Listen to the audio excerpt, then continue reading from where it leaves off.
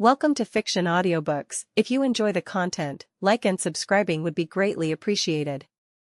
If you have any recommendations for novels, comment below. Please join my Patreon at https://www.patreon.com/fictionaudiobook. Chapter 1, Prisoner. In a dark closed cell, a young man with orange hair sat in a corner. There was nothing there but him. He stood quietly in the corner farthest from the thick metal door. The young man tentatively raised his head, feeling the constant confusion in his mind. Two sets of memories intersected as his brow grew deeper and deeper. He held his head for a while before finally managing to adjust to the memories he'd received. Transmigrated as Jugo. His voice sounded very different from what he was used to, but at the same time incredibly familiar, as if he had heard it his whole life. Looking at his pale white hands, he felt it seemed too surreal. He had merged memories of a life on Earth with those of Jugo, but he was certain it wasn't Jugo. It was intuitive, but he didn't bother to think too much about it. Instead, he frowned as he felt the power of his body. The natural chakra constantly ravaging his body, he could feel his mind on the verge of collapse at every moment. If it weren't for Jugo's memories, he would probably have gone mad by now, but even now he felt the difficulty. After all, not even Jugo could handle it. Taking a deep breath, he began to wonder if it was good or bad luck to end up in Jugo's body. He had no family left in his last world and he worked like a convict. He probably even died of exhaustion, but Jugo's body didn't seem like an improvement. The growing urge to let this energy run wild and destroy everything around him, his lips pursed in thought. He had to learn to control this power, Sage Mode, perhaps. But would it help? Orochimaru knew about Sage Mode, but never let Jugo learn. Did he think Jugo couldn't learn this? Or didn't want to help him? Jugo briefly considered running away. This place, however, is unlikely to stop him. The cage around him serves as a mental focus to keep him from going mad. But could he cope outside? His madness would be problematic and, besides, his body is strong and his chakra is abundant, but Jugo has never tried to become stronger. His ninja knowledge is extremely limited. So, if he goes mad, he'll likely be targeted by the major villages and end up becoming a guinea pig in one of them. Breathing heavily, he wished there was a cheat like in those fanfics. At least he wouldn't be so confused about his future. But the moment he thought this, he felt something tugging at him. Deep down, he felt his body begin to tremble fiercely. It was an extremely evil energy, more evil than his killing intent, more evil than anything Jugo had ever felt before. The next moment, he was somewhere else. Everything around him was pitch black and borderless. The only movement was the darkness distorting in on itself, as if space were colliding with each other. In front of him, two things formed from the darkness. One was a black goat's head with a horizontal pupil, horns, and sharp teeth. Lava flowed like drool from its mouth, exuding a tremendous malice that seemed endless. On the other side, a pitch-black arm bound by chains. Black eyes gaped all over the arm, with purulent black liquid leaking from it. The feeling it gave him was no less malicious, but it seemed restrained, very different from the goat's head exuding infinite malice. Jugo could feel it. He had to choose one of them. It was instinctive. As soon as he laid eyes on them both, he felt information rushing through his mind. The goat's head was the path to the abyss, the chained arm was the path of the chained. Jugo knew these two paths well. They were both from LOTM, one of the best novels he had ever read in his previous world. This meant, then, that the world of infinite darkness around him was the tenebrous world, the shared Sapphira of these two paths.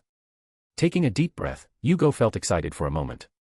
He'd asked for a cheat, hoping for something to help him control himself. Instead, he'd been given a fucking path to godhood. But he quickly came to his senses. He could sense he wouldn't last much longer.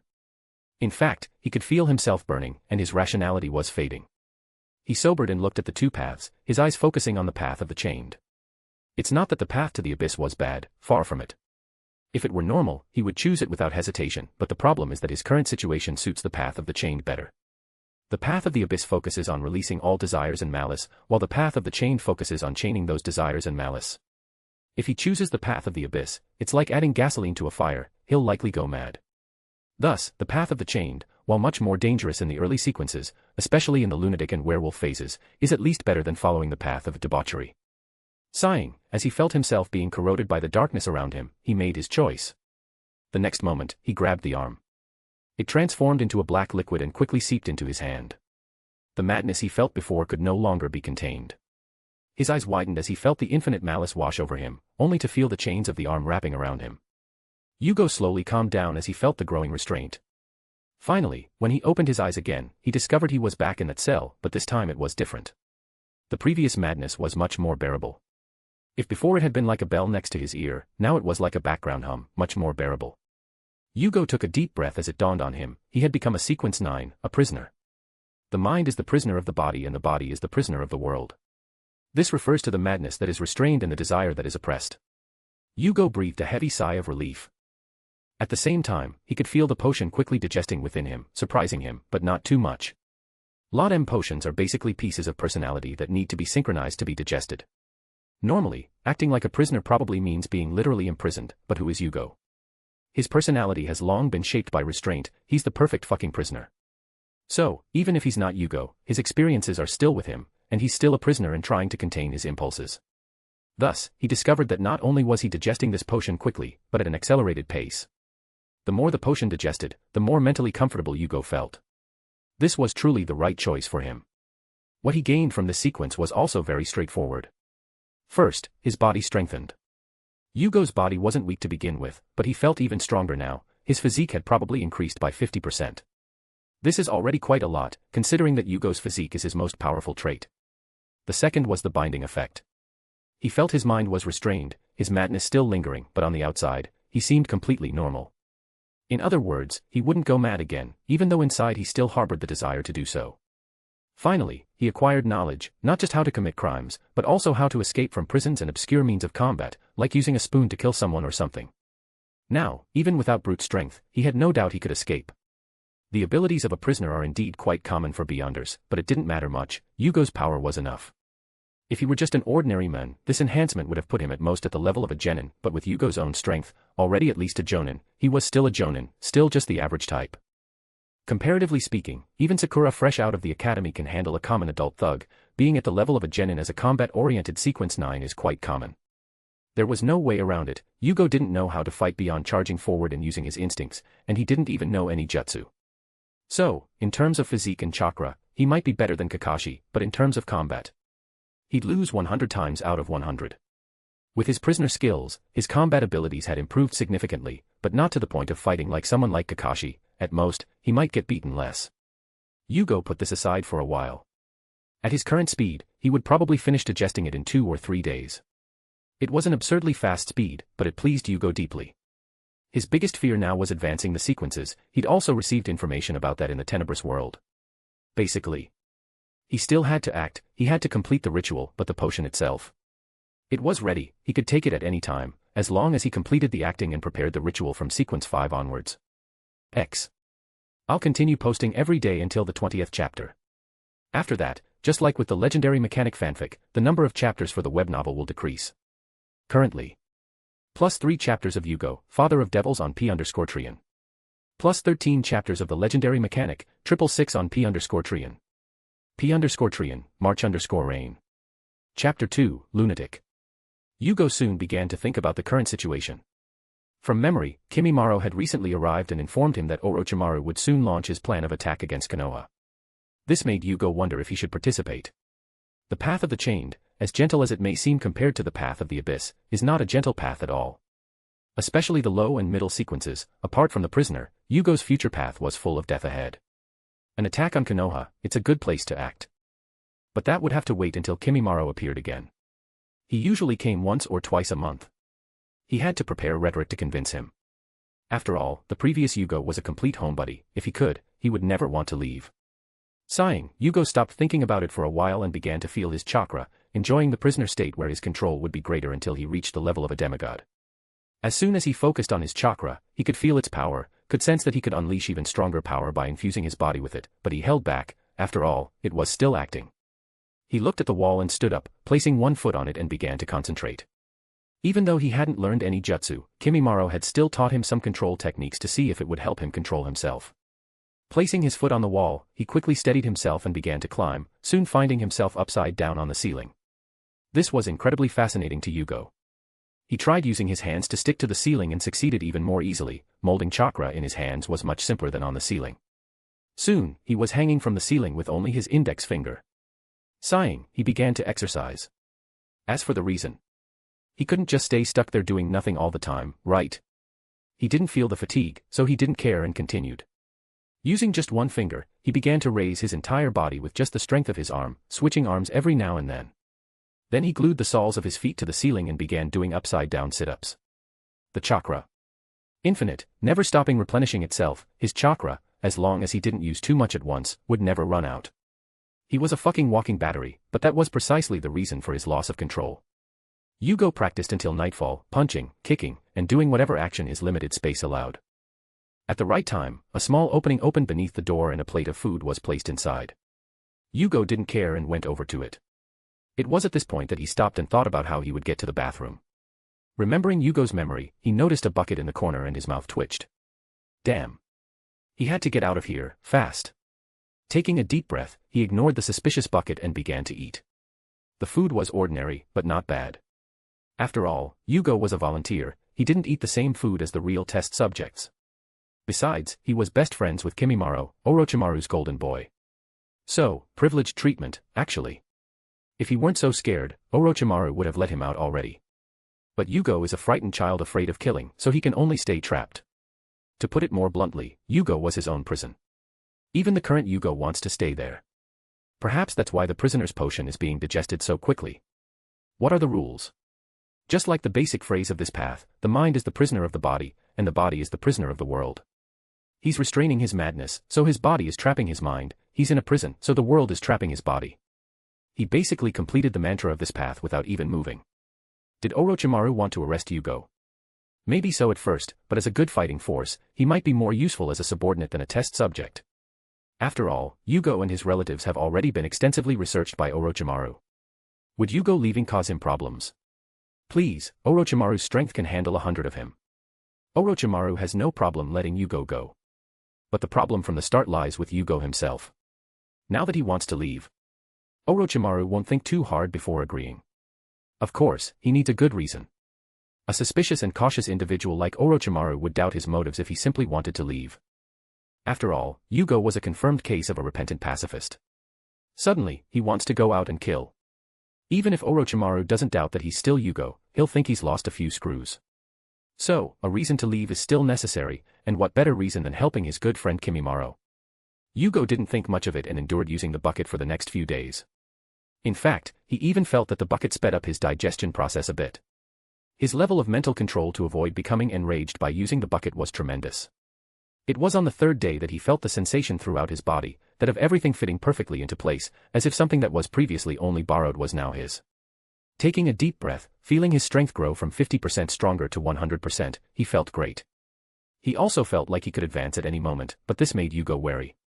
The next step would be the lunatic. Of course, the binding ability won't be lost, in fact, it might even be strengthened. But the problem is that he will acquire a curse. The lunatic's curse makes them even more prone to losing control. If you loosen the binding even slightly, they will fall straight into a state of complete madness. Of course, compared to the world of LOTM, it's still much better. There's no creator here and the Beyonder materials are clean, so there's no corruption to affect him. But the consequences of going insane aren't low. Against intelligent people, insane people are their favorite targets. Obito could easily pull him into his dimension, Shimakaru could trick him into a trap, Kakashi could divert his attention and land a Chidori in his chest. Even more so, if a lunatic's insanity is 100, the insanity of a lunatic with Yugo's Kekkei Genkai reaches 200 or even more. Thus, he was wary of advancing, but thinking about his future power, he could only convince himself mentally. Taking a deep breath, he willed himself to advance and in the next moment, he felt his strength begin to increase. But the real improvement was the abilities he gained. First, he improved his prisoner's restraint. Even though lunatics lose control easily, abilities that disrupt their thoughts and influence their minds were severely weakened against them. If Jugo had to guess, it meant his madness was his own, others couldn't influence his mind, only himself. In this world, generally speaking, he increased his resistance to genjutsu, but he highly doubts he could resist someone like Itachi. The other ability he gained was Berserker. Sacrifice rationality for power.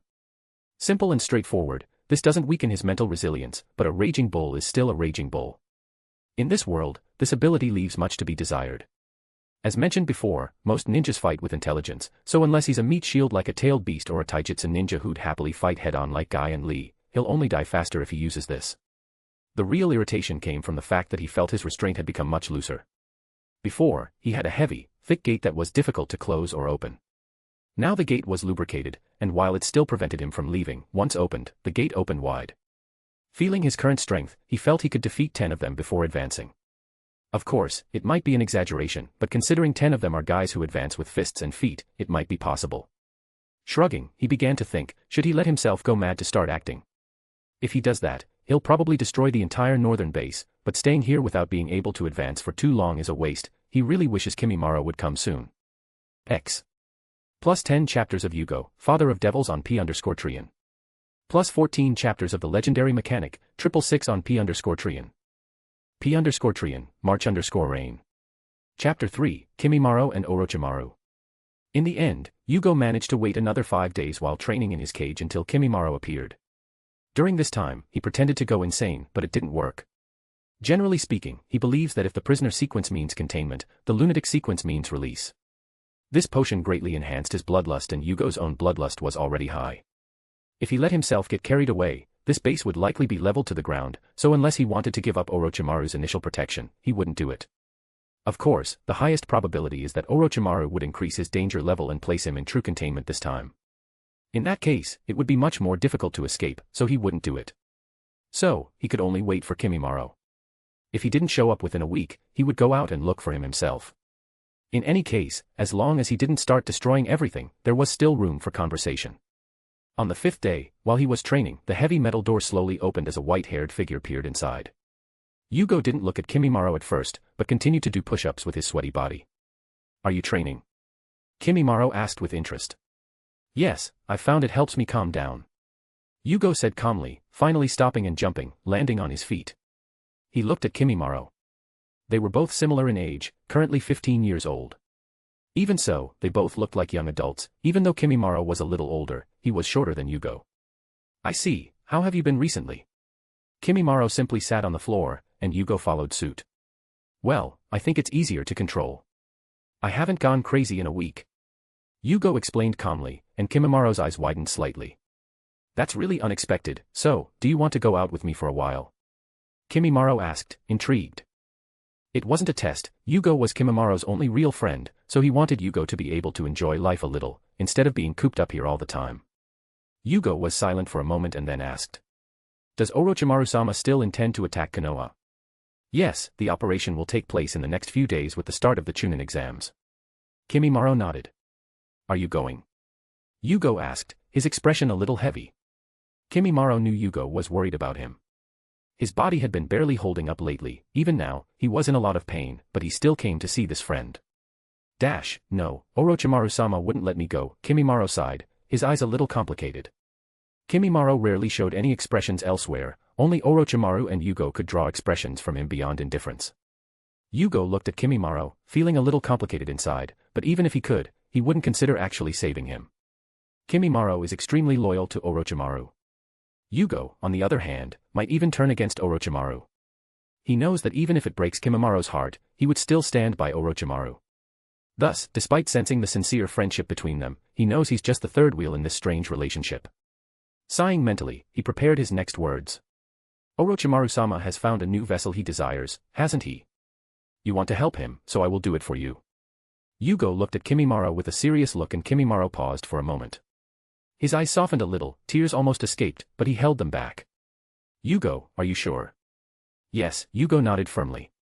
Kimimaro looked at him for a few seconds before nodding. "Thank you, let's go see Master Orochimaru. With you present, the attack will be easier." Just as Jugo expected, when it came to helping Orochimaru, even though this attack posed a threat to Yugo's life, Kimimaro still didn't ask him to give up, but was happy. It was clear who weighed more heavily on his heart. Jugo put on his shirt as he followed Kimimaro out. Getting out of that cell was truly a relief for him. He would never want to use a bucket again. Sighing, he followed Kimimaro. Orochimaru was in Odogekure, the hidden village of sound. It was more of a laboratory than a true village. The land of sound itself was a new country, formerly known as the land of rice paddies. It was conquered by Orochimaru, who convinced the daimyo to accept the village of sound. In the end, the village of sound became a small village accepted by the ninja world. Far from the status of the great villages, but still a recognized ninja village.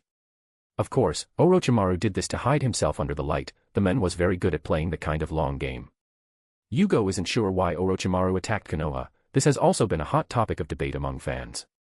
Some believe he wanted to give Hiruzen a proper funeral, others that he truly hated the village and wanted to destroy it. But no matter the reason for Jugo, the only thing he wanted was a place to vent his anger and advance his potion. The journey was uneventful. Jugo didn't care about clothing and still wore the shirt and shorts he wore in prison, still barefoot, not even wearing ninja sandals. Jugo hadn't worn these before, and Kimimaro didn't try to force him to, so he could only make do with his starter village cloth clothes. The pair quickly traveled away, a far cry from how Sasuke and Suigetsu had walked calmly. The speed of both was very fast and they arrived in Otogekure in the late afternoon. As soon as they entered, the group of Otonin looked at Jugo with caution and fear. The fact was, Jugo was well known and wasn't always kept in custody, being taken away by Kimimaro from time to time. Some of them had seen Jugo lose control, and those who hadn't quickly spread the word. Thus, Jugo soon became a figure to be feared. Sasuke himself hadn't seen Jugo, but he'd heard about him. The main reason was exaggerated rumors. But in any case, compared to Orochimaru's ninjas, Jugo truly is the cream of the crop. The reason is also quite simple. Orochimaru cared more about his research than training subordinates, and most of the ninja he commanded were test subjects. Jugo was quickly taken through the base. It wasn't his first time there, but he was still a qualified follower and let Kimimaro go first. Thus, he arrived at Orochimaru's laboratory, filled with various metal instruments, but the brown stone environment still gave the place a claustrophobic feeling. Like a snake, Orochimaru seemed to enjoy that feeling, so you could see it in most, if not all, of his bases. Orochimaru was dissecting a body, and Kabuto was there too, holding a clipboard and taking notes. Neither of them wore hospital gowns or even gloves.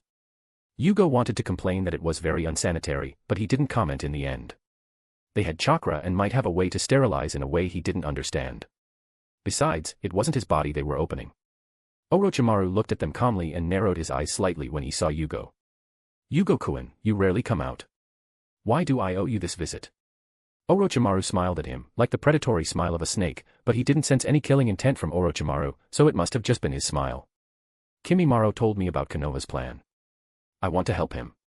Jugo spoke simply and to the point. That was how Jugo spoke, so none of the other three in the room were surprised. "I see, your friendship is truly strong, but Kimimaro won't be participating. Can you control yourself?" Orochimaru smiled at Jugo. In fact, Orochimaru had never used his power in front of Jugo. It wasn't for nothing that he had the notion that Kimimaro was the stronger, but he knew Orochimaru's power well now, so he said, "I want to help. I'm better at controlling myself now. I haven't lost control in a week. Besides, Orochimaru-sama will still be there at most." Orochimaru smiled and nodded. "Indeed, with me around, you don't need to be afraid. I really need more manpower, so you can go. Do you want to show up only when the plan begins, or do you want to join in the fun early on?" The Uchiha boy, that's who you need, right? I can test him out for you." Jugo couldn't just say he wanted to join in the fun, he hadn't had the personality before. Jugo would actually want to stay as far away from the fun as possible. So, he used Sasuke as a fulcrum. Just as expected, Orochimaru nodded, satisfied. "I'm glad you have that mindset, Jugo-kun. Alright, I'll arrange everything for you. The operation begins in 5 days. X. Plus 10 chapters of Jugo, Father of Devils on P_Trian. Plus 15 chapters of the legendary mechanic, 666 on P_Trian. P_Trian, March_Rain. Chapter 4, Team. The following week, Kimimaro's condition worsened. He had already forced himself to visit Jugo and he was soon bedridden again. Seals and needles were what kept Kimimaro active during this time. To maintain his act, Jugo stayed with Kimimaro at all times, talking to him or simply keeping him company in silence. Even in moments of weakness of Kimimaro, Jugo didn't go mad, which made Orochimaru nod in satisfaction. If it weren't for the cursed mark not being able to be planted on Jugo, Orochimaru even felt he would be a good choice. The cursed mark would quickly be swallowed by Yugo's body, otherwise, Orochimaru would have long since seen him as prey. Kabuto left first to adjust to his role as a Konoha genin. Ironically, this was his most solid identity, because it was real, but also the most dangerous. After all, Danzo only let Kabuto go because he was connected to Orochimaru now. So Kabuto was always recognized by Danzo, but he never touched him or reported him so as not to compromise his involvement with Orochimaru. Jugo was soon summoned by Orochimaru. At first, he thought he would be assigned to some sound mobs, but when he saw his team, he was a little surprised. A man with a face and hair covered in bandages and with a blouse with abnormally long sleeves, and a woman with a long black hair tied up who looked beautiful but still ordinary. These are Dosu and Kin. They will be your partners during the Chunin exam. Orochimaru explained calmly. Jugo just nodded outwardly, but inwardly he was thinking. Where's that guy with the tube in his hand that shot air jets? Even if one of them had to be replaced, shouldn't it be the woman? She seemed the weakest. But maybe it was for balance. He's taijutsu, Dosu's sound jutsu and Kin's sound genjutsu. In terms of combat, he can hold his own with Dosu's side support and Kin's harassment. The problem is that even though Dosu has the power of a Chunin and Kin is barely an elite genin at most, she's still very weak compared to Dosu. Anyway, he could kill them both before they blink. Thus, looking at these two, Jugo saw them as mere cannon fodder, but due to his previous personality, he still acted like a background character. After nodding to them both, he remained silent. Jugo is the strongest, so he'll be the team leader. After saying this, Orochimaru turned and left. I'll leave first, you can follow the group that's going to the exam openly. Jugo just looked at the departing figure and then at Kin and Dosu. Kin looked fearful, Dosu narrowed his eyes as if tempted to make a move. Recalling this guy's personality, Jugo thought he'd probably kill himself sooner than expected. Shaking his head mentally, he left and went to get his new clothes. Now finally dressed like a human being, he wore a similar outfit to the duo, cow print pants, a black tank top with a bluish-gray vest over it, ninja sandals, calves bound with bands, and a ninja pouch on his right leg. A sound bandana was also tied to his left arm. His hair was cut short, shaved on the sides and slicked back in a high pompadour. He looked a bit like his Boruto counterpart, but younger. Leaving the room, he walked over to his team. Kin stared at him for a moment longer, slightly surprised, then looked away. Dosu, on the other hand, still looked like a strange hunchback with extremely long sleeves. "Hey, Captain, let's go or we'll miss the exit," Dosu said calmly, his eyes fixed on him. Jugo narrowed his eyes slightly, feeling irritated by the clear defiance in Dosu's eyes. The next moment, his body rapidly transformed, entering the first curse stage, and an extremely strong and vile chakra erupted from him. After entering the path of the chained, his chakra not only increased due to the increase in physical and spiritual strength, but also became extremely malevolent. In terms of chakra, a large volume of Yin chakra flowed out of him, forming a mist of darkness that seemed to cover everything. Normally his chakra felt normal because of the prisoner's binding ability, but it loosened up a bit now. Jugo quickly pulled back the energy. He felt like he was nearly going mad at that moment and quickly retracted his power. It was the first time he had let this power out and he nearly went mad, making it clear that the effects of the lunatic were extremely active. It was only a brief moment, but Kin fell back, trembling all over, clutching her arms tightly around her chest. She nearly pissed herself. Dosu, the target, froze, his eyes widening, and his breath caught. It was only when Jugo passed him and was far away that he regained consciousness.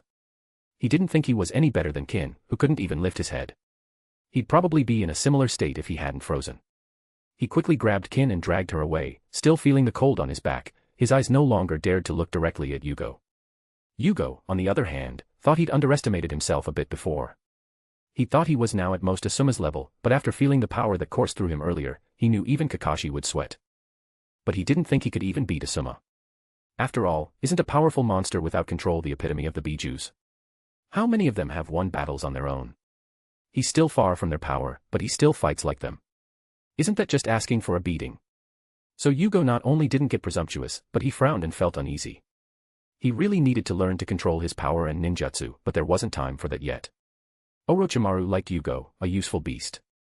He might accept a strong Jugo as his right-hand man, but how sincere would he really be? Would he trust him? Orochimaru only trusts himself. So Yugo's plan had always been to progress in his sequence first, then he could think about other things. With Dosu and Kin still slightly trembling behind them, Jugo sighed and hoped that upon reaching the werewolf, his combat skills would take another leap, but only as a zombie could he truly feel safe. Werewolves also have major anger issues, but zombies are more restrained, or so he believes. Of course, his biggest problems would be against the full moon. For a moment he thought it would be cool to be able to destroy the moon with a Kamehameha. The trio soon encountered the other teams. Their team leader was Orochimaru himself in another disguise, but he had already left earlier on errands, so Jugo, Dosu, and Kin simply followed the other teams. There were 3 sound teams participating this time.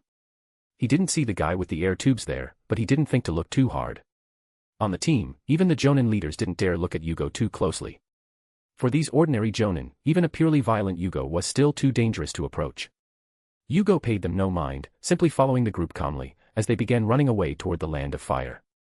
The Land of Sound bordered the Land of Fire, so it was a quick trip to the border, where a check was made, and after confirmation, the group continued on to the Hidden Leaf Village, this time escorted by some Konoha Umbus. Konoha apparently wasn't hospitable enough to let so many groups enter its borders without monitoring their routes.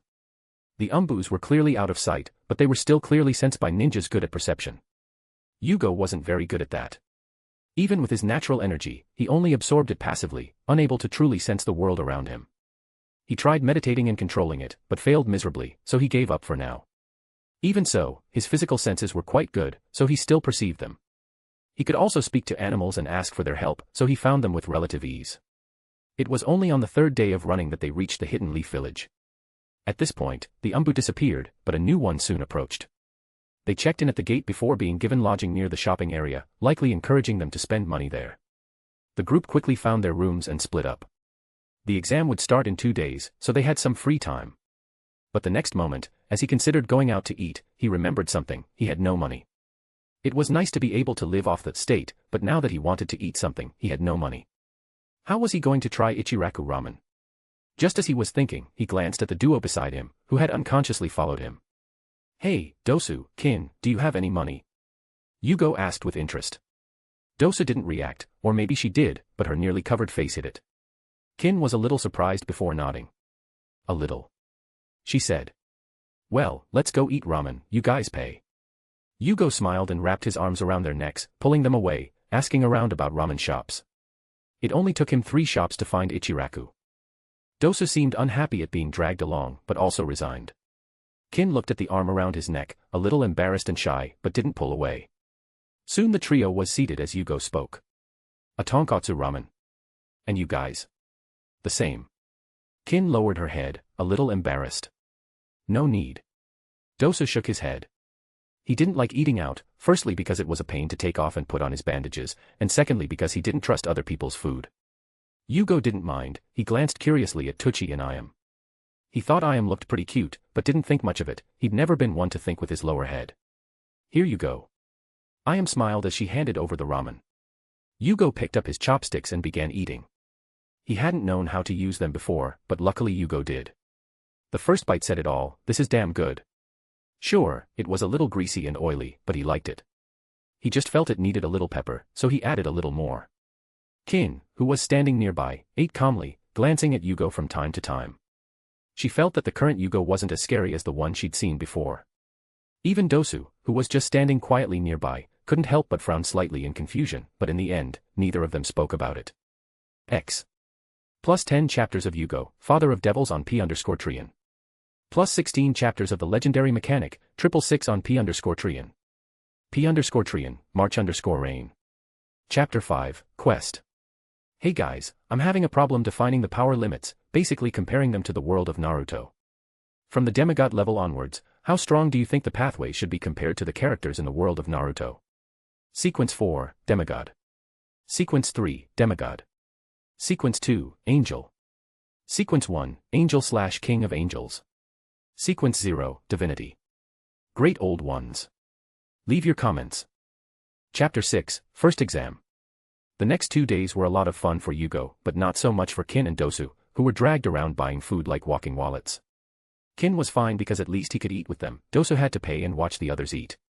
Finally, the day of the exam arrived and the trio quickly reached the first exam location. Jugo entered calmly, with Dosu and Kin following. He didn't even need to notice the genjutsu hiding the floor. His mental resistance wasn't even affected. He passed right through, while Dosu and Kin, a little confused, followed. Finally, when they reached the real third floor, they finally realized it. The duo looked at him in surprise, but neither of them said anything. Arriving at the correct room, there weren't many people yet, but Gaara and Kabuto's group were already there. As previously reported, he pretended not to know Kabuto, just like the two behind him. They looked for an empty spot and sat down. Of course, their real seats would be assigned by the instructors. Jugo wasn't worried about this test either. He clearly didn't know anything, but it didn't matter. He knew how the exam worked: just stay quiet and keep your head down and it would all be over soon. As for how Dosu and Kin pass, it doesn't matter. He's already made it clear that they shouldn't give up until their lives are at risk, no matter what anyone says. According to Kabuto, the number of registered examinee teams this year reached 153, almost half of them from Konoha. The Sound Village had the fewest, with only 3 teams, and the second fewest was Taki, Waterfall, with 12 teams. In any case, no one expected much from the Sound Village. After all, it's a village less than a decade old. Soon, people continued arriving, but Jugo simply watched calmly, including the arrival of the 12-leaf genin. The change was that this time Dosu didn't attack. The main reason was that Kabuto didn't approach him asking for help with his act. Perhaps he thought Jugo would go crazy, so he gave up on it. Jugo watched calmly as Kabuto performed his presentation. Dosu and Kin didn't speak. In fact, the pair completely followed his example and remained silent. Seeing Sasuke ask about Lee and Gaara, Jugo shook his head. Gaara himself was standing there listening. He didn't care, but if he did, he could attack. Gaara is very similar to Jugo. His current power is as good as a Jonin, but he lacks a lot of experience and relies heavily on sand. In fact, Gaara is Yugo's favorite type to face. One attacks, the other defends, and the stronger one wins. So he's not afraid of Gaara, even with Shikaku. In the end, Naruto, idiotic as ever, pointed at them and said he would defeat them all. Jugo felt Dosu moving slightly, so he placed his hand in front of him, making him calm down. Jugo didn't care. Moments later the examiner arrived. Well, what do we have here? A bunch of brats. The bald man who looked like he'd stepped out of a Matrix crossover smiled at them. My name is Marino Ibiki, I'm your examiner and from this point on, your worst enemy. Jugo just looked indifferently. The men did have some aura, but sorry, his own aura is stronger and he doesn't think he'll encounter an aura more malevolent than that of the tenebrous world. Jugo switched off his mind as Ibiki gave the introduction. Dash, hand in your applications and in return you'll receive a number. The number will determine your seat. He finished. We'll begin the written exam as soon as everyone is seated. Jugo sighed and went to line up with Kin and Dosu. The group lined up with Kin in front and Dosu in back. She was a woman, after all, so Jugo let her go first. Kin blushed a little and nodded, feeling happy. Jugo shook his head, wondering how the woman survived in Otogekure with her guard down. But it wasn't his business, he didn't know much about Otogekure's management beyond the basic division between mobs and experiments. Kin quickly took his number, as did Jugo and Dosu. Kin stood in the middle, Dosu in the back and Jugo in front. Now, let's get the rules. Ibiki began. Rule number 1, everyone starts with 10 points and for each wrong answer, you lose 1 point. So, if, for example, you get 3 questions wrong, you'll get 7 points. Jugo always thought this rule was strange. It's basically the glass half full and half empty, isn't it? If he gets 7 questions right and 3 wrong, he'll also get 7 points. So is that really relevant? It seems like another rule to confuse idiots. Rule number 2, teams will be approved or not based on the results of the 3 members. As soon as he finished speaking, Jugo heard a dull thud and turned to look, seeing Sakura banging her large forehead on the table. She raised her head and screamed. Wait. Are you telling me the grade is per team? Silence. I have my reasons. Shut up and listen. Ibiki said. Rule number 3, the guards around the room are there to watch for any kind of cheating. Each cheating observed will deduct 2 points from the total grade. Ibiki smiled and continued. I warn you, their eyesight is very good. If they catch you 5 times, you will be disqualified from the test. Jugo paused for a moment, thoughtful. So that was the reason for Rule 1. Of course, it doesn't make much difference, it just makes it more visible. This way, you know you have 10 points and can be deducted. But in the end, he could have simply stated Rule 3, stating that each cheating subtracts 2 points from your total score and 5 cheatings directly disqualify you. To be more blunt, it's redundant, but Jugo isn't an interrogator, so he didn't comment on the man's ideas. Another point Jugo noticed is that each examiner has a wooden clipboard with paper. This is another strange point. For example, if Examiner A finds Examinee 1 cheating 4 times and Examiner B finds the same Examinee cheating 3 times, has he already gone over 5? How can we know if the times they saw him cheating were different? Even if there is, how will they do it during the test? Is there a Yamanaka connecting their minds? It's possible. Jugo brushed this aside. In any case, he doesn't intend to cheat to begin with, but he found himself wondering how he would do it. Technically, he can use his transformation to generate organs, including eyes, but currently his transformation is prohibited unless he wants to lose his mind. Other than that, he doesn't know any jutsu. As a prisoner, he received a lot of information on how to escape from prison, but unfortunately, extracting information during a test isn't something that comes with it. He could even steal information, but that involves using distractions, like breaking a water fountain and flooding a floor or starting a massive fight, things he can't do right now. So, his best chance is to coordinate with Kin or Dosu, creating a distraction to acquire the information, like going to the bathroom or breaking the chair of the candidate next to him. Of course, he himself has no interest in doing something so problematic, he knows he can pass by simply remaining silent. Finally, Ibiki continued. One more thing, if any candidate gets a 0, they will be eliminated, and the entire team will fail. Jugo could feel Dosu and Kin's eyes on him. They didn't think Jugo, the maniac, would know anything. They were right, but Jugo only gave a slight, okay gesture, and the pair felt a little relieved. Little did they know that Jugo simply planned to write randomly for a while. The exam soon began and those who understood the hidden rules for cheating quickly began. Sitting in front, Jugo didn't see any of this, but began writing directly. Those who copy answers are idiots, those who copy answers are fools, those who copy answers are ugly, those who copy answers won't get a girlfriend. Jugo continued to enjoy writing, unaware that a certain Uchiha noticed his non-stop writing, activated his Sharingan, and began copying with a cheeky grin on his face. The irony was that only after copying 3 questions did Sasuke realize something was wrong. He focused purely on copying the movement and not on what he was writing, kanji by kanji, without connecting them to each other, but when he quickly scanned the text, his eyes twitched and he nearly broke the pencil in his hands. Sasuke's cheeks flushed and he gritted his teeth, filled with rage. Fuck. He glared at the bastard he was copying with tremendous anger, but decided to ignore it for now and quickly find someone else to copy from. This time, he made sure he was copying correctly before continuing. Sasuke wasn't the only one affected, some smart guys also tried to cheat from Jugo, but they were all irritated and frustrated, not understanding Yugo's madness. Jugo didn't care. In the end, he finished the entire test, satisfied. Luckily, Kin and Dosu were far away from him and didn't copy from him, otherwise, they would have been desperate by now. Since they were both from the sound village, they were very sensitive to sound, using it to copy the answers through the frequency of the pencil taps of their targets. If Jugo saw this, he would clap his hands in admiration. Now that's a good skill. X. Plus 10 chapters of Jugo, Father of Devils on P_Trian. Plus 16 chapters of the legendary mechanic, 666 on P_Trian. P_Trian, March_Rain. Chapter 7, Clash. The period that followed was rife with eliminations, with most teams quickly eliminated. With 15 minutes remaining, just as Ibiki had said, he began the final question. Now that we've gotten rid of most of the trash, there are only 15 minutes left. He began calmly. Jugo watched him with his hand resting on his chin, his gaze disinterested. The sheer number of people around him was making him restless, the madness inside him. If it weren't for his prisoner skills, he would have gone mad long ago. Even so, the lunatic's curse wouldn't leave him alone, a constant tug-of-war in his mind, but on the outside, his prisoner skills allowed him to remain completely normal. Indeed, his body was trapping his mind. Ibiki was unaware of Yugo's problems and didn't even look at him. It's time for the main event. He spoke with his eyes closed, only to open them suddenly and glare at the remaining candidates with a weight only a cold-blooded killer could emit. So, listen up, here's the 10th and final question. Jugo could feel the palpable anxiety around him, but he simply placed his arms behind his head and leaned back in his chair, staring at the ceiling indifferently.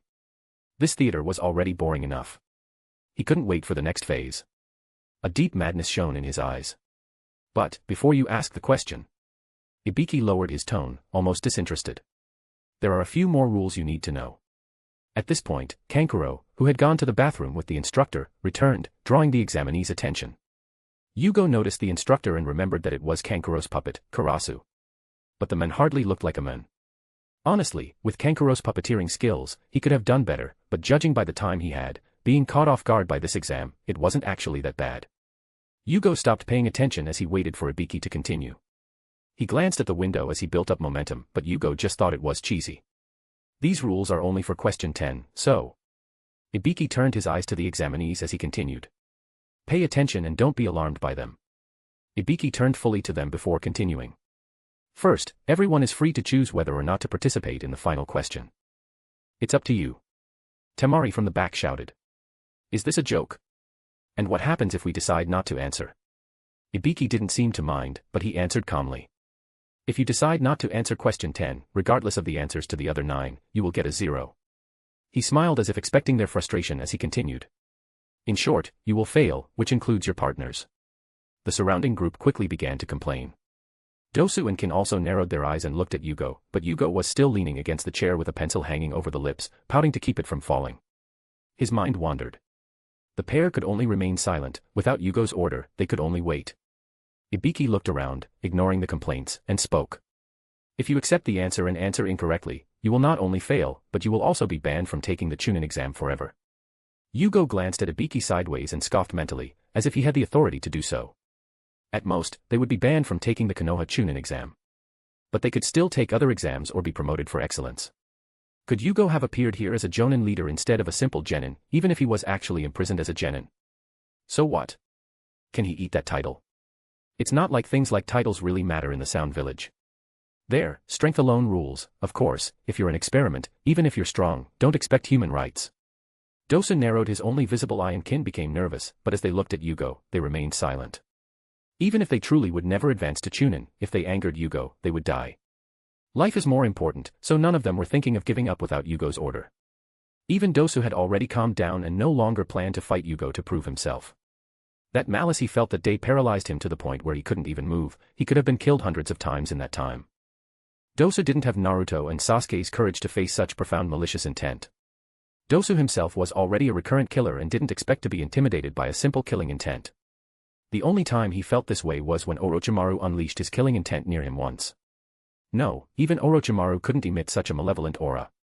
This frightened Dosu to the point that he became extremely well-behaved. Kin was even simpler. She had no interest in antagonizing Jugo, whom Orochimaru had introduced to her from the beginning. It was only Dosu's actions that affected her.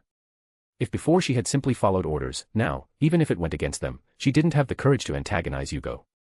Kiba, with Akamaru in his hair, stood up and shouted. "Don't talk nonsense. There are people here who have taken this test before." Ibiki pretended to laugh as Jugo looked away again. He was growing increasingly irritated by all this nonsense and it was getting harder and harder to control his impulse. Some of his aura leaked out unintentionally, leaving the surrounding group feeling a little chilly, but Ibiki's laughter died down, looking toward him. Even the other examiners tensed, looking at Jugo who was playing with a pencil on his lips like a mustache. It was a brief glance from Ibiki. His character development was slightly affected, but he didn't care now. He felt a slight chill down his back and quickly looked away from Jugo. But a glance also turned to Jugo. He managed to locate the source of that cold aura and it made him excited and restless, releasing his own aura, making the surrounding examinees feel even colder. Gaara of the desert. Currently a psychotic maniac. He was staring directly at Jugo. Jugo felt his gaze and glanced at Gaara, tilting his head back. The pair exchanged glances and Gaara was surprised, because through Yugo's eyes, he sensed something very close, something he'd only seen in his own. This made Gaara pause for a moment and tremble slightly. He felt something, an immense lust for blood. Just as Gaara was about to lose his mind and attack, Ibiki sensed the pair of lunatics and seemed to realize things were taking a dangerous turn. He clapped his hands once, attracting their attention and continued speaking, as if oblivious to the previous clash. Gaara quickly calmed down, greatly relieving Temari and Kankuro, who were the most worried. Dosu slightly lowered the arm with the sound amplification equipment he was preparing and Kin breathed a sigh of relief. Jugo went back to playing with his pencil, ignoring everything else. He didn't want to ruin Orochimaru's plans. An angry Orochimaru wasn't something he could handle right now, so he ignored Gaara. "I think you're out of luck." Ibiki continued, his tone calm but very dangerous. "I didn't make the rules before, but I do now." The examinees swallowed hard, not daring to look Ibiki in the eye, at least most of them didn't. Even so, the strongest still managed to hold their own. "Of course, if you don't want to risk it, you won't have to," Ibiki explained, lowering his tone again, his words seeming to constantly waver between pressure and lightness, playing with their minds. "If you don't feel confident, I suggest you give up. You can come back and try next year." Then he gave that Machiavellian laugh again and Jugo just wanted to roll his eyes. What the hell was Kishimoto thinking when he wrote this low-grade villain? X. Plus 10 chapters of Jugo, Father of Devils on P_Trian. Plus 16 chapters of the legendary mechanic, 666 on P_Trian. P_Trian, March_Rain. Chapter 8, Change. Ibiki looked around, aware of the effect his words had caused. Most people seemed distressed, doubtful and apprehensive. Even Kin and Dosu didn't rule out the possibility. After all, as a joint exam, Orochimaru might have chosen to accept these rules and enforce them, but with Jugo there, none of them dared speak. Jugo, on the other hand, was thoughtful. For the next test, he hoped to let himself go, not to the point of going completely insane, but to finally be able to act like a lunatic. The problem was that if this continued, the number of teams would be limited. Just like in the original, Jugo wanted to send many people into the forest of death, only then could he let himself go completely and act out. Jugo hasn't yet found the lunatic's rules because he's always held back so far, having more test subjects is in his best interest. He plans to help these examinees see the truth so he'll have more prey to hunt. But this is also dangerous. What happens if Ibiki changes the rules to make it a truly written exam? Wouldn't he fail immediately? But then he thought of Anko. She'd arrived all at once, and he'd assumed everyone who remained had passed. In other words, this exam wasn't created out of thin air, it was planned. Ibiki couldn't make such a big change, especially when there were only less than 15 minutes left. Thus, Jugo made up his mind and smiled slightly. "Now, if you're ready, here's the 10th question. If you don't want to answer, raise your hand." Ibiki concluded. "Your number will be recorded, and you're free to leave." Soon after Ibiki finished speaking, silence reigned and many began to panic and despair. Just as the first was about to give up, Jugo finally moved. A light laugh began in the silent room, so quiet that everyone heard it. Turning to see Jugo, who was leaning against his chair without a care, continue to increase his laughter. Ibiki narrowed his eyes, thinking something unexpected was about to happen, so he wanted to tell Jugo to be quiet again. But at that point, Jugo had already begun to speak mockingly. Hey, no kidding, do you really think you can force other villages to follow your rules? Even if we can't take the exam in Konoha anymore, do you think we can't do it somewhere else? The surrounding group fell silent, the eyes of the ninjas from other countries shining. Yes, anyway, even if we can't take the exam in Konoha, so what? The Konoha ninjas were the only ones affected. But most of the teams there were from Konoha and Jugo didn't want to let them go, so before Ibiki could respond, he continued. Besides, the Chunin exam is just to show excellence. Do you think the ninja villages have enough elite ninjas? Just because of your broken words, you want to limit their advancement in the ninja career? If you're strong enough, even if you don't want to be, you'll still be promoted so you can contribute more to the village. It's impossible for a village to limit its ninjas because the village needs elite ninjas. Strength, experience, intelligence, when everything reaches the right point, being a Chunin is just the expected result. That means you don't have the ability to make the examinees fail. Instead, you've already asked the 10th question, haven't you? The question is, do you give up or advance? The answer to the question has always been clear, only idiots would give up because of that. Jugo concluded. It was the most he'd spoken since arriving in this world, but the results were evident. The group stopped trembling, their hands lowered, and Ibiki's face was grim. Through the surprised and thoughtful eyes of the examinees, Ibiki knew the exam was over. He looked deeply at Jugo, who had already looked away and returned to leaning back in his chair without a care. He couldn't understand. In fact, no one watching could understand, even Kin and Dosa could only look confused. It was clear that Jugo, despite his sarcastic and offensive words, was helping them. But why would he do that? Of course, only Jugo could understand the answer, but he wouldn't stupidly explain that he wanted more targets to attack in the Forest of Death. The number of examinees in the room was 150, yet 2/3 of the teams had disappeared. Ibiki looked around and saw that he couldn't fool those guys again. He clicked his tongue and didn't complain to Jugo. It made no sense. What's the point of complaining now? Does anyone still want to give up? He asked as if Yugo's previous monologue was air. But no one fell for the trick again.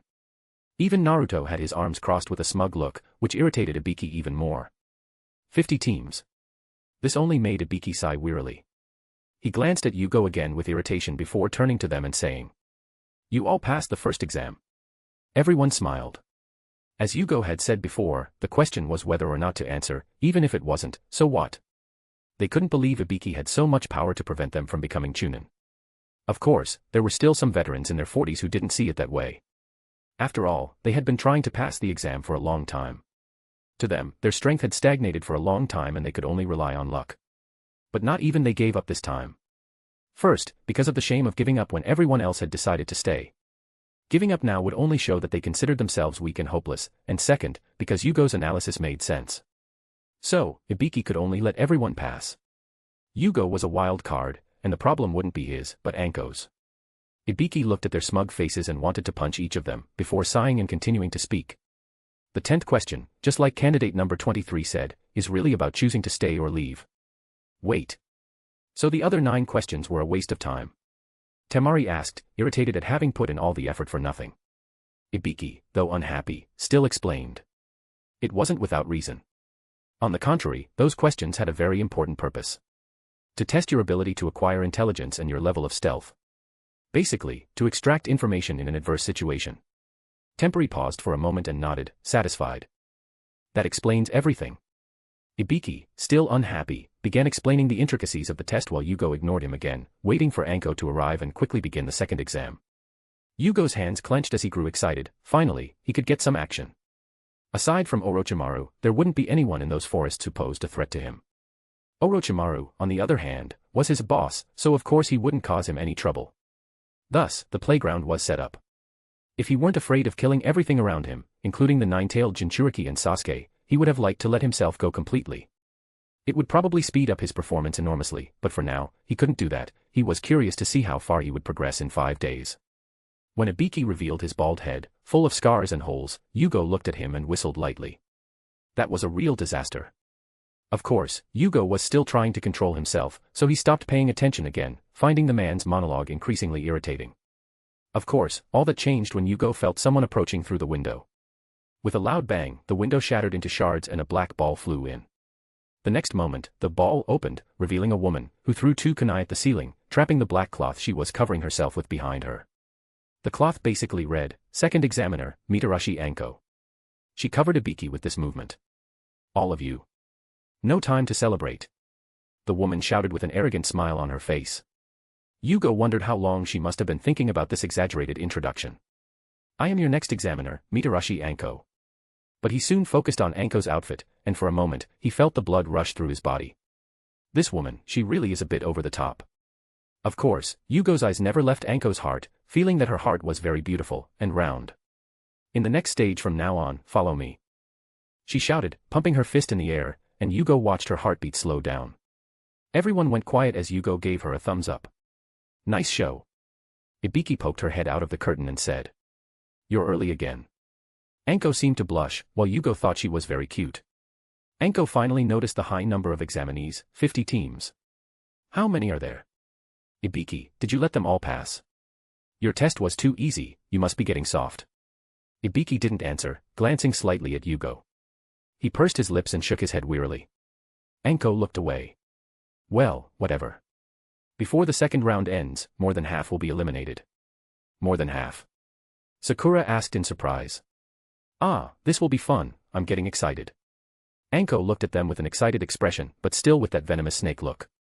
Well, things have been easy so far, but everything will be different starting tomorrow morning. I'll let the team leaders know where to find me, dismissed. X.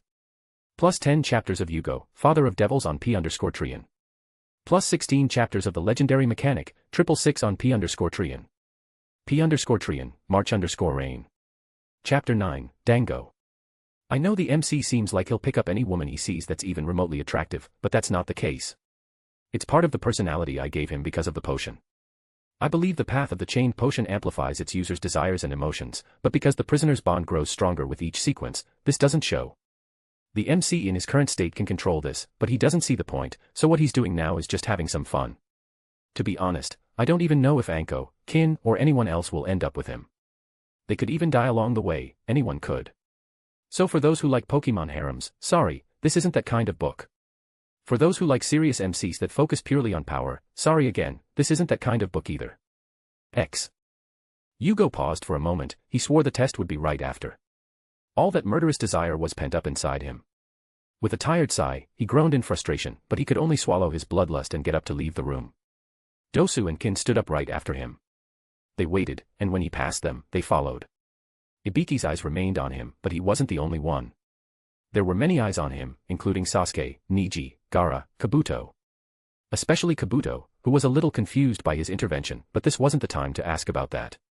Jugo left the room without a care, followed by the hunchback Dosu, expressionless, and Kin still a little apprehensive about the attention. But Yugo's next words broke Dosu's defense. Come on, I feel like eating some sweets. Dosu wanted to run away, but he didn't dare. Kin's look at him from beside him assured him she was watching his escape. He'd done this before and she'd paid for it herself, she wouldn't make the same mistake. Dosu sighed, resolving to at least take some for himself this time. As the group walked away, Jugo stopped for a moment and looked at a tree. Are you going to keep following us? Dosu and Kin's eyes narrowed and they assumed a fighting stance facing the tree. Even though Yugo's chakra senses are terrible, his physical senses are quite good. So he easily noticed the approach. The next moment, a large figure with purple hair stopped in front of them with a smile. Hey, brat, I didn't like the look on your face earlier. Anko played with a kunai and licked the edge lightly. Jugo stared at the woman for a moment, before focusing on her heart again. Your heart is beautiful. Jugo gave a thumbs up, unconcerned. He doesn't know if it's because of the potion he drank, but he feels like he's become too direct and with his evil thoughts at the surface, his desires and emotions have basically become more prominent. The only difference is that he can choose to let them out or not. So, when Anko appeared now, he didn't feel embarrassed, but admired her even more directly. Kin beside him is beautiful, but her body leaves something to be desired compared to Anko's, and the fishnet blouse she was wearing make everything even more arousing. Anko's lips curved into an even more predatory smile as she noticed his lack of shame.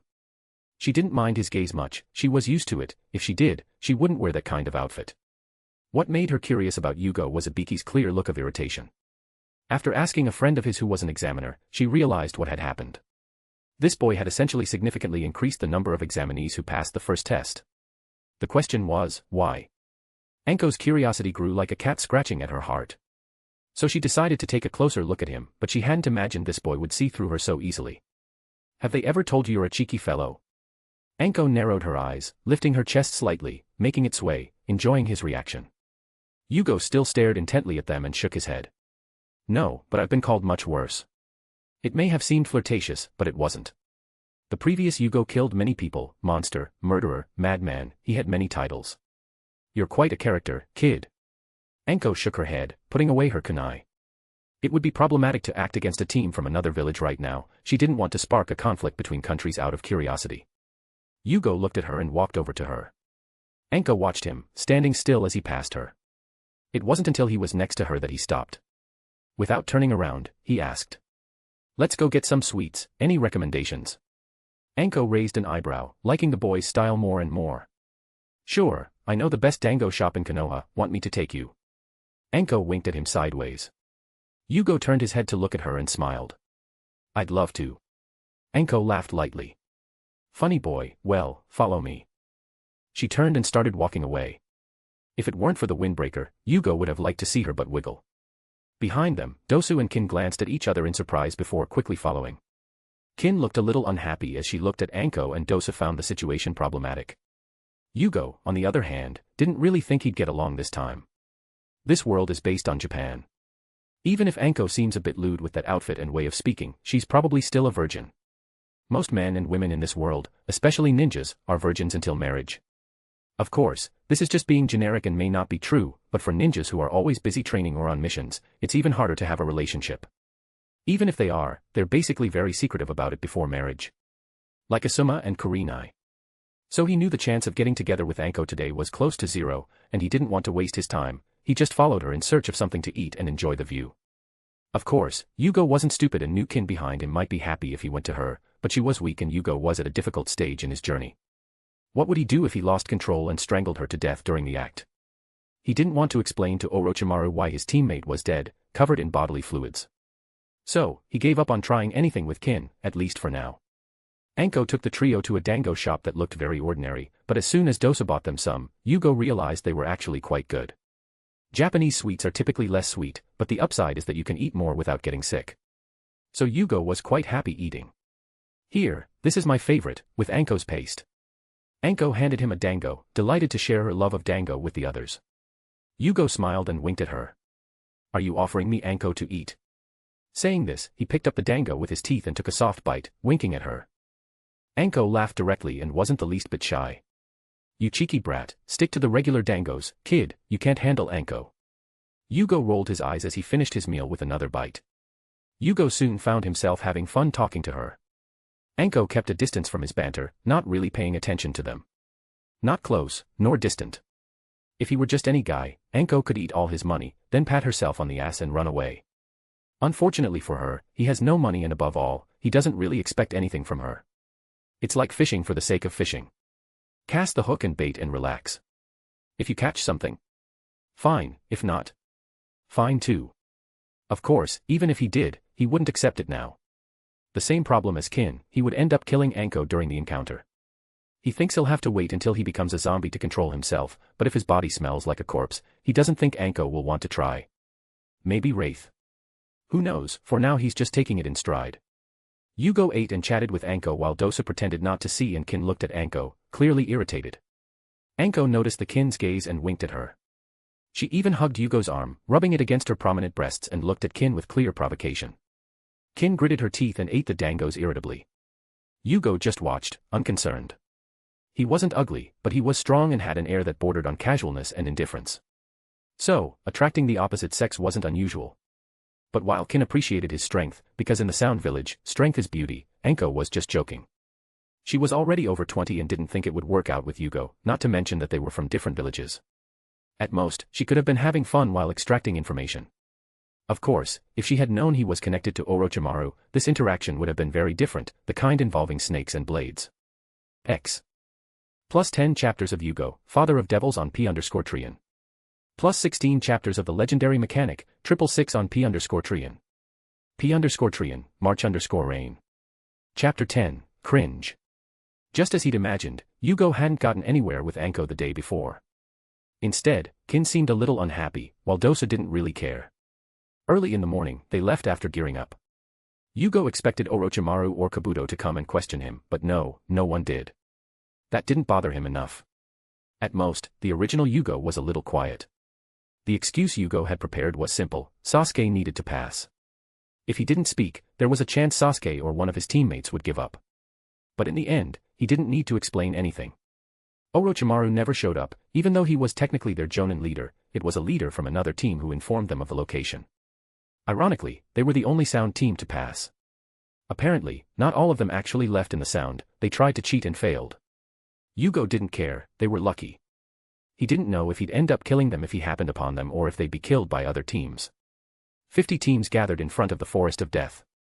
Anko looked at him and winked slightly, sticking out her tongue. Jugo gave her a full-body look, which made the woman roll her eyes, but still sway her breasts flirtatiously.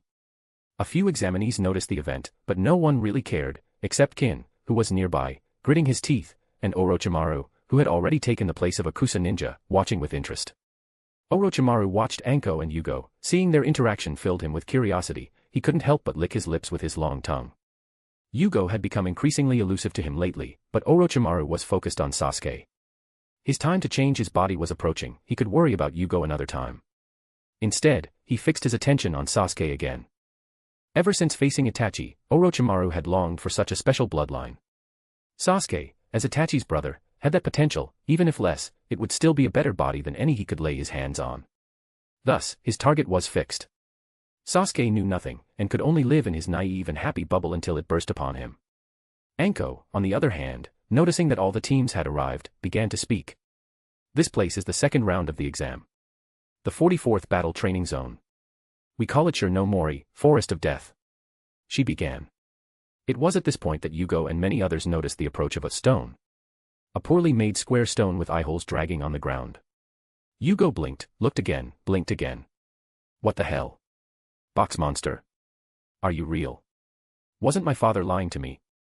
The box stopped next to Naruto and reminded Jugo. Wasn't that Konohamaru's bad disguise technique? It's not Yugo's fault for not remembering. He hasn't watched classic Naruto in a long time, even Shippuden. It's been years since he last saw it. It's normal to forget certain less important parts. Like a certain honorable grandson who goes around pretending to be a clearly fake rock. Naruto started walking while the rock followed him. Every time he stopped, the rock stopped with him. Jugo was silent for a moment and heard Dosa say. Konoha is really. I have no words for it. Even Jugo didn't know what to say. Hiruzen must have been staring into his crystal ball as he watched the Jinchuriki and his adorable grandson destroy his village's reputation in a matter of minutes. Naruto began to run around while the box chased him. The group outside looked amused and mocking. The Konoha group seemed to want to dig holes to hide in. Even Anko looked away, embarrassed. If she hadn't known exactly who was in the box, she would have exploded in anger by now. Hey, Konohamaru. At a time like this, what the hell are you doing here? Naruto finally stopped and pointed at the box. As expected of the men I admire. You're smart, Konohamaru spoke from inside the box, his voice muffled. The next moment, light burst from the box as it exploded with 3 clouds of colored smoke, blue, yellow, and pink. Soon, 3 children, coughing from the smoke, leaned on the ground, coughing up their guts. Hey, I think we used too much gunpowder. Konohamaru said between his coughs. This prompted Jugo to raise an eyebrow. So this world already has gunpowder? Well, considering Pain had the Azura path filled with missiles, it seems to make sense. Can he get his hands on a pistol? It would be fun to see a ninja doing several flips in the air only for Jugo to kill him with a single shot, Indiana Jones style. They finally stopped coughing and stared at Naruto in silence for a while. No one around spoke either, watching for various reasons. Dosu, for example, was irritated but remained quiet. Kin had a typical villainous sneer and Jugo watched like live theater. Suddenly, the little girl jumped and struck a pose as she spoke. So sexy. I'm Moegi, the sexy kunoichi from the academy. I love algebra, I'm Udan. The phlegm boy jumped next, also striking a pose. I'm the #1 ninja in the village. Konohamaru. Finally, the last member wasn't left out, striking a pose, and he jumped in front of them, clearly the childish leader. The 3 of us are Team Konohamaru. They shouted together. Jugo was silent for a moment and looked away. Cringe. Jugo ignored the next moment, feeling his brain cells dying and looking at Anko with a mixture of judgment and mockery. This made Anko even more embarrassed and irritated, but in the end, Konohamaru said he'd come for an interview and Anko remembered the old Hokage mentioning it, making her even more exasperated. So, while the trio of Naruto, Sasuke, and Sakura went to be interviewed, they waited for 10 minutes. Jugo sighed at the scene and felt as if the seriousness of the upcoming event was completely ruined. Sighing heavily, the wait was short, and Naruto returned with Sasuke and Sakura, embarrassed but pretending to be normal. This place looks scary. Sakura said. You soon figured out why it's called the Forest of Death. Anko regained control of the atmosphere, but Naruto, of course, had to ruin it again. Mockingly, her hands on her hips, he swayed them as he imitated her in a mocking voice. You soon figured out why it's called the Forest of Death. Go ahead. You won't be able to scare me. He shouted, his nose in the air. I'll face anything. Jugo almost laughed when he noticed Anko's evident irritation as she said with a morbid smile. I see, you're incredible, aren't you? Jugo smiled as he watched her grab a kunai with a speed Naruto couldn't even notice and throw it right next to his cheek, grazing it lightly. The next moment, she was behind Naruto. You're so incredible, you're not afraid, are you? Incredible guys like you leave blood all over the forest. While Anko was still playing with the blood dripping from Naruto's cheek, she felt someone abruptly approaching. The next moment, she pulled a kunai from her sleeve and turned, only to see a grass kunoichi handing it to her with her tongue. Jugo looked at it with mental disgust. Orochimaru really does have a strong taste. Here, I just came to return your kunai. Orochimaru lifted his straw hat slightly with a smile. All Jugo could think about was how he could speak with his tongue sticking out of his mouth. That was a useful skill to have. Ah, thank you very much. Anko said with a fake smile. They both knew there was more to it, but Anko hadn't imagined that this strange kunoichi was her former sensei, who was going through a feminine phase in his life. Literally, Orochimaru's current body is a woman. Just thinking about it made Jugo shiver again, the taste of Orochimaru was still too strong. Jugo watched the silent confrontation, as did everyone around him. Only Naruto was still paralyzed by the previous attack, especially since the kunai-laced tongue was still in front of his face. Anko spoke, still smiling. But, you know, I just want to warn you that if you stay this far away from me, you might meet an untimely end. She took the kunai from her tongue, not caring about its strange shape. Jugo certainly wouldn't want that kunai anymore. Well, unless it was washed in bleach. Sorry, but seeing so much blood dripping from your kunai into my hair, it actually got me a little emotional. I really didn't mean to hurt you. Orochimaru teased Anko again. Jugo wasn't sure what to make of their relationship. Doesn't Orochimaru care about her? He's let her go repeatedly and hasn't taken her away, knowing it would be safer for her in the village. Does he care about her? It's hard to say, it's all speculation, but what's certain is that Orochimaru and Anko have a very complicated relationship. X. Plus 10 chapters of Jugo, Father of Devils on P_Trian. Plus 17 chapters of the legendary mechanic, 666 on P_Trian. P_Trian, March_Rain. Chapter 11, Pigeons. Before the exam begins, I have something to give you. Anko stepped forward again, pulling some papers from her coat. It's a consent letter. Before the test, you'll all have to read this letter and sign it. She concluded. Why? Naruto asked. Some of you might not return from this test, so I need your consent to take that risk. Otherwise, it would be my responsibility. Anko smiled even brighter, ending with a happy laugh, but it still seemed fake to Jugo. He'd seen her actually laugh yesterday while teasing him. Now, I'll explain how this test will be. She continued, before handing the letters to Naruto. Here and pass them on. The group continued passing the letters, until Dosa took them and handed them to him, then he handed them to Kin, and so on. He glanced at them, not caring. Just kidding, he was somewhere between a guinea pig and a tool for Orochimaru, his life always hanging in the balance. This letter didn't scare him in the slightest, but he imagined it was very useful for Konoha, because his plans would make this exam a bit too bloody. First, I'll give you a description of the test grounds. Anko opened a scroll with a map of the Forest of Death. The 44th Battle Training Zone has 44 closed access gates, rivers, and a forest within. In the center, there's a closed tower, located 10 kilometers from each gate. She continued to look around disinterestedly. It's in this confined area that you'll take the survival test. Finally, she gave a truly happy smile. The test consists of a no-holds-barred battle to obtain these scrolls. She produced 2 scrolls, one yellowish-white and the other deep blue. 2 scrolls? Kabuto asked. Yes, Anko agreed. You will fight for both, the Sky Scroll and the Earth Scroll. All 50 teams will participate in this test together, so half the teams will go after the Sky Scroll and the other half the Earth Scroll. I will give each team a scroll and that's why you will fight. She concluded. So, how do we pass the test? Sasuke asked. The whole team must bring both scrolls to the tower. Anko replied. That means half the teams will fail. Sakura concluded. Or all the teams, if we don't get the scrolls. No one said it would be easy. Anko smiled again. One more thing, the test has a time limit, you must finish it in 5 days. Jugo smiled, those 5 days would be fun. Minus 5 days inside. Ino looked shocked. And how are we going to eat? Choji was shocked. Look around, the forest is full of things to eat. Anko said simply. There's enough to feed everyone. Yeah, but that's not all the forest has, right? Kabuto said. Man-eating beasts and poisonous plants are also present. Oh no. Choji looked the most unhappy. Ino turned to him and said. Relax, that's why they call it survival. That means there's no way half the teams will make it through. Niji commented. With longer days and shorter nights, we'll have less time to sleep and recover. Rock Lee said, sounding excited. It's quite a challenge.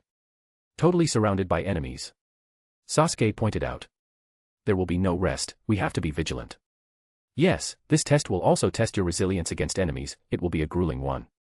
Anko spoke more seriously now. I know some of you won't make it. Shikamaru raised his hand and asked. Hey, can we give up in the middle of the test? Anko frowned and said, of course not. In the middle of a real battle, you can't say, I give up. Then she smiled and said. Well, you can, but it might cost you your life. Really, Shikamaru didn't seem surprised, but still unhappy. This is going to be a pain. There are other ways to be disqualified. The first is quite simple, if all 3 team members don't reach the tower with both scrolls after 5 days. She held up a finger as she said this, then immediately raised a second as she explained the second point. Second, if a team loses a member or they become incapacitated and cannot continue. Finally, she crossed her arms and said. Most importantly, none of you, absolutely no one, can look at the contents of the scrolls before reaching the tower. What happens if we accidentally open them and read them? Naruto asked, receiving a few speechless looks. Accidentally open them and read them. I'll be more direct with you, young man, you won't want to read them. She explained with a smile. There are times when a ninja is asked to carry a secret document, the scrolls will prove the ninja's integrity. Anko looked around for a moment, then finally said. Okay, that's all. Each team takes their consent letters and exchanges them for the scrolls over there. She pointed to a group of examiners sitting in front of a covered wooden table. Then each team chooses a gate. She put her hands in her pockets as she spoke. Wait, you said there were 44 gates. Sakura said. But there are 50 teams here. Yes, blame Ibiki for that. She winked, smiling at Jugo, then looked at them again and said. Another 6 gates were created temporarily for that, don't worry. Sakura nodded, and Anko continued. Lastly, I have one more piece of advice for you. Don't die. Jugo rolled his eyes at this advice. But in the end, he wasn't a talkative guy, so he didn't say anything. Jugo signed without reading it.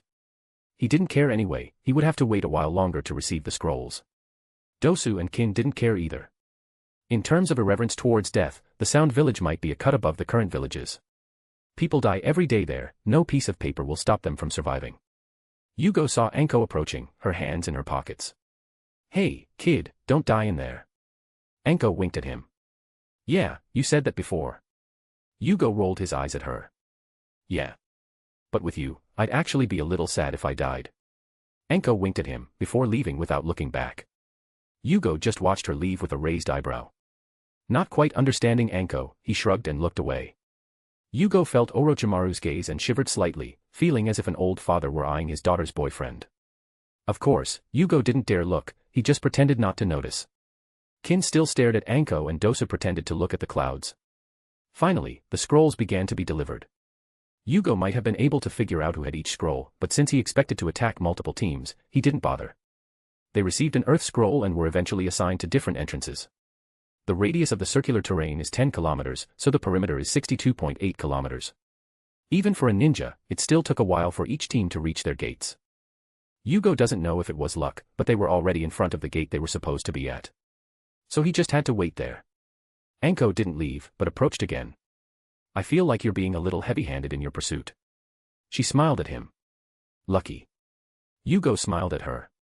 Anko rolled her eyes and winked at him before leaving only one examiner to remain to open the gate at the right time. Jugo smiled slightly and stood with Dosu and Kin. Jugo-sama, where should we go? Dosu asked softly.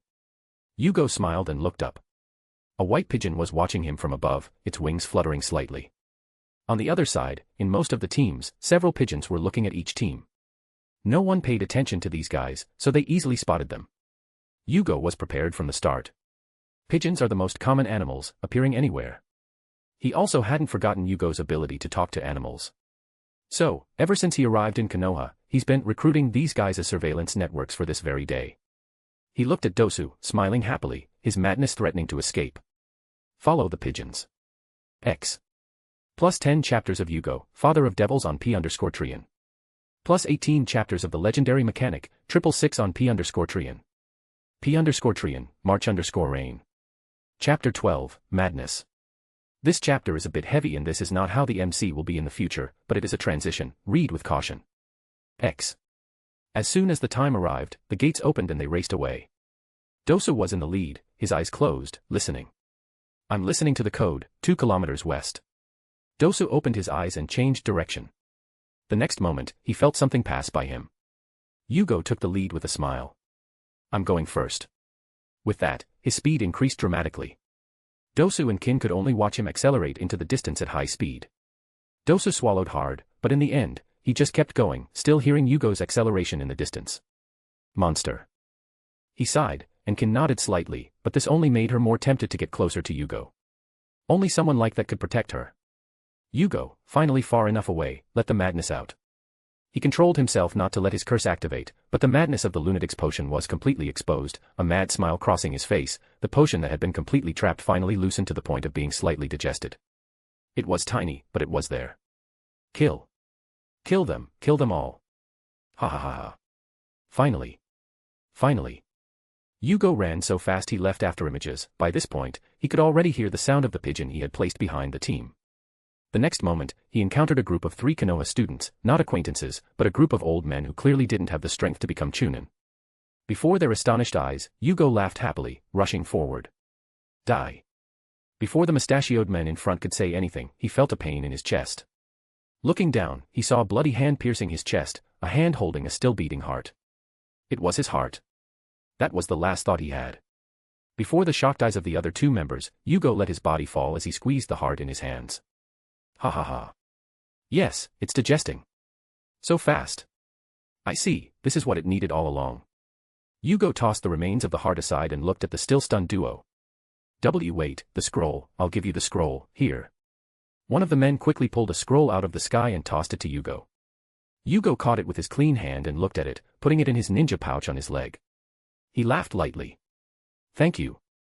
The next moment, Jugo appeared in front of him, placed his hands on his head and squeezed. Bones, blood and brain matter were squeezed out. Jugo smiled brightly, feeling the potion digest faster and faster. In return, I gave you a painless death. I'm so kind, aren't I? Ha ha ha ha.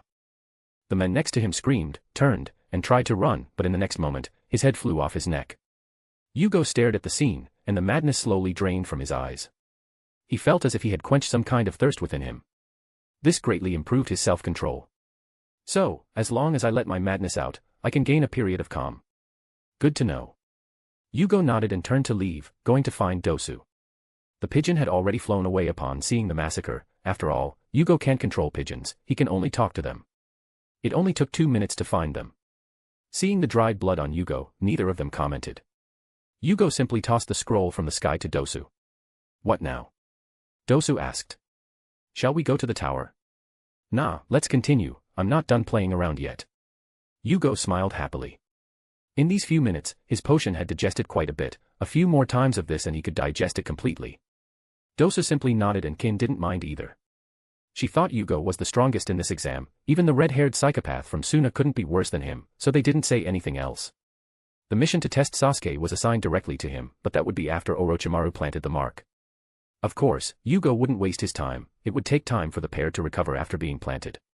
Dosu, let's go. Jugo asked calmly. Okay. Dosu nodded. He placed pigeons on most of the teams, except for the team with Hinata and Niji, who had Byakugan and Orochimaru's own team, who would easily notice. Of course, he could have encountered Sasuke's team earlier, and it would be problematic if he unleashed the lunatic's madness on them. With their strength, the chance of at least one of them dying was high. If Naruto released the Ninetales chakra, it might become more complicated. He hoped he wouldn't encounter them anytime soon. The next period, Doso led the team again. Jugo didn't speed away, but instead went slowly. The first target, a grass team, Dosu and Kin watched as Jugo unleashed his madness again. This time, as he could sense the potion's madness had calmed down, he switched to unleashing his curse.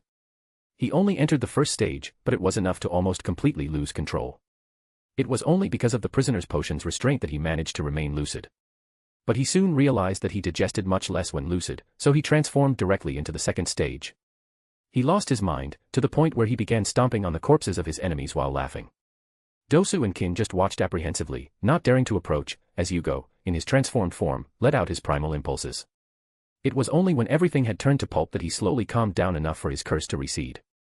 Jugo took a deep breath after that. This was the first time he'd let it all out.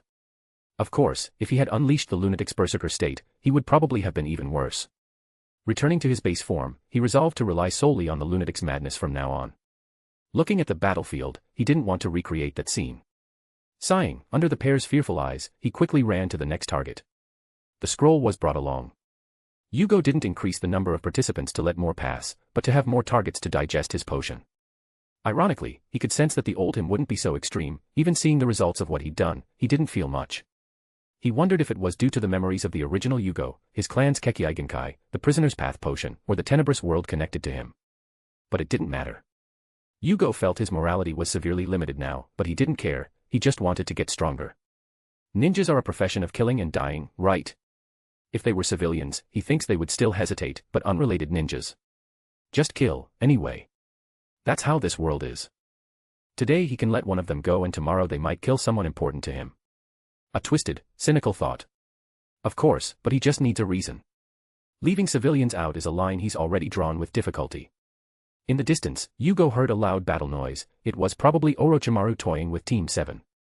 Jugo just stared, sensing strong chakra in that direction. Neither Kin nor Dosa wanted to check, but they moved closer to Jugo, feeling a little safer that way. Jugo changed direction and let Dosa lead again. He wanted to digest the potion in this exam, if possible. What has he gathered from the potion so far? He's not entirely sure, at least when he lets himself go completely and kills, the potion is digested. As for the reason, he has a few ideas. Lunatic, judging it to be an evil path from the start, he feels that a lunatic doesn't need a reason to harm someone. Even now, his only motive is to digest the potion. There's no hatred, no resentment. No one is his target and everyone is his target. Kill them, keep killing to grow stronger. If the prisoner is about restraint, the lunatic is about release. Release everything trapped inside him. Jugo is lucky, this body's mentality changes when he transforms. This means that a gentle Jugo and a violent Jugo are both the real him. Once he lets his mentality explode, he's not just acting, he is exactly that. That's why his prisoner potion was digested so quickly, that's why his lunatic potion is also advancing rapidly. The Kekkei Genkai of this body made him perfect for this path. They ran for almost an hour before finding a second team. It was a rain team. They wore black clothes and masks with raindrop bandanas. As soon as they saw him, they prepared to fight. But they were a bit confused when Dosu and Kin quickly backed away while only Jugo stepped forward excitedly. Releasing only the curse of madness, he advanced with a cheerful smile. Plus 10 chapters of Jugo, Father of Devils on P_Trian. Plus 19 chapters of the legendary mechanic, 666 on P_Trian. P_Trian, March_Rain. Chapter 13, Lucidity. Hey everyone, how are you? I hope you're doing well. I'd like to strongly urge you to subscribe to P_Trian through the P_Trian website. Subscribing through iOS is 30% more expensive for you and Apple also holds payments for up to 75 days. So, it's better for both, the author and the subscriber, if you subscribe through the website. Of course, I won't go so far as to complain, so if iOS is the best option for you, I'd still appreciate your help. Thanks for your attention, enjoy the chap. Damn it, don't underestimate us. One of them shouted as they jumped away, throwing kunai at him. Jugo didn't care, accelerating at a speed the trio couldn't feel. He grabbed one of their legs and said, I've always wanted to try that, hee hee. The next moment, Yujiro Hanma style, he used his body as a giant nunchaku, throwing it around his body, listening to the cracks and screams. The next, using it as a weapon, he struck one of his shocked companions. Their heads connected in a sickening crash. Even Kin looked away, Dosa didn't, just watching with his one eye, a mixture of fear and admiration. The last ninja literally pissed his pants, throwing the damaged nunchaku aside. Jugo turned to the last ninja lying on the ground, who trembled violently under his gaze. He seemed to wake up at that moment, turning and trying to run away while screaming. "Please. Help." Jugo laughed and let him run away. Just as he thought he could escape, already smiling at his luck, a hand gently grabbed his head from behind. Before he could even comprehend, his head shattered under the large hand. Jugo smiled happily as he watched the body fall and roll across the ground, still being carried by the Omegakure ninja's running motion.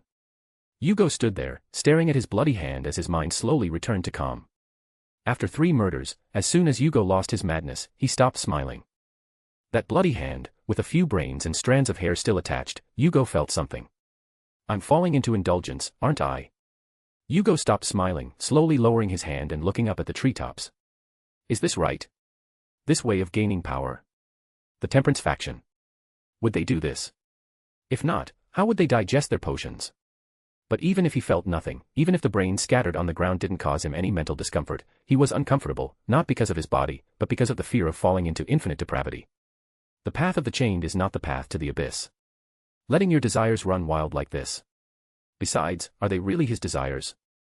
As he concluded earlier, this violent side is based on his Kekkei Genkai, based on the genes of this body.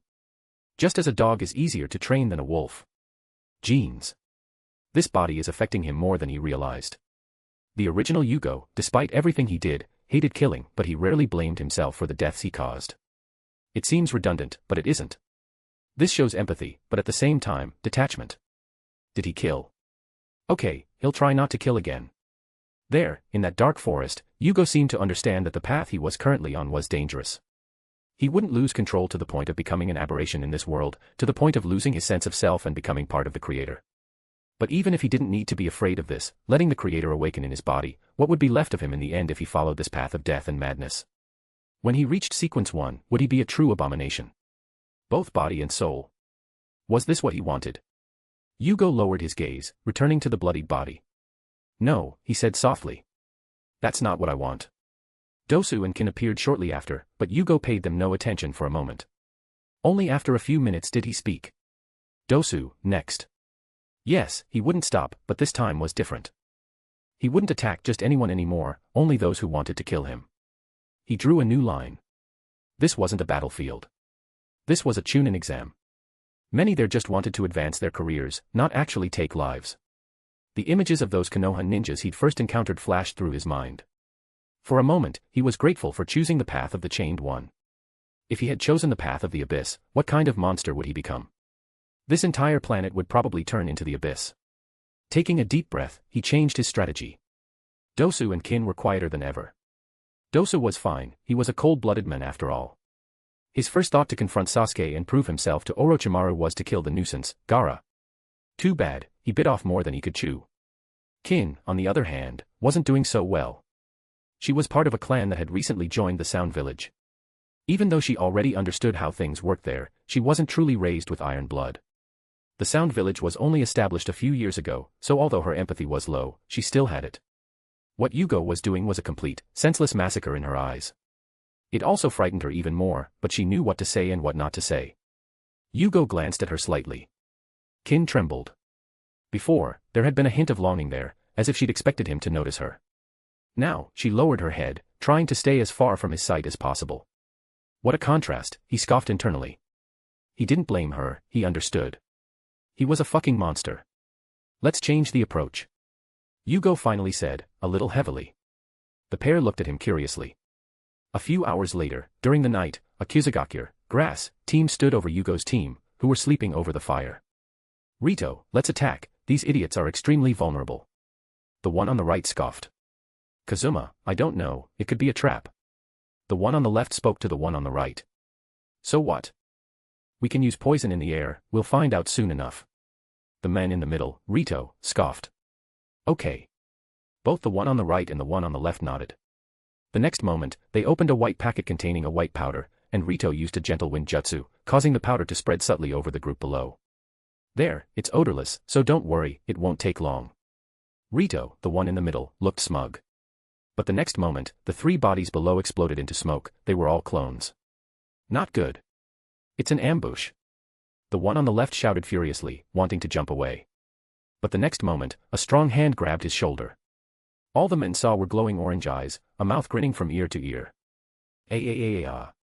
Help. Please. Within seconds, all the screams died down. Jugo slowly emerged from the shadows with a complicated smile on his face. This was the third team to fall for this, but them was the first to try to kill them.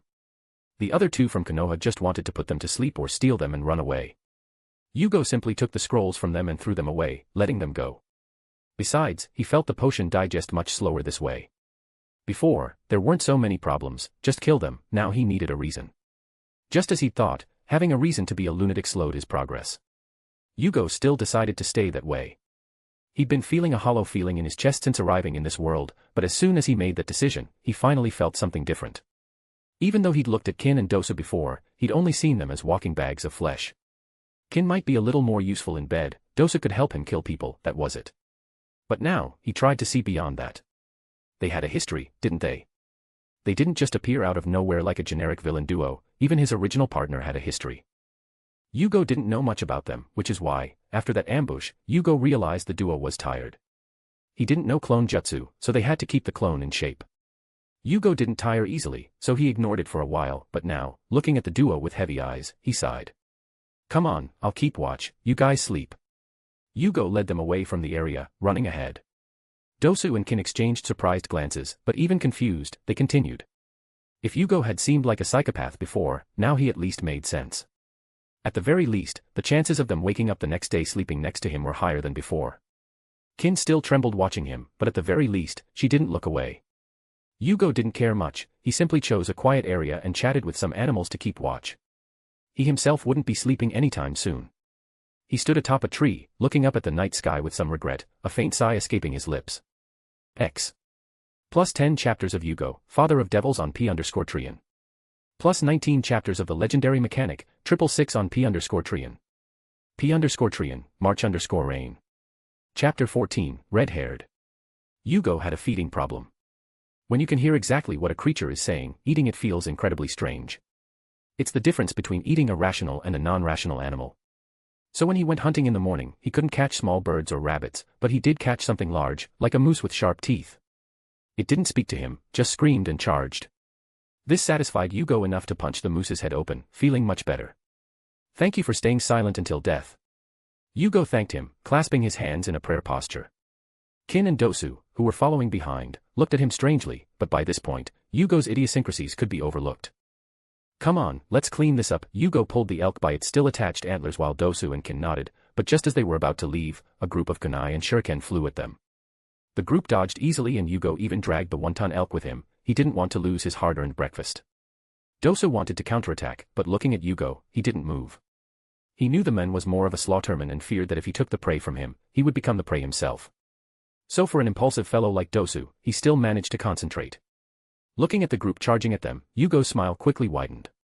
Two Kuzugakure, grass, boys jumped after him, one with a kunai and the other with a sword. They attacked to kill, that's for sure, but Jugo didn't care, instead, he was overjoyed. Was there such a good thing? Does the prey come without bait? Kusa's group thought they were a weak team. After all, Otogekure, Sam, is a new village, and this was the only team that made it through. Dosu and Kin fled from the start, making the battle 2 against 1. Dosu and Kin looked around, searching for the third member. Jugo, on the other hand, advanced with an excited smile. The madness curse from his potion was already a little restless after a night of silence. Then, laughing excitedly, Jugo charged at a speed the pair couldn't even see. The boy with the sword felt a hand close over his face as he widened his eyes. The next moment, a tremendous force was applied toward his companion. Upon the shocked eyes of the ninja with the kunai, his companion was thrown at him with all his strength. Before he could even understand what happened, a sharp pain hit his chest as he felt his ribs break, spitting saliva with blood. He was sent flying against a huge tree. The colliding pair hit the tree with a dull thud. The ninja with the sword had already split his head open from the impact, dead beyond belief. The other struggled to breathe, his lung punctured, drowning in his own blood. He raised his head with difficulty, his blurry eyes only seeing a dark silhouette against the sun, a shadowy face with one glowing eye and a sinister smile. Please. He tried to beg, but in the next moment, a foot crossed his vision, then, nothing. Jugo looked at the mess and felt his potion digesting again. His strength increased rapidly during this time as the potion digested, but still far from surpassing the level of a jonin. Unfortunately, his lack of rationality still kept him away from real ninja battles. But it didn't matter, intimidating these newbies still helped him advance his potion. From his senses, at least half of his potion had been digested so far, and that was in less than a day. This potion was incredibly easy to advance, but he understood that in the world of LOTM, if a lunatic truly lets himself be carried away by its curse, he will end up transforming into a true monster without any turning back. Going mad is a real danger in the world of LotM. But here he doesn't need to worry. The potion is his, with no outside influence on it. Thus, he can go mad without worrying about becoming an aberration after losing control. His ability to advance quickly stems from being able to act like a lunatic without consequences. Of course, his subsequent progress would be slower because he lost the initiative by killing everything in front of him, but at least he felt his thoughts seemed less distorted after making this decision. Not long after, Dosa returned, carrying a little girl by the hair. She screamed and cried as she looked fearfully at Jugo and then at the lifeless bodies of her companions. Jugo smiled and was about to continue when he stopped. Looking at the little girl, his smile slowly faded. Finally, his calm returned, he spoke. Let her go. Dosa didn't ask why. He let go of her hair as the little girl looked around. But he noticed her eyes narrow and seemed to be unable to see clearly. He turned to Dosu and said, "Go get her glasses." Dosa paused for a moment in confusion before nodding and leaving. Kin continued to watch this from a distance, also intrigued. Jugo lowered his body to her level, looking at her with interest. The little girl was terrified, wanting to run away but knowing she couldn't, wanting to beg, but lacking the courage. She could only stand there, trembling and terrified, staring at Jugo. "What's your name?" Jugo finally asked calmly. The girl trembled even more when he spoke, but still tried to summon some inner strength as she answered with difficulty. "Kakerin." Jugo looked at her with renewed interest.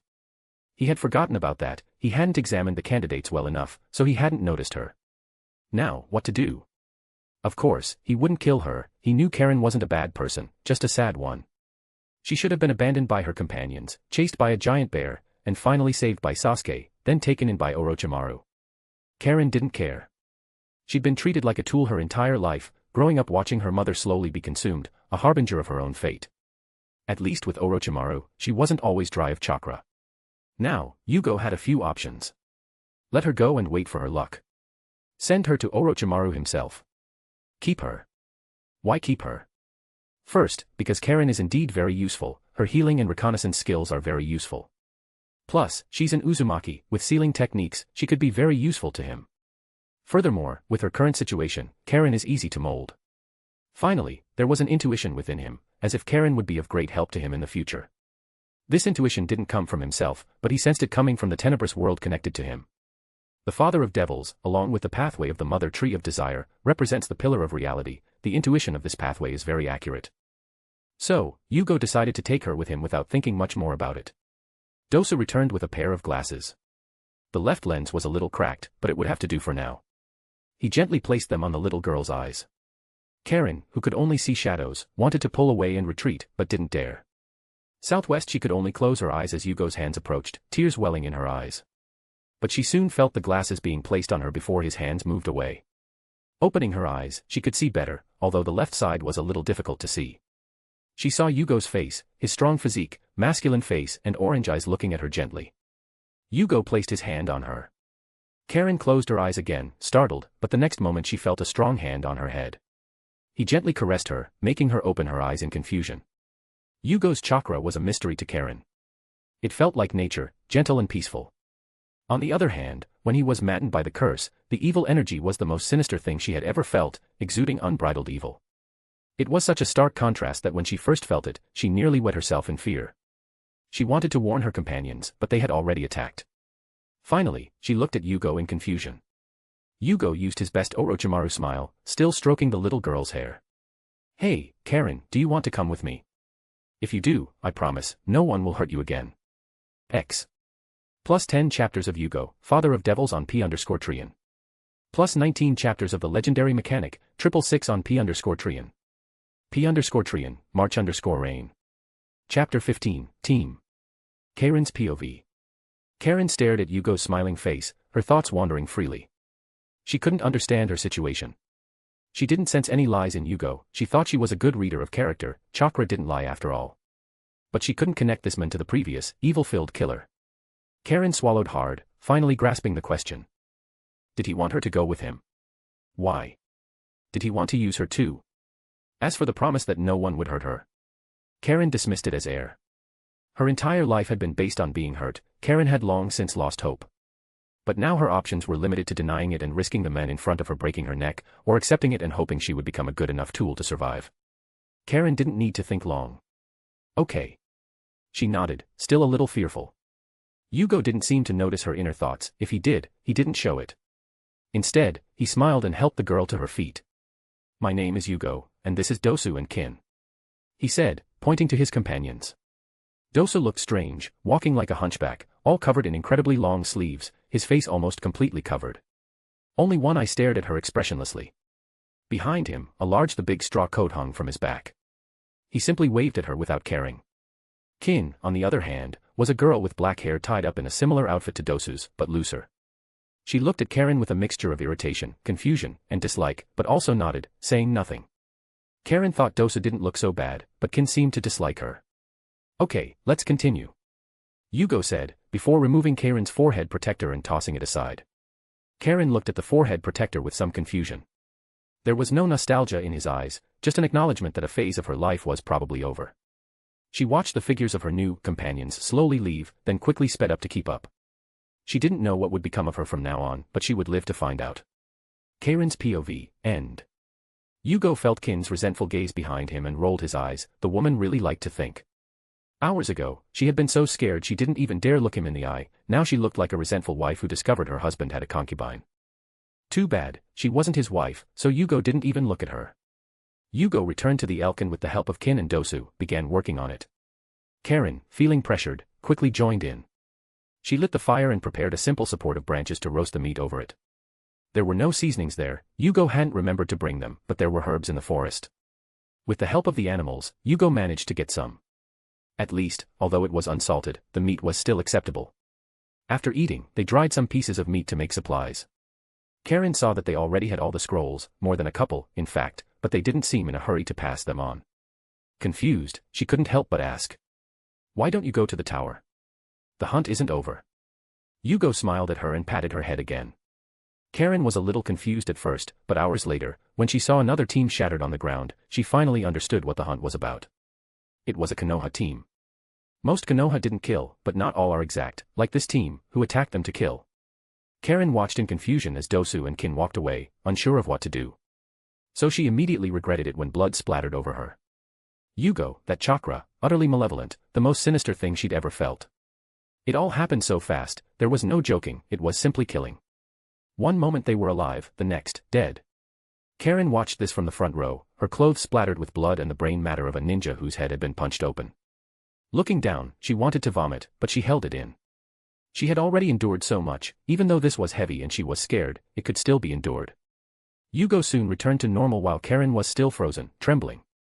She watched his lunatic smile slowly die as calm returned to him. It was incredible to Karen because the utterly evil chakra had become extremely gentle again. So soft it seemed to resonate with nature itself. Karen. She woke to Yugo's worried look. Don't get so close next time. Karen swallowed and nodded nervously. If she couldn't sense his chakra, she would think this man was a psychopath, but instead, she thought he might have something inside him, something evil, but she didn't ask. She'd learned to survive in Kusa, don't ask, just do what you're told. Jugo smiled at her gently. Normally, Karen would be even more afraid if someone did that after blowing a guy's head off with one punch. But sensing Yugo's chakra, she didn't see a lie there, he seemed genuinely concerned for her. Still slightly confused, she watched Jugo clean himself up. Jugo, on the other hand, looked at Dosu, who understood and closed his eyes, then opened them with a strange expression. I hear heavy breathing, 2 fainting people and 1 tired person. Jugo paused for a moment, thoughtful, then said. Come on, let's take a look. The group quickly moved on again, Karen struggling to keep up. Jugo noticed and stopped, smiling at her. He picked her up like a princess, amidst Karen's shocked and embarrassed scream, and then started running again. Karen felt Dosu's strange eyes and Kin's deadly glare, but for the moment, she could only close her eyes and try to hide her embarrassed expression. Jugo didn't care. Karen was just a little girl now, she must have been about 12 and he didn't have such heavy tastes. So, he just wanted to improve their relationship and help her, so that she could help him of her own free will. Karen didn't stop him, so he just kept going. Of course, Karen didn't dare stop him, she could only endure it, but when she felt the wind blow over her and the strong body embrace her, she opened her eyes just a fraction and looked at Yugo's soft face, sensing his chakra. She felt at peace for a moment. Karen hadn't slept well last night. In fact, she'd been responsible for the majority of the shift, so feeling warm and safe, her eyes felt a little heavy as she drifted off to sleep. Yugo heard Karen's breathing lighten and looked down in surprise. With a faint smile, he adjusted Karen's position a little and let her sleep better. Kin was fuming behind him. But she didn't dare say anything to Yugo, just glared at Karen with even more irritation. Dosu pretended it had nothing to do with him. Finally, they reached a clearing. Yugo could clearly see a small girl with pink hair, above a large hole at the base of a tree, caring for a blonde man with a fox whiskers and the other with a black hair like a duck's butt. They both fainted. Yugo smiled, but he wasn't particularly interested in attacking. He couldn't let his madness run wild there, so it didn't make sense to him. But he'd promised Orochimaru to test Sasuke, so he could only help. Hey! Dosu, Kin. Yugo called softly. The pair looked at him. Karen also seemed to wake up at his voice. She looked around a little confused. She only managed to sleep for a few minutes, but soon realized she was still in Yugo's arms and she lowered her head in embarrassment. Yugo noticed her awake and placed her on the tree branch, gently stroking her head. The little girl lowered her head, her face flushed, not daring to look up. Yugo stopped teasing the little girl and spoke to Dosu and Kin. See that black-haired brat passed out? Go over there and attack, don't kill him. It's just to force him to fight and use the cursed mark that Orochimaru-sama gave him. Dosu and Kin narrowed their eyes. Dosu finally spoke. Is this a mission from Orochimaru-sama? Yes, you could say so. Yugo agreed, sitting on the log and patting his side, beckoning Karen to sit down. Okay. Dosu nodded, readying his weapons. Kin snorted at Karen, who sat down embarrassed but still agreed. Don't overdo it and kill him. In that case, not even I can save you from the fury of Orochimaru-sama. Besides, if it gets dangerous for you, you can ask me for help. Yugo spoke calmly. Dosu agreed, but deep down, he didn't think he'd need it.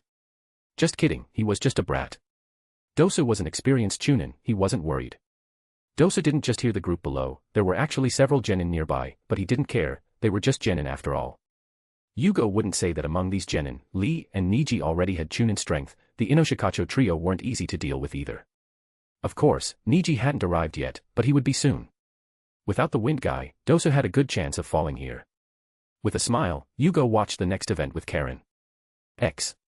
Plus 10 chapters of Yugo, Father of Devils on P_Trian. Plus 19 chapters of the legendary mechanic, 666 on P_Trian. P_Trian, March_Rain. Chapter 16, Konoha Genin. Yugo finally got to watch a live-action version of Naruto. Unfortunately, the scene fell a bit flat without the wind tube guy. But no matter, he watched Dosu and Kin approach head-on. Sakura, who was falling asleep, woke up immediately. The situation soon became complicated when Dosu and Kin attacked. Sakura tried to defend herself with a trap, but that's too weak for chunins like Dosu. Finally, just as they were about to kill Sakura, Yugo seemed to forget to tell them not to kill Sakura and Naruto. Yugo scratched his head a bit speechless, but luckily, Lee, the warrior of love, arrived. The next few minutes were very similar to the original, but when he saw Lee untying the bandages, Yugo became thoughtful. Without the wind guy, a primary lotus will probably split Dosu's head open, right? Should he help? Yugo sighed, and just as Lee kicked Dosu upward, Yugo drew a kunai and threw it at high speed. Just as the bandages were about to bind Dosu, the kunai passed through them, cutting them. Dosu seized the opportunity and threw a side punch. Lee's eyes widened and he dodged, shocked by the turn of events. Even though he dodged, Dosu used his gauntlet to intensify the sounds, and as Lee was landing, he felt extreme dizziness, falling to the ground instead of landing safely. Dosu, on the other hand, landed calmly and looked in Yugo's direction. Yugo knew he could hear, so he said, "Don't underestimate those brats." Dosu narrowed his eyes and nodded. Kin could only watch from start to finish. She became irritated and threw a group of senbon at Lee. Lee dodged, but Dosu was already ready. The sound hit him again, causing him to scream and fall in pain. Soon, just like in the original, Kin was grabbing Sakura by the hair while Lee lay on the ground. Yugo yawned, noticing them monologuing like villains. Those two idiots are really talkative. Yugo sighed and commented to Karen.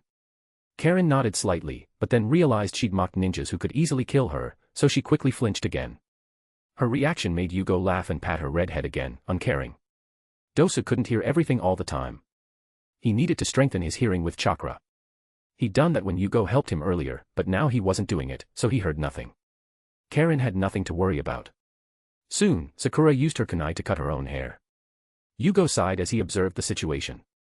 He found it a shame. Sakura with long hair was prettier than with short hair, but it was just a passing thought. The next moment, Jugo watched as Sakura moved. This time, it wasn't the wind guy who was the target, but Kin. Just like in the original, she seemed resolute as she used substitution to continue attacking. In the end, Kin used her senbon to attack her. Just like the wind tubeman, she thought Sakura would use substitution when she attacked from above. She didn't.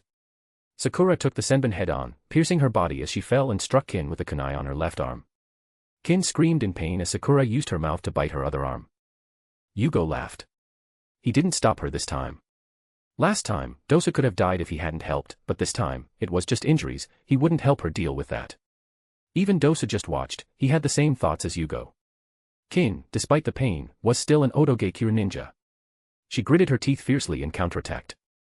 Using the hand still injured by the kunai, she began punching Sakura while screaming.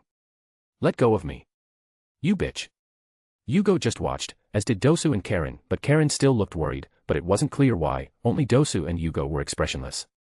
In the end, Sakura couldn't take it anymore and was thrown away. Kin was furious and ready to kill Sakura, but the next moment, the Inachikacho trio appeared, standing in front of her. Neither Dosu nor Jugo were surprised. In fact, neither Karen was surprised. She could sense the group for a long time. Jugo smiled, not a mocking smile, but a gentle smile. Watching Ino, clearly afraid but refusing to move away from Sakura, as did Shikamaru, who pulled Choji by the scarf. Jugo sensed something. He stared at the treetops that let in little light, deep in thought. Karen beside him seemed curious, glancing at him sideways, but she didn't bother him. Friends, right? Jugo seemed a little confused for a moment. He'd had friends in his previous life, but as he grew older and started working, their meetings went from almost every day to once a month, to once a year, and finally to only exchanging messages every now and then. Jugo had Kimimaro, but the current Jugo didn't take this friendship seriously. It was built on Orochimaru's needs. Kimimaro truly liked Jugo, but he would still kill him if Orochimaru asked. Jugo was sure of it. Thus, looking at Ino, who stood in front of Sakura, and Shikamaru, who hadn't abandoned Ino, and even Choji, who seemed unhappy and had plans to run away, would still prove to be the most trustworthy when his friends were truly in danger. For a moment, he felt empty inside. Putting that aside, he turned back to the battle. "Hey, brats, listen to the fat guy and get out of my way. I'm going to kill this girl." Kin was still furious, her left arm still bleeding from the kunai cut and her right also bleeding from bite marks. Inside, Kin was even angrier than the wind tube guy would be. After all, for women, their skin was a very important part of themselves, especially thinking that Jugo might despise her. "Hey. Jugo-sama, the black-haired boy's chakra is getting more and more strange." Karen swallowed as she spoke, pointing at Sasuke. Jugo paused for a moment and sensed something. Looking at Sasuke, for a moment he felt a fragile connection. He narrowed his eyes and didn't comment. On the other side, the battle had begun. Choji advanced toward Kin like a spinning ball of flesh. Kin was shocked and quickly fled. Dosa narrowed his eyes and advanced. Kin's strength wasn't direct combat, so he rushed to help. But Shikamaru was ready. Halfway through, his shadow was trapped. Ino, on the other hand, pointed her arms at Kin, who dodged another attack from Choji. Now, Kin was hit directly by the mind transfer. Dosa felt things spiral out of control as Choji rushed straight at him and Kin threw a series of senbon at him. "Jugo-sama." Dosa finally swallowed his pride and called for help. Shikamaru narrowed his eyes. He had always been waiting for the third member, so he was on guard. Hearing Dosa's call, he knew it would be trouble, but he hoped Choji could take Dosa out of the game first. But the moment Dosa was hit, a cloud of smoke rose. Shikamaru removed his Kageme no Jutsu, closed his eyes and placed his arm over his face to block the dust from reaching his eyes. Lifting his head, he watched the dust cloud slowly subside as his eyes widened. There, an orange-haired man was holding Choji, who had stopped spinning. He was using only one hand. "Hey, I told you not to look down on the brats." Jugo sighed.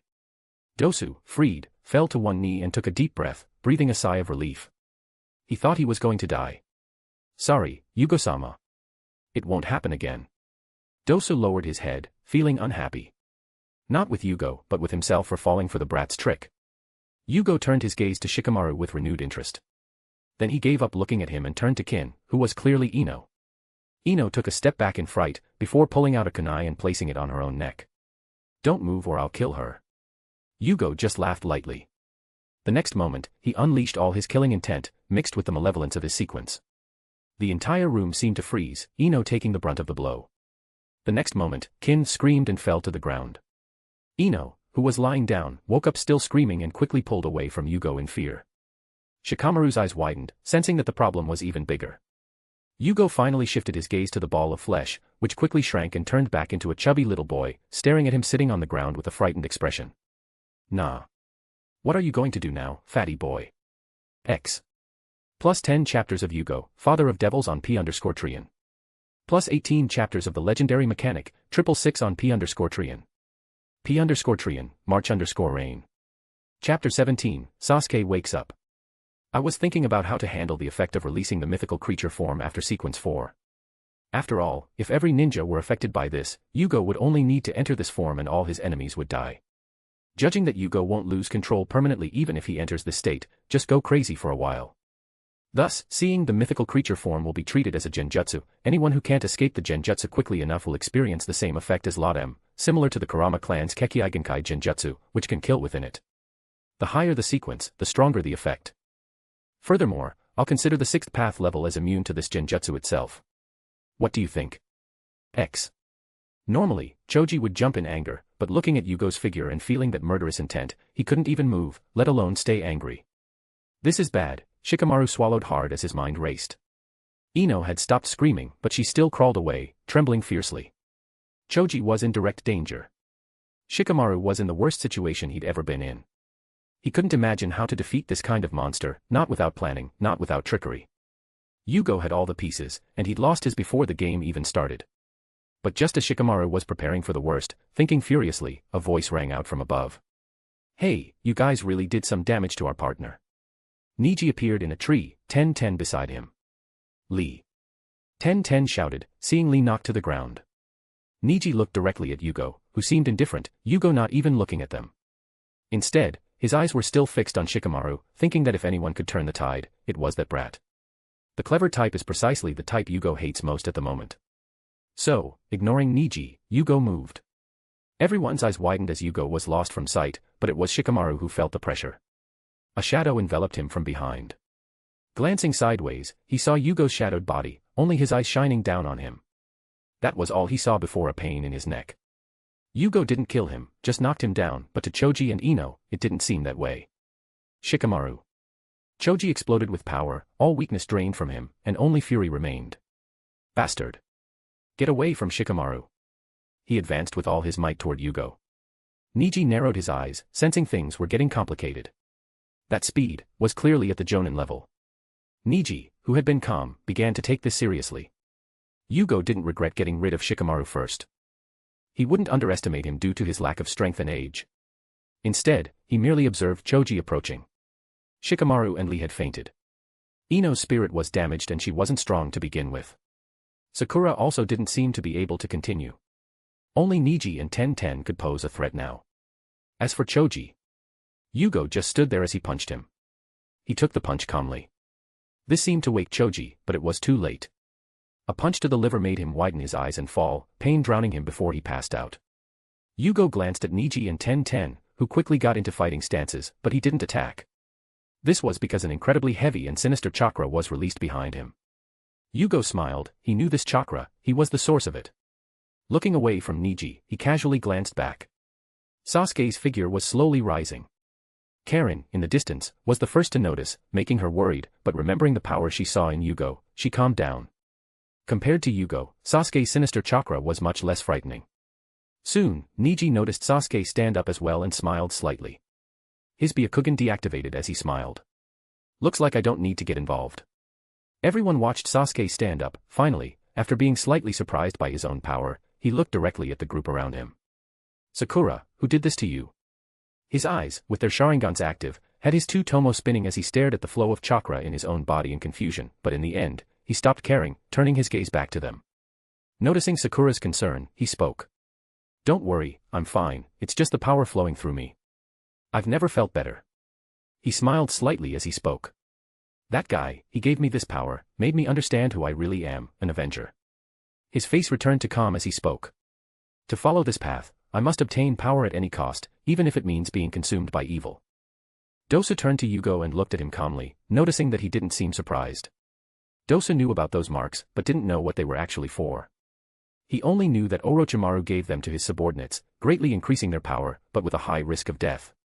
This made Dosa think that Orochimaru had his eye on Sasuke and sent them there to test his power. He looked at Jugo to gauge his next actions, but seeing his inaction, he didn't move, just watching. "Sakura, tell me, who did this to you?" he continued to ask. Jugo smiled slightly as he said, "I did." Kin was a little surprised, as was Sakura, who wanted to deny it. Dosa just continued to watch. Ino also knew, but she was trying to keep a low profile to rescue Choji and Shikamaru.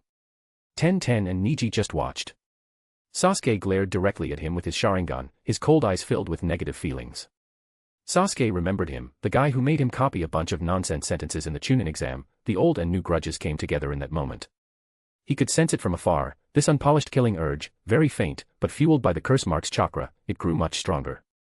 Jugo chuckled lightly as Sasuke charged at him, his speed bordering on that of a Tokubetsu Jonin. Unfortunately, this still couldn't reach Yugo's level, so when he tried to kick him in the chest, Jugo simply caught his foot. Sasuke's eyes widened and Niji frowned. Sasuke's speed now was something even he couldn't easily keep up with. But even so, he was simply caught by Jugo. Sasuke used his other leg to strike Yugo's face, but Jugo let his foot free and easily dodged it. Dropping into a crouch, Sasuke quickly formed seals. Katan. Fire style. Fireball jutsu. A large ball of fire was spat out by Sasuke at an extremely high temperature, but when he looked at the result, Jugo was nowhere to be seen. Instead, he felt someone approaching from behind. Jugo knew he just needed to force Sasuke to use more of his power, so he didn't actually knock him down, but just rather reduced his power to a level he could barely withstand. Sasuke raised an arm and parried the punch, but was thrown back. Still in the air, he somersaulted a few times to adjust himself while forming seals. Katan. Phoenix Flower Jutsu. Jugo calmly dodged and watched as Ino and Sakura carried Naruto and Shikamaru away. Niji grabbed Choji and Ten grabbed Lee. He didn't care and continued to toy with Sasuke, each attack, each jutsu, dodged and countered perfectly. Sasuke was growing increasingly frustrated because he realized Jugo was toying with him. It wasn't a battle, it was like training with Kakashi, pushing him to his limit, but still not harming him. But why? That didn't make sense. Come to think of it, that snake woman also acted similarly.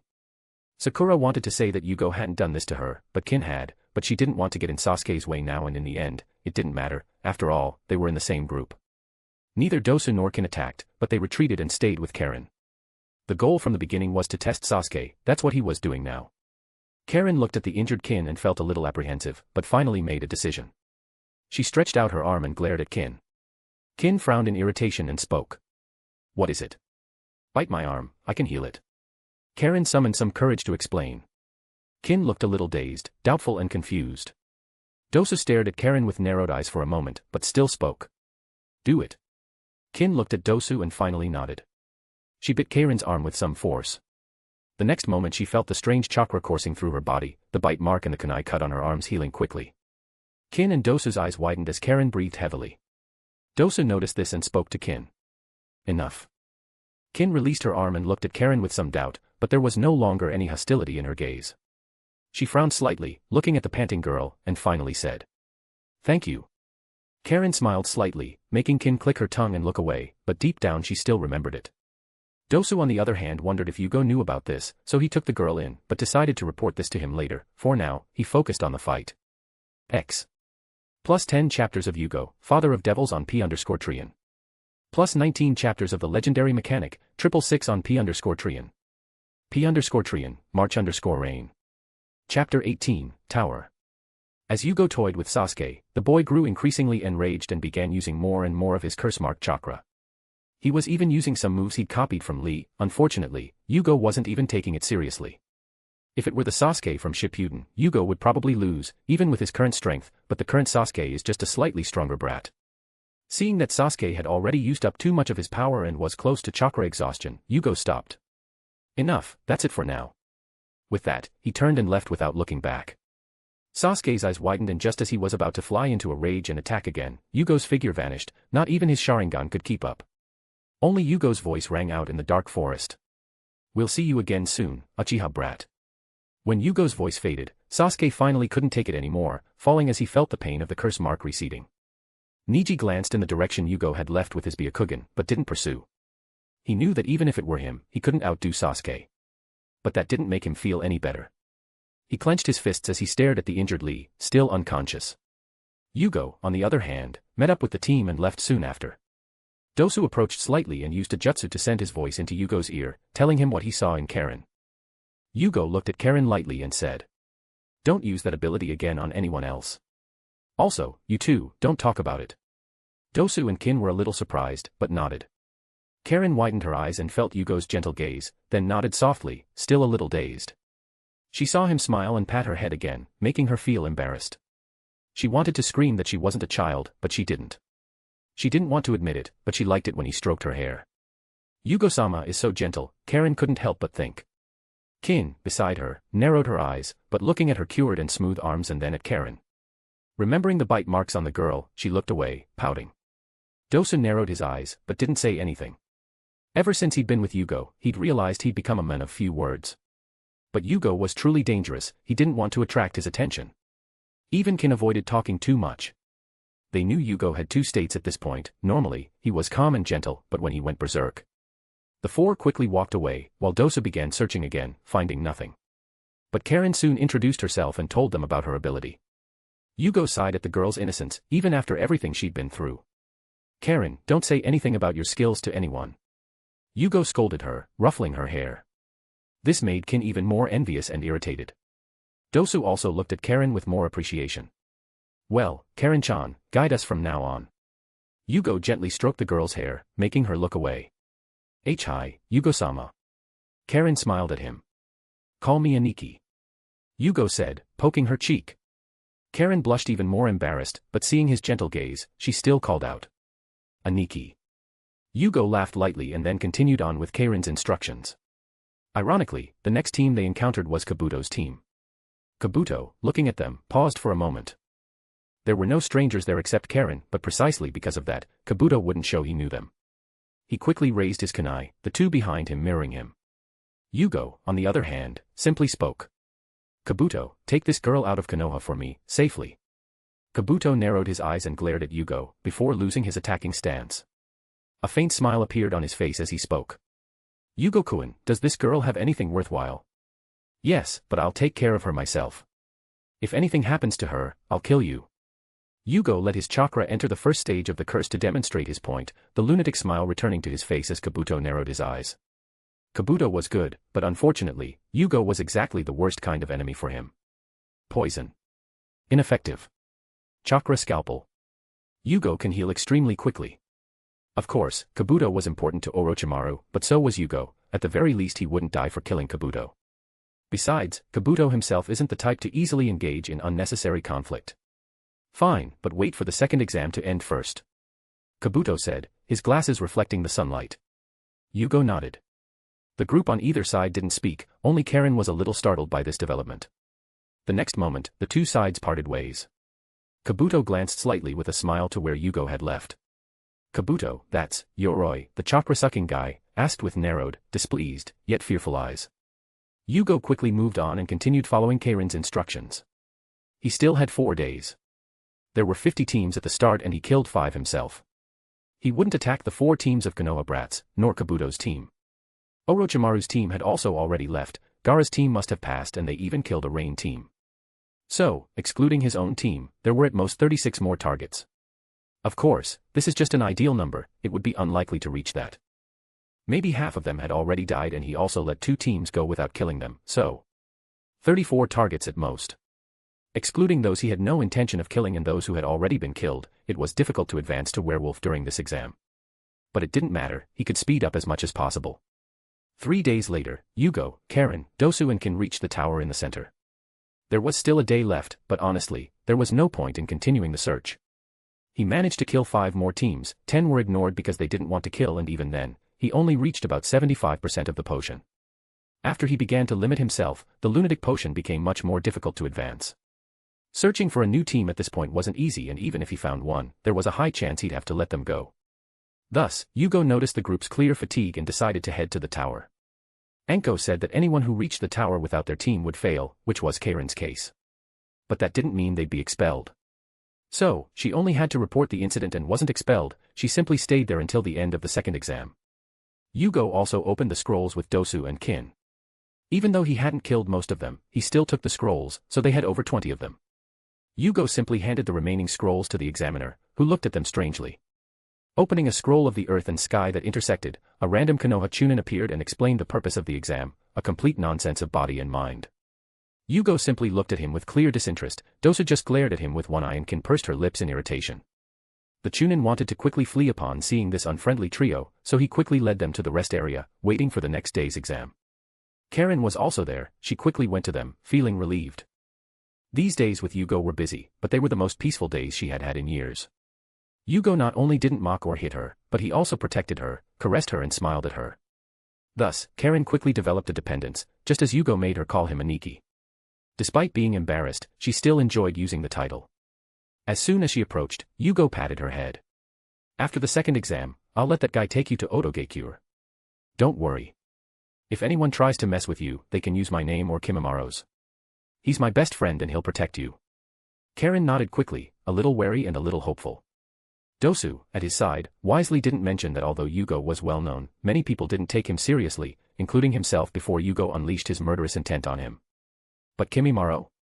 No one in Otogekure dares mess with him. The percentage of dead people who have dared to mess with him is 100%. X. Plus 10 chapters of Jugo, Father of Devils on P_Trian. Plus 20 chapters of the legendary mechanic, 666 on P_Trian. P_Trian, March_Rain. Chapter 19, Preliminary Round. The day passed more slowly than expected. Jugo took advantage of this time to ask Dosu for instructions, finally learning some jutsu. He only knew Shunshin, which is basically chakra acceleration. Ironically, he also knew how to walk on trees and water, having been taught by Kimimaro. But Kimimaro himself relies on the clan's jutsu and knows nothing more. Even if he does, he doesn't care enough about it to feel he should teach Jugo. In the end, Jugo discovered that in his tranquil state, his chakra is very easy to control. He learned the 3 basic jutsus in a short time. Clone is an ability that creates a purely spiritual copy. It cannot attack, but can still simulate the smallest aesthetic details, as long as its user is experienced enough. Transformation, basically a chakra cloak around the body, not only changes your appearance but can even distort your visible image. Even if you're taller, you can look like a child using the light refraction effect. It's like those mirrors that distort images, making you shorter, fatter, or taller and thinner. The effect is similar, but above all, it's purely aesthetic. When Naruto transformed into a kunai in the fight against Zabuza, there was a 99% chance it was a clone. A clone already made of chakra doesn't have to follow the same laws as the physical body, and can grow or shrink freely, as long as there's enough chakra and control. The last one, substitution, is an interesting jutsu. It involves a bit of the principle of summoning.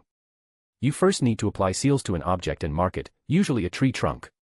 It can also be just a piece of paper with a seal injected with your chakra beforehand. Then, stick it on the desired item, preferably one with a body weight similar to yours. When using the jutsu, you and the sealed item switch places, just like a summon and reverse summon used simultaneously. Of course, the target you want to switch can't be too far away, so the substitution jutsu can't serve as a long-distance teleport. All 3 jutsus are useful in their own way, it's no wonder they use them as the most basic ones taught in the Ninja Academy. After that, Jugo learned a little genjutsu from Kin, who was very happy to teach him. She would touch him from time to time, sometimes brushing his arms, sometimes helping him show him how to form the seals correctly. Yes, Jugo knew very little about seals. Kin was having fun teaching and Jugo was content learning. In the end, Dosu simply went to sleep while Karen watched curiously. They only stopped at night, when everyone went to eat and sleep. During the night, Jugo felt something. Lying in his small, single room, he opened his eyes and looked at the window. There, a white man with a ponytail and wearing the Otogekure Jonin outfit looked at him, smiling. His features were basically the same as Orochimaru's, even his pupils were sharp, only changing color. Jugo sat up, rubbing his tired eyes and waved to the man, saying, "Orochimaru-sama." "Jugo-kun, I really liked your work with Sasuke." Orochimaru smiled at Jugo. The boy seems even more power-crazed after that.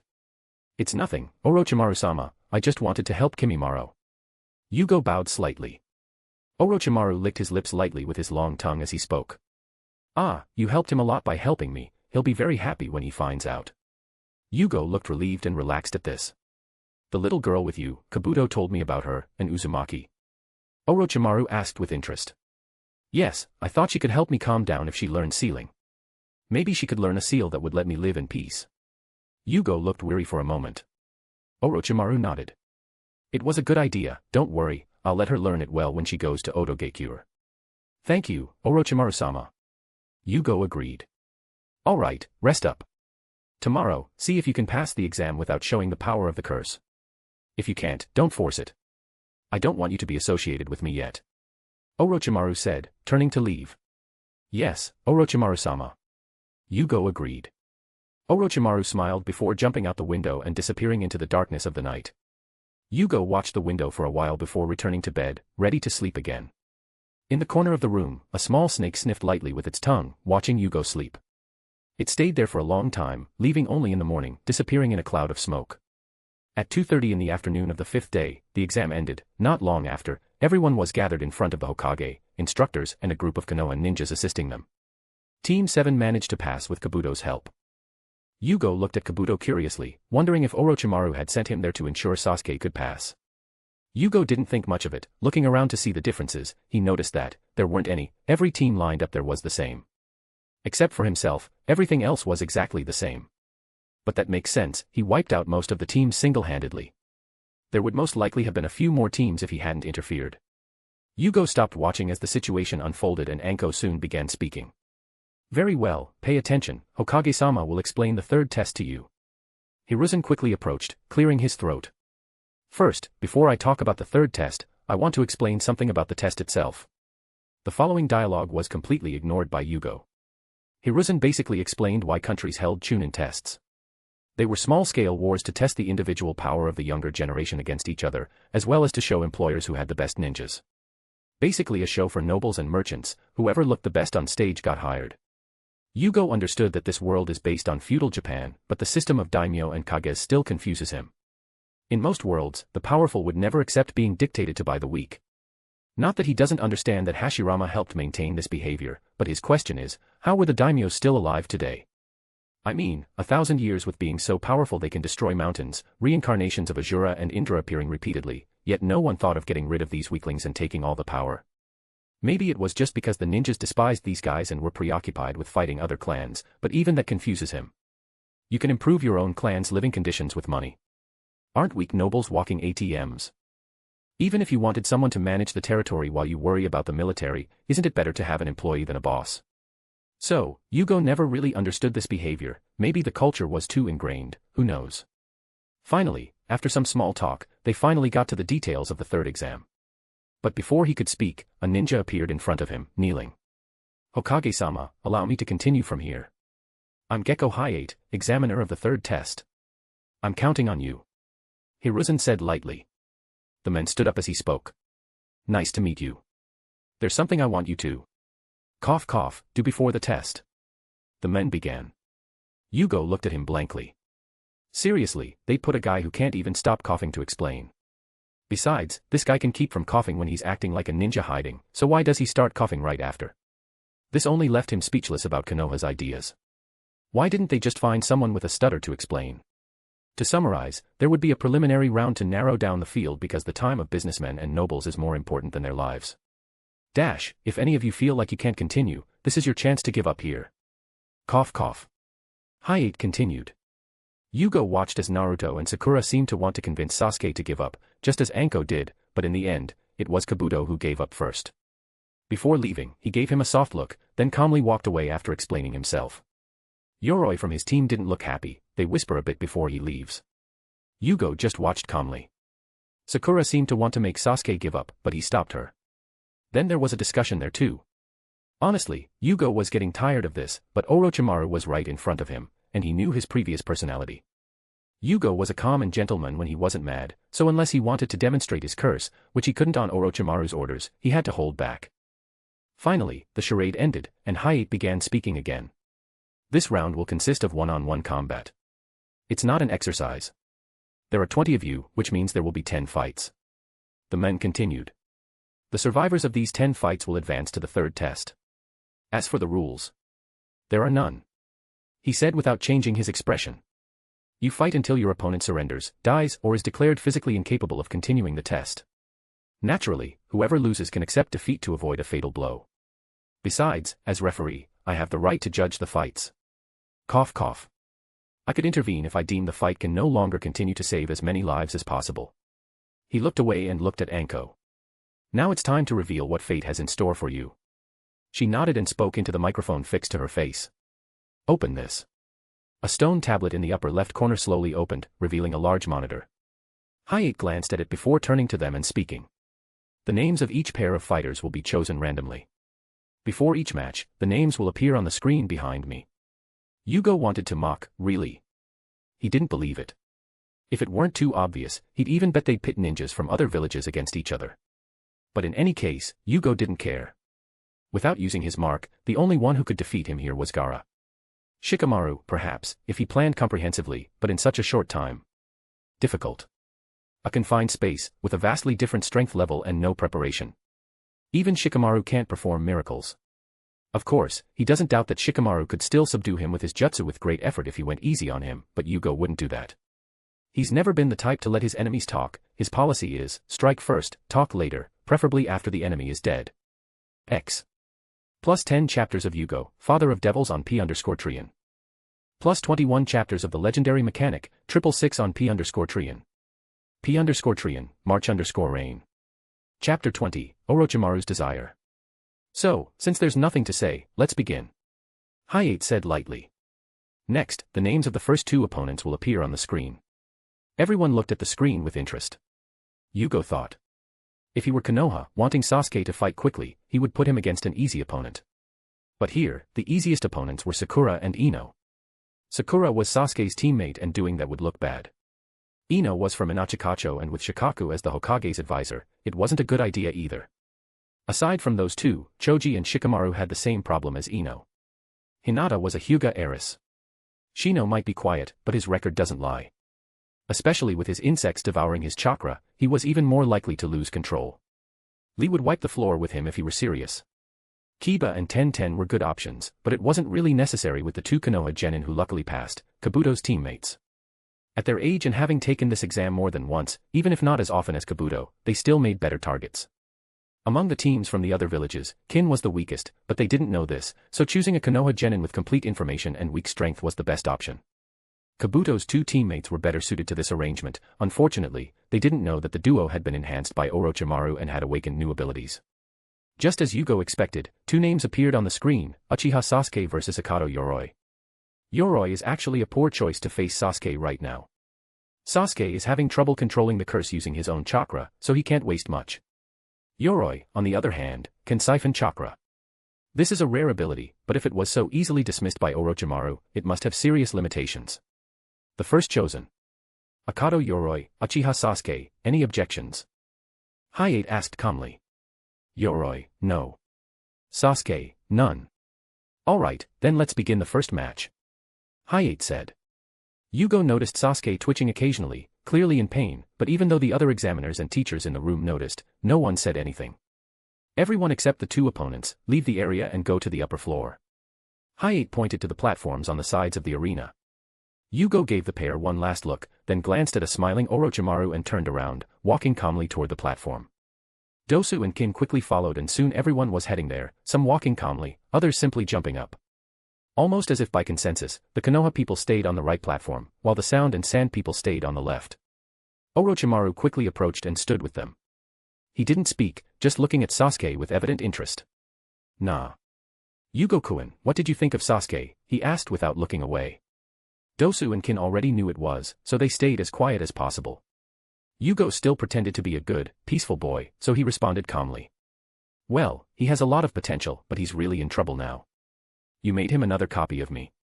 If he uses the mark, he could easily win, but Konoha shouldn't just stand by and watch him do it. Orochimaru glanced at Jugo sideways and smiled wider. I see, I think so too. Then he looked back at the match about to begin. As for Kin and Dosu, Orochimaru didn't even remember they existed. Too weak, too useless. Just be a good backdrop and you might live, if you're lucky. Jugo wasn't well regarded before either, despite his power. He was a ticking time bomb, not much use, but now. He's shown himself increasingly capable of controlling himself. Yugo's strength is still far from Orochimaru's, but he's still a very good chess piece. He just needs a little polishing and he could become the new Kimimaro. After all, Kimimaro won't last much longer. That's why Orochimaru has started paying more attention to Jugo lately. On the other side, the battle was about to begin.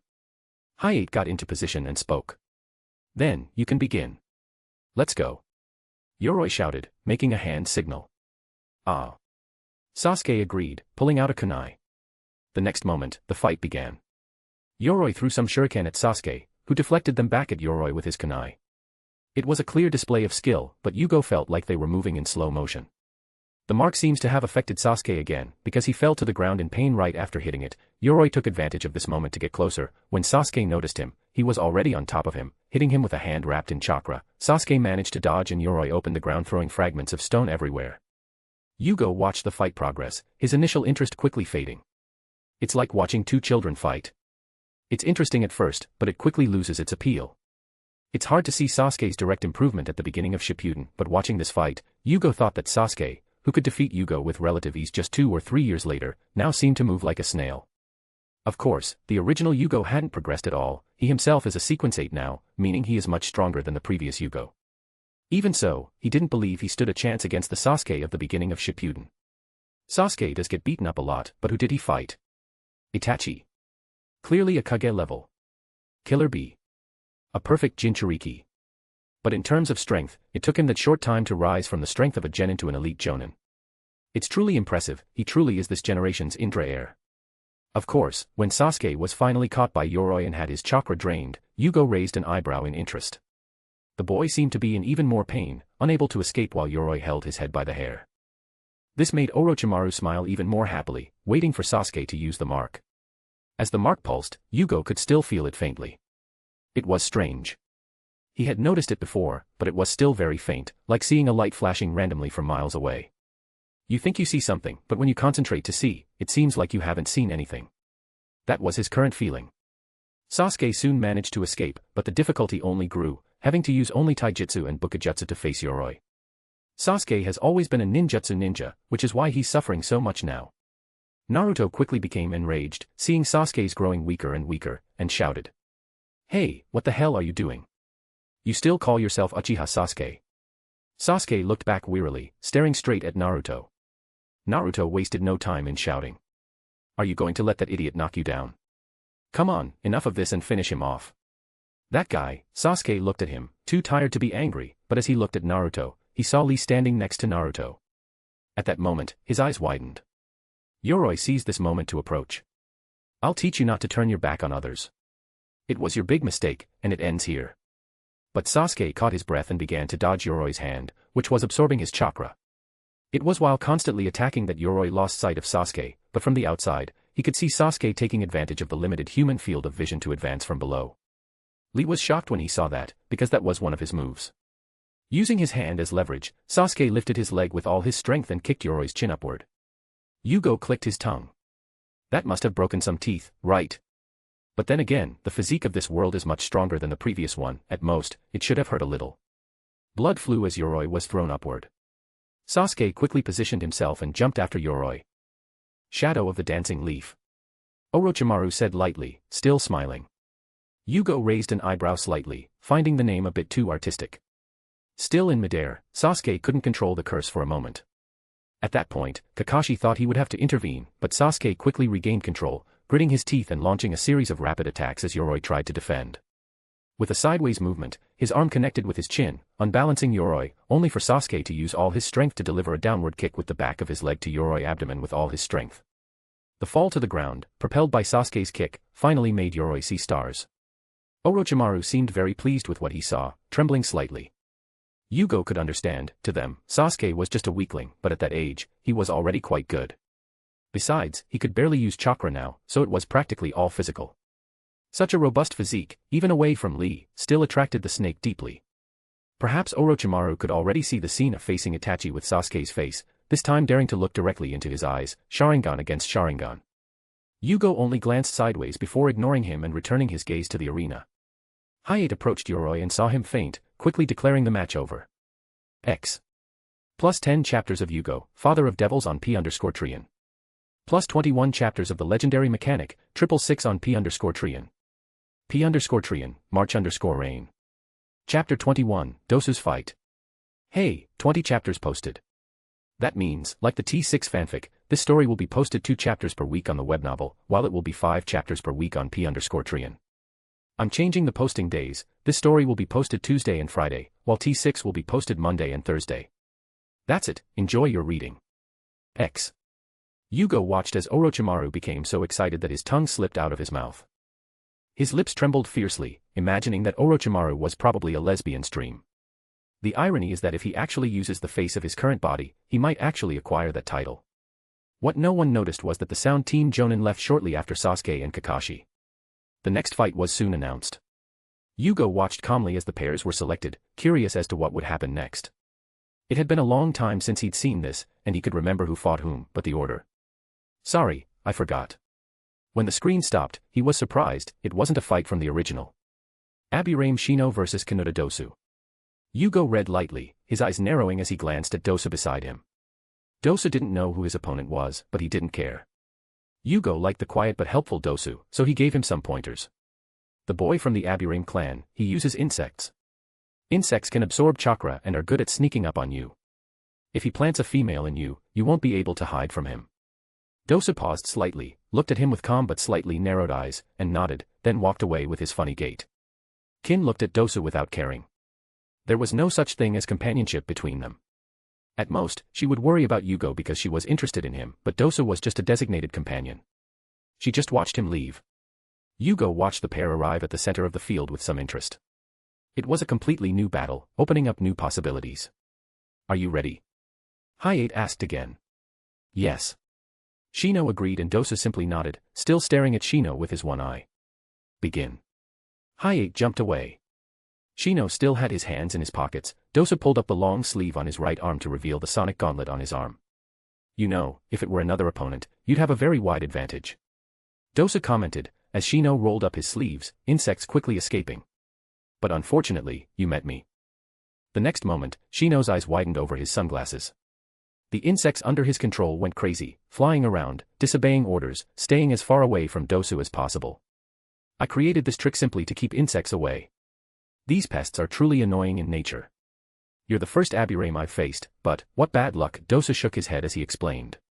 You can't hear anything right now, but insects hate high-frequency sounds the most, which I'm constantly emitting now. Hearing this, Shino frowned even deeper. Jugo, on the other hand, wasn't sure whether he was impressed to find Shino in such an unfortunate situation or impressed that no one seemed surprised by Dosu rambling on about his abilities instead of concluding the fight. It's really your bad luck to meet me. Dosu began to speak, but the voice behind him stopped him. Dosu, get this over with. Jugo seemed frustrated with the logic of combat in this world. It's no wonder Naruto can win using his mouth so often. If they stopped talking and started punching more, the villains would have already won. Everyone in the hall looked at Jugo who looked unhappy, frowning faces, including Dosu, who began to sweat a little thinking that if Jugo got really mad, he might end up getting his head blown off. He turned to Shino again and stopped talking, advancing directly. Shino, who relied on insects, discovered he could no longer control them, so he had to rely on his taijutsu. Compared to ordinary genin, his taijutsu was still quite good, but Dosu focused on direct combat with the aid of sound. Without his insects, even if he dodged, he was still attacked. Just as Jugo thought, Shino dodged, only to fall soon after, clutching his head in pain. Normally, Dosu would have given a speech by now, but sensing Yugo's angry eyes behind him, he simply punched Shino in the head. Shino not only took the blow head-on, but the sound paralyzed and hurt him even more. Even his ears were bleeding, and his glasses were broken. In the end, after that punch, he passed out. Dosu wanted to finish the job, but Hayate appeared with a hand on his shoulder. Enough, you win. Kurenai also seemed close to moving, frowning, taking a deep breath to calm herself. Hinata looked very worried and Kiba gritted his teeth tightly. Akamaru was already covering his ears with his paws, whimpering. The sound also irritated him. Kiba picked him up and calmly comforted him. Inside, Kiba was also thankful that it wasn't him facing Dosu. Akamaru would be knocked out by the low-frequency sound and he himself was a taijutsu ninja, making him a poor match against Dosu. Dosu looked at Hayate, then at Jugo, who simply indicated that he should come back. Then he dropped his sleeve and turned, walking slowly away. Damn it, that bandaged guy. You really wanted to kill him, didn't you? Bastard. Naruto yelled angrily at Dosu. Dosu only glared at him briefly before ignoring him. Damn it, don't ignore me. Naruto yelled, ready to run, but Sakura hit him in the head. Naruto, you idiot. Shut up. Sakura yelled furiously. The entire group, whether ninjas from Konoha or other villages, seemed accustomed to the noisy Team 7, so no one paid much attention to their antics. Hi-8 watched Dosu's departing figure with narrowed eyes, but eventually the medical team rushed to help and Team 8 also descended, worried about Shino. Fortunately, he was okay, and aside from a bit of ear pain for a while, he would recover soon. Dosu stopped behind Jugo. Kin looked at him and nodded slightly. Dosu was still afraid Jugo would get angry because he talked too much. During his time with Jugo, he realized something about him: the man, when mad, loves to kill, but he never prolongs it. Deaths are usually quick and those he killed suffered little. So, Dosu, after hearing Yugo's angry voice, did things as he thought Jugo would, to lessen the guilt. He grew closer to Jugo during this time, but he didn't think they were friends, acquaintances at most, and Jugo wouldn't kill him easily. But if he were angry, he had no way to defend himself. His sound would only anger him more, but it wouldn't paralyze him. Orochimaru wouldn't even change his expression if he found out, so for him, Jugo couldn't be offended. Jugo was thinking that Konoha really didn't know much about them, which is why he made this choice. Another bad choice for Shino would be Temari. With her jutsu, the insects would suffer more. Zaku also used wind, but his was much more focused, relying on the tubes in his hands. Temari used a wind fan. Shino couldn't easily affect her. If it were in a forested environment, Shino could use the terrain to fight, but in a cramped arena, he'd be screwed. Of course, it was unexpected that Dosa would be such a powerful counter to the Aburaim clan ninjas. Jugo also thought Dosa wasn't bad. He was quite talented with sound jutsu. If he survived the two-stage curse mark, he might even become a jonin, enough to be useful. Kin, on the other hand, would have a very hard time reaching that level. Jugo stopped paying attention to them as he stared at the screen that had appeared again, beginning to select the next candidates. Konoha suffered a loss this time. Shino was truly a great asset, calm, strong and strategic, but due to a lack of information, he fell short of the third round. Third round, Tsurugi Misumi vs Kankuro. Hi-8 said lightly. X. Plus 10 chapters of Jugo, Father of Devils on P_Trion. Plus 21 chapters of the legendary mechanic, 666 on P_Trion. P_Trion, March_Rain.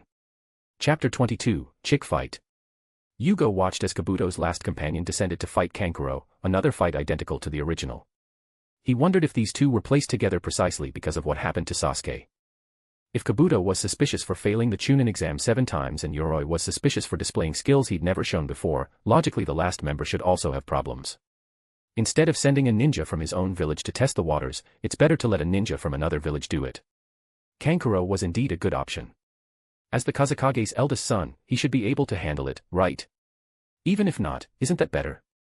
The fact is, his son lost to a random genin from the village. What does that have to do with me, the Hokage? Of course, Jugo wasn't sure if all of this was staged, he was just trying to find patterns to pass the time. In any case, he believes so. After all, they're sneaky ninjas. Isn't it normal to break the rules as long as it's not obvious? If he wasn't going to do that, wouldn't it have been better to use a box with names on it and remove it immediately? But Jugo didn't care enough to try to change anything, he just hoped this would be over soon. His thoughts were on how to advance his sequel. It was impossible to wait a month for that, so he'd have to leave Konoha to let loose or find a way to become stronger right then and there. Sighing, he watched as the battle began. It was annoyingly similar to the original. Honestly, that stretching ability is interesting. Maybe he can copy Luffy a bit, but it's probably not that simple. Bad abilities are always discarded by Orochimaru to be cannon fodder.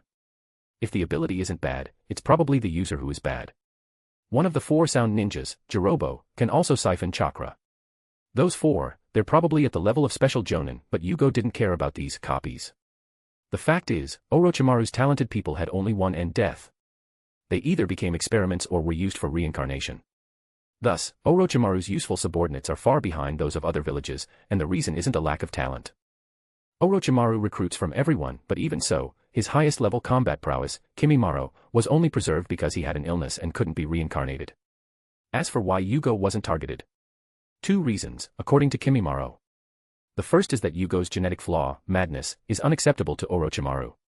In fact, the other members of Yugo's clan have likely already been studied to extinction by Orochimaru, so he likely hasn't found a way to maintain his sanity and power.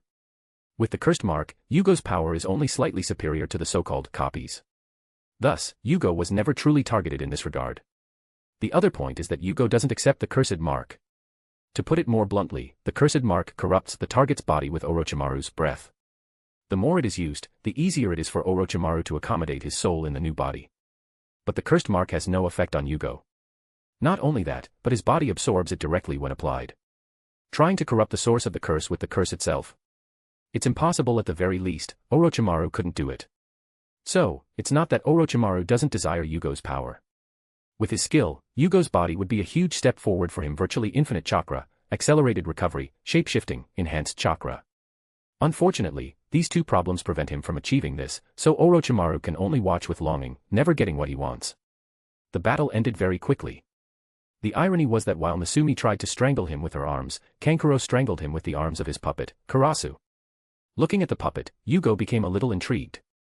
He remembered that sequence 4 of his pathway was called puppet. He also remembered that Sharon carried a doll around after advancing. Maybe learning puppetry would help in the future. Who knows, sequence 4 is still a long way off. In the end, Misumi suffered several broken bones in his torso and arms and was carried away on a stretcher. His sensei didn't care at all and left with the last of his subordinates. Orochimaru didn't return and Yugo didn't care if he did, but soon the hidden stone wall rose again, ready to show the next match. The next match finally made him look up, Sakura versus Ino. He paused for a moment, wondering why it was still the same. He could only think that it was some kind of protection for both of them. First, they were both very weak. Second, even if they gave it their all, they would still hold back for fear of getting seriously injured. Lastly, this guaranteed that at least one of them would pass. If they were pitted against others, it was practically a foregone conclusion. Besides, one is a student of the Hokage's son and the other is currently the strongest ninja after the Hokage. Of course, not considering Jiraiya and Tsunade who never stay in the village. This could demonstrate an attitude of favoritism toward their subordinates, and even if one of them loses, no one will be angry because they are both friends and rivals. Whoever loses will train harder to win next time, so losing isn't really a bad thing. In short, this makes the teachers happy. The problem is, they didn't expect this duo to be so good that it would even end in a double knockout. Yugo shook his head and he wasn't even surprised when, as expected, the combat quickly turned into a chicken fight. The worst part is that their fight was incredibly long, while Kankuro's, which could have been interesting, was quite short. Yugo grew increasingly bored. He wasn't the only one. Dosu was staring at the ceiling with interest and even Kin had a look of disdain on his face. Only the Konoha group still seemed interested, even if their motives were different. Team 7 and 10 were just supporting their friends. On Team Guy, Guy was a nice guy, Lee liked Sakura, 10-10 was kind, and Niji. Well, Niji was leaning back with his eyes closed, clearly uninterested. On that side, Gaara was still watching with cold, expressionless eyes. Kankuro seemed amused and Temari seemed to want to go down and finish this herself. Baki followed Gaara with a cold and indifferent look. In short, this was a fight of mixed emotions. But the ending was thrilling, well, almost. A double knockout. This was unusual, even in the ninja world. So could it still be considered quality entertainment? Who knows? In the end, each teacher picked up their student and took them back upstairs. Yugo looked at Ino's scattered hair and thought it was a waist-long hair is the best. The next fight quickly followed. When the names were announced, Yugo glanced at Kin slightly. Tsuchi-kin versus 10-10, Hiate's voice rang out softly. Kin smiled happily, finally her turn. She looked at Yugo and spoke. Don't worry, Yugo-sama, I'll finish this quickly. Yugo glanced at her lightly and said. Don't joke. He wouldn't talk about 10-10's weapons, not because he cared more about Dosa than Kin, but because there was no need. Shino is the kind of ninja who enjoys hidden attacks, like a spider chasing a mosquito, only for the mosquito to fight harder without realizing that fighting harder only tightens its webs around it. 10-10 isn't like that, she's a Bukijutsu ninja and very direct. She has a few tricks, but compared to Kin's Genjutsu, she won't be able to fight back. Of course, as long as Kin doesn't mess around and start monologuing like Dosu. Yugo decided to encourage the girl a little. If you win quickly, we can go out to eat just the two of us. Kin blushed slightly and looked away, but her heart was already beating rapidly. She nodded quickly before practically skipping away excitedly. Hi. Yugo-sama. Dosu, behind them, could only think about how silly Kin is. Anyway, Yugo has no money and she would be the one to pay. Dosu looked at Yugo with his one eye full of strangeness, but when he saw Yugo turning to him, he quickly looked away. Yugo, on the other hand, was wondering why Kin had been sent against 10-10. In the original, 10-10 faced Temari and Kin faced Shikamaru. Why has that changed now? Yugo looked thoughtful, trying to find a pattern. The only reason he could think of was Kunoichi versus Kunoichi. In the original, besides Kin, there were only 5 other women, Hinata, 10-10, Temari, Sakura and Ino. Sakura faced Ino. 10-10 faced Temari. That leaves Kin and Hinata. But Hinata was probably scheduled to face Niji, probably some political ploy Jugo really didn't want to think about. That left Kin out, which led her to face Shikamaru. Now, Sakura and Ino had already faced each other, but now Kin took Temari's place. Why? Jugo was confused, but the beginning didn't wait for him. The fight had begun. X. Plus 11 chapters of Jugo, Father of Devils on P_Trian. Plus 22 chapters of the legendary mechanic, 666 on P_Trian. P_Trian, March_Rain. Chapter 23, Poison. Bonus chapter, thanks for the help with the reviews. Happy face. X. Begin. Hayate shouted, then walked away. Kin, excited by the date, didn't want to play with 10-10. Go, 10-10, Lee shouted. Let's go. 10-10. Let your youth burn, Guy shouted excitedly. Let's scream. Lee. Osuu, Lee shouted excitedly. Even the noisy Naruto, nearby, covered his ears. As soon as the fight began, Kin threw out her senbon, some with bells, some without. 10-10 smiled and dodged easily. It won't work. 10-10 quickly drew her own shurikens and threw them back, which Kin dodged easily. The fight quickly turned into a tossing war, with no one hitting. While 10-10 was growing tired and ready to use her scrolls, she stopped the next moment, falling to her knees. What? 10-10 clutched her head, feeling her vision blur. Kin smiled. Normally, she would mock 10-10 to show off her power, especially in front of Yugo-sama, but knowing he didn't appreciate it, Kin grabbed more senbon and threw them at 10-10. 10-10 managed to dodge, throwing herself to the side with difficulty, but one of the senbons still grazed her. Holding her injured and bleeding arm, she tried to stand up shakily. What's happening? What happened to her? Lee yelled upstairs. Damn it. What did that sound girl do? Naruto yelled too. Guy narrowed his eyes. Kakashi spoke softly. It's the bells. As I thought, Guy agreed. What? Bells. Naruto and Lee turned to them. Niji narrowed his eyes, opening his Byakugan. The sound, it's imbued with chakra, it's a genjutsu, he spoke softly. Damn it. 10-10. It's a genjutsu, it's coming from the bells, Lee shouted quickly. 10-10 heard it and looked at the bells, which were swaying without wind. Damn it, she spoke and tried to escape their reach, but at that moment, as she tried to run, her body fell forward, hard. Kin smiled slightly, soon starting to laugh, as a generic villain, making Jugo roll his eyes. The group above was shocked, and Guy and Lee clung to the guardrail. 10-10, they screamed. It's no use, Kin said. She won't get up. Damn it, is that genjutsu? Lee shouted angrily. No, Niji said, his Byakugan still active. It's poison, in the needles. Kakashi looked at 10-10's injured arm. What? Poison. Guy jumped at the same time as Lee, going for 10-10. Hayate didn't stop him, judging it as Kin's victory. Damn it, what disloyal behavior, using poison, Lee yelled at her. Kin just scoffed after glancing at Lee, uncaring. Ninjas use everything they can to kill, are you stupid, bushy brow? What? Lee jumped up furiously. Lee, stop it, Guy stopped Lee and shook his head. But, Guy-sensei, Lee sounded frustrated. Lee, it was a fight and anything goes in a fight. Questioning this now is just mocking 10-10's effort, Guy yelled at Lee. Lee clenched his fists and lowered his head. Niji, up above, narrowed his eyes, glancing at Kin, then at Dosu and Jugo, especially Jugo. Remembering his power, he felt even more irritated. Damn it, this woman is really sneaky, using poison, Naruto yelled, irritated. Naruto, you idiot, shut up. Sakura jumped and punched Naruto, afraid of attracting Yugo's attention. Kin-san, what poison did you use? I hope you can tell me to avoid accidents. Hayate turned to Kin, letting his aura out a bit. Kin didn't care compared to Jugo, his aura was laughable, but she still spoke. Don't worry, it's a paralyzing poison. The effects should wear off in half an hour to an hour. Kin shrugged, then explained the type of poison. Hayate thanked him, and Guy, who was listening, was relieved. The Hokage narrowed his eyes.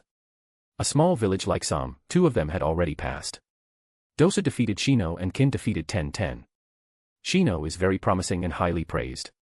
10-10 was trained by Guy for over a year, yet they both lost.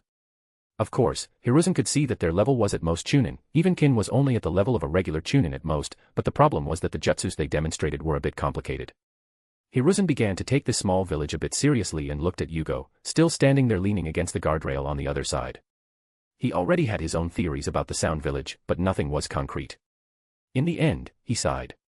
He was old, but he still had a lot to worry about. The winner is Tsuchi Kin, Hayate announced at the end. Kin walked quickly back, feeling very happy. The idea of using paralyzing poison was Jugo's. He thought it was a waste to use simple senbon. After all, these things rarely cause fatal damage. Even if you don't kill, it must at least cause some negative effects, right? So, he helped Kin search for some poisonous herbs and animals during this time with the help of the forest animals. Even Dosu and Jugo had poisoned weapons, but neither of them really liked using throwing weapons, so only Kin really got stronger from it. Reaching Jugo, Jugo wasn't stingy and patted his head, leaving Kin both embarrassed, but happy. Shaking his head, Jugo looked back at the screen, feeling the gaze on the other side. Lee and Niji were looking directly at him, eager to try, probably thinking of avenging their partner. Jugo just smiled at them indifferently. Dosu seemed oblivious, still maintaining his hunched posture. Kin was imagining the date she would have with Jugo. After 10-10 was taken away, Hayate cleared his throat, coughing a few times and quickly spoke. Let's move on to the next fight. Looking at the screen, a new match appeared. Naruto vs. Kiba. Jugo paused for a moment, curious. Half the fights were over. Among those remaining, Naruto could win against Kiba, Choji, and Hinata. He could win with perseverance and luck against Temari and Shikamaru. He would certainly lose against Lee, Niji, Gaara, or Jugo. He won the original match against Niji, but first, he didn't have Orochimaru's seal disturbing his chakra. Second, he had learned to extract chakra from the Nine Tails. These two factors, along with the rest of his training, closed the gap. Naruto now has only the will to win and the perseverance to do so. He can create many clones, but his clones are too weak for Niji. In the end, beating Niji is almost impossible for him. Of course, if there was some protagonist nonsense and he managed to extract Kurama's chakra by some miracle, he could still turn the tables. Lee could lose if he held back, just as 10-10 lost to Kin. If she had started with the twin dragons, Kin, who doesn't have the wind style, would have suffered greatly. But in any case, Hinata was probably saved for Niji. What remained were Kiba and Choji. Jugo didn't think much more about it and looked down at the excited duo below. They both thought they would easily defeat each other. The fight began with full force, as Kiba advanced with Akamaru, throwing smoke balls that obscured vision but not smell. Unfortunately, Naruto tricked Akamaru with a clone and caught him, but Kiba used a food pill to temporarily increase Akamaru's chakra production, then used beast mimicry. Soon Naruto was fighting 2 against 1. Which, in Yugo's opinion, was foolish, given that his signature jutsu is shadow clones. But in terms of taijutsu, Kiba was ahead of Naruto. Unfortunately for Kiba, Naruto is lucky and resilient enough. What truly interested Jugo, to the point where his eyes narrowed, was something else. Observing Kiba and Akamaru's style, Jugo became thoughtful. The next sequence is called Werewolf. He felt the Inuzuka clan would be a good foundation for his acting skills as he advanced, so he observed the duo. Wolves, ferocity, teamwork, speed, and dexterity. He didn't know if observing this would be useful, but seeing the duo leaping around, even running along walls on all fours as if they were truly a cross between dogs and ninjas, Jugo felt he could learn something from it. But if he had to run on all fours, he didn't even want to think about it. Plus 12 chapters of Jugo, Father of Devils on P_Trian. Plus 22 chapters of the legendary mechanic, 666 on P_Trian. P_Trian, March_Rain. Chapter 24, What a Drag. The fight progressed, with Jugo observing Kiba and Akamaru's movements more closely, the way they ran, gathered strength, attacked, dodged. Until he used Kitsuga with Akamaru. They spun so fast it created a cyclone effect, their chakra-enhanced claws cutting through everything around them. To be honest, it's a technique with some offensive power and speed, but it's also a terrible one to keep alive. For some reason, he could only imagine Kiba charging at Shippuden Sasuke with the Kitsuga and Sasuke using the Chidori spear and cutting him in half. I mean, with the initial movement and limited vision, by the time he realized what had happened, he would have already been pierced or cut. It has its advantages, or it wouldn't be used by the Inuzukas until today, but Jugo wouldn't use it. Well, Kiba knocked Naruto down and started mocking him until he got up. Jugo sighed and looked at Dosu and Kin. Look, this is why I hate it when you guys start talking to your enemy. Look at the blonde kid now. He just needed to be finished off, but now he's back on his feet. Who wants to bet on him winning? Dosu and Kin looked at each other doubtfully. Naruto clearly looked like he was going to lose with at least a 90% chance. But neither Dosu nor Kin said that. No, I trust you, Kin smiled slightly. Dosu shook his head, denying the bet. Jugo scoffed. TSK, you guys are boring. Then he turned back to the fight. Of course, the fight went as expected, a little better than Sakura and Ino's chicken fight, but in the end, thanks to Naruto's fart, he managed to stun Kiba's sense of smell and hit him using his Sasuke-copied Naruto Renden combo for the first time. Jugo looked at Dosu and Kin with a haughty and mocking look. The pair felt awkward looking at the injured blonde boy standing and the unconscious Inuzuka boy on the ground. Then they thought about their own fights and mentally thanked him for listening to Jugo. From now on, they will never talk again. Hit first, talk later. Jugo stopped paying attention to them and looked at Naruto, jumping happily with narrowed eyes. This silly little guy's future is very bright. To the point that in the future he would surpass even the ninjas considered gods in this world. Jugo wondered what would happen if he killed Naruto now. He'd be so powerful in the future, so what if he got rid of the protagonist?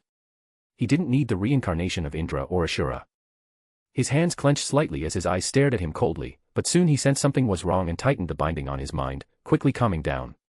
That was a close call, his state of lunatic almost woke up on its own. Jugo took a deep breath. Fortunately, everyone was paying attention to Naruto having fun now. Besides, with his prisoner abilities, no murderous intent leaked out. For a moment he felt it would be better to end the threat in its cradle, saving himself from future problems. Especially knowing that Naruto's mouth is the most fucking overpowered thing in this world. But after thinking with a calm mind, Jugo was not worried. He didn't think that when he reached his full potential he would be weaker than them. On the contrary, he would be stronger. Smiling slightly as his mind returned to calm, he watched as Kiba was carried away and Naruto climbed up proudly, as if he had faced an army of 10,001. Jugo watched Naruto for a moment longer, then looked away. Dosa noticed his gaze and looked at Naruto with narrowed eyes, a little curious about the blonde man who had caught Yugo-sama's attention. The names on the board soon started spinning again, and two names were selected. Temari versus Nara Shikamaru. Jugo raised an eyebrow, feeling that Shikamaru had a destiny to fight women. He doesn't know if they did this because Shikamaru would be the only one to fight a woman without underestimating her in the slightest. For Shikamaru, who sees a battle as a game, there are no gender differences in terms of players. Once a game begins, it's win or lose. Is it embarrassing to beat a woman to advance? Maybe he thinks a little, but he wouldn't hold back. Jugo wanted to see how Shikamaru would fare against Temari a month earlier. Temari smiled, pleased that it was finally her turn. Shikamaru looked like he'd eaten a lemon. If it weren't for his mother forcing him to give it his all, he would have given up. In fact, he didn't even want to be in that exam. But with a weary sigh, he slowly descended. What a drag. Soon the pair were facing each other, Temari with a confident smile, Shikamaru with a look of someone being forcibly pulled from the bed. Damn, I'm going to have to fight a woman. He sighed heavily again, but for Shikamaru, the amount of sighs determines the difficulty of his day. Of one thing he was sure, today is a bad day. Hey, don't worry, it won't be a fight. A vein burst on Temari's forehead, and she decided to beat Shikamaru until he begged her to stop. Dash, what a drag. Shikamaru couldn't help but say his catchphrase as he sighed again, his face as unhappy as could be. Begin, Hayate shouted as he jumped back. As soon as he heard it, Shikamaru assumed his stance, ready to use the Kagame no Jutsu. But unfortunately for him, Temari was well acquainted with the major clans of Konoha, especially the Nara boy in front of her, so she pulled her fan behind her and waved it at once. First moon. Shikamaru quickly shielded his face with his arms as he jumped away. Dust rose with the movement, making the area out of sight. When the dust settled, Temari glanced at Shikamaru's position, only to notice nothing. She looked sideways, nothing, down, nothing, and finally up. On the ceiling, Shikamaru had his feet glued with his knee supported, his fingers were connected in a peculiar pattern. Anyone who saw Naruto knew that was his planning position. Damn it. You bastard. Don't run away. Temari was irritated to see him strike a strange pose on the ceiling, seemingly not taking her seriously. Combined with his earlier comment about women, the girl's anger grew even greater. Asuma, however, was smiling, while Kurenai nearby looked curious. Aren't you worried? She asked with interest. Asuma smiled even more happily. No, this boy. On the other side, Jugo looked at Shikamaru on the ceiling, then at Temari, who had fully opened her fan and prepared to attack from afar. He was thinking that if he were Temari, he would have already fully opened his giant wind fan and used his most powerful jutsu. But the problems of the people of this world have appeared again. They like to talk. At that point, Shikamaru finally opened his eyes and looked directly at her. What a drag, he sighed. The next moment, Temari attacked the ceiling with all her strength, causing several pieces of stone to collapse. But Shikamaru had already fled. TSK. You're really good at running, little mouse. Temari looked to where Shikamaru was. To her right, with the basic seal, Shikamaru's shadow advanced toward her at high speed. Temari's eyes sharpened as she quickly jumped away. The environment was very favorable for him, luminous, but not bright light, as the shadow could linger even longer. Of course, Shikamaru's chakra was limited, so the shadow soon stopped and Temari soon followed suit. She smiled and shouted. Still too far, little mouse. Then she opened her fan and fired another blast of air at him. Shikamaru clicked his tongue and fled again. It soon became a cat-and-mouse chase, but Shikamaru's chakra was dwindling, his breathing was labored. Temari wasn't really enjoying herself. But at that moment, as she fled from the shadow again, Temari heard a loud noise from above. Shocked, she realized that at some point, Shikamaru had thrown a kunai with a paper bomb at the ceiling. Now a large chunk of rock was falling on her. Damn it, she screamed and quickly raised her fan. 3 moons. The stone was cut into pieces, but she consumed a great deal of chakra in doing so. Just as she was about to flee, she realized she couldn't move. Shocked, she looked down, surrounded by stone fragments of various sizes, each casting a short shadow. Furthermore, the sunlight streaming through the hole in the ceiling further increased the projection, allowing Shikamaru's shadow to gain momentum from a long distance. Shit, Temari managed to say, irritated. Shikamaru, on the other hand, was breathing heavily. Shadow possession, complete. Damn it, how did I get caught by that rat? She sounded furious. Temari, Kankuro shouted worriedly. Baki narrowed his eyes and Gaara didn't change his expression, looking at her indifferently. Asuma smiled, deeply satisfied, while the Hokage stared at the ceiling, speechless. Shikamaru didn't have much time. The spot he placed Temari was right next to a wall, with her back to it. Shikamaru couldn't waste chakra forcing her to hit her head, so he grabbed some shurikens and threw them at her. Unlike Kin, she didn't have a kunai pouch on her leg, so her eyes widened when she saw Shikamaru's movement. Shikamaru then threw the shurikens at her. But just as they were about to hit, Shikamaru threw himself back to dodge them. Temari was confused, but didn't resist. It was better than being hit head-on. But the next moment, she felt a strong head blow before blacking out. Shikamaru braced himself with his hands and smiled, raising his torso again. The Kageme no Jutsu had already worn off, but Temari was already unconscious on the floor. Asuma smiled with satisfaction, just as the Hokage. Ino and Choji were already jumping and shouting excitedly. Kankuro quickly jumped into the arena, worried about Temari. Hiei didn't stop him, instead announcing. Winner, Shikamaru. Jugo looked at Shikamaru, who had won this time, with narrowed eyes. Indeed, the environment this time was much better for Shikamaru. In the third phase, in an open field, for a mid-range attacker like Temari, it's a perfect field. For Shikamaru, it's hell. Even so, he still caught her. But now, being able to make use of the terrain, he fared much better. Limited area, shaded terrain, much better than in the third exam. In fact, this was a two-way street. If Temari had more chakra and her jutsu was more powerful, she could destroy the entire arena with her wind fan, leaving no room for Shikamaru to escape and even affecting the audience. Unfortunately, she couldn't do that yet.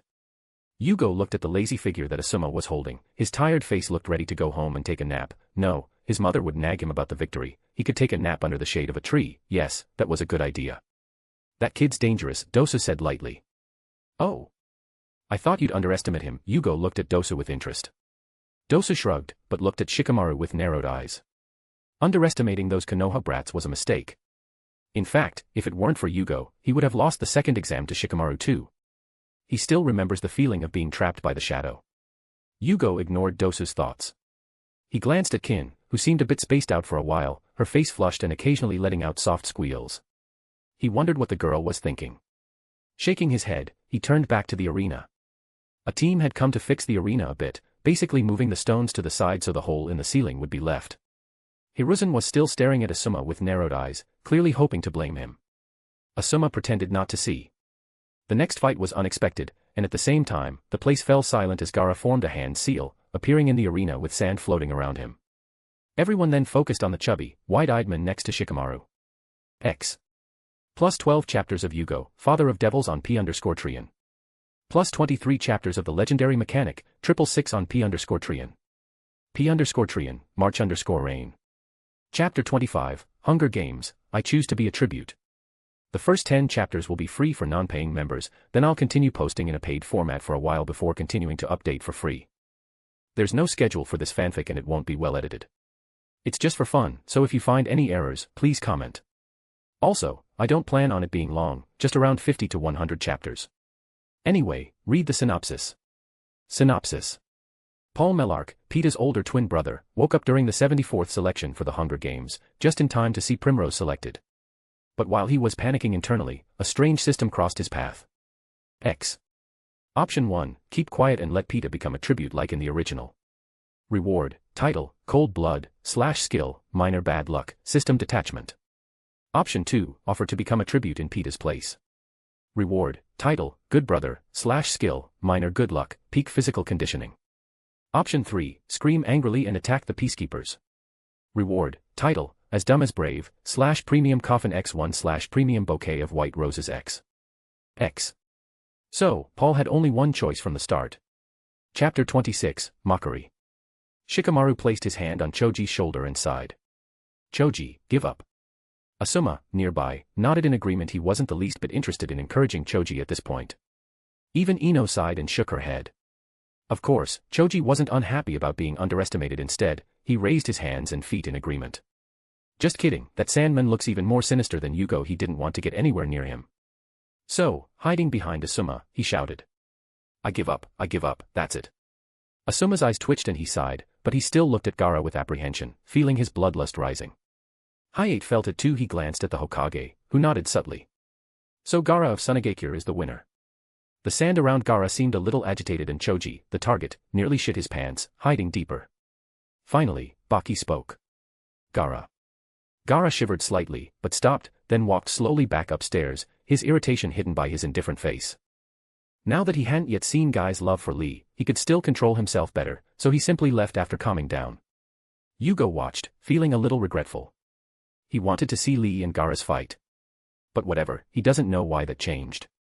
Why would they pit Gaara against Choji? Isn't that basically throwing in the towel? But it doesn't matter. There were only 2 more matches left, and Jugo hadn't been called yet. That changed when the next pairing was announced. Jugo raised an eyebrow curiously as the excited shouting rang out from the other side. Oh. Finally, Lee shouted excitedly. Niji, standing next to him, looked at Lee, then at Jugo, and finally at Hinata. Only the 2 of them remained. Hinata also seemed to have figured this out, because she looked at Niji with obvious apprehension and fear. This only made Niji even angrier. But he didn't pay much attention to it. Niji watched as Jugo walked past Dosu and Kin, then past the sand group. All 3 of them stared at him but didn't move. When he got there, Lee was already there, practically jumping with excitement. Jugo, still with his hands in his pockets, looked at Lee curiously. Orochimaru wasn't there. He'd left a long time ago. Jugo wondered if Konoha had already associated them with him. Unfortunately, he couldn't use his curse, but there's something he's always wanted to use. If he were an ordinary guy, he probably wouldn't be able to handle it, right? But what about Lee with 5 gates open? Smiling slightly as Lee stood in the starting position with one hand open in front of him and the other behind his back, the pair looked at each other with interest. Begin, Hayate waved and walked away. Everyone watched as Jugo maintained a distracted posture with his hands in his pockets and a nonchalant smile. Jugo felt like Hanma Yujiro being faced by Baki. Perhaps the feeling was similar. His opponent was still weak, but he could still amuse him a bit. Thinking about it, he gave a typical Yujiro grin. He didn't even have to force it, he simply stopped restraining himself with his prisoner powers and let the lunatic's curse of madness take effect. Of course, he still controlled himself from killing Lee, but that was all he had. Lee attacked with all his speed. He was unconscious when Jugo appeared in the second exam, but he'd heard from Niji about Yugo's strength, so he prepared to attack with all his might. With a burst of momentum, he lunged toward Jugo. He started with a straight punch, but was surprised the next moment. This was supposed to be just a test punch, but it landed. Lee's fist landed squarely on Yugo's face, his cheek slightly deformed with the fist still stuck there, smoke billowing from the cheek. Jugo had to admit, it hurt a bit, but that was it. Lee's chakra-enhanced fist stung a bit, hardly a bruise. The pair stood there, Lee still a bit confused by the fist in Yugo's face. Jugo smiled slightly, without moving. The next moment, he raised his hand slightly, but Lee took it as an attack. Jugo only rubbed his mouth lightly and spat some blood on the ground. Looking at Lee, he returned his hand to his pocket, glaring down at him. "TSK. You pretended bastard," Naruto shouted angrily, but inside, he was filled with envy. Most of the other ninjas narrowed their eyes, somewhere between interest and confusion. Yugo's lack of evasion wasn't just a little strange, it was incredibly strange. This isn't Baki's universe. Ninjas here are glass cannons, high attack and low defense. No dodging. Death. Even for Kage-level ninjas and above, those who choose to take attacks head-on can be counted on one hand, most of them from Kimogakure, Cloud. "Hey, brat, haven't you had your milk yet?" Jugo said mockingly. Up above, Kin and Dosa had question marks in their heads. Where's, end the battle quickly instead of talking. The pair felt funny for a moment, wanting to complain, but thinking about Yugo's fists, they decided to ignore it and pretend they were stupid. Lee's eyes widened, feeling both irritated and excited. "I see, then I'll get heavier now." The next moment, Lee charged forward at full speed, leaving an afterimage behind him. A punch was thrown again, this time with all his strength, but Jugo didn't move again. The punch hit his chest, but it didn't move Jugo an inch. The surrounding group grew increasingly awkward. Lee continued to unleash a flurry of blows, landing attack after attack, but Jugo didn't move, still sneering at Lee. No one spoke for a moment, all shocked by what they were seeing. Even Guy, who knew the strength of Lee's blows, felt strange. The next moment, Jugo moved. The eyes of the Jonins and the Hokage widened, but it was too late to stop him. Guy shouted hurriedly. Lee. But it was too late, but just when they thought Jugo was about to finish Lee off, he grabbed Lee's cheek with his thumb and forefinger, then squeezed. Lee, in tremendous pain, began to scream as Jugo gripped his cheek tightly and lifted him off the ground. He grabbed Yugo's arms and tried to pull them away, but it was no use, his hands were still stuck there, as if by glue. Lee screamed as he tried to free himself. Guy gripped the steel guardrail, leaving angry marks. This wasn't a fight, this was dishonorable, this was pure humiliation. If it weren't for Lee's fight, he would have liked to go in and punch Jugo. Most of the Jonin narrowed their eyes, looking heavy. This was different than expected. It no longer felt like a ninja fight, but torture and humiliation. Jugo smiled with satisfaction at the screams, his eyes shining with a lunatic light. The next moment, he suddenly let go. Rock Lee, still screaming, lost his balance, falling forward and quickly adjusting himself, clutching his face. He was shocked to feel a presence at his back. He thought he heard Guy-sensei scream before he felt a sharp pain in his butt. Behind Lee, Jugo opened his large hand and waved it forcefully, slamming it into Lee's buttocks and sending him flying back against the wall. Boom, crash, crash, clang, clang. Lee hit the wall so hard that it cracked and rocks fell around it. The ninja stared in shock at Yugo's figure in the center, still in position after slapping Lee's butt, and then at the cloud of dust Lee sent up as he hit the wall. Is this still a ninja duel? X. Hey everyone, there was construction going on at the house next door all day today. A darn jackhammer was running from morning until late afternoon.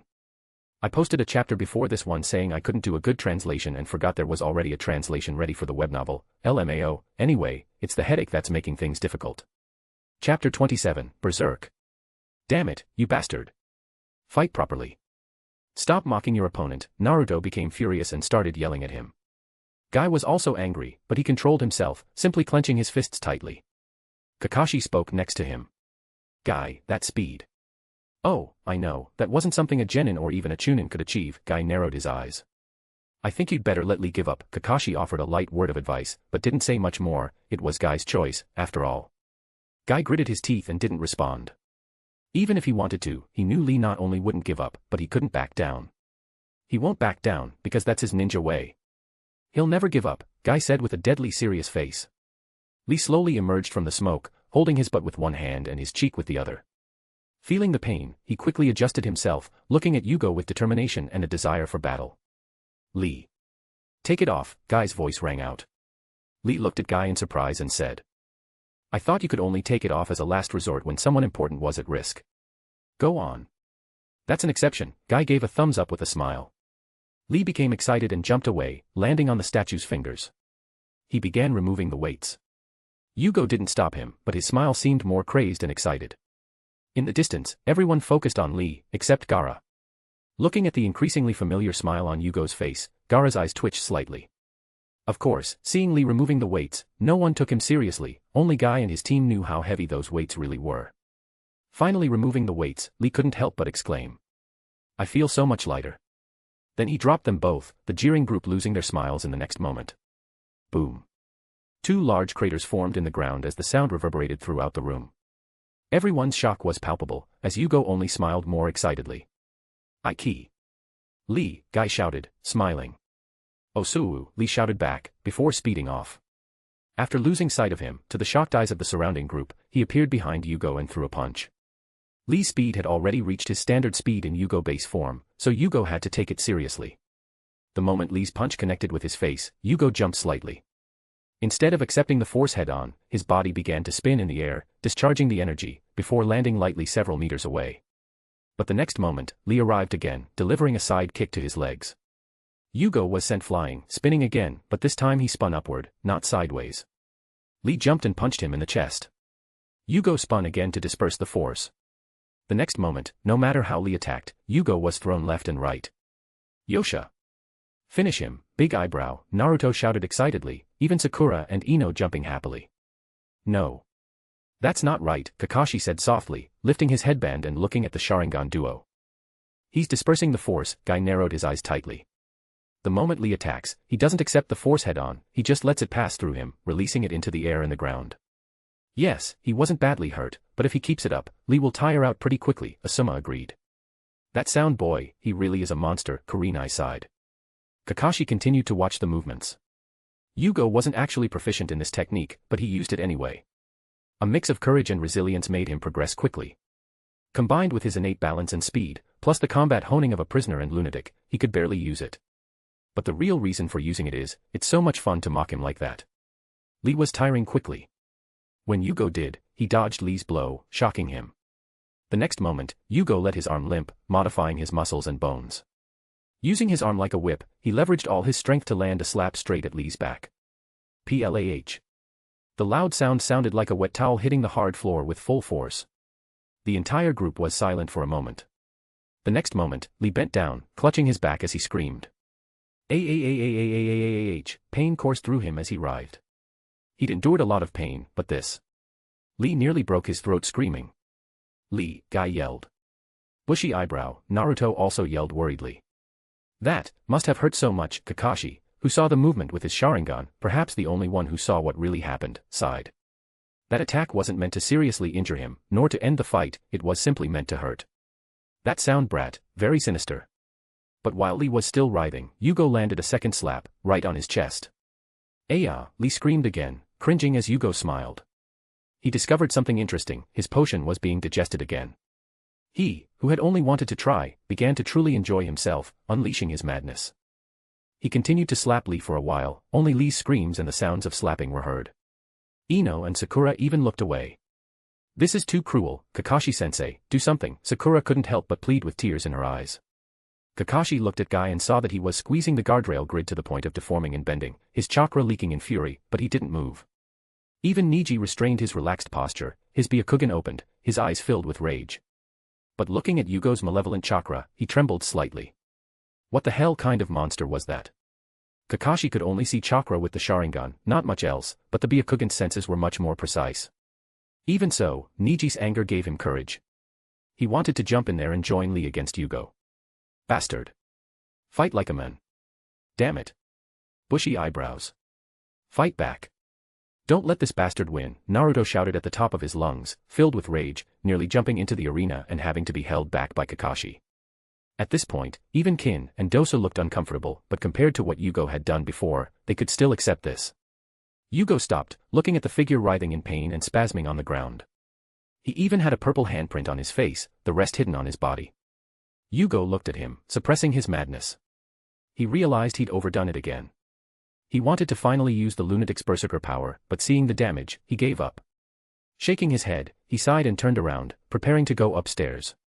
Examiner, it's over. Hayate glanced at Jugo, and Rock Lee's trembling figure, spasming on the ground, sighed and began.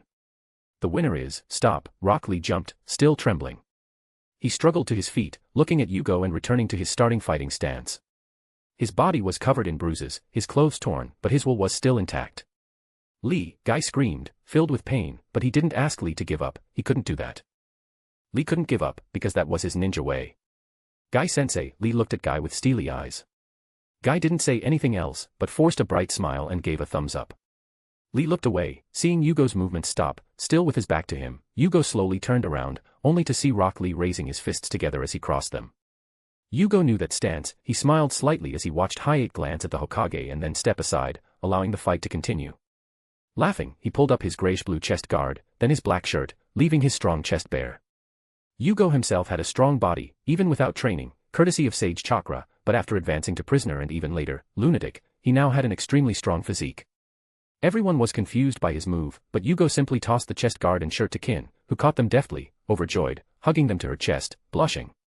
Dosa rolled his eyes, but the group didn't seem too concerned about Yugo's exhibitionism. Jugo, on the other hand, lowered his body slightly, and the next moment, both Kakashi and Niji widened their eyes. What is this? Even Kakashi could see Yugo's malevolent aura now. All the sinister desires, all the violent emotions, exploded at once. Yugo's eyes became bloodshot, his physique grew rapidly, becoming at least half a meter taller and more muscular, but the biggest change was his temperament. There was almost no rationality left. The only thing he could maintain was, don't show the power of the curse and just attack the green boy. Rock Lee also opened 4 gates at this point. With his green aura flowing rapidly and his reddish skin fierce, he glared at Jugo, who looked like a beast.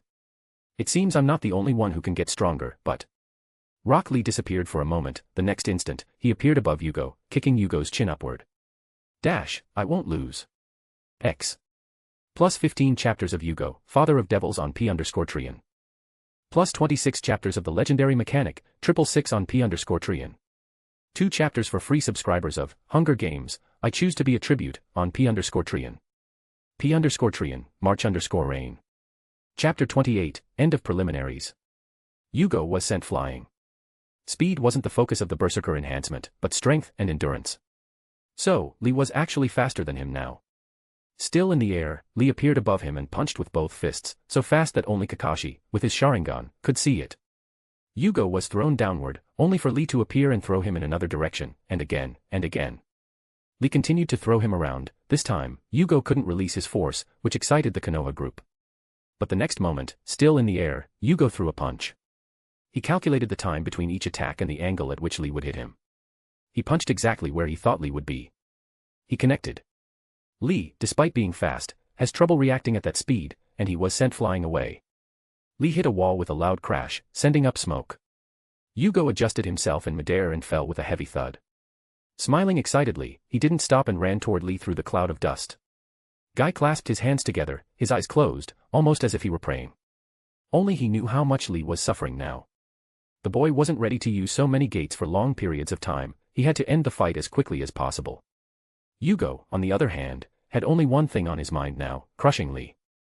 Running with an excited smile, his smile froze as he felt something behind him. He used his arm like a whip and swung his torso in one swift motion, trying to hit it, but the next moment, he was thrown back with a blow to the back. Jugo barely felt anything, but he couldn't dodge, making him even more furious. "Aya!" he shouted, trying to hit Lee, but the figure continued to dodge while throwing him around. But none of the Jonin or the Hokage himself were optimistic about Lee. "Guy," Asuma said lightly, dragging on his cigarette. "That kid, he's not taking any damage. Lee should use a kunai." Guy could also sense this, but he knew Lee wouldn't use weapons if Jugo didn't use them. It was his principle. In a way, Jugo's fighting style was Lee and Guy's favorite. A hand-to-hand fight was always exciting. But Jugo wasn't an honorable fighter and he enjoyed humiliating his opponent. Besides, he looked like a meat roach. It was extremely frustrating to fight this kind of opponent. Lee noticed it too, but just as he was about to open the 5th gate to try to outweigh himself, a hand clamped down on his head. Lee was shocked, as was the audience. Kin finally breathed a sigh of relief, and Dosa relaxed his posture. Jugo quickly changed his stance, hugging Lee's torso, pinning his arms together. Jugo only had a few light bruises from these attacks, but he didn't care and held Lee tightly before the shocked eyes of the audience. He began to squeeze like a boa constrictor, his grip gradually tightening. "Aya!" Lee screamed as he felt the pressure cracking his bones. He even came out of the 4-gate state and returned to normal. The next moment, all the fatigue and pain from his torn muscles came rushing in. Lee became even weaker, powerless to resist. Jugo's smile deepened, his previously well-combed hair now messy. He smiled happily and ferociously, his head resting against Lee's torso. "See you later." The next moment, he was ready to forcefully tear Lee in two, but only Dosu and Kin recognized it, knowing exactly what mess would happen next. Even so, Jugo's intentions were clear to everyone. Lee, Guy went crazy and ran immediately. Kin and Dosu looked at each other, but didn't say anything to stop Jugo, nor did they try to stop Guy. They didn't think he could kill Jugo. But the next moment, Jugo felt his body stop.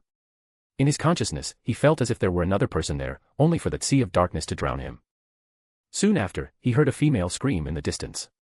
He quickly regained control of his body, but by that moment, all the Konoha Jonin were surrounding him, Guy holding Lee, Yugo's arms already open at that point.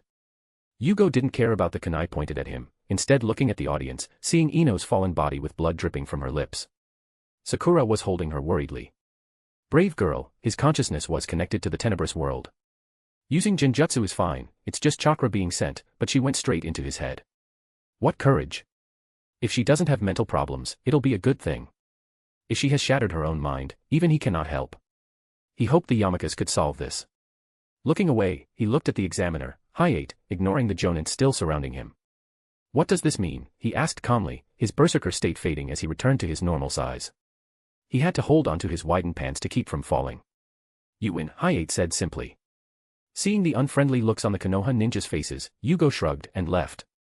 In fact, Ino had helped him recover a little while ago.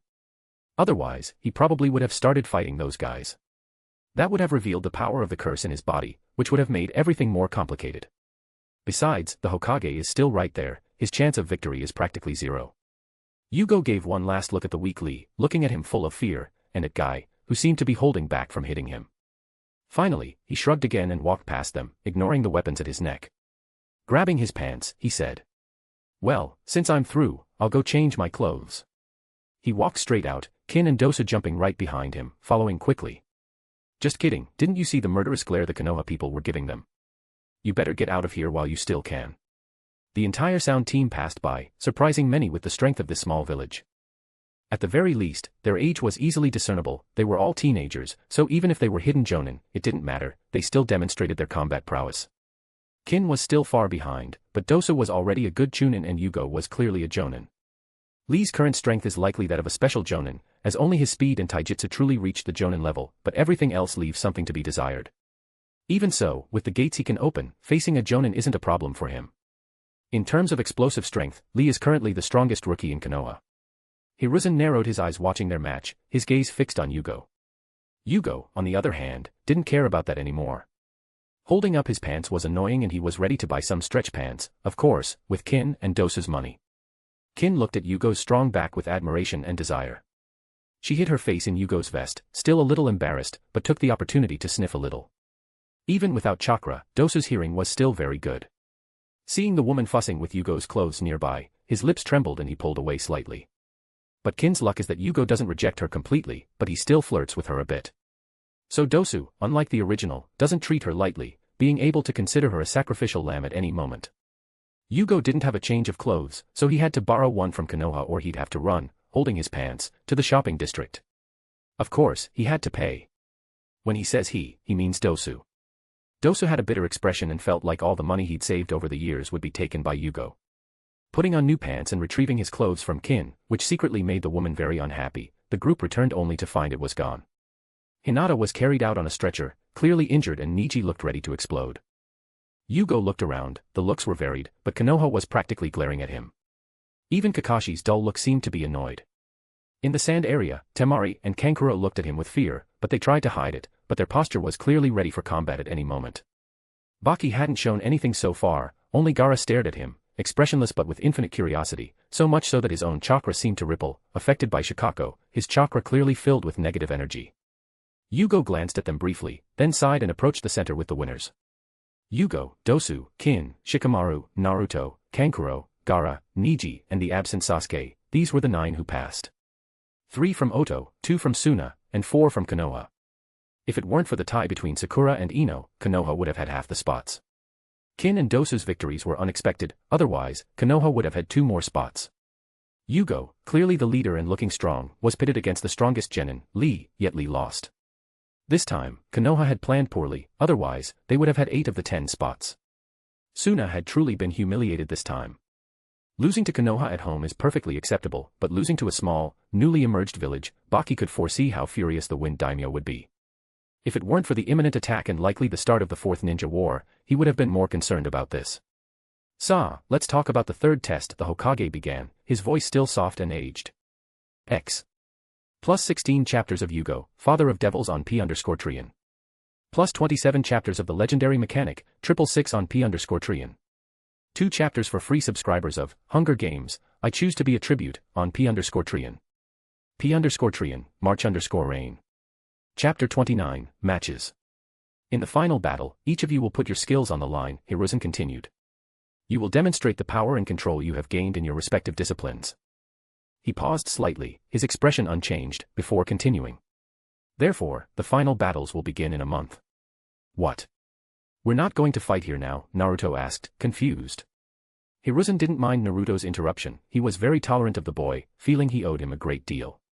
It's so you have adequate preparation time. What do you mean? Niji asked. To summarize, besides announcing the results of the preliminaries to the leaders of each village, we need time to prepare and distribute the summons for the final exam, he explained, closing his eyes slightly. Besides, you'll need time to prepare for a test of this importance. Kankuro, looking frustrated with all these words, asked with evident impatience. So, I don't understand where this is going. What's the point of this? To know your opponents and prepare for them, you need time, Hiruzen said, taking his pipe and bringing it to his mouth, taking a drag. Besides, at this level, all battles are real, as you must know. Hiruzen raised his gaze slightly as he continued. The previous battles were conducted under the premise that you faced unknown enemies, but that will no longer be the case, since you now know each other. So, in order to have fair finals, we'll give you all a month to train hard and learn new tricks, because everyone here now knows your techniques, and using the same skills is a surefire way to lose the finals, Hiruzen continued. And remember to rest too. Jugo was getting tired of all this chatter, as was the group around him. This group of young people really doesn't have the patience to listen to the old men with the tobacco smoke talk. Hey, we haven't seen what the gourd guy can do, Naruto pointed at Gaara, causing Kankuro to tremble and curse Naruto mentally. Everyone turned to Naruto, then to Gaara, who remained silent and didn't even look at Naruto. Hiruzen sighed mentally and continued, ignoring Naruto this time. After what we've been through, I wanted to consider this all over, but before that, there's a matter of utmost importance to be resolved regarding the final battles. Let's go. How long do I have to wait before I can start training? Naruto shouted unhappily. This time, even the surrounding group didn't find him annoying, he said exactly what they wanted to say. Kankuro even thought the old man was just bored and wanted to talk. Calmly and in an orderly manner, everyone will take a piece of paper from the box Anko is holding. Hiruzen ignored Naruto again. Jugo thought the man was doing it on purpose to irritate them. Stay in your places, I'll come to you, Anko said as she approached the left end of the semicircle. At the end, Dosa was there. Take just one, Anko said, and Dosa lifted his sleeve and calmly placed his hand in the box.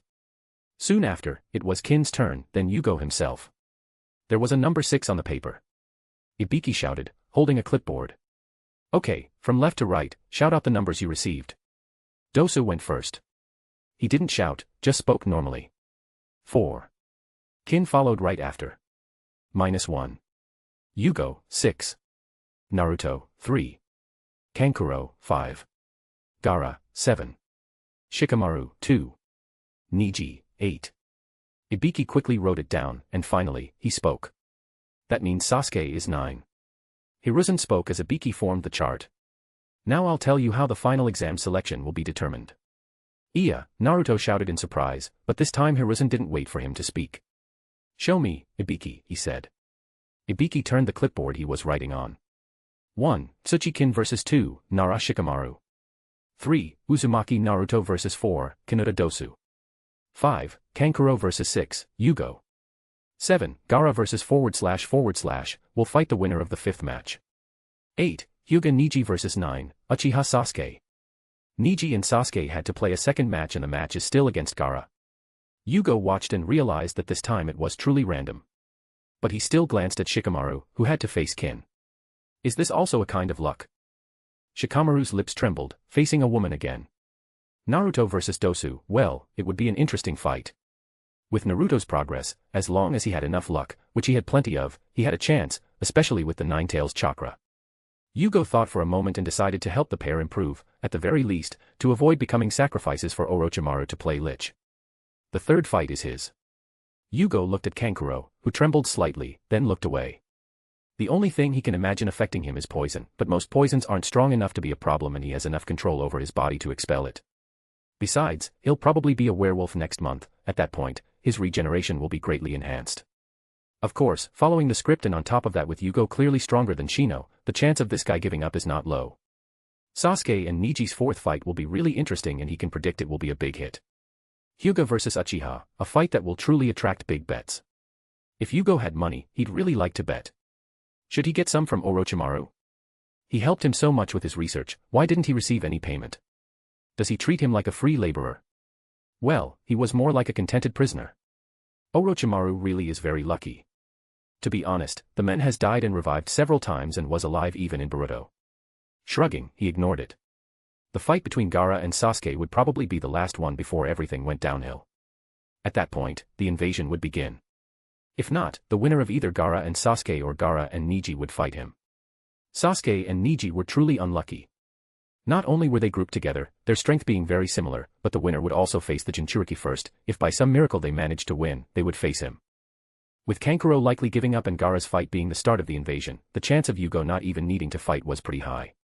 On the other grid, Kin and Shikamaru were the weakest, but Shikamaru had a good head on his shoulders. Kin would have to be lucky, and depending on how much she improved this month, the winner would face Naruto or Dosu. It also depended on how much Dosu could grow. In the end, the victorious of the four would face Jugo.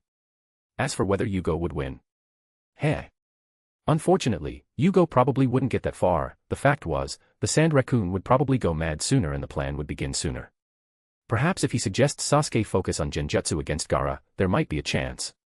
A Sharingan's Genjutsu is amplified, even if it's only 2 Tomo. Even if it wasn't enough to control Shikaku, it should be enough to control young Gaara. But Sasuke would spend his time learning Lee's Taijutsu and Kakashi's Chidori. There wasn't time for that. Sasuke seems to have never really focused on Genjutsu. He probably doesn't like it much, perhaps because that's what Itachi was known for, who knows. There's a theory that the Mangekyo is a mirror of the soul. The ability you manifest depends on your personal inner desire. Sasuke essentially awakened Amaterasu, with his other eye helping to control it. If this reveals Sasuke's inner self, it's clear that there's only a deep desire for destruction and there is little subtlety left to learn Genjutsu. Of course, this could also be a genetic factor. After all, Itachi also awakened Amaterasu. Who knows? In any case, Jugo doesn't mind. Plus 18 chapters of Jugo, Father of Devils on P_Trian. Plus 29 chapters of the legendary mechanic, 666 on P_Trian. Plus 11 chapters of Hunger Games, I Choose to Be a Tribute on P_Trian. Read the first 10 chapters for free on P_Trian. P_Trian, March_Rain. Chapter 30, Orochimaru's Help. One moment, can I ask a question? Shikamaru raised his hand. Go ahead, Hiruzen nodded. If it's a tournament, does that mean there will only be one of us who can become Chunin? Shikamaru asked. No, that's not true, Hiruzen said without changing his expression. There will be several judges present for the final round, including myself, the squad leaders and the Kazekage, as well as lords from various nations and major merchants who will assign you missions. Through this tournament, the judges can assess your skills and decide who qualifies to become Chunin and who doesn't. Hiruzen lifted his pipe and took a drag before continuing. Even if someone loses the round, they can still become Chunin. So there's a possibility that everyone who competes will become Chunin, Shikamaru continued. Yes, but there's also the possibility that none of you will become Chunin, the Hokage shook his head. The advantages of fighting in more rounds and having more opportunities to showcase your talents in front of the judges who will decide whether or not you become Chunin. Does that answer your question, Shikamaru? Shikamaru nodded slightly, his look somewhere between tired and irritated. He certainly didn't want to participate in so many fights. But Jugo realized something. It was in that situation that Shikamaru realized it, right? While the others listened, whoever fights more will have a better chance of becoming a Chunin. Shikamaru listened. Even if you lose, if you show enough, you can become Chunin. Jugo looked at the bored boy and narrowed his eyes, thinking that smart people are really annoying. He wasn't sure of his guess, but the fact was that out of this entire exam, this guy who gave up in the first round was the only one who became Chunin. Looking away slightly, he turned to Hiruzen. Thank you all for your patience, he continued. The exam has been postponed until next month. Now, you are dismissed. Expect to receive more information from your Jonin instructors. As he said the last part, he glanced at the sound team briefly, especially Jugo, almost as if to point out that their Jonin instructor had disappeared. Jugo didn't care. As soon as he realized he could leave, he turned and walked away. Dosu and Kin said nothing and followed his steps. Gaara, Kankuro joined Baki, Temari, already awake and glaring angrily at Shikamaru, then also left in silence. Only the people of Konoha stayed longer, but by then, Jugo was already crossing the forest of death back to Konoha. But halfway there, the trio stopped. Orochimaru, still dressed as a Jonin instructor but with his true face showing, appeared. Dosu and Kin quickly knelt when they saw him, shouting, Orochimaru-sama. Jugo simply nodded to Orochimaru. Even though he respectfully calls him Orochimaru-sama, that's because Kimimaro also calls him that, but Jugo himself was never truly Orochimaru's subordinate, so he never knelt before him. He wouldn't change that now, since he didn't need to. Orochimaru looked at Kin and Dosu with interest, not a deep interest, but like seeing a monkey that knows sign language at a circus. You're surprised at first, but you still have to go home and soon forget about it. It's a fact that even though he wasn't physically present, Orochimaru still sent a snake clone and saw everything, so Dosu passing was normal, but Kin was a bit lucky. In any case, Orochimaru could see that Jugo had some affection for the pair, so he wasn't planning on acting against them now. He turned to Jugo, remembering what he'd seen in the fight against Lee. He smiled brightly. You've gotten much better at controlling yourself, Jugo-kun, that final form of yours. How did you do it? Jugo was already prepared for this. Internal enhancement. Instead of letting my power out freely, I just kept it inside my body, but the madness I felt was still there. Orochimaru nodded slightly. That was what he thought too. A clever use, also only possible for you, the source, is truly enviable. Jugo nodded slightly, showing no fear. In truth, he was using his prisoner binding power to remain firm and normal in front of Orochimaru. Showing fear in front of him is extremely dangerous for him. Well, you're very good physically, but you still lack some versatility. Would you be interested in learning from me next month, Jugo-kun? Orochimaru smiled at him. Jugo's eyes narrowed, and he controlled his body to show a slightly surprised expression. You won't be busy, Orochimaru-sama. Not too much. There should be time to teach you a thing or two. Orochimaru licked his lips, still smiling. Jugo wanted to refuse, but refusing Orochimaru isn't a good idea, even when Orochimaru is only seemingly offering his help casually. Then thank you, Orochimaru-sama. Jugo bowed to him. For people who think too much, even a strange move can be a reason for suspicion. Jugo doesn't have a good reason to refuse, so he doesn't refuse. Very well, you will stay in Konoha during this period. I've already let my people take Karen to Odogekure. I'll let her learn the basics of Fuinjutsu during this time. She might become useful in the future. Jugo didn't comment on the fact that he saw Karen as one of his own people, not as someone Jugo had brought. This wasn't the time to turn his back on Orochimaru. Pretending he didn't notice or care, he nodded. Hi, Orochimaru-sama, thank you. You're welcome. As for those two, Orochimaru glanced at Kin and Dosu, who trembled fiercely under the man's gaze. Don't worry, I'll help them think of something, Jugo assured. Orochimaru looked at Jugo, mildly interested, then back at the duo and nodded. Okay, I'll leave them to you, Jugo-kun. Well, I need to go now. Tomorrow I'll let my summon take you somewhere to begin your training. Hi, Jugo nodded. In the end, Orochimaru disappeared with the Shunshin. Jugo was fine due to the prisoner's binding. He trapped his mind in his body, making his reactions dull, but he hid his emotions well.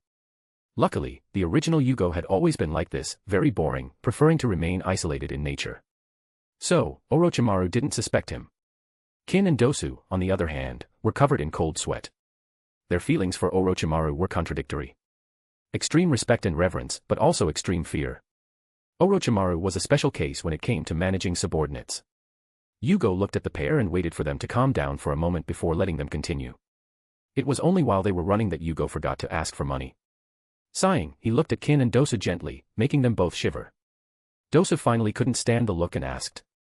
Is there something, Jugo-sama? Well, I need some stretchier pants, Jugo smiled gently. Dosu's lips trembled fiercely beneath the bandages and finally, a tired sigh escaped his mouth. He didn't refuse, knowing there was no point in refusing. Yo. Jugo-sama, Kin called out, a little embarrassed, but with her face flushed, she spoke softly. D-date. Jugo looked at the girl, glancing at her mature body again and felt a slight itch. He hadn't had a woman since arriving here. With the prisoner's bond, he could control himself well, but seeing the way Kin was basically throwing up all sorts of, I want this flags, Jugo felt his throat go a little dry. Kin didn't really compare to figures like Tsunade or Terumi-Mei, but her soft face and nice curves still made her a beauty. Of course, in the Sound Village, that didn't matter much. Sure, we can go tonight if you prefer, Jugo smiled gently at her. Kin blushed even more deeply, lowering her face. She replied softly. Hi. Dosu rolled his eyes but didn't comment, at least he didn't have to go out and spend his money on food today. Hey, Dosu, lend me some money to take Kin to the date, Jugo turned to him and whispered. Dosu, who was running, almost fell. Looking at Jugo with his one eye, he felt that Jugo's skin was extremely thick, but could he refuse? With a weary sigh, Dosu's savings dropped again. Plus 19 chapters of Jugo, Father of Devils on P_Trian. Plus 29 chapters of The Legendary Mechanic, 666 on P_Trian. Plus 11 chapters of Hunger Games, I Choose to Be a Tribute on P_Trian. Read the first 10 chapters for free on P_Trian. P_Trian, March_Rain. Chapter 31, Date. That night, Jugo went out with Kin as planned. Neither of them was really tired, they arrived a day early and were able to rest, and the 4 days of the second exam were very easy. The preliminary matches were also easy, so that night, neither of them planned to rest and they went out together.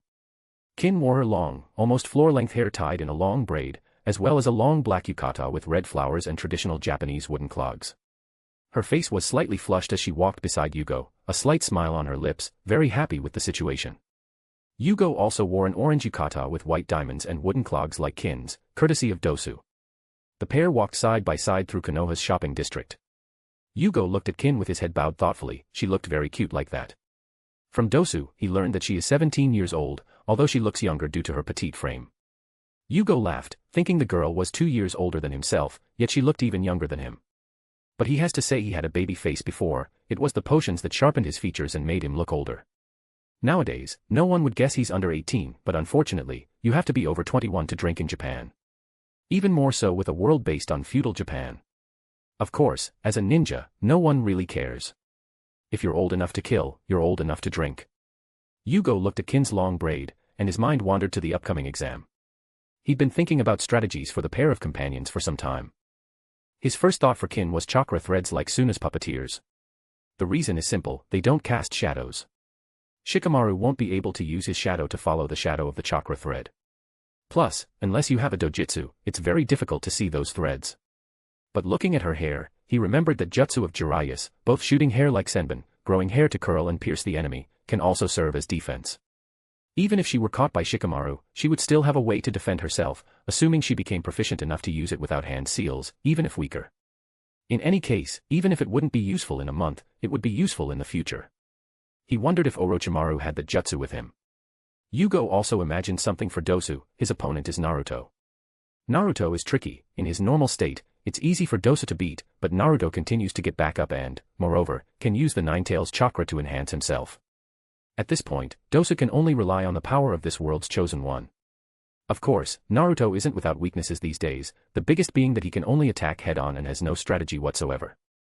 This means that once you blind him, he'll just turn into a raging bull. Thinking about his fight against Zabuza, the hidden misjutsu works extremely well for Dosu. Even if he doesn't have the water chakra nature, he'll just need to consume more chakra to release this jutsu. He can also reduce the need for water by bringing a sealing scroll filled with water. With his hearing acuity, he'll be like a duck to water, while Naruto won't be able to do anything. Jugo is ready to train Dosu to fight without his sight next month. With the chakra threads, Kin already has a chance and Dosu has a great chance with the hidden mist. At most, they can seal a large amount of ready-made mist in a scroll and only open the seal during the fight. Yugo's chakra nature also includes water. He's considered learning Dosu's hearing ability. His jutsus aren't bad either, but he'll have to wait and see what Orochimaru has in store for him. He felt the potion inside him, it was about 80% digested. His strength had grown during this time, but the first two sequences of this path are quite common and even the berserker state is more of a trap. Shaking his head slightly, he turned his eyes to Kin and gently took her hand. Kin looked up in shock. Jugo didn't mind. He'd been busy with work in his last life, but he'd still had a few girlfriends. Due to the speed at which his life moved, he lost girlfriends frequently, to the point where he learned to speed up the process. If they accepted, he wouldn't be wasting his time. Besides, he knew perfectly well what Kin wanted and didn't care himself. Just hold her hand. For Westerners, this is very common, many even go to bed on the first date, let alone just hold hands. But this isn't a Western world, but a Japanese one. Kin's face was extremely red now. She wanted to run away for a moment, but the next moment, she gripped Yugo's hand tighter, refusing to let go. Just kidding, that was exactly what she wanted. She might have been going a little too fast, but that was also good. For Kin, not only was Jugo strong and could protect her, but these days of traveling had made her realize that Jugo is still very kind most of the time. At least, besides releasing his aura, he's never done anything to hurt her, even helping her. This made Kin think that Jugo is just a sinister guy on the outside, but warm on the inside. As for all the deaths he'd caused, smiling like a sadist, she selectively forgot. Jugo had only invited her to eat together, but when she went to collect, she said, date. Clearly, she'd understood that on her own and Jugo hadn't corrected her. In any case, she was pretty and he wouldn't lose anything from it. If something happened, good luck. He was sure that if he tried, he could get her to bed right now. If it were him in his last life, he would do just that. After all, he had little free time and just wanted to relieve stress, but here, it was different.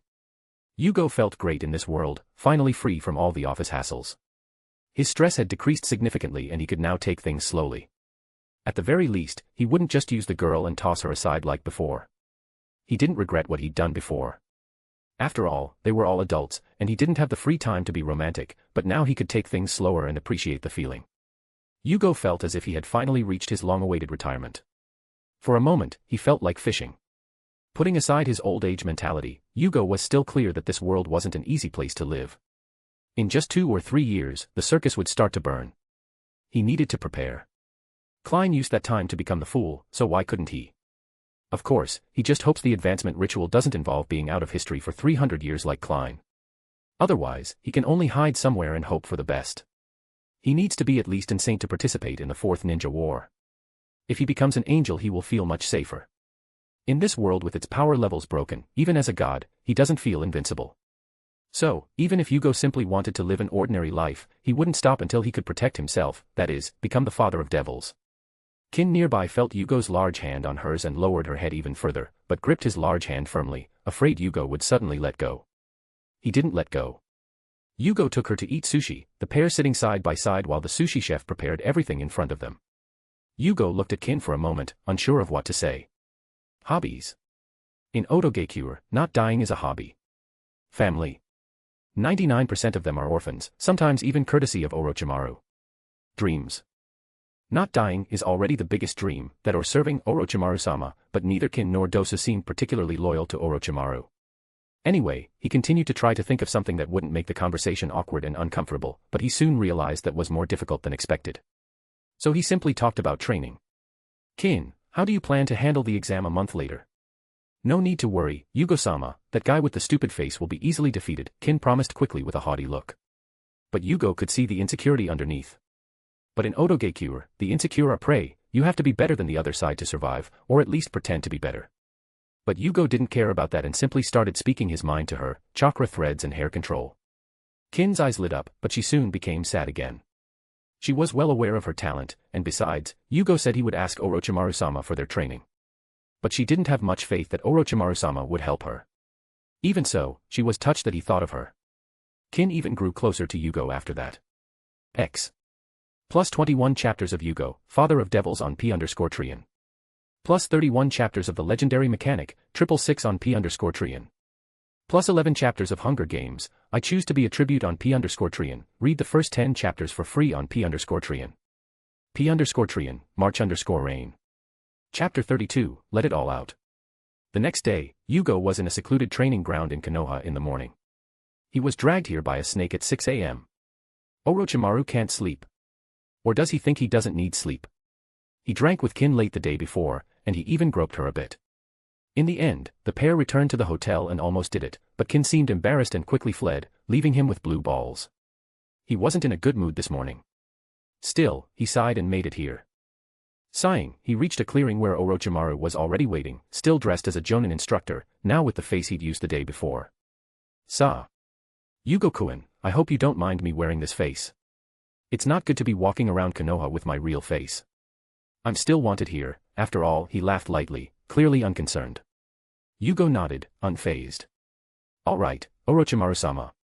Well, first of all, what I want to see today is your full strength level, so I brought you far away from the village so you can let it all out without fear, Orochimaru smiled as he approached. Jugo looked a little apprehensive, but inside, he was ecstatic. He was racking his brains to figure out how to digest the lunatic's potion. Isn't this a golden opportunity? He'd never dared to let it all out, but if he fought Orochimaru, he wouldn't have to fear losing control and being killed by him. Orochimaru-sama, if I do that, I won't be able to stop, Jugo still pretended to be doubtful. Orochimaru smiled without caring and said. Don't worry, you can't beat me. Jugo knew this was completely true. Orochimaru was the complete opposite of him in this case, because even without extremely strong powers, he excelled at harassment and survival.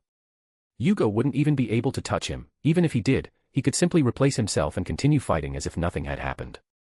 For someone who only knows how to attack directly, Orochimaru was basically a hellish enemy. That's why even against Naruto with the Ninetales chakra cloak, the blonde boy couldn't do anything to him. Jugo is certain that if it were him against that Naruto, he would have lost horribly. So Jugo put aside his act and nodded. All right then. He took off the clothes from his upper body and threw them aside, leaving his chest bare again. Orochimaru just watched with interest. Not that he was attracted to Jugo, but he'd opened so many bodies that just by looking at one, he could see what was beneath the skin.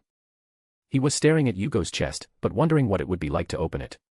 Jugo shivered slightly, especially when he saw Orochimaru licking his lips with that long tongue, he clenched his nervously.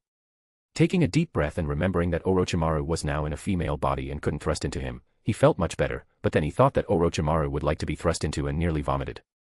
Shaking his head, he quickly began his transformation to rid himself of those thoughts as quickly as possible. First, he completely released the cursed seal.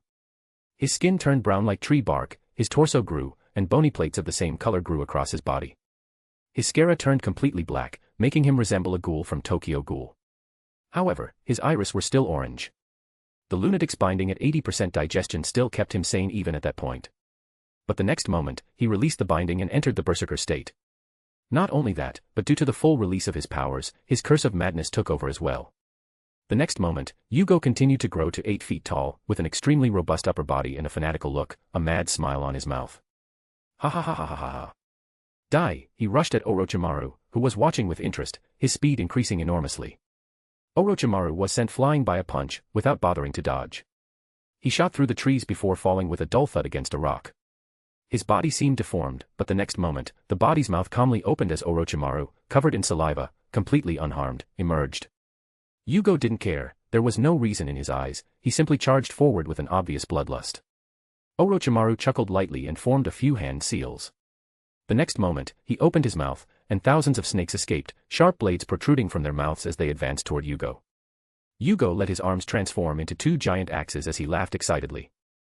Jumping at the snakes, he began to chop them down. He couldn't handle so many snakes, and many blades pierced him, only for smoke to pour out of the wound and heal shortly after. Orochimaru narrowed his eyes and felt a slight pang in his heart. It was a shame that such a perfect body had so many flaws. Jugo was soon buried by snakes, but the next moment, a series of yellow lights appeared beneath them. Boom. A mist of snake flesh and blood flew everywhere. Looking at Jugo, Orochimaru saw that his arms had transformed into 2 hollow cavities like cannons. He continued to laugh and fire beams of yellow energy everywhere, exploding everything around him. Orochimaru. Jugo soon lost sight of the snakes as targets and rushed at him again. Orochimaru nodded before quickly sealing himself. Futon. Daitopa. A massive gust of wind sent Jugo flying, destroying trees with his own body for hundreds of meters before stopping, pinned to a particularly sturdy tree, which still creaked loudly with the movement. Injured and slightly confused, Jugo struggled to crawl out of the hole, clutching his head. But the next moment, a giant snake appeared out of nowhere to his left. Yugo's eyes widened. Before he could move, he was swallowed directly by it. From the top of the tree, Orochimaru watched calmly, still smiling. He didn't think this would stop Jugo. Jugo soon proved his point when he cut the snake in half with his arms returning to form long blades. Jugo glared at Orochimaru at the top of the tree with anger. 2 openings appeared from his calves as compressed chakra escaped. With a leap, the chakra propelled him even further, accelerating at a speed that rivaled the top of the elite Jonin. Orochimaru dodged as he opened his mouth, a blade shot out, piercing Yugo's chest. The blade continued to grow in speed and force, sending Jugo hurtling away, destroying everything behind him with his own body. Jugo screamed in pain as he gripped the blade with his hands, trying to pull it out. The area the blade had struck was forming a hard layer, trying to prevent it from penetrating further. Jugo finally slammed into a large rock, digging it in and filling it with cracks, the blade still embedded in his right chest. He screamed in pain and struggled, trying to pull the blade out. He finally succeeded, nearly losing much of his chest flesh. He simply bent down, picked up the fallen flesh and placed it over the wound. The flesh quickly reabsorbed, but Jugo was even more furious, glaring at Orochimaru, who was approaching calmly, still smiling. Just as Jugo was ready to continue his rampage, Orochimaru rushed at him and stabbed his abdomen with his fingers. The next moment, 5 marks, one with the kanji for each element, were engraved on his abdomen. Jugo stopped and froze. The next moment, the curse quickly receded as his body shrank, and he fell forward, returning to normal, unconscious. At least his pants didn't rip this time. Orochimaru bent down and turned Jugo over, watching with interest as the seal steadily eroded by the cursed chakra. Even the 5-element seal couldn't stop the erosion, the seal would last a few days at most. Orochimaru looked at this, his smile fading. He sighed, feeling it was a shame Jugo was still out of reach. But at least he could replace Kimimaro and run some errands. X. Plus 22 chapters of Jugo, Father of Devils on P_Trion. Plus 32 chapters of the legendary mechanic, 666 on P_Trion. Plus 11 chapters of Hunger Games, I Choose to Be a Tribute on P_Trion. Read the first 10 chapters for free on P_Trion. P_Trion, March_Rain. Chapter 33, Werewolf. Jugo woke up to find Kin sleeping beside his bed, her body in the chair and her head resting on the bed, her hand still holding his. Jugo looked at the girl with dark circles under her eyes, but who was already asleep, probably from exhaustion, the damp cloth on her forehead. He was a little touched. When was the last time someone cared for him when he was sick? He couldn't even remember. But he didn't pay attention to that now. Instead, he felt the potion inside him, completely digested, bringing a satisfied smile to his face. The lunatic's potion was never about killing, but about madness itself. Killing was just a simpler act to achieve it. The Temperance faction probably has its superiors helping the lunatics operate without losing control. With powers over binding, a demigod can prevent a lunatic from going beyond the point of madness at any time. He doesn't have that. But luckily, there's no way to lose control and become an aberration to him, so only someone strong enough to control him was needed. Orochimaru was very helpful at this point. Jugo felt his body and felt perfectly fine. He had incredible control over his body and he didn't think Orochimaru could silently leave something inside him, but he wasn't entirely sure. Even so, even if there was something, he wouldn't be able to perceive it now, so he simply ignored it. Instead, he chose to advance his sequence. The next moment, that darkness overwhelmed him again. All those negative thoughts trapped him for a moment. He even thought he saw a giant blood moon and a series of wolf howls, but the next moment, he felt his strength increasing. Jugo felt his berserker ability fade. No, it was merging and creating something else. Finally, he could feel a new transformation. He could now transform into a werewolf. The madness he'd felt channeled within him all along faded, and with the enhanced binding, he felt he could completely control his body. Even with the nature chakra constantly flowing into him, it no longer affected him. As long as he didn't enter curse chakra mode, he wouldn't have any more control issues. Along with the lunatic's curse fading, for the first time in days, Jugo felt mentally free. Of course, it wasn't all good news. The lunatic's curse was gone, but the werewolf's curse had arrived. Now, at every full moon, Jugo will transform into a werewolf, losing some of his sanity and experiencing an extreme thirst for blood. This losing some of his sanity is only partially due to his current bind. Without it, he would go completely insane. Thus, during a full moon, a werewolf is much more difficult to control than a lunatic. Even so, his enhancement was also extreme. He could feel the raw power of his body. He could see a damn mosquito's wings flapping. He felt like he could reach the other side of the room in a split second. His speed at least tripled, as did his strength, but the true enhancement of the werewolf was his regeneration. Jugo's regeneration was never low, but now it has likely reached Wolverine's level. During his werewolf transformation, his speed and strength would increase even further, making him a true nightmare to deal with. Jugo raised his arm and followed his instincts. The next moment, his arm grew thick, black hair covering his entire arm like armor. His nails turned black and lengthened, making him even more sinister. The power of this arm can already cut through steel like butter, and he hadn't even activated his cursed form. Taking a deep breath, he regressed his power until his arm returned to normal. Jugo had two other abilities besides these. The first is werewolf infection. Essentially, he can create werewolves on his own. In the world of LotM, Beyonders are based on a trait of the original creator, and the containment of powers is purely based on these traits. This means that even if someone doesn't have an Beyonder trait, they can, for example, use an item created by an artisan who only has spirituality, but this item will lose its spirituality over time because there's no way to hold it. There, spirituality is like water and the trait is like a spring. So when a werewolf transforms someone into a werewolf with this ability, what that person uses to sustain themselves is their own natural spirituality, something all living beings have. But the spirituality of an ordinary human is laughable, and without a trait to replenish or stabilize that spirituality, that human's days are numbered from the moment they become a werewolf. To put it more bluntly, created werewolves are like short candles that, once lit, cannot be extinguished, so they can only burn endlessly until the wick runs out. But this world is different. Here, there is chakra. Here humans can grow on their own, and the power of the universe does not belong to a single being who divided itself. Jugo realized long ago that the way his sequence uses energy is tied to chakra, so for him, chakra equals spirituality. This means that if he transforms ordinary humans, who only have small amounts of chakra, they will likely die from chakra exhaustion shortly. This is because once someone becomes a werewolf and has no control over it, they cannot return to being human. But if he transforms a ninja who can produce large amounts of chakra and control their form, not only will they not lose chakra, but due to the enhancement caused by the transformation, their amount of chakra that can be produced and stored will increase. The main point is that each werewolf will be completely loyal to him. Jugo smiled happily at this, but not everything was rosy.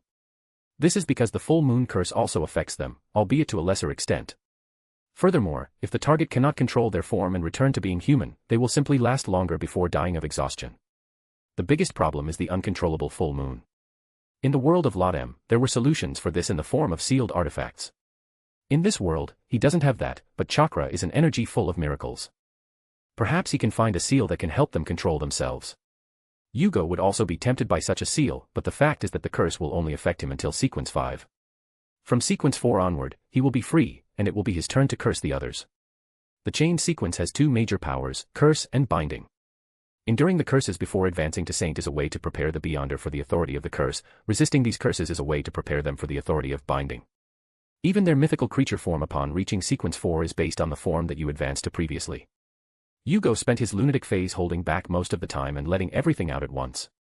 This will also be reflected in his mythical creature form when he advances in the future. Perhaps this determines how strong his powers will be on each side. The more you yield to power, the stronger your curse power will be, but in exchange, you'll lose part of your humanity, because every time you yield, you become a little colder and more apathetic. This is what Jugo felt before, while killing those Konoha ninjas. He felt himself becoming increasingly indifferent to death and driven to kill. Luckily, he noticed quickly and stopped.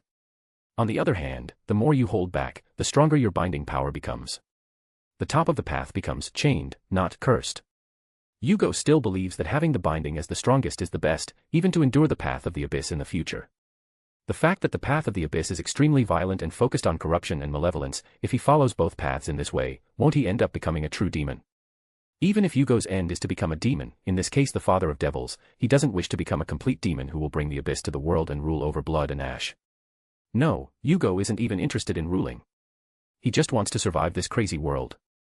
Besides, he hasn't even seen Boruto.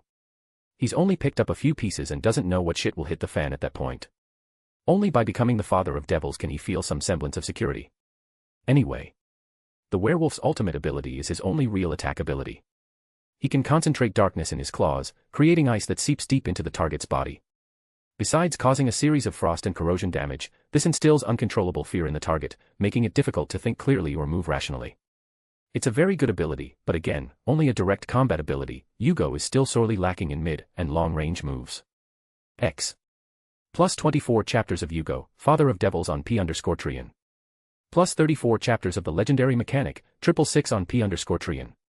Plus 11 chapters of Hunger Games, I Choose to Be a Tribute on P_Trian. Read the first 10 chapters for free on P_Trian. P_Trian, March_Rain. Chapter 34, Talk.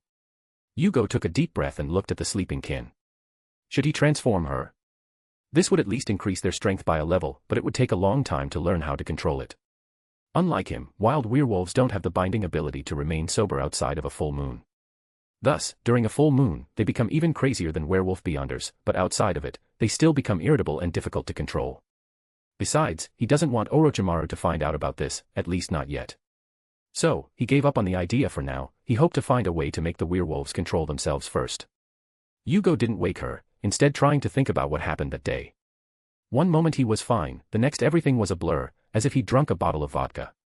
The only thing he knows is that his potion was digested. At least he didn't kill anyone this time, so he didn't feel his mindset had changed, that or he couldn't sense the change. Now he needs to act like a werewolf. If he had to associate werewolf with the word bind, he would probably think of a wolf pack. Does that mean he needs to form a pack? Transform werewolves and act together. That makes sense. Passing the curse onto others falls under the curse aspect of the chained path. Cursing them and bonding them to himself. Jugo was 90% sure this would help him advance. But the problem is, creating werewolves will alert not only Orochimaru but also Konoha. Besides, how should he deal with them during the full moon? The more the merrier, right? Should he leave Konoha to advance, or should he wait for the Chunin exams to end? Jugo sighed. It was better to wait for Orochimaru to dictate his fate. In any case, even though he had advanced, Yugo's chances against Orochimaru were still negative. He believes that only when he advances to a zombie will he have the capital to face Orochimaru head-on. At the very least, he won't die easily, his improvement will be at least to the point where he can escape. Besides, the bind might grow enough for him to use the curse's power without going insane. It's just a theory, but he hopes so. But when he reaches sequence 5, it will be Orochimaru's turn to run. Jugo couldn't wait. To be honest, if he weren't afraid that Orochimaru would come after him to finish the job, he would like to run away now so he can continue acting. The Chunin exam wasn't really important at this point, it wouldn't help his werewolf performance. Unfortunately, he wasn't the typical protagonist who did whatever he wanted and relied on luck. No, he thinks he excels at the containment aspect of the chained path. Besides, Orochimaru is a skilled protector himself, at least he can summon Uncle Snake if he gets into trouble. Of course, Orochimaru must be in a good mood for that. So, he wasn't in a rush to escape, even as a zombie, he still hopes to be able to stay under Orochimaru's wing. When he reaches Wraith. Well, it doesn't matter anymore, he hasn't yet planned what to do at that point, but Orochimaru won't be able to stop him, few people in this world will. As he thought, Kin finally seemed to wake up. Yugo-sama. She exclaimed excitedly when she saw him awake. Jugo stopped thinking and looked at Kin. He was already perfectly fine, just lying down because he didn't want to wake her. Kin showed a look of relief as he watched Jugo smile at her and pat her head. Kin, how long was I asleep? Jugo asked calmly. -3 days, she answered, and Jugo looked surprised. He didn't know why he slept for so long. It didn't make sense with his healing, he should have woken up sooner. Do you know why I was out for so long? He asked. Your abdomen. When you arrived, Orochimaru-sama had applied a seal. Your chakra was constantly corroding that spot. When I fell asleep, it was still being corroded. You seem to be in pain and sweating heavily, Kin explained. Jugo looked at the sweaty skin and then at the smooth and unmarked abdomen thoughtfully, but he understood, Orochimaru probably used some seal to contain his chakra and that made him faint, but the seal was corroded on its own. Of course, Jugo didn't think he was immune to seals because of this. Orochimaru didn't really want to seal him completely. If he did, even his chakra wouldn't be able to do anything. But he also understands that if he seals him completely, then what's the point? He doesn't want to trap Jugo, but to control him. A complete seal prevents him from using chakra, an incomplete seal disrupts his chakra and hinders him. In the end, there's nothing positive in sealing him. Jugo lifted his torso, and Kin gave him room to get out of bed. He looked down and noticed he was naked, then looked at Kin in confusion. Kin turned away, his face extremely flushed. I had to take off your clothes to clean you. Jugo looked at the woman and rolled his eyes, but didn't complain. He simply grabbed the new clothes from the side and put them on. He didn't mind being seen by her. Kin, however, didn't have the courage to look at him, at least not while he was awake. Jugo changed into simple gray training pants, a breathable black tank top, and his ninja sandals before heading outside with Kin. Kin returned to her standard Otogakure clothes. Jugo thought it was a waste of the baggy clothes that hid her curves, but perhaps it was better for her this way. People in Otogakure also need to let loose, being a weak woman in attractive clothes is quite dangerous there. Jugo, followed by Kin, listened to her narration. Dosu was training during this time, but it was just a simple training session. Kin stayed to look after Jugo. Orochimaru warned Jugo to look for him when he woke up, so after discovering his whereabouts from Kin, he soon found Orochimaru reading some scrolls in his room. The men looked at Jugo and smiled. Jugo-kun, you really slept a lot, but it doesn't matter. I don't have much time to help you. Then I have other things to do, but it doesn't matter too, it won't be long, Orochimaru smiled and pointed to the pad in front of him. Jugo nodded and sat down, looking at Orochimaru with that calm and tranquility that is Yugo's signature. You're improving your control more and more. I feel like you're even more restrained now, Orochimaru nodded with satisfaction. Our fight may have helped, but it doesn't matter. Your strength is already very good when you let it all out. Unfortunately, you still don't have control over it. Jugo nodded slightly. I believe learning to control your own power is the starting point. Tell me, Jugo-kun, do you remember Masumi and Yoroi who were with Kabuto-kun? Orochimaru smiled slightly, rolling up the scroll and setting it aside. Yes, Jugo nodded. Have you seen their jutsus, Orochimaru? Yes, one can lengthen limbs, the other can absorb chakra, Jugo nodded. Well.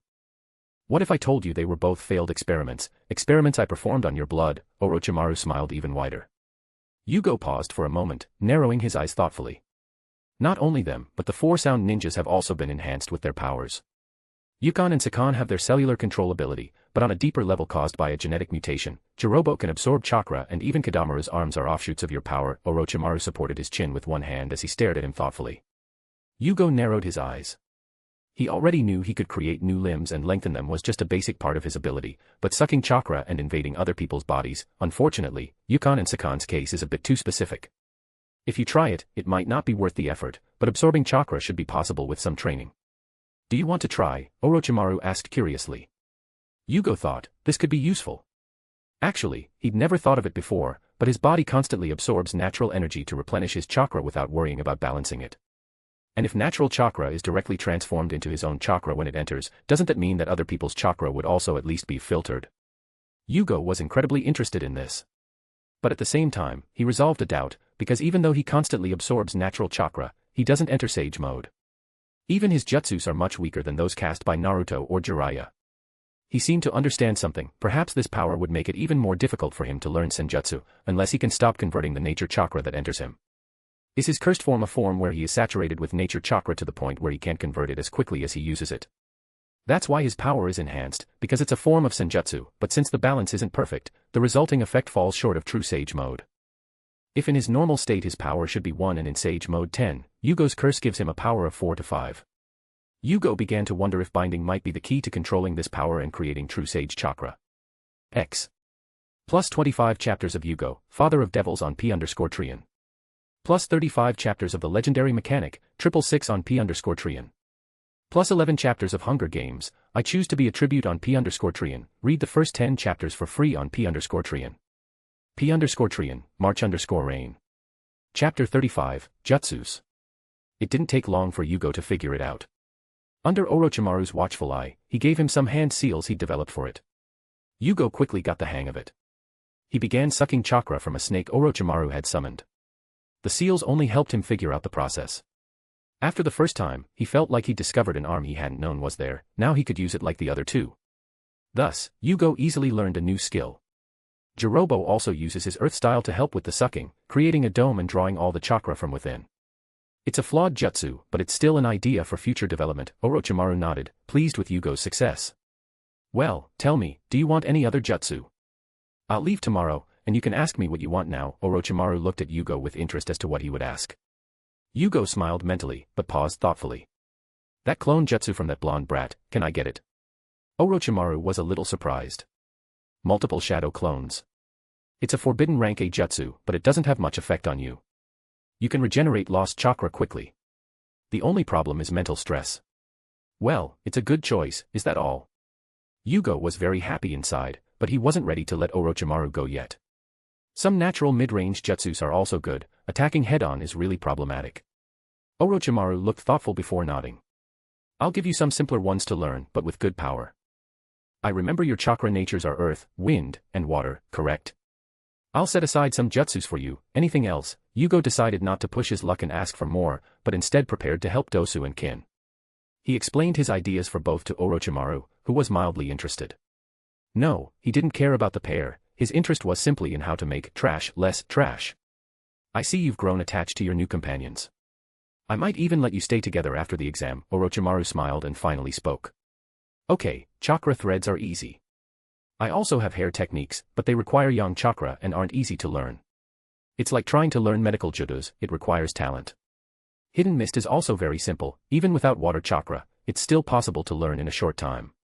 Orochimaru pulled out a scroll and began writing down the techniques for Jugo, Kin, and Dosu. Here, you should learn how to use your hair too, your chakra is particularly good for that. Orochimaru handed over the scroll. Jugo looked at the jutsu he had obtained. // Ninpo, Tajuu Kage Bunshin, A. Doton, Shinjuzanchu no Jutsu, C. Earth Style, Suicide Decapitation Technique. Doton, Doryuhiki, C. Earth Style, Mud Wall. Futon, Daitopa, C. Wind Style, Great Breakthrough. Suten, Kirigakure, C. Water Style, Hidden Mist. Suten, Suidanya, B. Water Style, Cutting Water Jet. Chakra Thread Control Technique. Ninpo, Hari Jaizu, C. Ninja Art, Jaizo Needles. Ninpo, Ranjishigami no Jutsu, C. Ninja Art, Wild Lion's Mane. / I also included AB rank offensive water style jutsu. Wind style jutsus with the same power are harder to learn, so this one should serve you well. The two earth style jutsus are geared towards defense and concealment, while the wind style jutsu is for clearing the area. As I said before, these two jutsus use hair. They're yang in nature, so it should be easy for you to learn, so you can give it a try. Of course, Jugo was more pleased with the shadow clones. He could learn everything quickly and might even get Dosu's help learning his sound jutsu, which could even lead to him learning the Raiznon. The shadow clone really opened doors for him. Jugo, still with a serious and peaceful expression, bowed and thanked him. Thank you, Orochimaru-sama. Alright, I hope to see a good performance next month. The attack comes right after the last fight and at that point I hope you'll help me ease the pressure. Orochimaru smiled and narrowed his eyes, licking his lips. Yes, Orochimaru-sama, Jugo agreed. Well, you may go. Orochimaru picked up the scroll he was reading earlier and looked away. Jugo simply nodded, bowing one last time, before leaving unhurriedly. Orochimaru followed his figure with his eyes, still smiling. Jugo just wanted to say that in terms of sinister impulse, Orochimaru is at the top. We just need Madara to authenticate. Joking aside, he quickly went to Kin's room and brought her along when they went after Dosu. The team had a lot of work ahead of them. / When Jugo gathered Dosu and Kin in an empty training ground deep in the forest, the pair were curious about what Jugo wanted. He simply said he would help them train, the question remained. Dosu, what is your chakra nature? Jugo asked calmly. Wind, Dosu replied, looking at him a little confused. And you, Kin, Jugo asked the woman. Fire. Okay, I got some jutsus for you from Orochimaru-sama, let's learn them together now, Jugo said. Dosu was shocked and Kin was stunned, not thinking Jugo could actually do it. Then she became euphoric. She wanted to jump up and hug him right there, but she restrained herself. As I told you before, Kin, I got the chakra threads for you, as well as 2 jutsus that use your hair, but they might be a little difficult to learn. I hope you're prepared, Jugo stroked the girl's hair, who blushed slightly. Dosu, I researched the blonde brat, he's extremely resilient and probably the Kyuubi's Jinchuriki, Jugo said, turning to Dosu. Dosu, who was taking this lightly, widened his eyes, his back breaking out in a cold sweat. Jugo-sama, are you sure? 90%. Jugo said. He couldn't just say 100%, no one would believe him. It's actually no secret if you look into it a little. The whole village hates the brat for that. Dosu frowned and clenched his fists. This was complicated. Of course, you're lucky. From what I know, the brat can't use his power. At most, he'll leak some chakra and he's also very difficult to take down, but I have the solution for you, Jugo smiled. Dosu looked at him curiously as Jugo tossed him a folded piece of paper. Dosu caught it between his fingers and opened it. There was a very common jutsu. Kirigakure no jutsu. Exactly. If you can't face him head-on, tire him out until you can, Jugo explained calmly. Dosu's eyes flashed, but he shook his head. My affinity is with the wind. Yes, it'll be harder to learn and use more chakra, but it's worth it. At most, you'll get a scroll with sealed mist, Jugo explained. Dosu paused for a moment and nodded. That would work. He also saw the objective. With his hearing, mist or not, it wouldn't be much different for him, he just needed to learn to fight purely with his hearing. I'll also give you the wind style, Daitopa. Jugo said. It wasn't very useful, but he gave 3 to Kin and only 1 to himself, so it was better to balance things out a bit. Of course, Dosu's problems didn't end with the hidden mist jutsu. In the original, Naruto didn't use the toad summoning, firstly because Gamabunta wouldn't fit in that arena and secondly because he wanted to finish Niji off himself. But what if he summoned another toad, even if a slightly smaller one, Dosu was screwed. Even worse, if the idiot summoned Gamabunta directly, it would be quite a sight to see the frog trapped with everyone there. Dosu's sounds wouldn't be useful, they might affect insects, but even if they did affect the toads, at most they would irritate them greatly. Of course, Dosu can also channel sound through his palm to launch a destructive internal sonic attack, so a large toad might also be out of luck with him. It all depended on how the fight went, there were many unexpected events, and Jugo didn't know how to help Dosu protect himself from a giant toad. Dosu, on the other hand, was feeling strange. Even though it was only 2 jutsus, Dosu couldn't remember the last time he'd received a gift, if he'd ever received one before. Looking at Jugo, who was explaining something to Kin, he felt a little lost, but quickly let those feelings go. He needed to start training. Learning an elemental jutsu is possible without practicing nature transformation. Hand seals help chakra transform without actually doing it yourself, but the chakra consumption is much greater and the effect is also lessened. Dosu was very skilled with wind, but with water. He would need to take it slow. Sighing, he read the scroll and the seals a few times before walking away, heading to a nearby river, ready to begin training. Water jutsu have 3 types of sources and each source is more costly than the last. The first source is large bodies of water, you only need to control the water in this case. The second source is moisture in the air, which is more difficult to extract and not very abundant. The third source is chakra production. This is the most costly, and depending on the jutsu, a C-rank jutsu can cost as much as an A-rank jutsu. Thus, water users are the unluckiest, earth and air are everywhere, and fire and lightning in plasma form are much less costly than water in liquid form. Mostly, water users use water from the air because it's difficult to be near rivers and seas, but in places like hot deserts, this is still a problem. Dosu, a novice, can only start near a body of water. Her first attempt caused a small mist to rise from the water before stopping, a tenth of her chakra gone. Dosu was speechless and sighed, there was a lot of work ahead. Plus 27 chapters of Jugo, Father of Devils on P_Trian. Plus 37 chapters of the legendary mechanic, 666 on P_Trian. Plus 11 chapters of Hunger Games, I choose to be a tribute on P_Trian, read the first 10 chapters for free on P_Trian. P_Trian, March_Rain. Chapter 36, Inoichi's Request. Training with Kin, on the other hand, was more complicated. She started by bringing her fingers together and trying to separate them while keeping the chakra at the tip still connected. It seems simple, but it's an extremely difficult form change to maintain. Even so, she didn't give up. She had tried the Jizo needles and Wild Lion's main jutsus, but the result was only her hair becoming disheveled. She was still far from it. Of course, it wasn't hopeless, but it wouldn't be easy to learn. Jugo, on the other hand, succeeded in the multiple shadow clone jutsu quickly. The jutsu's rank wasn't related to its difficulty in learning, but to the jutsu's danger beyond the power it could exert. Power doesn't always mean damage, but some jutsus with extremely useful abilities, like the Flying Thunder God, are classified as S. Difficulty, value, and power are the factors used to determine a jutsu's rank. Some jutsus, even without reaching S rank, if dangerous enough, can be classified as forbidden, in which case they should be used with extreme caution or in special cases, such as Naruto's Absurd Chakra. Thus, the A rank of this jutsu is very low due to its difficulty, but due to its value and danger to the user, the common shadow clone jutsu is only rank B, and that's because the value is also high. But in terms of difficulty to learn, this jutsu should be rank C at most. Thus, Jugo learned it quickly and a dozen clones appeared around him. Jugo smiled as he felt the chakra used rapidly recover. This group of clones went to the side to begin practicing nature transformation. But Jugo didn't stop. He continued to create clones from time to time, sending some to assist Dosu and one to assist Kin. The clones who helped Dosu trained the hidden mist jutsu with him. Once they learned it, they would help Dosu get used to fighting without seeing. After 30, he stopped, not because he wanted to, but because he was afraid of the repercussions. He wanted to test his limits first. 3 hours later, when the first clone burst, Jugo felt a slight fatigue, so slight it was almost laughable. Jugo was confused and thoughtful, but letting another clone fade away, he paid attention to what was happening this time. As soon as the memories arrived, his mind passively activated the binding ability. When the memories reached him, only the information arrived and most of the fatigue was left out. Jugo paused for a moment. This changed everything.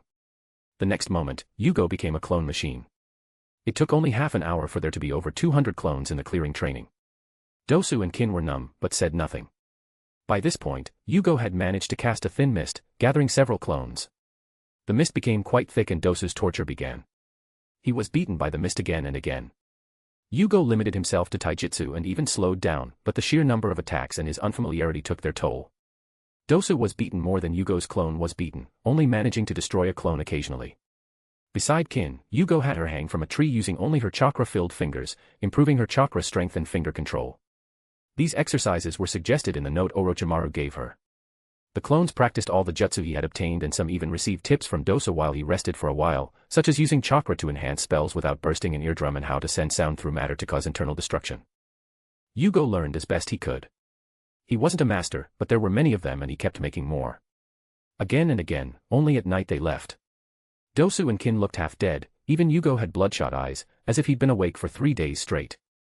Even so, the improvements were evident. He could now perform all the jutsus, even if he wasn't proficient in them. Furthermore, he also began to learn nature transformation with all 5 elements. Yes, 5, even fire and lightning, he began to try to master. Ninjas can learn to use natures they weren't born with, but it's much more difficult. Jugo could only say, if one can't, how about 100? Or 1,000? Or 10,000? Jugo, despite being tired, was very excited. The binding eliminated most of his fatigue. He didn't quite understand why, but he thought it was because they could be considered mental attacks, even if the mental attacks came from his clone. But he didn't care. Instead, he was overjoyed, but feeling the weight of his mind, he felt ready to sleep for 3 days. He didn't even know how many clones he had made today. As they walked away down the shopping street, a Konoha ninja stopped in front of him. Jugo wasn't feeling patient, but it was the other party's house, so he looked at them with indifferent eyes. Dosu and Kin, even tired, still tried to stay combat ready. What? Jugo asked irritably. Jugo Dano, my name is Yamanaka Inoichi. The men bowed slightly to him with a neutral expression. Dano, Jugo was a little curious. Wasn't that Ino's father? What was he doing here? And on top of that, speaking so respectfully. Inoichi didn't seem to mind his confusion and spoke quickly. Jugo Dano, could we talk in private? Jugo was a little confused, but still nodded. Soon they went to a regular restaurant and Jugo took the opportunity to order at Inoichi's expense. Even Dosu ordered takeout. It seemed he was happy to use other people's money. Waiting for the food, Jugo asked directly. What do you want? I don't remember us being friends. Inoichi was silent for a moment, before saying. Jugo Dano, during the Chunin exams, to stop you from hurting Rock Lee, my daughter used mind transfer on you. Do you remember that? Jugo paused for a moment, confused and remembered about it. In fact, he was still a little crazy at the time and it wasn't something very important, so he had forgotten. Yes. So what? Jugo looked confused. Inoichi was silent for a moment longer before saying, something went wrong with her mind. She can't wake up. We've tried everything and discovered that there's dark chakra stuck in her consciousness, preventing her from waking up and slowly consuming her mind. She doesn't have much time left. I'd like to ask Yugo Dano to help us. Inoichi bowed deeply as he said this. Inoichi was actually furious inside, bowing his head like that, especially to the men who did this to his daughter. But he knew right from wrong. Ino attacked him first, he was only defending himself. There was no reason to create a dispute between the villages over this. Even if he did, the leader of Otogekira might even demand compensation for Yugo being attacked by a Konoha ninja during a fair fight. It was Shikaku himself who analyzed this for him and said that the best solution might lie with the one who caused the problem. At first, Shikaku and Chozo wanted to come with him, but he refused. Coming together could be considered intimidation. Shikaku knew that, but he also knew Inoichi needed support. In the end, Inoichi managed to convince them and he came alone. Plus 27 chapters of Yugo, Father of Devils on P_Trian. Plus 37 chapters of the legendary mechanic, 666 on P_Trian. Plus 11 chapters of Hunger Games, I Choose to Be a Tribute on P_Trian, read the first 10 chapters for free on P_Trian. P_Trian, March_Rain. Chapter 37, Healing Ino. Hey guys, sorry for the late, I was away yesterday and couldn't post. Yugo looked at Inoichi thoughtfully. He hadn't really expected this. Perhaps only a tiny remnant of the tenebrous world's power remained, something so small it could barely be measured, like an atom in the universe, but for Ino, that alone could be a life-altering crisis. Okay, I can take a look, but I don't know if it will help, Yugo shrugged. Inoichi breathed a heavy sigh of relief, even if it wasn't concrete. In these few days, he'd almost lost his hair from stress and he'd barely slept. Only now had Yugo noticed that Inoichi wasn't much better off than theirs. Of course, it won't be for free, Yugo smiled. What do you want? Inoichi's tired, desperate eyes returned to calm and he became serious. Yugo also knew he couldn't ask for something like their clan's ninjutsu. Even if Inoichi wanted to, if he handed over his clan's centuries-old techniques in exchange for his own daughter's life, the clan wouldn't be happy. He's a father, but also a clan head, he has to know how to separate his personal and professional life. So, Yugo didn't want to complicate things for them. Minus 35 million. Dosu and Kin's eyes widened and the corner of Inoichi's mouth twitched fiercely. It's too much. I can't take that much, Inoichi shook his head. What? You can't even take the value of the Hokage's son's head, Yugo snorted in contempt. Inoichi's lips trembled again. What the hell kind of metric is that? Is that why you asked for that amount? Son of a bitch. That amount was set by nobles from other countries, I'm just a minor chief of a ninja clan, Inoichi shook his head quickly. He could indeed withdraw that much, but the elders wouldn't like it and problems would arise later, so he couldn't accept that price. Yugo wanted to act tough for a moment, but in the end, he restrained himself, not because he just felt that this desire to suck their money was abnormal. Yes, he wanted money, but he didn't need to create a barrier with them just for that. How much is money worth in this world? Is it more important than power? Is it more important than life? Kakuzu, for sure. So, he tightened the bind and felt the desire diminish greatly. Yugo understood another part of the werewolf in that moment, the law of the jungle. He saw Inoichi as the weaker part, like prey in the pasture. He was weak, he had a weakness, his first instinct was to rip a piece of him apart. If he hadn't noticed, he would have moved on. Taking a deep breath, he felt that if he had continued, his potion would have been digested a little. It reminded him for a moment of the movie, The Wolf of Wall Street. He had associated it only with the natural aspect, but now he realized that even among civilized people, there can still be wolves. If he agrees to follow this path, he will definitely be able to digest the potion. He thought the best way to act would be to become a gangster like Gato from the Land of Waves, plundering people until nothing was left. But he didn't do that, nor does he intend to. Following that path would lead him closer to becoming a cold-blooded monster, he didn't want that. For a moment, a thought came to him, the prisoner sequence is about restraint, thus he gained bind, the lunatic sequence is about liberation, thus he gained a curse. Perhaps the initial two paths were two sides of the same coin, but from then on, he would gain a different coin with each sequence, one way of acting following restraint and another following indulgence. With the werewolf, he could act as a pack, leading his werewolves to face the world side by side, hunting to survive, not to harm, with the aspect of chains, but he could also act as a lone wolf, using everything to get what he wants, bringing pain and suffering to others. This would be the aspect of curses.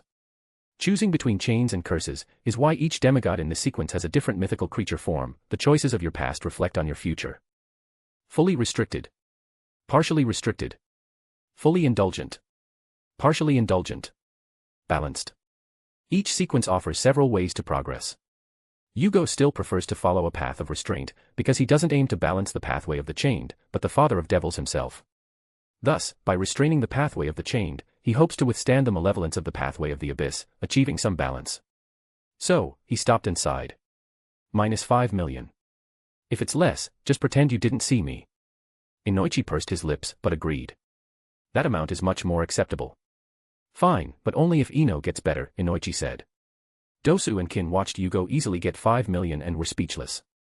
Kin was happy for Jugo, while Dosu wondered if Jugo would return her money. Of course, the group didn't go right away. Inoichi was in a hurry, but they were tired and hungry, so they ate first. Kin's fingers were so sore that she couldn't even use chopsticks. She looked embarrassed and frustrated, wondering what she should do. She had ordered sushi. If normal, she would just pick it up with her hands, but with Jugo by her side, she didn't want to do something so rude. Jugo, seeing her problem, smiled, used chopsticks to pick up the sushi for her and brought it to her mouth. Kin was shocked and blushed with embarrassment, especially considering Dosu and Inoichi's strange eyes. Jugo glared at them and they quickly looked away, pretended not to see. Kin felt even more embarrassed, but seeing he wouldn't give up, she opened her mouth and ate quickly. Jugo didn't care, she was injured. When he was bedridden, she stayed with him for 3 days, barely leaving, just feeding her, so he wouldn't get impatient. He also ordered sushi, eating his own with the same chopsticks. To Jugo, there was nothing wrong with that, but Kin blushed even more fiercely at that. Even so, she felt sweet inside, a mixture of sweetness and embarrassment. In the end, the group finished eating. Dosu still carrying his dinner, walking with a hunchback. They ran through the buildings to the Yamanaka complex, heading to the largest house in the center. It was a traditional Japanese-style village. Jugo entered without a care. There, 3 women, 3 men and 2 children were waiting. The children were Choji and Shikamaru, the women were their mothers and Ino's mother. The men were Choza, Shikaku, and Asuma. The group looked at the sound trio with different eyes. Shikaku, Asuma, and Shikamaru looked normal.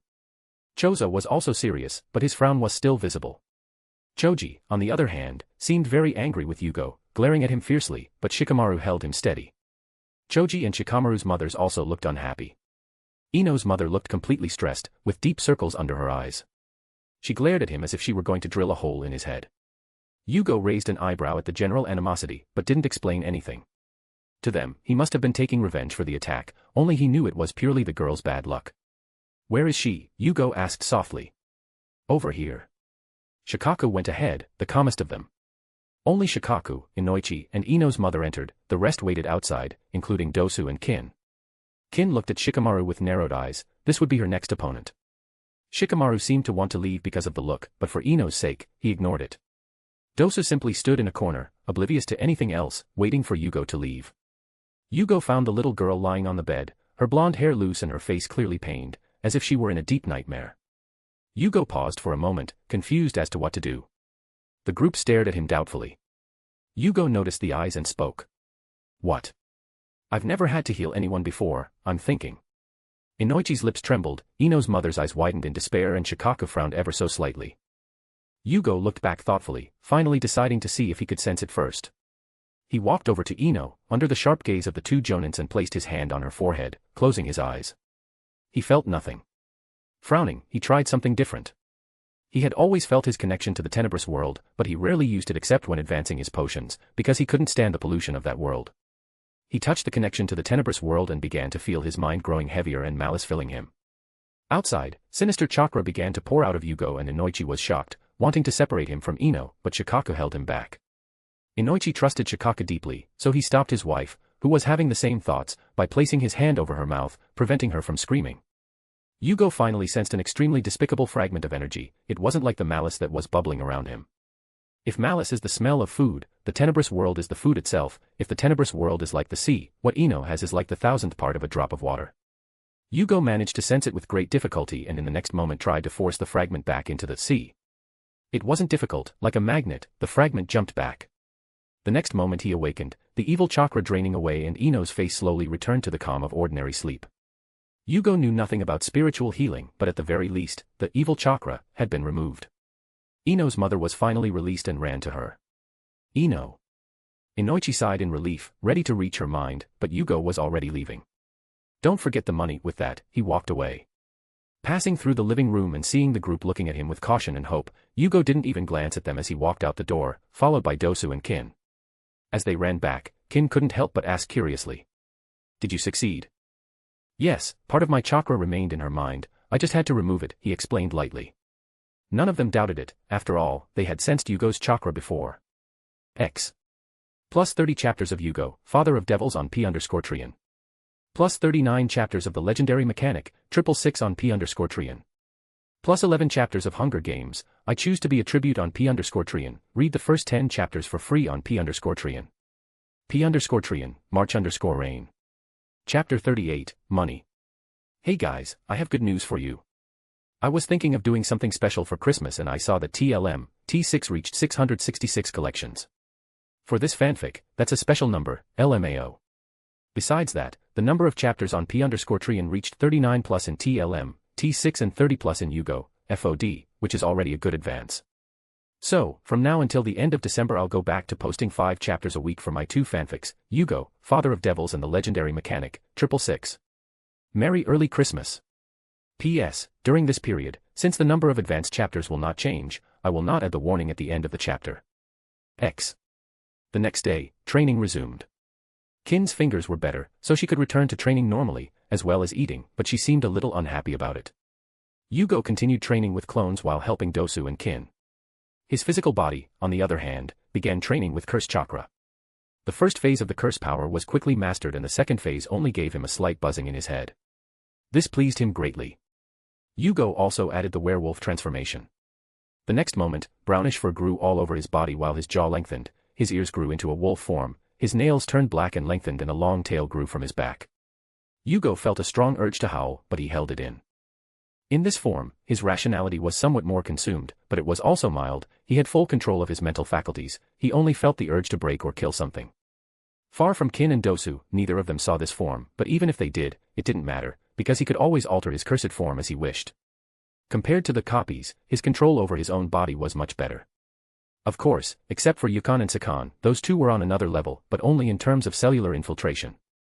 Putting that aside, he disappeared the next moment. Claw marks continued to appear on the surrounding trees, but Yugo's figure was never visible, he felt like a fucking flash now.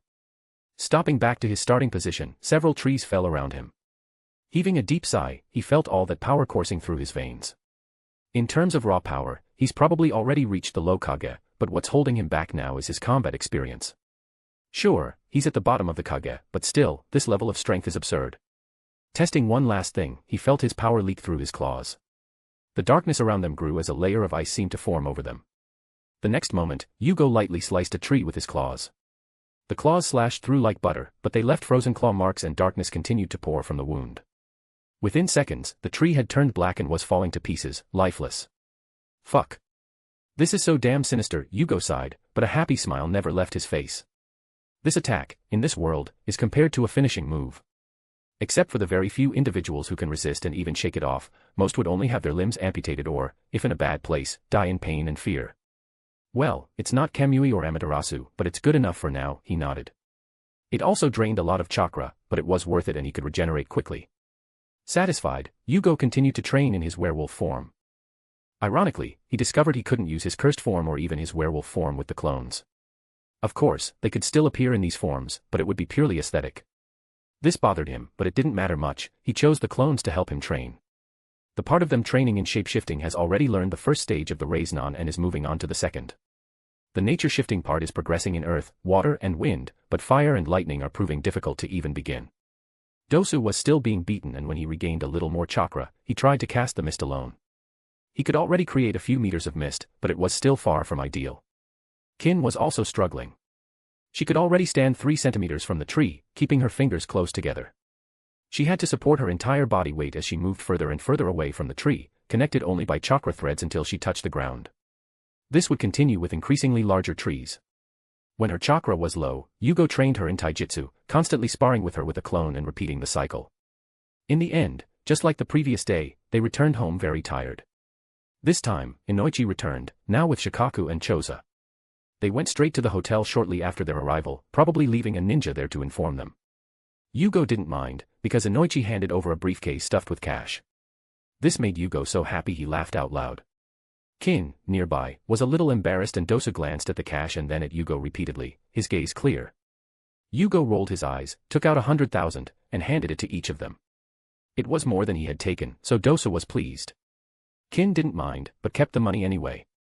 Well, it was nice doing business with you, Jugo smiled and sent the trio on their way. Inoichi nodded. Thank you for your help, Jugo Dano, but I wanted to ask you about something else. Jugo paused for a moment, looking at them curiously. What is it? He asked. That, my daughter seems a bit traumatized by what she saw, Inoichi sighed wearily. What did she see? He was curious. Darkness and endless malice, Inoichi looked deeply at Jugo as he said this. Jugo nodded, finding the event truly interesting. So, I know nothing about the mind, I can't help treat it. Inoichi sighed lightly and shook his head. I wanted to know how this jutsu works, so I can prepare a more appropriate solution. It wasn't a jutsu, Jugo explained lightly. Inoichi was confused, Shikaku narrowed his eyes and Choza looked ready to throw a giant punch at him. What do you mean? Shikaku asked. My chakra is a bit special. That day, I didn't counterattack. That thing inside her was just a fragment of my chakra she accidentally dragged with her, Jugo shrugged. The trio was silent for a while. Shikaku looked thoughtful, Choza confused and Inoichi didn't know what to make of it. So, that malicious chakra is just your ordinary chakra, Inoichi seemed speechless, shocked and fearful. He had touched it while trying to save Ino, but just touching it had caused him extreme fear. He looked at Jugo more cautiously. Yes, Jugo nodded. That makes it more complicated, Inoichi nodded, bidding them farewell shortly after. Jugo watched them leave with Dosu and Kin, then shook his head. He had nothing against them and didn't really want to hurt Ino, the whole situation was just bad luck. Jugo didn't think much of it, but he took Dosu and Kin out to eat, on his own. They went for barbecue and Dosu even cut a hole in his bandages over his mouth so he could eat. He ate so much he almost turned into a ball, he was extremely pleased to use Jugo's money for this. Kin still had trouble using her fingers, so Jugo fed her again. After the first time, she became increasingly accepting and even though she was still embarrassed, she didn't refuse again. The pair ate in such a rosy mood that if Dosu hadn't been busy stuffing himself, he would have been frustrated at having become a third wheel. Jugo didn't know what Dosu was thinking. After they ate, they walked away, taking their time to digest their food. As they walked down the street, Jugo saw a ninja with the typical red fang tattoos on his cheeks, typical of Inuzukas. But when he saw a dog that looked like a black Labrador following the men, Jugo stopped for a moment. His eyes sparkled with excitement. Chapter 39, Dogs. We tied with Hagoromo, Morigami, and Tenbin. Due to the Hagoromo clan from the Sengoku era of the ninja world, I thought it would be more interesting to keep it, so we went with Hagoromo. Thank you for voting. X. Yugo-sama, I found out that yes, they do sell their dogs, but only those that failed the clan's selection process. These dogs can become ninjas, but their potential isn't very good. Dosu, who had left in the morning to gather information, returned an hour later with accurate details. Even for someone from outside the village, Jugo asked, surprised. Yes, many nobles like to buy dogs from the Inuzuka clan because they are very intelligent and easy to raise, plus they are stronger than ordinary dogs, even without ninja training and can serve as regular guard dogs, Dosu confirmed, still a little confused about Yugo's motives. The Inuzuka clan also has a complete set of training methods of their own that they don't share with anyone outside the clan. Of course, Jugo had his reasons. Who said only humans can turn into werewolves? He doesn't know if it's because of the wolf gene that dogs can survive more easily, but ninja dogs should be able to, right? Even if only 1 in 10 succeeds, it's still a victory. Sure, it's a shame about the dogs that die, but Jugo doesn't even care about killing people to transform them, let alone dogs. One can only say that there is a path that leads to heaven and another to hell, the yoke is simply forcing them to walk. Anyway, after mentally consoling himself for what he was about to do, he pulled out a wad of cash. The Inuzuka dogs weren't cheap, each costing around 15 to 25,000 ryos. Jugo gave Dosu 1 million directly. Dosu paused for a moment, staring at the money in bewilderment and spoke. You need to verify your identity to buy one, besides, each person can only buy one. Jugo was shocked, damn it, his dog pack plan was over before it even began. Jugo took a deep breath, he couldn't even use the other members of Otogekiru who had come because they had all left. Only they and Orochimaru remained, at least during the daylight, but Orochimaru had left for God knows where, even though he couldn't expect Orochimaru to go buy a dog, right? Besides, the number of dogs for sale is limited, if there are 10, that's a lot, Dosu shrugged, handing the money back. Jugo felt like punching Dosu in the head, damn it, why don't you just give us such important information all at once? Frustrated, he grabbed the money and dragged Dosu and Kin away. Come on, help me buy a dog. Dosu and Kin looked at each other and shrugged, they didn't care. Dosu took Jugo and Kin to a veterinary building near the Inuzuka dog shop, that's where the dogs for sale were kept. There were some people coming in, but they were probably just there to treat their animals, not everyone had extra money to waste buying a dog. Jugo glanced at the woman who was talking to a lady holding a cat with a bandaged hind paw. She was the only one there who seemed to be an employee, so he approached, just in time to hear her say goodbye to the woman. "Saya-san, be careful with Kuro-chan next time," the girl smiled. "Okay. Hana-chan, thank you for your help, I won't let Kuro-chan go out anymore," the old woman waved as she left with the cat. The woman noticed Jugo approaching. "Hello, how can I help you?" she asked with a smile, even though she saw that they were wearing sound bandanas. "We want to buy some dogs, one for each of us," Jugo explained briefly. Hana seemed a little surprised, looking at them with a mixture of curiosity and scrutiny, and spoke. "You know, even if you train them to be ninja dogs, they won't get very strong, right? At most, they'll be able to protect themselves from genin." Jugo smiled at her and said, "You don't need to worry, we want them for their sense of smell, they can be very useful for tracking." Hana smiled and nodded without thinking too much, after all, it was a valid reason. Dosu and Kin didn't care about dogs, but they still feigned some interest so as not to prevent Jugo from getting the puppies. "We currently have 5, all recently weaned puppies. See if you like any of them." Hana led them to the back, where dogs were playing with 5 different puppies. "Could you tell me a little about their size or anything else I need to know?" Jugo asked curiously.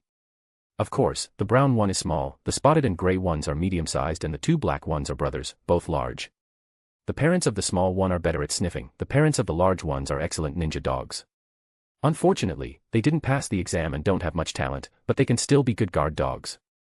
Of course, for ninjas, that's not very useful. The brown one is the most playful, good with children, and the spotted one is the fiercest. He's a little unhappy about not passing the test, his other brothers passed and he's the only one left. He might be a little difficult to handle." Hana explained everything at once. Jugo watched the group of dogs with curiosity, but in the end he approached Kin and Dosu to speak quietly and returned to Hana. "We want the spotted one and the 2 black dogs," Jugo said.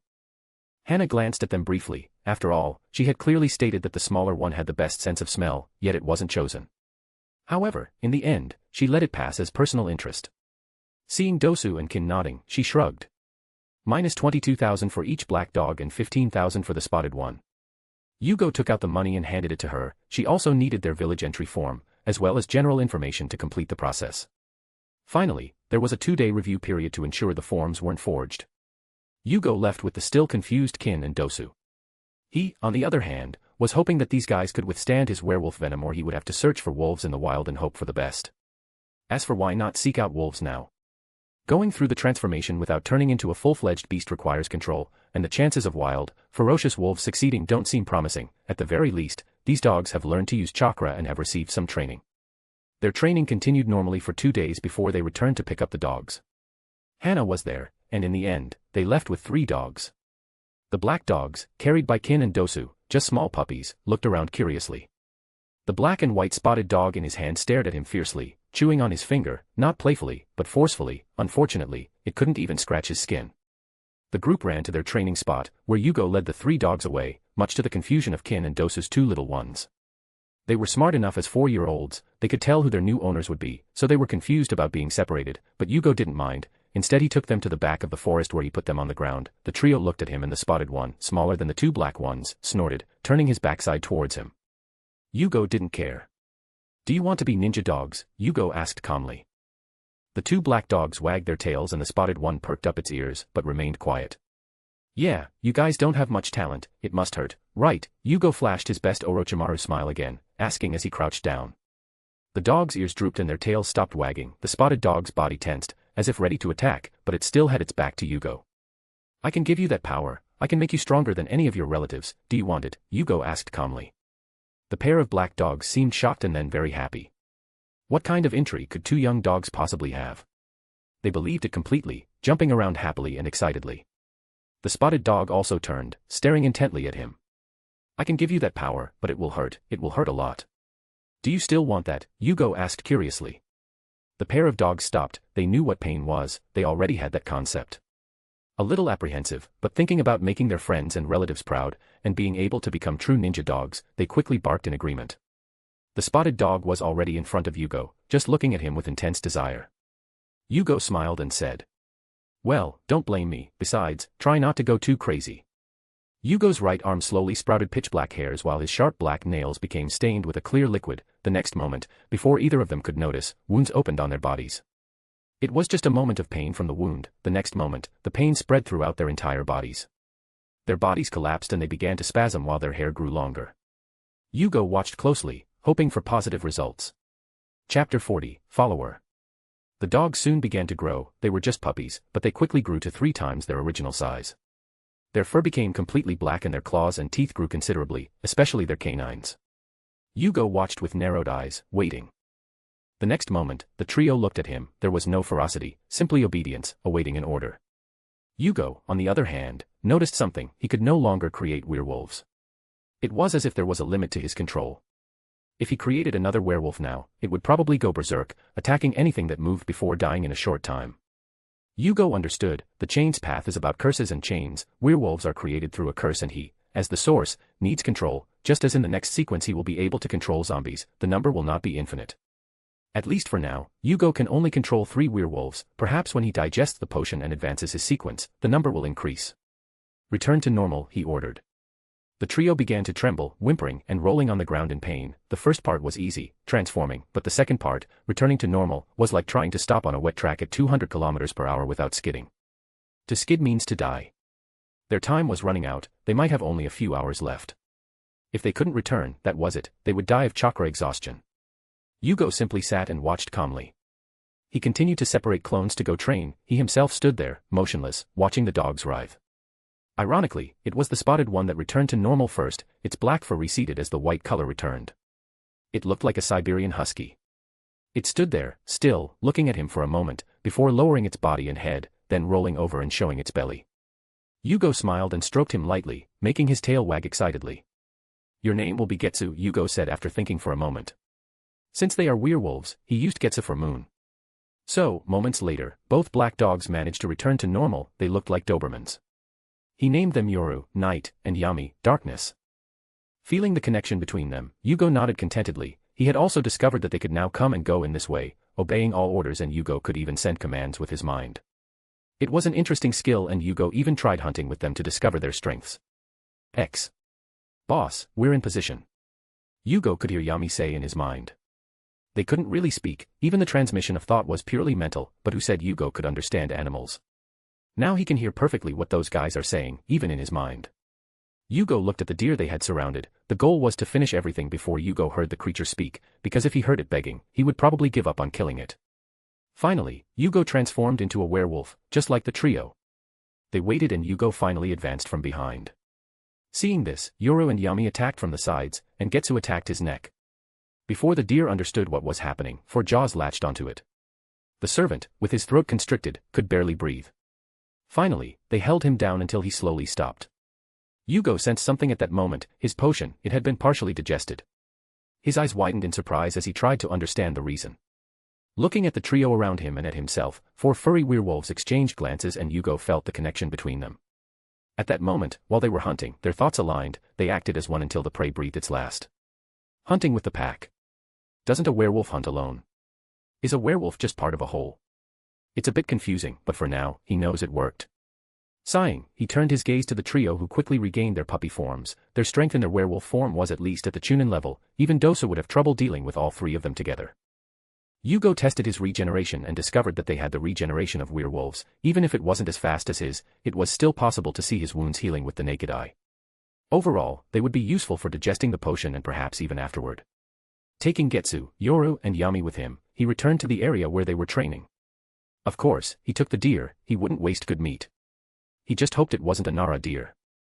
As he was returning, Jugo stopped in confusion. He heard something. It didn't come from his connection with the werewolves. No, it came from his connection with the tenebrous world. The next moment, he stopped, leaving the werewolves on guard and let his consciousness sink. As soon as he arrived in that dark space, he could feel a calling. Looking towards the source, a small red star of light was blinking. Confused, he let his consciousness touch the star. The next moment, he heard a girl's voice. Lord of Abyss. Chained curse. Father of devils. Jugo's eyes widened. That was the prayer he had thought of for when he became the father of devils. It was something he thought of casually, but how did this girl manage to figure it out? Confused, Jugo let his awareness sink deeper, gazing at a blonde girl with short hair kneeling in prayer, appearing pious. Yamanaka Ino. Jugo's eyes widened as she remembered. Yes, she had received a tiny fragment of the tenebrous world. It was at that moment. Even though he didn't actually say that set of 3 phrases, he had already decided to use it. That was enough to connect with her and lead her to learn it. Looking at the girl's fanatical gaze, the corruption of the tenebrous world upon her seems not to have been light. The amount of corruption was infinitely despicable, but for a fragile mind like that of the little girl, no, if she weren't a Yamanaka, she probably would have already died when that fragment landed in her mind or gone completely insane. But she endured it, at least she didn't seem completely insane. Judging by the fact that her father never contacted him again. Jugo was confused for a moment. Had he won over a follower like that? For a moment, Jugo didn't know what to do. It wasn't that he hadn't thought about having followers, but in this world, that's dispensable. Followers are anchors in the world of LotM. The gods use them to sustain humanity. They are the link that keeps them self-aware. But in terms of power? Irrelevant. Jugo himself can act directly to recruit followers. There's no need to create a church for that. So Ino's case was purely accidental. He wasn't interested in trying to discover the metaphysics responsible for connecting her to the tenebrous world and to himself. But now that he saw Ino's pious expression, he realized that he himself had become the source of corruption, something he never wanted, but now he had the little Yamanaka heiress clearly becoming his first follower. You've got to be kidding me. He ran a hand through his hair, feeling exasperated, but seeing Ino still praying, his lips trembled. What to do was still the big question. He couldn't erase her memories, so the easy solution was discarded. He was also afraid that if he ignored her, she would cause more problems. He didn't want to attract the attention of any hidden deity or Hagoromo. So he made a decision, but first he turned to the tenebrous world itself. The whole place seemed different. He no longer felt pressured here, as if his soul was slowly breaking apart. Instead, he felt an affinity with that place. It was as if it were a part of him, a limb he never noticed he had, but he could only make it tremble slightly, without even moving. But he didn't give up. Like Klein, he tried to change the place, even if it was just a small piece. His wish soon took shape. The place changed before Jugo's shocked eyes. The darkness warped as a large black hall formed with him at its center. The stones seemed to assemble like Lego bricks in the shape of a grand hall in a Gothic cathedral. The next moment, Jugo was lifted up as the stones rose above him. A pitch-black liquid flowed upward behind Jugo, transforming into a large throne before solidifying. Jugo looked at the throne, which resembled obsidian, a vitreous black that seemed somewhere between solid and liquid. From the sides of the hall, large openings appeared in the ceiling as lava began to flow freely, filling the sides of the hall which were initially large cavities dug like a moat. The environment was barely illuminated even by the glow of the lava. The heat seemed to meet the cold, without truly burning or freezing, but causing an unsettling feeling in anyone there, caught between ice and fire. Darkness still covered the hall, like a black fog that obscured his view of everything, but it made no difference to him. He saw everything as it was, without any obstruction. Jugo stood before the obsidian throne, his eyes wide with shock, only 2 words escaping from his lips: holy shit. Chapter 41, about followers, not a chapter. Hey guys, I came to discuss the subject of followers a bit because I think it wasn't very clear before and some people might have doubts. Followers are useful in the world of LOTM, that's true, but that's because they are constantly fighting against madness, and this madness comes from the remaining consciousness of the Beyonder characteristics within them. Here's the catch. Jugo has completely clean characteristics. Zero consciousness of the creator or other Beyonders. 100% clean. This means that the only reason for the previous madness was the potion of the pathway of the chained itself, which has this characteristic. Just like when he becomes a saint, the madness will only remain because his mythical creature form is not complete, but when he becomes an angel, zero madness, completely free. So, no, Jugo doesn't need followers, because all the Beyonder characteristics will now only maintain Jugo's own consciousness and Jugo won't fight against himself. Chapter 42, Ino's Regret. Ino was praying fervently in her room. She had tried to resist the urge in the days leading up to it, and she had succeeded, but each time the moon rose, she felt an overwhelming desire to pray to those words she had heard in her dreams. She didn't know why, but since waking up she felt a connection. She fervently desired to connect completely. But she wasn't stupid. She knew this wasn't normal, but when she thought about telling her father, she had a terrible premonition. Something awful would happen if she did it. She didn't know where it would come from, but she listened. She resisted for a few days, but soon she couldn't anymore. The deep longing in her heart grew stronger each night, until she couldn't bear it any longer, and she prayed to him. Her prayers began weakly but quickly gained fervor. She felt the connection growing stronger. An extremely heavy aura descended upon her, but she only felt the embrace of happiness, of desire. Her eyes gleamed with a sinister red for a moment as her body warmed. She wanted to break free completely from the shackles of the world, to do what she wanted, to let out everything she normally hid, but at the same time, her mind seemed trapped, with Ino still perfectly controlling her body, there, still praying. Such a contradictory feeling, as if euphoria and restraint were going hand in hand. But as Ino continued to pray, she soon found herself in a completely different place. Before the girl's shocked eyes, she found herself in a gigantic stone hall, but as she tried to get her bearings, filled with fear, she noticed the large throne on the high platform, stone steps separating her from it. Seated there on the throne, a vague figure, a humanoid being, looked down at her, only its red eyes seemed to cut through the black mist. ensuring that she was looking directly at it. Ino was trembling all over at that point. She was screwed. She wasn't stupid, she was praying to what appeared to be an evil deity. Based on the stories her mother told her when she was younger, her soul would now be devoured. She wanted to cry and slap herself for being so stupid. Why was this happening to her? "Girl, who allowed you to call me?" the creature asked calmly. His voice seemed to come from everywhere, deep and guttural, full of extreme malice. Ino wanted to deny everything, but she knew there was no turning back from that point. I am sorry, please, I'm sorry, don't kill me, please, I won't do it again," she pleaded softly while crying.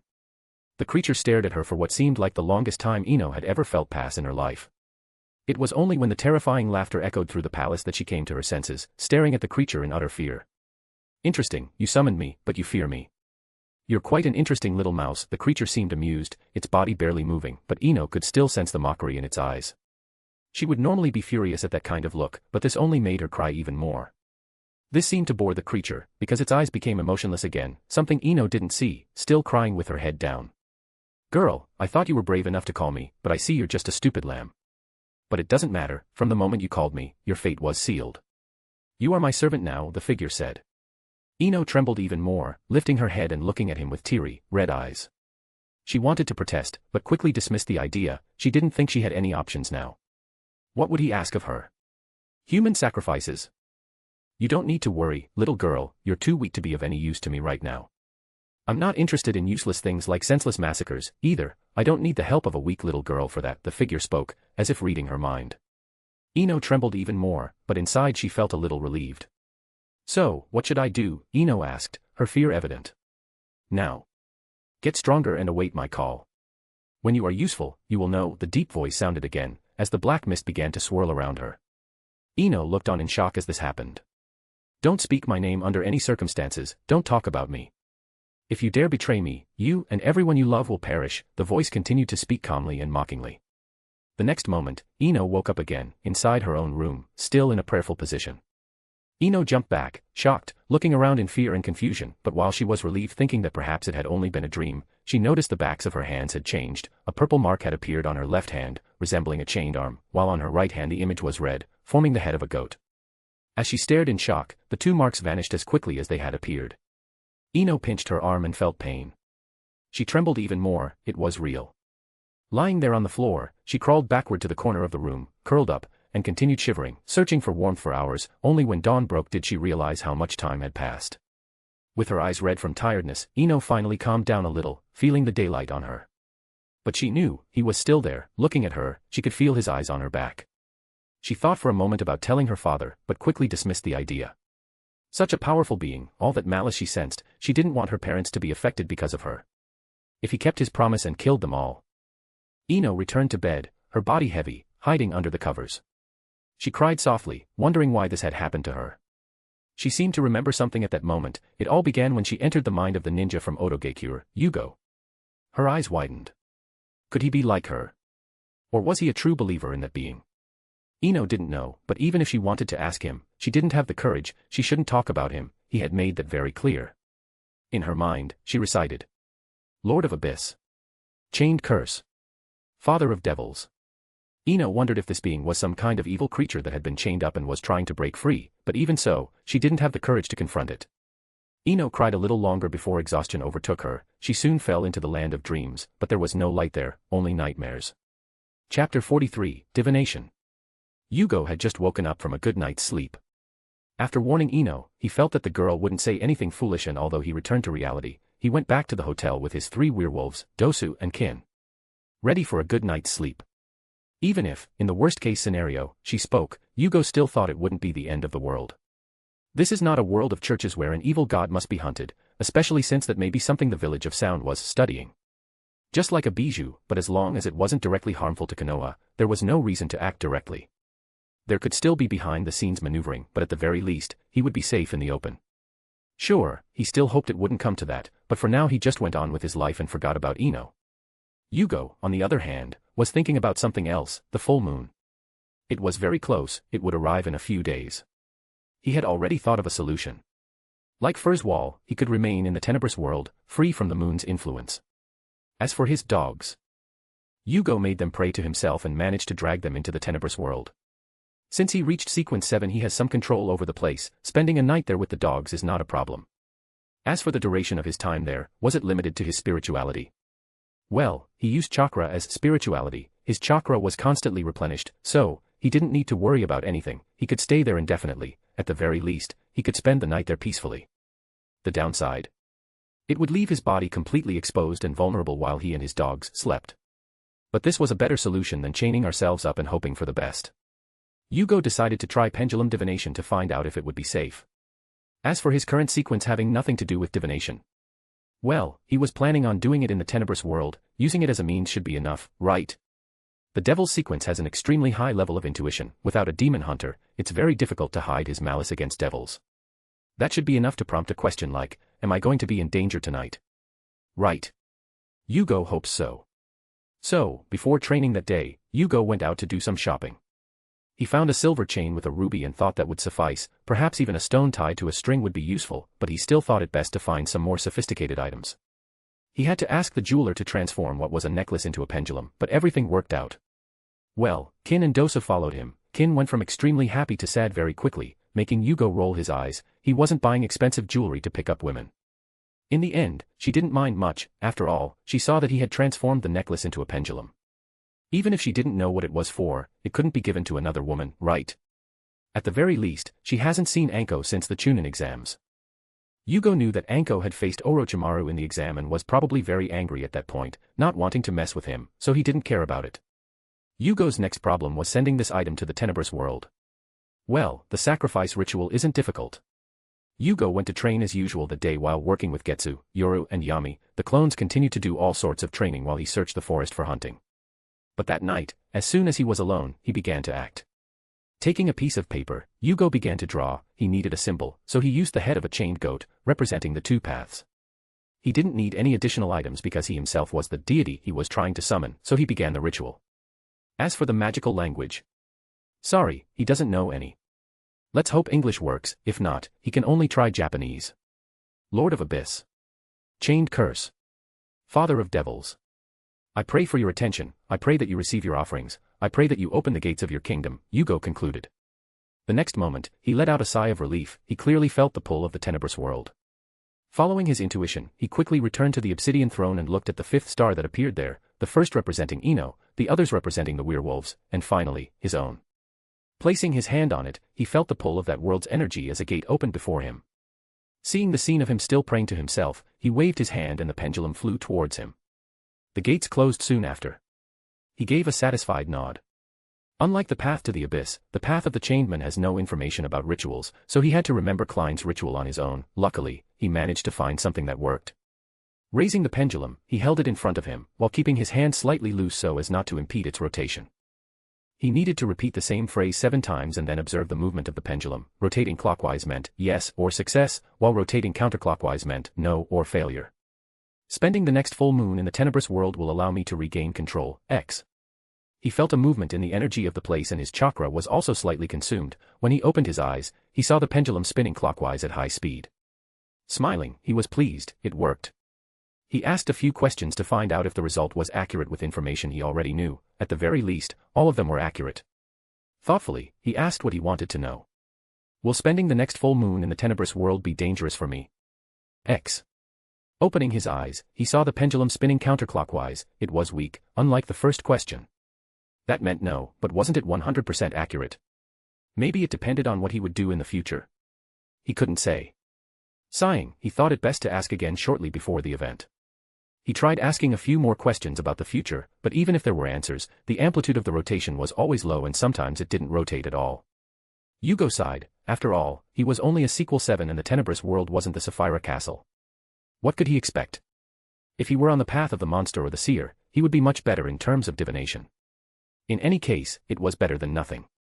Returning to his room, he first burned the paper with his symbol on it. It was a simple transformation of the nature of the fire attribute. Of course, currently he could barely produce sparks, but it was a start. Opening the window to let the stench of burning air escape, he looked up at the night sky, staring directly at the moon. He narrowed his eyes. He couldn't wait to become a demigod and rid himself of these idiotic curses. Honestly, the prisoner's path is tough, but also extremely irritating because of that. Shrugging, he went back to bed. He was still tired from the day and training and the next day wouldn't be any better. //-. In the clearing where they trained, the group's training was in full swing. Dosu had to move further away because the amount of fog had created a large cloudy area. He was still constantly struggling with the clones, but the progress was significant. Kin can also enhance hearing with chakra, but compared to Dosu, it still leaves something to be desired. The guy could now fight with his eyes closed, even though he still got beaten up most of the time, because even Yugo's clone still had Jonin speed. The fact that he could dodge a few times was already showing clear progress. Kin, on the other hand, had already managed to touch the ground through chakra threads, which was quite an achievement for her. As long as it wasn't too far, she could already use genjutsu with bells through chakra threads, but the current distance was only 10 meters, she still had a long way to go. Her hair, on the other hand, was progressing slowly. She could only make it sharp for a moment and it barely grew, but she didn't give up. Yugo continued to fight her, improving his combat technique through combat.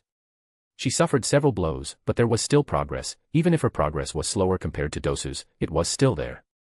Yugo, on the other hand, had been observing the werewolves for several days and noticed something interesting. When they transformed into werewolves, their chakra continued to be replenished, as did the power of his curse. Yugo didn't know how he transmitted his ability along with the werewolf venom, but he did. He didn't realize it at first because the trio barely used chakra, only to speed up their running and strengthen their teeth or claws, but when they spent an entire day hunting non-stop and none of them showed any signs of exhaustion, he understood that something was wrong. So, to test him, he was quite direct. He began to drain Getsu's chakra in his werewolf form, which made Getsu uncomfortable, but the truth came out. He continued draining enough to see the chakra of a Jonin, but Getsu barely seemed to notice. Thus he discovered that the werewolves he created were like a modified version of Orochimaru's cursed mark. At least they share the characteristic of continuously absorbing natural chakra. This made him doubt whether a werewolf he created would actually die out over time, but he tested it by creating a new werewolf, this time with a wild wolf. He could only create 3 that were truly connected to him, but that wasn't a problem. He just needed to knock out the crazed werewolf after transforming it and observing. But the werewolf died after a few hours, clearly exhausted from chakra. Confused, he tried again, this time sucking the wolf's chakra until it died. It took less than a minute for the wolf to die. Curious, he picked up the pendulum and raised it. Do werewolves possess my power of the curse? X. Opening his eyes, he saw that he was spinning rapidly counterclockwise, which made him frown. Confused, he asked another question. Can werewolves draw natural chakra because they're connected to me? X. Opening his eyes, he saw the pendulum spinning, but at a much slower speed. True, but there's probably more. Guessing is really useful. Yugo began to understand why Klein liked it so much. He had no idea how to attempt dream divination, so that was all he could think of for the moment. In the end, he shrugged. At least he knew his werewolves had one more advantage. Chapter 44, Spider Clones. The days passed and the day of the full moon arrived. Kin and Dosu were training as usual, but Yugo was trying something different. What happens if, instead of absorbing the chakra, he pushes it onto another person? At first he denied it. After all, chakra should be like DNA, right? You push it into someone incompatible and the chakra is rejected, but that's not quite the case. The example of Naruto sharing Kurama's chakra during the war comes to mind. Chakra can indeed be shared. Perhaps the control over it isn't as precise as the original owners, but this opens doors. Then he tried with Getsu. He tried to do the reverse process. Instead of sucking, he tried to donate. When Naruto donated chakra, a Kurama chakra cloak would form around the target, perhaps because the target's chakra network couldn't handle receiving so much chakra at once and the cloak acted as an external reservoir. The chakra didn't just need to be emitted from the hands towards the target, that was easy. The chakra needed to enter the target's chakra pathways and be assimilated into the target's normal chakra, that was the difficult part. Well, not quite.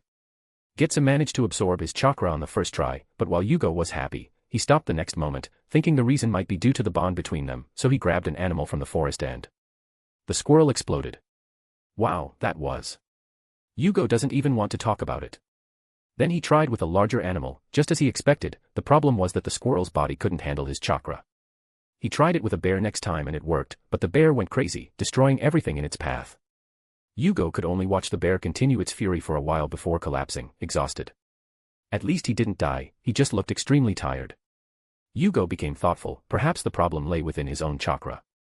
In known cases of using someone else's chakra, whether it's a biju's chakra or natural energy, there are always some visible alterations, which is probably due to a lack of complete compatibility with the donated chakra. Naruto was driven mad by the malice of Kurama's chakra. Toads were turning to stone. In any case, a perfect donation is unlikely, but the point is that Yugo's own chakra is an unknown quantity. Whether it's the curse or the prisoner's path, all of it influence their chakra. Their werewolves can withstand it, but the others. It seems difficult. Thus, he was back to square one, unable to remove the corruption from his chakra. He wouldn't be able to actively donate it for the time being. How to do that? Who knows, maybe developing the bind can work on that later. For now Jugo has returned to hunting with the trio of werewolves. His progress, or rather, the progress of his clones in recent days, has been excellent. Jutsus that Orochimaru gave. Mastered. Dosu's sound jutsus and Kin's genjutsu. Mastered. Raise-non. Mastered. He was struggling with chakra nature now. That was a more complicated part, especially lightning and fire. Not that he hadn't made progress, he could freely alter the nature of his chakra now, but that was far from enough for him because the costs were high, the power weak, and the control minimal. So the training continued. He had no teacher, so he progressed on his own.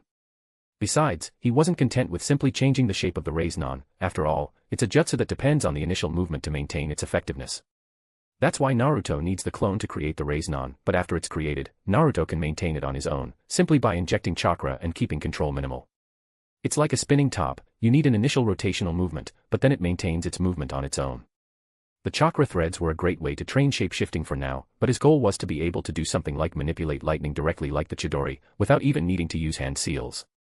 The clones trained in different ways. Those who trained wind and lightning used them to coat kunai, those who trained earth and water tried to control the elements themselves, molding them into different shapes, and those who trained fire were trying to create the Hadouken because, wow, it would be cool to be throwing Hadoukens around. He simply concentrated the fire between his hands, increasing its intensity before launching it. Compared to a jutsu, its power left something to be desired, but with all this training, his future control could very well create a miniature fireball like a Scanner's, capable of drying up a lake or something like that. That was to be expected. Training with chakra threads, on the other hand, well, let's just say his clones were jumping from tree to tree saying, with great power comes great responsibility. The other day they decided to play different versions of Spider-Man. They all used transformations to get black suits and fought over would-be Bully Maguire. Jugo ignored that group of Chunibu and cancelled the jutsu. There could only be one Bully Maguire. And it was him. In any case, Jugo returned to the clearing earlier that day. He hoped to get back to the hotel before the moon rose. He didn't want to end up going crazy because he'd forgotten the time. He looked at Dosu, who was surrounded by clones mocking him. He looked great, lying on the ground, breathing heavily, covered in wounds. The good news was that he was already bandaged. Kin, on the other hand, seemed extremely happy. Her hair was dancing wildly around her. Jugo stared at it, her lips trembling. She couldn't make it grow, she couldn't control it properly, and it wasn't even enhanced with chakra. All she could do was this crazy, senseless dance. Even so, the woman seemed extremely happy with herself. Jugo sighed. At the very least, her chakra threads had already reached 13 meters, which is progress, but to be useful, Jugo needed them to reach at least 25 meters. That's enough distance. After all, the more distance she could maintain, the better. The irony was that Kin saw the clone training Hadouken and wanted to learn. Jugo could only roll his eyes. That wasn't even a jutsu. This girl's talent wasn't very good, and she barely had any chakra left. It could take her a year just to reach his current level. Jugo only got this far because he cheated with the clones. Nature change is a Jonin-level skill, and for good reason. So the girl's dream of throwing Hadoukens came to an end, at least for now. Dosu, on the other hand, saw the wind clones cutting down trees with kunai and was very tempted, but he didn't have time for that either. He was either being beaten or learning the hidden mist jutsu. He could already cover a large area on his own with it, so he wouldn't need the mist sealing scroll. Even so, he still said he would use it, since it would consume too much chakra if he tried it alone. In truth, the chakra consumption of this jutsu is quite average, but Dosu's control over the water is still laughable, so, it's a shame, at least his taijutsu was improving by leaps and bounds. Who would have thought that getting beaten up in the mist is a good form of combat training? Kin also began training with the Spider clones, who forced her to wear a cosplay costume. Well, it was based on Spider-Gwen's outfit, but the shoes were ninja sandals and there was no mask or hood. After all, her hair was very long and she was using her hair to learn how to fight. So what was left was a plain, tight-fitting outfit that mixed black, white and pink. She still had her right leg bandaged with a kunai pouch full of poison senbon needles and their bells, so it was a rudimentary mix. Actually, she looked more like Silk, but Jugo, and his clones, thought Gwen's outfit was better, so. Kin didn't understand anything, but she liked the outfit, especially when she saw the clones staring at her eagerly, so she started wearing it. Jugo, who had become a werewolf, knew he wouldn't go completely insane again, so he was very tempted to visit Kin at night, but the woman was always extremely tired after training. He could only wait. Kin didn't seem ready either, so besides kissing her, he couldn't take any further action. Even with just a simple kiss, without any tongue involved, the woman once hid in her room for a night. Jugo was extremely frustrated by the woman's embarrassment, but he wasn't enjoying training either. His exhaustion from dealing with hundreds of clones was no less than hers, so he let her go and took things easy. Anko never appeared again either. Ino didn't pray for him, which was good, so Yugo's life finally calmed down, and he was very grateful for that. "Come on, let's go back earlier today," Yugo said as he appeared in the clearing. The next moment, the clones began to dissolve, one at a time, each one taking about 5 seconds to disappear. It took him half an hour to finally receive all the feedback, and by that point his eyes were bloodshot. Taking a few deep breaths, he sighed. Training like this is truly painful, but at least he felt that each time he rested, his spirit grew a little stronger. It's a unique type of training, one that would likely kill anyone who tried it before seeing any significant improvement. Luckily, Yugo had the bind to help. Dosu and Kin had already finished resting a bit, Dosu dressed as always, Kin in her new bodysuit fashion. Yugo gave her a few more glances, making Kin look happy and embarrassed. Dosu openly rolled her eyes. After that time, their friendship grew considerably, to the point where Dosu no longer cared much about decorum in front of Yugo. It hasn't gotten to the point where he calls himself a friend, but they can already coexist peacefully. The group soon returned, the dogs walking ahead as if they were clearing the way. They were just a bunch of puppies, but Yugo noticed that their growth rate wasn't slow. They already looked like 3-month-old puppies, seemingly growing 2 months in just a few days. That was good, it meant these little guys were getting stronger. They are also trying to learn to speak normally. Currently only Yugo can hear them, but perhaps they will learn in the future. Chapter 45, First Full Moon. In the tenebrous world, Yugo sat on his throne while Yoru and Yami each stood beside it. Getsu was being petted in his lap, and Yugo's face seemed thoughtful as he gazed beyond his connection to the Sapphira. In the room, his body lay on the bed with the 3 dogs lying around him. He watched the full moon through the window with mixed feelings. Who would have thought that such a beautiful moon could be such a great weakness? For a moment he wished he could go out and take a look for himself, both for the moon's beauty and to test if he really couldn't handle it, but looking at the pendulum in his hand spinning rapidly counterclockwise, he knew that was a terrible decision. A werewolf should already be difficult to control, but with its curse working in tandem. He even imagined he would need powerful sedatives to deal with it. His regeneration was ridiculously fast, the mixture of healing caused by the curse power and the werewolf sequence was ridiculously strong. He would need an extremely strong painkiller to get through the night. He even imagined that if this weren't a world with attacks like the dust release and tailed beast bombs, he could act however he wanted with this level of regeneration. Unfortunately, he had prepared a potent sedative, which was currently being held by the hand of his body, but this was for emergencies. He knew he would develop a resistance to them, and using them only in severe cases was the best solution he could think of. In those few days as a werewolf, he felt for the first time the difficulty of increasing his sequence, besides the fact that each time a sequence increased it took longer to activate, but the biggest reason was that, unlike the first 2 sequences, he had no way to cheat. The first time, he was already a prisoner, the second time, he could go mad at will. Now he had to go out hunting with his dogs every day, just to bond with them. For a moment he wished he could follow his former instincts and become a wolf that swallows the meat without even spitting out the bones. This should have sped up his performance, right? But again, he still chose to take the slower route. He still had enough time. At the very least, he should have been a Sequence 5 during the war, right? Of course, he would still prefer to be a Sequence 4, maybe that way even if everything goes wrong and the infinite Tsukuyomi is activated, he won't be affected. He closed his eyes and thought of a question. Will I be affected by the infinite Tsukuyomi in Sequence 4? X. The next moment, he opened his eyes and saw the pendulum spinning counterclockwise, which was clearly a no, and this made him sigh with relief. Then he tried the same thing, but with Sequence 5, the next moment, he saw the pendulum rotate clockwise and pursed his lips. Yes, he needed to become a demigod. Yugo leaned back and let out a long sigh, still monitoring his body. He would spend the night awake, he couldn't risk being attacked. Meanwhile, he looked at the dogs with some thoughts. The truth is that, as werewolves, they are strong and useful, but is that all that's needed? He sought out Hana to ask if dogs could learn jutsus. He was informed that yes, they could, but it involved connecting the chakra of the dogs and their owner to help them perform hand seals. This required control, confidence, and a lot of training. Besides, it's an Inuzuka skill, they don't teach it. But Yugo didn't want that. He wanted those guys to be able to use jutsus on their own. This led him to believe that the dogs were already able to use their ability to extract natural chakra. Until now, only the copies created by Orochimaru could do the same, but not for long. Perhaps they possessed other abilities of their own.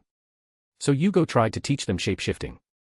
If they could assume a more human posture, at least by having flexible fingers, they could make hand signs. At that point, they would be much stronger than they are now. Their werewolf speeds were already at the level of a high chunin. They would become even better when they fully grew up. At that point, if they could use jutsus, they would be truly useful. Yugo initially viewed them as an experiment, but he realized that after spending so many days hunting with them, the bond he was forging wasn't just an act. He knew that the acting should remain just that, acting, but to synchronize with other living beings, acting as a pack. he had to truly believe that they were part of a whole. This led him to become increasingly attached to them, to the point that sometimes he knew what they were thinking or feeling just from simple gestures. They were the same, sometimes just by their posture they could tell when something was a trap or not. It was a strange feeling, but the more it happened, the faster her performance progressed. It was still slow, yes, but it was steadily improving.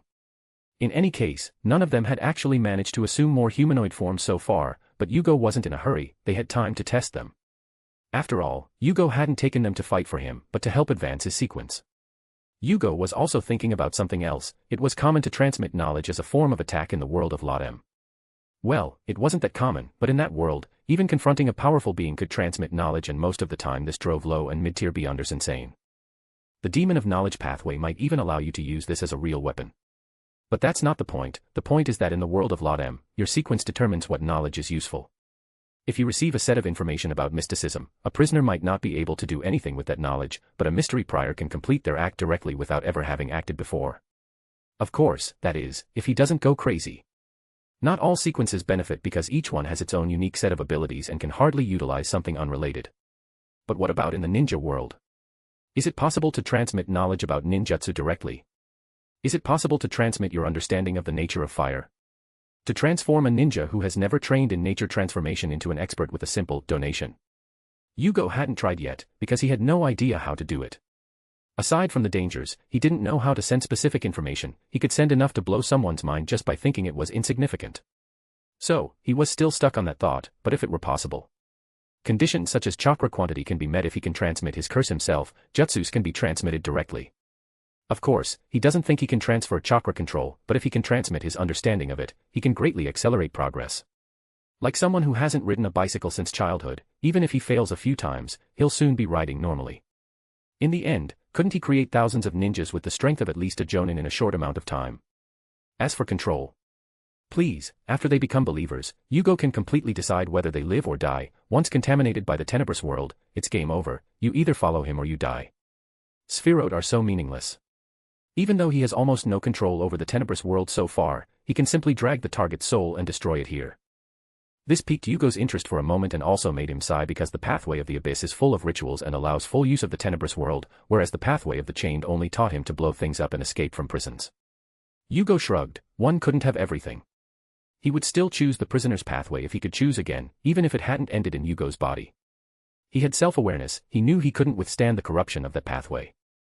In the end, he had a 99.9% chance of becoming a cold-blooded demon. He didn't want that. He wasn't the best person, he knew that, but to become a demon who kills, rapes and tortures just for fun. Jugo wished he never had to come to that, and that made his will to continue acting through the bind, not the curse. Looking at Getsu lying in his lap and Yuru and Yami sleeping comfortably beside him, his eyes became more focused. He would reach the top, that was a fact, but he would reach the top aware that he was still himself. Chapter 46, Shopping. The following morning, as soon as the moon had completely disappeared, Jugo returned to his own body. Not before trying to guess whether it was safe. As soon as he reached the body, he felt a slight weakness. Even though he didn't remain in his own body, without succumbing to the potion, a period of weakness was still something he expected, but it shouldn't last long. Sighing, feeling their bodies stiff, the dogs also seemed uncomfortable, growling as they rolled around on the bed. Jugo shook his head and put away the vial of painkiller. He didn't need it this time, but that didn't mean he wouldn't need it next time. There were still 2 more sequences before he wouldn't need it anymore, and if nothing unusual happened, he'd probably need it for a year or 2. Sighing, he stretched as he tried to use his chakra to fuel his tired body. His accelerated regeneration ensured that he would be better in a few hours, but for now he looked like someone who hadn't slept all night. At that moment, Jugo became sad again, wondering why he hadn't found an easier path. Jugo had already thought that the monster's path would suit him very well as well.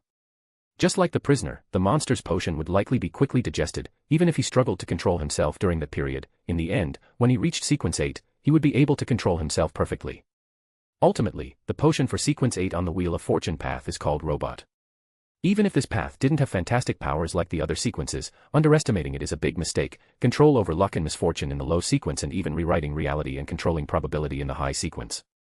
The pathway of destiny may seem weak compared to the pathway of reality, but for Jugo, in the world of Naruto, even without a Sapphira, a god would already be at their peak, probably even stronger than all the Otsutsuki.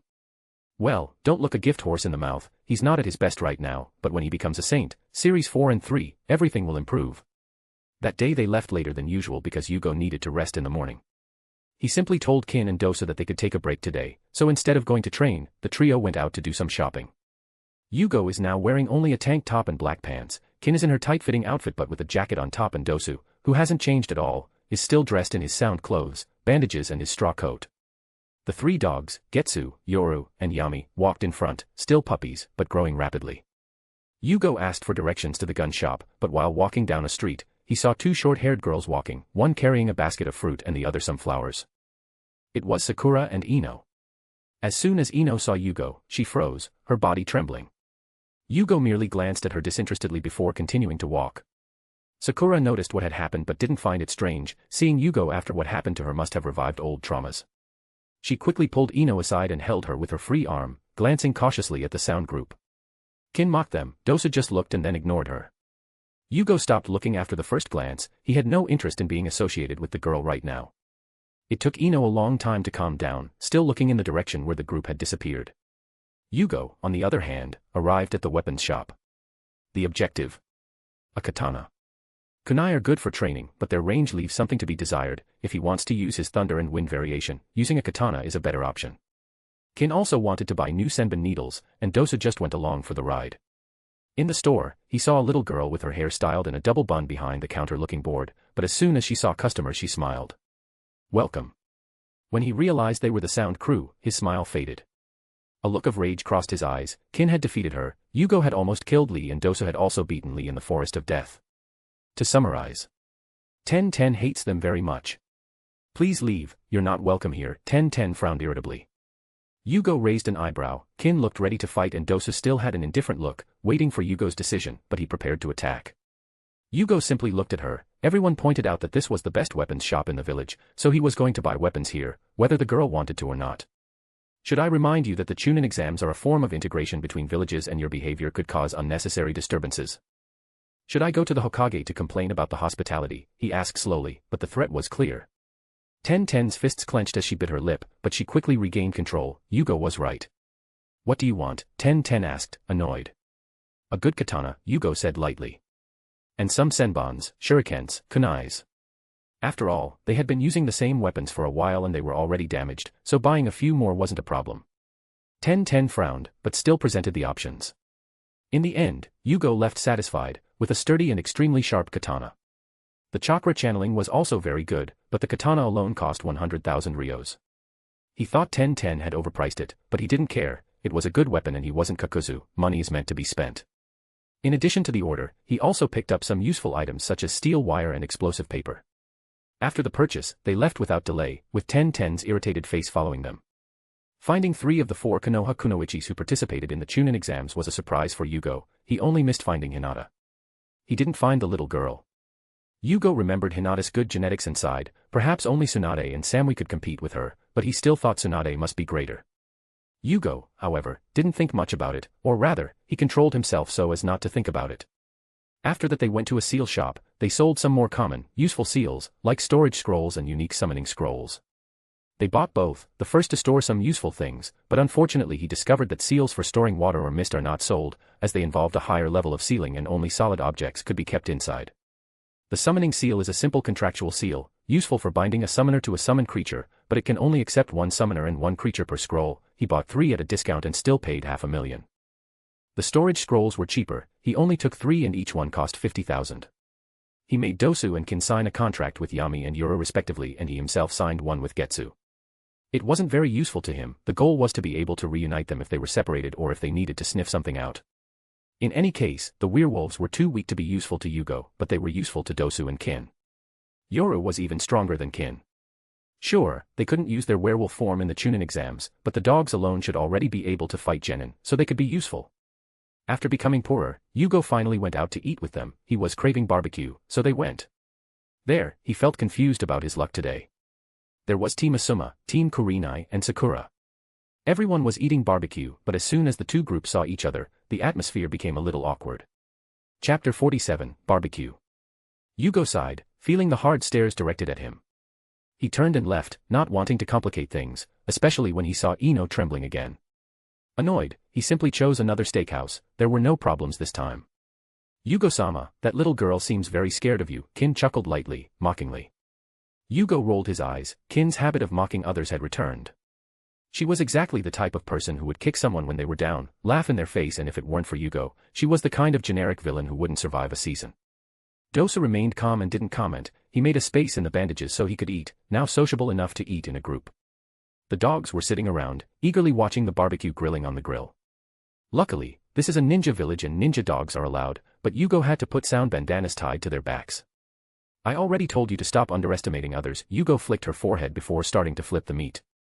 Kin pouted, but looked longingly at Yugo's strong body beside her, sensing that things were going very well lately. She even moved closer and leaned against him, but Jugo didn't do anything to stop her. Kin didn't go any further, too embarrassed to do so, but she still gave a happy little laugh, already choosing names for their children. Kin's legs were pressed against his, their clothes leaving nothing to the imagination, but he felt a lump in his throat for a moment. Kin seemed to notice Yugo's interest in her legs. She smiled contentedly, her long hair tied up in a high bun so as not to interfere with her dinner. She looked very cute like that, but Jugo restrained himself. It wasn't time yet. He looked away and went back to grilling the meat. Dosu helped and soon the group began to eat. There wasn't a giggle or anything like that, it was just them chewing and swallowing, but there was a certain comfort in the silence. Kin rubbing against Jugo, Dosu in his peaceful silence and Jugo lost in thought. After lunch, they went back to training, Kin swinging around improving his control and the strength of the threads, Dosu getting beaten up in the mist and even going hunting with the dogs, his clones staying behind to continue training. It was a monotonous but efficient routine. The days passed, day after day there were improvements. Sometimes Jugo would let Dosu and Kin face the transformed dogs, sometimes Dosu would face Kin and sometimes Jugo would face everyone. He could see the constant progress. Kin had improved to the point that even though she couldn't be the best among the Chunin, she still had enough strength to be one. Her hair could already grow a little and become sharp, her control wasn't perfect yet, but it could already be used as a weapon or for defense, though it still consumed a lot of chakra. The chakra threads reached 23 meters, which was good enough. She could use genjutsu with them and use them to perform 3D maneuvers. If the terrain was a forest, she would have an even greater advantage. Dosu could already fight him blindfolded. He took a beating quite a bit, but at the Chunin level, he could already be considered the cream of the crop. His hidden mist technique was trained enough for him to be able to use it in an area without water, and the chakra consumption was no longer excessive. Jugo, on the other hand, was doing better. He had learned everything he needed to, including being able to throw fireballs while shouting Hadouken. Sure, they were just ordinary reddish-orange fireballs, nothing like a real Hadouken, but hey, it was fun enough. He also had his clones train with katanas, without a teacher, but with battles to the death. His swordsmanship style was very straightforward, damage for damage. You cut me. I'll cut you even more. In the end, it was uglier than a fight with scythes. Imagine hundreds of clones stabbing each other with swords in an all-out war. Jugo had a terrible headache that day, but the improvement was evident. In any case, he can heal. As long as the attack isn't something like the all-killing Ash Bones from Kagaya, he'll be fine. With only one day left before the exam, the group felt ready. The improvement wasn't world-changing for Kin and Dosu, but their strength clearly improved. For Jugo, that was a big difference. He learned ninjutsu, genjutsu, and taijutsu, as well as improving his chakra control and nature transformation, in addition to the combat experience he gained. The best part is that he no longer has to worry about completely losing it in the middle of the fight. His strength improved to the point that even if he faced Kakashi head-on, giving it his all, he didn't think he would lose. The only thing about him that was still worse than Kakashi's was his experience.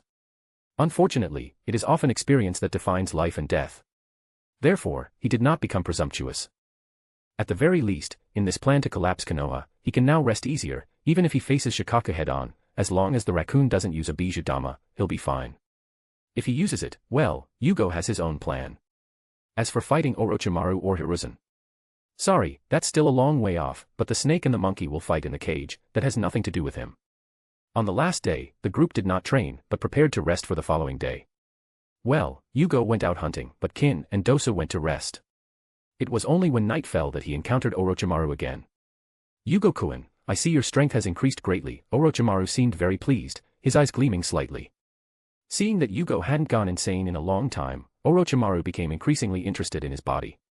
But it wasn't time yet, he first needed to figure out a way to place his seal on Jugo. Without that, he wouldn't be able to transfer his consciousness. Yes, Orochimaru-sama, if it weren't for your help, I would have had many problems getting better. Jugo thanked him softly. He was truly grateful to Orochimaru, but he sensed malice coming from him.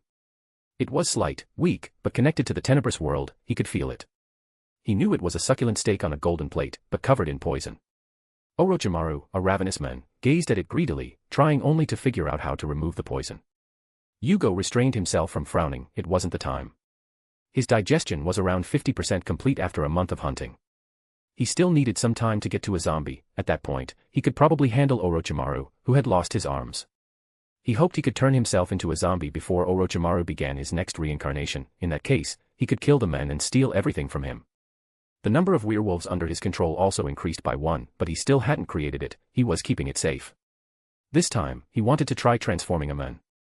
He wondered if this would work with Orochimaru. He could try it, and if so, he would gain a Kage-level subordinate. Even if it only worked while Orochimaru was in the body with the werewolf curse, he could still make Orochimaru pray to him. At that moment, Orochimaru's soul would belong to him.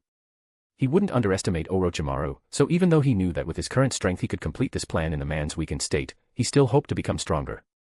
He's a paranoid guy, so his plans need to be perfect. It's nothing, Jugo-kun, but that doesn't matter now. The plan will begin tomorrow.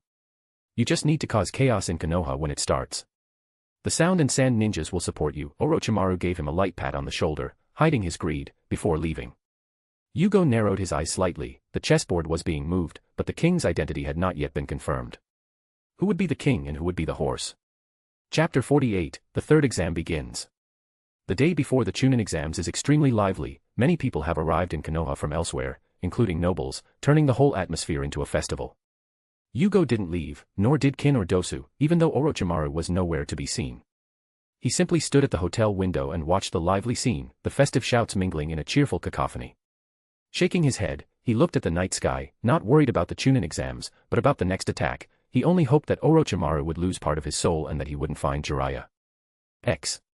The sound crew arrived early. The arena was still filling up while they waited in the waiting area. When they arrived, only Shikamaru and Niji had arrived. Shikamaru yawned lazily, his face clearly unhappy. Niji was leaning against a wall with his arms crossed. He glanced at them, mainly at Jugo, with narrowed eyes, then closed them again. Jugo simply looked for a place to sit. Kin and Dosu sat beside him. The dogs stayed at the hotel, ready in case they were called. Jugo was wearing his standard sound outfit today. Kin was still wearing his tights and jacket, and Dosu was the only one who never changed his look. Jugo watched the arena fill with indifference, but glanced at Kin beside him, who looked slightly nervous. She would fight her first match and it would still be against Shikamaru. Shikamaru should know about the poison in the senbon needles and about Genjutsu, so he would be ready for this. But Kin had his own strategy. Soon after, Dosu would face Naruto, then Jugo against Kankuro, who would probably give up, and finally Sasuke against Niji. To be honest, Kin has a better chance of beating Shikamaru than Dosu has of beating Naruto. But only if Kin manages to knock out Shikamaru before he discovers his new tricks and makes backup plans, and Jugo helped Kin with a blitzkrieg strategy, should the fight end as soon as possible. Dosu, on the other hand, won't be able to knock out Naruto easily if he uses Kurama's chakra. It remains to be seen how much of the boy can use now. Jugo. Kankuro will probably give up.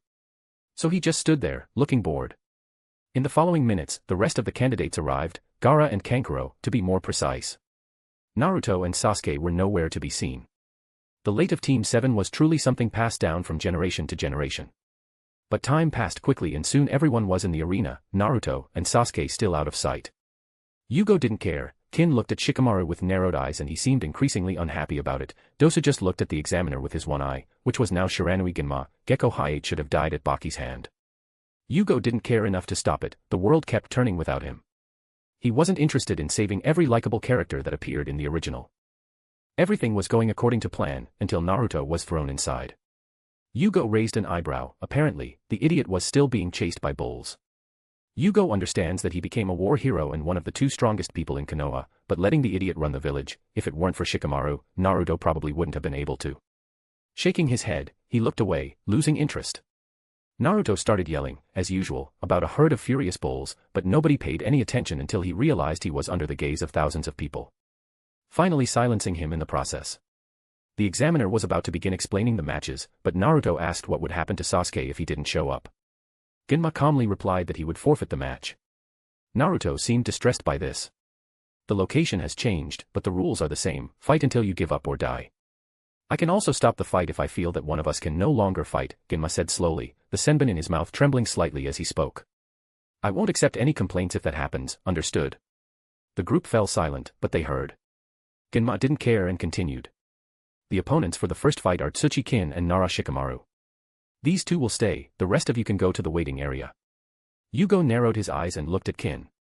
The girl seemed nervous, but still smiled confidently. A month of hard training every day, everything had been prepared for this moment. Shikamaru let out a soft sigh before looking at Kin, speechless. Jugo gently patted Kin's head and left with Dosa by his side. Hey, Shikamaru, don't lose to a girl, ha ha ha. Naruto, as always, didn't know how to gauge the situation. Shikamaru gave him an annoyed look, while Kin seemed like she wanted to poison Naruto right then and there. Gaara and Kankuro walked away calmly, Neji also remained indifferent. Naruto waved to Shikamaru as he ran off, still as excited as ever. In the middle of the arena, Kin, dressed as Spider-Gwen with a black coat, ninja sandals, and a pouch of kunai on her right leg, faced Shikamaru, who was dressed as always. Kin turned serious at that moment.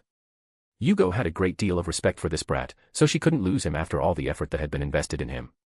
Don't worry, Jugo-sama, I'll show you how much I've grown, the woman thought, clenching her fists. Shikamaru looked at her with tired eyes and sighed again. What a drag. He looked up at the sky, watching the clouds float endlessly, felt a tremendous envy, how he wished he were a cloud right now. Very well. Let the first fight begin, Genma's voice rang out at that moment. Kin moved as soon as she heard the sound, her hand pulled out a group of senbon needles, she threw them at him with all her might. Shikamaru jumped away, ready to escape. Kin took advantage of the distraction and pulled out a smoke bomb, throwing it on the ground. The smoke bomb obscured Shikamaru's vision, causing him to squint. But soon after, Kin emerged from the smoke, speeding toward her, with senbon needles already between her fingers. Shikamaru's eyes narrowed. He saw the launching motion and used chakra to accelerate away, but the senbon needles weren't simple, they were connected to chakra threads. As soon as he changed direction, Kin pulled his hands away, changing the direction of the senbon needles, causing Shikamaru's eyes to widen. But when the senbon needles struck, a cloud of smoke rose and a tree trunk appeared in Shikamaru's place. Kin clicked her tongue, looking around in annoyance, but soon spotted Shikamaru's figure hiding in a tree. She smiled and stepped forward. Shikamaru frowned, he sent his shadow through the tree trunk towards Kin, hidden by the shadow. As soon as Kin approached, he trapped her in the shadow. A slight smile appeared on his face. Kin's face was covered by her hair, so he couldn't see her expression, but when she lifted her head with a smile, Shikamaru's eyes widened. This is not good, he thought, but it was too late. From the shadows behind him, a figure leaped out, biting Shikamaru's leg with all its might. It was Yoru. Even though he was still a pup and not yet in his werewolf form, his chakra-enhanced bite could not have been underestimated. Kin was freed from the shadow's possession and threw the senbon needles at the same time, several of them hit Shikamaru. Kin knew it was over, just as she expected, Shikamaru stiffened and fell from the tree the next moment. Damn it, how did you? Wait. The smoke bomb, Shikamaru could still move his mouth, he remembered the scene where Kin used a smoke bomb, only to lunge at him immediately afterward. He thought there was something to it at the time, but Kin went all out, leaving no room for thought. He was only able to defend himself. Now he understood, at that moment, she summoned that dog. Yes, you noticed, the smoke bomb was to hide my summoning. You already knew about my genjutsu and were expecting it, so unfortunately I never planned to use it. Instead, I let you search for something that didn't exist. Kin smiled, very happy. Shikamaru let out a long sigh, he hadn't expected Kin to have a summoning technique, and besides, her dog had hidden perfectly. He shook his head, it was a shame. Genma appeared beside them at some point, looking at the paralyzed Shikamaru, he shook his head. Winner, Tsuchi Kin. Kin jumped excitedly, Yoru barked happily, then disappeared in a cloud of smoke. Damn it. How could you lose, Shikamaru? Naruto yelled from afar and Shikamaru, paralyzed, just wanted to punch her idiot face. Kin, on the other hand, arrived in front of Jugo with bright eyes. Jugo rolled his eyes, but put his arm around the woman's waist and pulled her closer, giving her ear a light bite, he spoke calmly. Good job. Kin blushed fiercely, but didn't pull away, snuggling even closer to him. Naruto looked envious, Neji didn't even open his eyes, Gaara was still staring at the arena and Kankuro narrowed his eyes, he had seen that movement with Kin's chakra threads, it was very rare to find ninjas from other villages using chakra threads. Shikamaru was taken away to be detoxified. Dosa tightened his grip slightly on his gauntlet, he knew it was his turn now. His eyes turned to the blonde idiot with apprehension, a Jinchuriki. Naruto also looked at Dosu. Hey, sound mummy. I'm not going to lose. I'm going to win this fight and become Hokage. Date by you, Naruto shouted excitedly. Dosu simply narrowed his one visible eye. Chapter 49, Naruto's Bad Luck. In the arena, Dosu and Naruto faced each other head-on. Jugo watched the fight with interest. Unlike Shikamaru, the strategy for dealing with Naruto is different. If you run forward indefinitely, you're likely to lose. With high regeneration and gigantic chakra, dealing with Naruto without an attack that can disable him instantly isn't easy. But Dosa would find a way. At least he did the best he could to help him. Then, the second fight, begin, Genma shouted and stepped back. Naruto grinned excitedly, raising his fingers, a classic hand gesture for shadow clones. Hee hee. You don't stand a chance, bandaged up guy. Dosa didn't answer, but quickly walked away. The next moment, dozens of shadow clones appeared in the arena. They shouted excitedly and charged towards Dosu. Dosu, on the other hand, already had a scroll in his hand. With a smooth unwinding motion, he channeled a bit of chakra as a clay pot over 2 meters tall appeared in the arena. What is this? The Narutos were confused by the pot, but Dosa didn't care. Putting liquids directly onto the parchment wasn't an option, but what about putting liquids inside a solid first? That was possible. The next moment, Dosa began making signs and from the large jar, the mist began to leak out rapidly. Naruto's eyes widened. Hey, that's Zabuza's jutsu. But before Naruto could say anything else, the area was already completely covered in mist. The screams of Naruto's clones clashing through the fog were clearly heard. Dosa didn't stop creating mist until visibility was almost zero. The audience was already shouting, complaining about having spent money and not being able to see anything, but the ninjas in charge couldn't do anything. Removing the mist now would be considered clear favoritism, so they could only hope that Naruto would find a way to get rid of it. In fact, Dosa's maneuver was counterproductive. To become a Chunin, you have to be visible. Staying hidden in the mist doesn't help at all in the judge's evaluation. But Dosa's objective from the beginning of the fight was simple, to defeat a Jinchuriki. This should show my worth to Orochimaru-sama, right? Not just Orochimaru, Dosa thought of Jugo and closed his eye. In the next moment, he would depend on his hearing. He had taken a lot of hits from Jugo during that month, so he was still apprehensive, but what he didn't know was that Jugo not only had Jonin-level speed, hearing skills learned from Dosa himself and the sense of smell of a werewolf, Naruto had none of that. Then Dosa discovered that. It was very easy. The sound of clones screaming could be heard constantly through the fog, followed by the soft sound of exploding smoke, clearly having dissipated. Dosa finally felt his improvement at that moment. His speed increased until, when he hit Naruto, he no longer exploded. He knew he had found the right one. Without warning, he used his sonic disorientation at full force. Naruto screamed while covering his ears. Not only that, but he pulled senbon needles from his sleeves and threw them at him. They all hit, the senbon needles clearly stained with the potent paralyzing and soporific poison.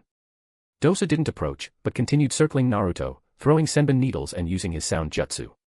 Naruto endured far more than Dosa expected, but Dosa didn't dare stop. If the idiot managed to release the Bijuu's chakra, Dosa would be screwed. But Dosa was unaware of the protagonist's good fortune. In that moment of distress, a burst of chakra erupted, slightly stirring the mist and making the surroundings a little more visible. To those on the outside, only shadows in the mist could be seen, but to Dosu and Genma, they saw the sinister chakra leaking from Naruto. Dosa felt like he had returned to the day he met Jugo, but although it was frightening, it was still far from that sinister aura. Dosa knew what that meant. He sighed and hid even further into the mist. Naruto had already stood up, but while searching for a target, he discovered that Dosa had vanished. Not only that, but the mist around them was thickening again. Dosa wasn't an idiot. He expected the brat's lack of control wouldn't allow him to control the chakra for long, so he chose to reinforce the mist and continue attacking from afar. Damn it, coward. Show yourself, Naruto's shouts continued, running through the mist like a headless cockroach. Genma, standing beside him, could only shake his head. He knew that Dosa had chosen the best option. Naruto finally remembered the clones and in the next moment he made over 100 of them. They all started running through the mist at full speed, but Dosa kept attacking them and escaping. Conserving his chakra as much as possible, he swallowed a soldier's pill, replenishing his energy and continuing to work slowly. The fight continued slowly for 5 minutes, 10 minutes, soon 30 minutes had passed. Naruto was already lying on the ground, exhausted. The screams from the audience hadn't subsided. They could only hear Naruto's constant shouting, which frustrated them, but at least it was better than nothing. With his body covered in senbon needles, the poison and sleeping potion were already taking their toll, as was the amount of chakra he had taken from Kurama. His ears were bleeding so much that they stained his blonde hair. Naruto couldn't take it anymore. He thought about summoning Gamabunta, but looking at his surroundings, even Naruto realized it wasn't a good idea.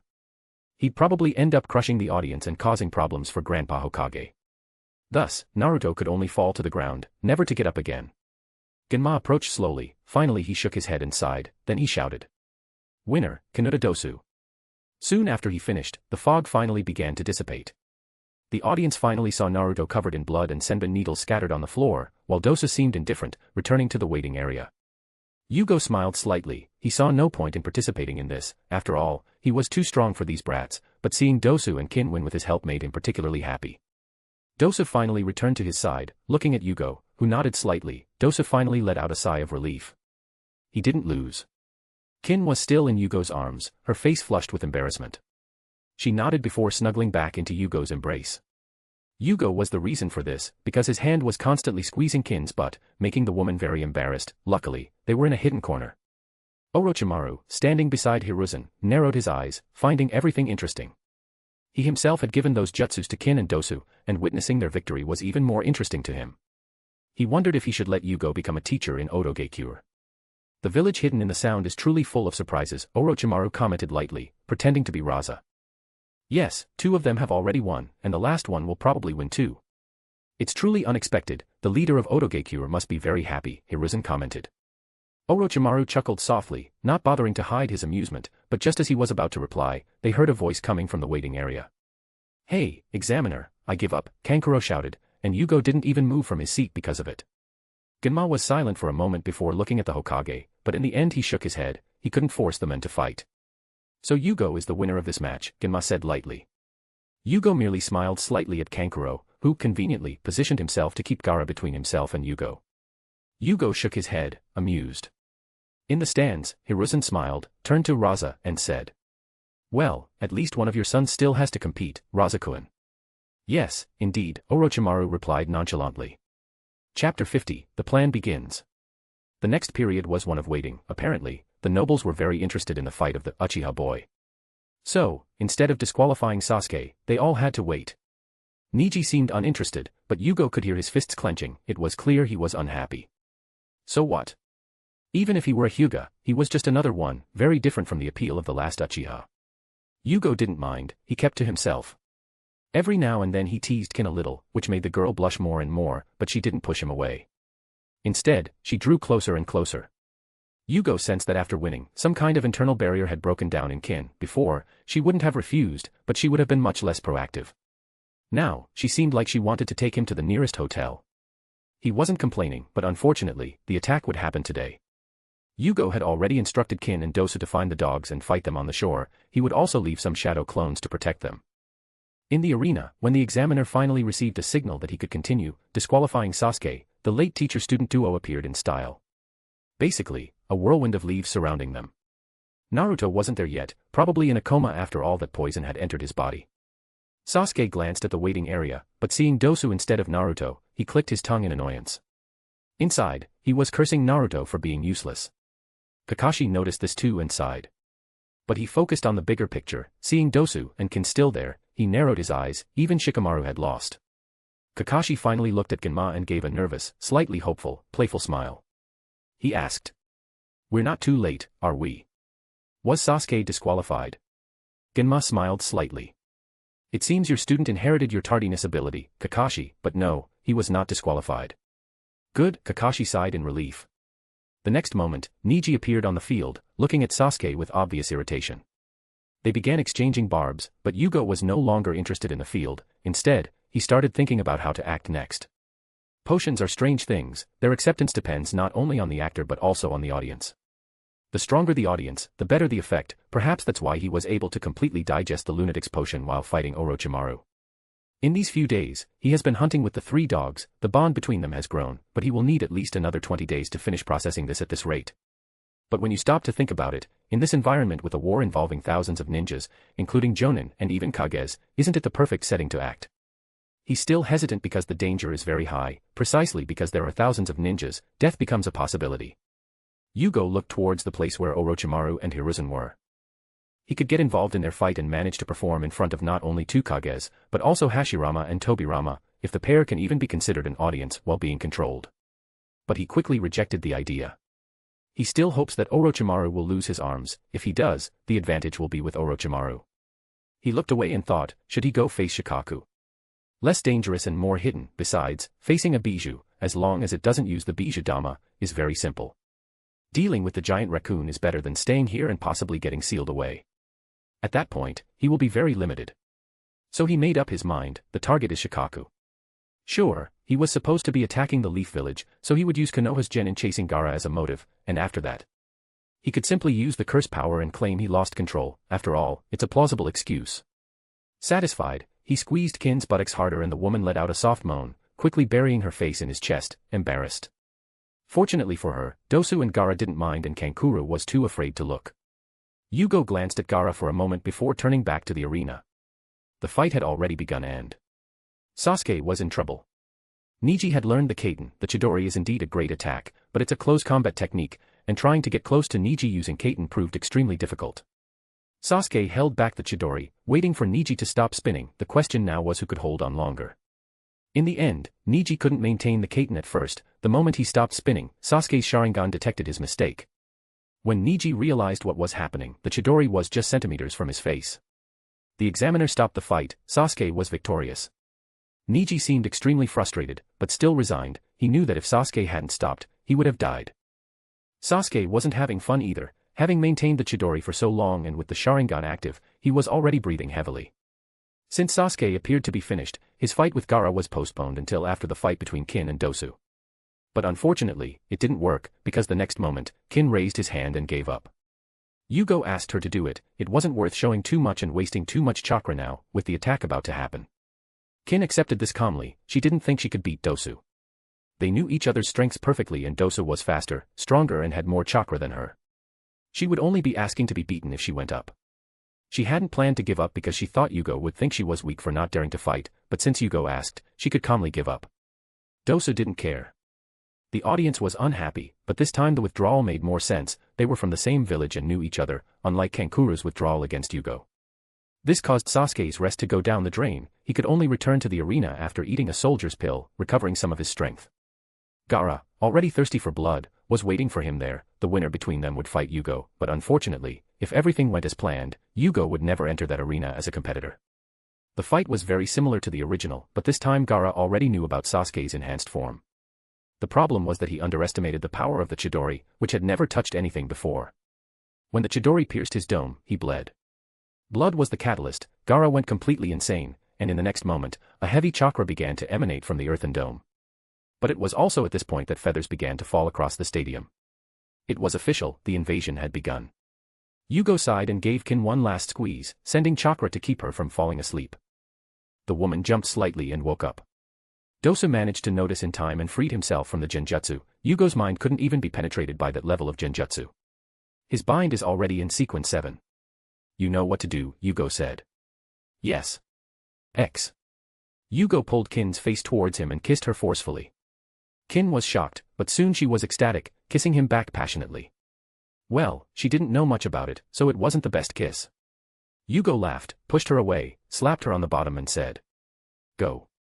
Kin was still red-faced and dazed, but she woke up quickly. Dosu pulled her up before she ran away with him. Jugo had already left some clones transformed into kunai with them. That would be enough. By this point, Kankuro had already caught Gaara and along with Temari, who had left the audience, had fled far away. Sasuke followed right behind, as did Shino in the audience. Jugo smiled and chased after them. I have to keep an eye on Orochimaru-sama's new body, right? I can't let the Sand Jinchuriki hurt him. It makes perfect sense for me to go after him. Not even Orochimaru could blame me for this, Jugo thought contentedly, running after them. But he was soon stopped, as Kakashi and Guy appeared in front of him. Yugo's eyes narrowed in confusion, but he understood. Yugo's strength was far greater than that of the genin here. Letting him pursue them would be foolish, so Kakashi came to eliminate him first and even brought Guy along. Jugo didn't want to feel the power of the strongest taijutsu recognized by Madara, so he did what he had to do. Run. Chapter 51, Zombie. The next moment, Jugo split into dozens of shadow clones. They ran everywhere, fleeing swiftly, each with the speed of an elite jonin. Kakashi and Guy's eyes narrowed as they chased the clones, both faster than them, but Jugo and his clones continued to create more clones. He even released the curse directly. His chakra surged fiercely as thousands of clones raced everywhere. Guy released his sixth gate and Kakashi had his Sharingan open, but some were still lost. Jugo, who activated his werewolf form to become faster, vanished among them. Damn it, Kakashi sighed. He must have gone after Sasuke. Let's give chase. Guy narrowed his eyes. He was still furious with Jugo. Lee had barely recovered from that beating. His body was fine, but his spirit was devastated. I'm afraid it won't be possible. The disadvantage is already on our side now that we've left. Kakashi looked at the casualties and saw that more and more Konoha ninjas were dying from the surprise attack. Guy's hands trembled. He said nothing, his green figure advancing against the sound and sand ninjas. Jugo, on the other hand, had found Getsu, Yoru and Yami waiting for him in the forest. The four of them had already transformed into werewolves, chasing quickly after Gaara. He soon found Shino fighting Kankuro and ignored them. The pair saw Jugo pass by and Kankuro was happy, thinking Jugo was going after Sasuke. He soon found Sasuke as well, fighting against Temari, but when Temari seemed happy, Jugo ignored her and went after Gaara. That's not good, Temari seemed to realize something. Gaara. Temari ran after Jugo, as did Sasuke, who, although confused, still wanted to defeat Gaara. Jugo reached Gaara first, who was already going berserk and destroying everything around him. Jugo smiled, he decided to help a little. He learned genjutsu from Kin during that period, realizing that his genjutsu has a very maddening effect, perhaps due to the tenebrous world, but the moment he sent his chakra to Gaara, placing him in a genjutsu of madness, Gaara screamed. Sand flew everywhere as the giant figure slowly took shape. Jugo had already entered the second stage of the curse and transformed into his werewolf form. The dogs around him also transformed into their werewolf forms, though smaller than him, they still appeared extremely ferocious. A howl sounded as Shikaku let out a laugh of freedom. He looked down, annoyed, only for a giant Raiznon to appear in Yugo's hand, as big as Shikaku's head. When he noticed the Raiznon, Jugo had already struck his swollen belly. Shikaku screamed in pain as the sand was thrown away. The dogs didn't stay away either, biting Shikaku, even though to Shikaku they were nothing more than insects. Their bites were venomous and froze where they bit, an improvement after enough training. Damn it. You damned worms. I'll kill you, Shikaku yelled angrily, leaping into battle. Jugo shrouded his claws in darkness and slashed Shikaku's left eye. The scream of pain was heard from afar. The raccoon clutched the eye, falling backward with a thunderous thud. The werewolves continued to scratch and bite as much as they pleased. Gaara. Temari's voice called from afar. Jugo ignored it. His strength was at its peak, he quickly sealed and compressed a large amount of chakra. The next moment, he spat out a giant ball of air, filled with blades of air that cut through everything in their path, striking the raccoon head-on. He yelled again, but now he was furious. He jumped and ran towards Jugo, spitting out several air bullets. Die, ant. Jugo spat out his own air bullets to defend himself as he attacked again with the werewolves. The battle was only the beginning. Jugo was in no hurry, even though his mind was a little confused with all the natural chakra and the active werewolf form. He could feel the progress of his potion advancing at high speed. They continued attacking from all angles, biting, scratching, again and again, driving Shikaku completely insane. So crazy that he opened his mouth and yin and yang chakra began to merge above his mouth. Jugo's eyes widened, it seems he really angered the raccoon. The next moment, Jugo raised his arm, a Raiznon quickly formed, but this one was different, a shrill buzzing sound began to form. He worked so hard on nature and form transformation, he wouldn't leave out such a powerful jutsu. As for the damage from its use. Excuse me, do you know how strong his regeneration is now? Even if he rips off his own arm, it will grow back, so what? The Rasen Shuriken formed quickly. Before Shikaku could complete his Bijudama, Jugo launched it toward the forming bomb. Shikaku didn't realize it until it was too late. The mushroom cloud that followed was worthy of a nuclear explosion, but Jugo and the other spectators were busy being tossed away by the resulting gale. Jugo clung to a thick tree as the wind howled all around him. The raccoon. Gone, probably lost its form in that explosion. He hoped Gaara was all right. When the wind finally stopped howling, Jugo approached with the dogs, searching for Gaara. He found him, his clothes torn, unconscious, but still alive. Standing there, still in his werewolf form, with the dogs by his side, Jugo sensed something. He had hunted his prey, he had won. He let out a howl into the air, followed by Getsu, Yoru, and Yami. With that howl, he felt a click in his body. The potion had been digested. An excited smile appeared on his face, but he held back from celebrating loudly. He was one step closer to freedom. He left soon after, without looking at Gaara again, but fleeing towards the meeting point agreed upon with Kin and Dosu. He found them. Dosu just looked at him, looking a little battered but whole. Kin too, but in better shape than Dosu. The clones he left with them had already disappeared. Orochimaru-sama was taken away by the sound for, Dosu said as soon as he saw him. Jugo smiled. Then let's go too. Kin and Dosu waved, and the trio, followed by Getsu, Yoru, and Yami, ran towards the village of sound. Jugo looked at the dogs. They were doing very well. Jugo had taken most of the brunt of the fighting against Shikaku, they only needed to provide side support. Besides, they possessed endless chakra reserves, which is why, apart from slight fatigue, they were fine, better than Kin and Dosu. Jugo stopped at a hidden cave a few hours later. He wanted to move on before continuing, but his excuse was to let Kin and Dosu rest. Deep inside the cave, protected by the three dogs, Jugo sat cross-legged. He calmly accepted the advance. In the next moment, he felt his strength rapidly increasing, a multiple enhancement in his physique and spirit, and consequently, in his chakra. At that moment, Jugo knew he had surpassed the level of a jonin. He could now fight in the major leagues. But that wasn't all, his body seemed to stiffen, his skin was thickening, he felt as if his soul were bathed in ice, the air around the cave was clearly turning icy and a putrid smell was spreading. Smell of corpses. His mind had grown colder at that moment, seemingly stemming from the icy power within him, but he knew it was an effect of bind, an effect further strengthened in sequence 6. With each advance, his desires became more and more restrained, perhaps it wasn't just the advance itself, but the way he advanced it. He progressed through his werewolf potion from beginning to end solely through the actions of the bind side. At that moment, he truly felt like a zombie, his senses seemed dulled, but he knew that compared to the previous potion, his current form had even sharper senses. It was a strange feeling, but he was getting used to it quickly. He moved slightly, his movements no longer seemed lively, but rather rigid and precise. He would need to get used to it for a while to avoid looking like a doll instead of a human. If he can even still be considered human now. When the potion was fully digested, he felt he could hold up to 6 werewolves, but now that he had progressed, he felt he could hold up to 18, a direct 3-fold increase. But it's not all good news, he gained the ability to create zombies as he progressed, but the number of zombies he can create now is 6 and this quota is linked to the werewolf quota, meaning each zombie he controls is worth 3 werewolves.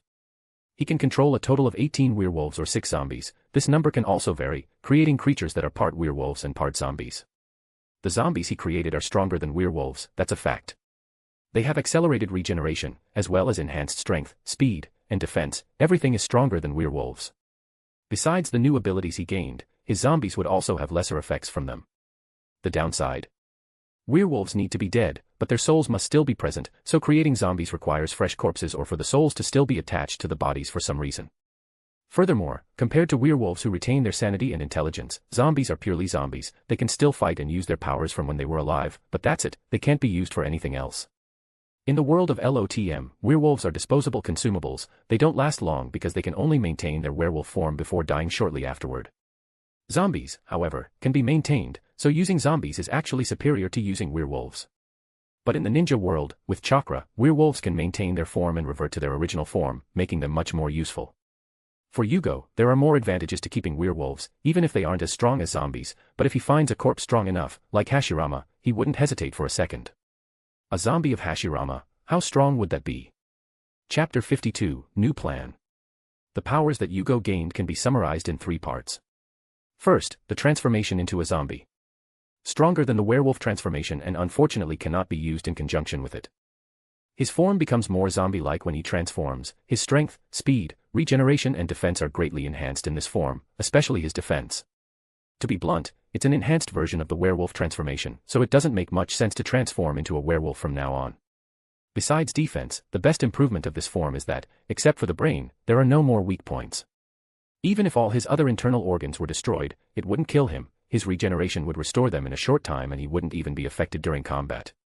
If a ninja were to receive an injury to the heart, lungs, or any other organ, he would at least become much weaker and would probably die, but Jugo. He wouldn't weaken at all. Even after leaving zombie form, his regeneration would remain the same, but if he doesn't regenerate his organs quickly enough, he will die.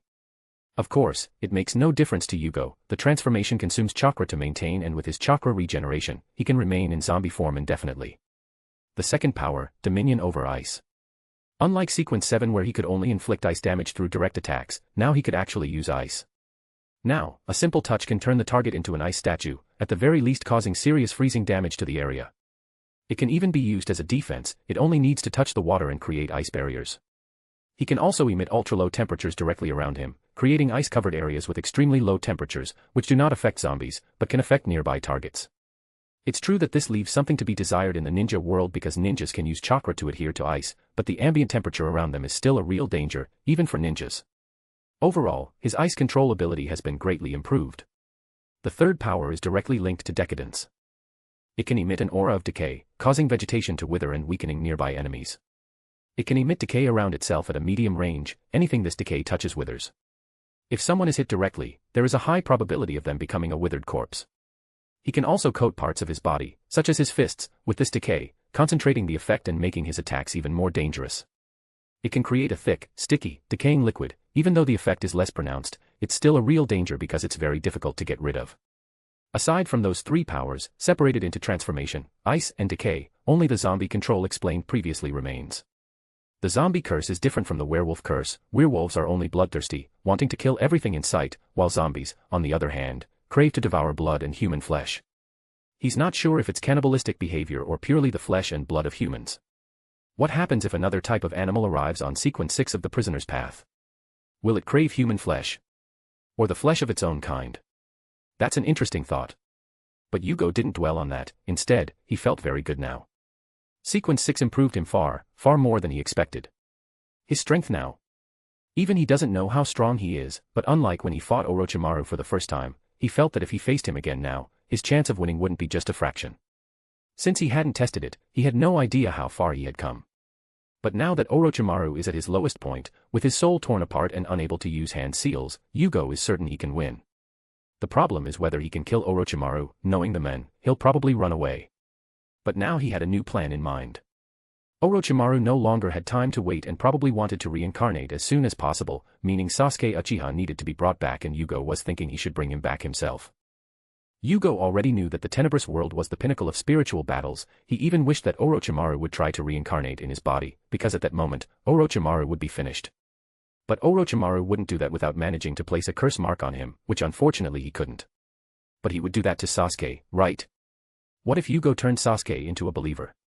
He just needed the boy to pray to him at the right moment, descend upon him and rip Orochimaru's soul out. Wouldn't that be simple? Therefore, Jugo was now thinking about how to deceive Sasuke, and in fact it was quite simple to do. Current Sasuke only cares about one thing: power. As long as he could give him power, Sasuke didn't care about anything else. Making him pray for himself would be easy. Once that happened, Sasuke would be poison-coated in sugar. But while Jugo was thinking about this, his intuition warned him. He felt bad for a moment, narrowing his eyes thoughtfully.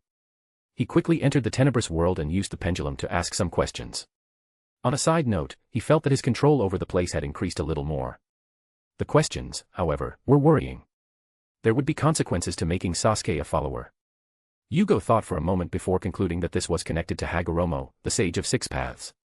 It could only have been that old man. Jugo didn't know if that old man still had any power to intervene in the world, but even if he did, corrupting the soul of the current Indra seemed like a bad idea, so he asked if he was connected to the old man. The pendulum swung rapidly clockwise, and the next moment, Jugo saw a pair of purple eyes staring directly at him. It was only a moment, but he was sweating profusely. Hagoromo was weak compared to the father of demons, but Jugo was still far from being able to truly stand up to him. That look in his eyes, he felt as if his soul was being dragged out of his body. Swallowing hard, he leaned back in the obsidian throne, his breathing slightly quickened. Jugo finally sighed and decided to abandon the plan to use Sasuke. Instead, he turned to another angle. Orochimaru couldn't get Sasuke until the very last moment, instead using a backup. All he remembers is that he was a young man with white hair. If he can use this young man, that will do too. He's probably one of Orochimaru's fanatics, but he only needs to transform him into a werewolf and he'll obey him. Jugo's plan then went into motion: return to the village of Sam and find this guy as quickly as possible, transform him into a werewolf and make the guy pray to him at the right time. Of course, even if it fails, what happens if Orochimaru enters the body of a werewolf? Will he become loyal to Jugo? He was curious about that. In any case, he no longer wanted to wait in Orochimaru's shadow. Living alongside him was like sleeping next to a venomous snake. You never know when it will bite you simply because it feels like it. Shaking his head, Jugo slowly exited the cave. The moment Kin and Dosu saw Jugo, they paused for a moment. It was clear that something had changed, but they couldn't quite see what. But when Jugo saw Kin, even though he still felt that inner desire, his expression didn't change in the slightest. His face showed complete indifference. He felt that even if Kin took him to a room right now and took off her clothes, he could look calmly and not be shaken in the slightest. Each time his streak increased, his self-control grew. He felt that if he truly became a god in this way, he could watch everything he desired burn without blinking. It's not a lack of empathy, it's simply control. He would still feel pain, anger, and hatred, but he wouldn't show it. His actions would be guided by rationality, while his mind would be free to act according to his will. It sounds bad, but Jugo liked it, which means that even if someone tries to exploit his weaknesses, he will still be able to act calmly and rationally, without letting himself be carried away by emotion. Kin and Dosu had smelled the scent of corpses for a long time. Now they realized it was coming from Jugo. They were confused, wondering how Jugo had managed to get a corpse there, but neither of them asked. Jugo could also smell it. It was due to the progression of the sequence. He could cleanse that smell and it would only return when he used the zombie transformation or his decay powers. It's sad, but it's something he would have to live with by force. Jugo left the pair and went for a bath in a nearby river, returning shortly after. They rested for a while longer before setting off again. Chapter 53, Brain. When the group arrived at the village of sound, the place resembled a beehive of bees on alert. They were quickly stopped before their identities could be confirmed, only then were they allowed to enter. Jugo wasn't in a hurry to find his target, it would still be a few months before Sasuke deserted. During that time, he might even be able to advance to Sequence 5. As for the advancement ritual, he found out as soon as he advanced. To become a wraith, he needs to bury himself for an entire month, from one full moon to the next, but it's not that simple. The place needs to have great spiritual focus, as well as be filled with resentment. He must drink the potion exactly 1 month after being buried, during the peak of the full moon. It's not a complicated ritual, but it requires time and also a suitable location. Luckily, the world of Naruto is a place of constant war, so there must be many of these places focused on spirituality.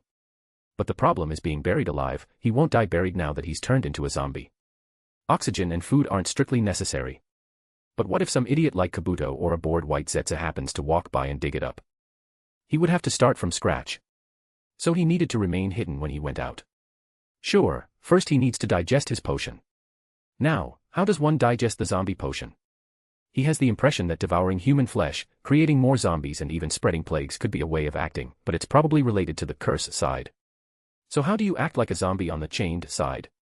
He walked slowly through the earthen corridors with Kin and Dosu, still lost in thought, until he said goodbye to them and arrived at Kimimara's infirmary. He was still lost in thought. Jugo looked at the bedridden figure. Kimimara's condition had worsened again.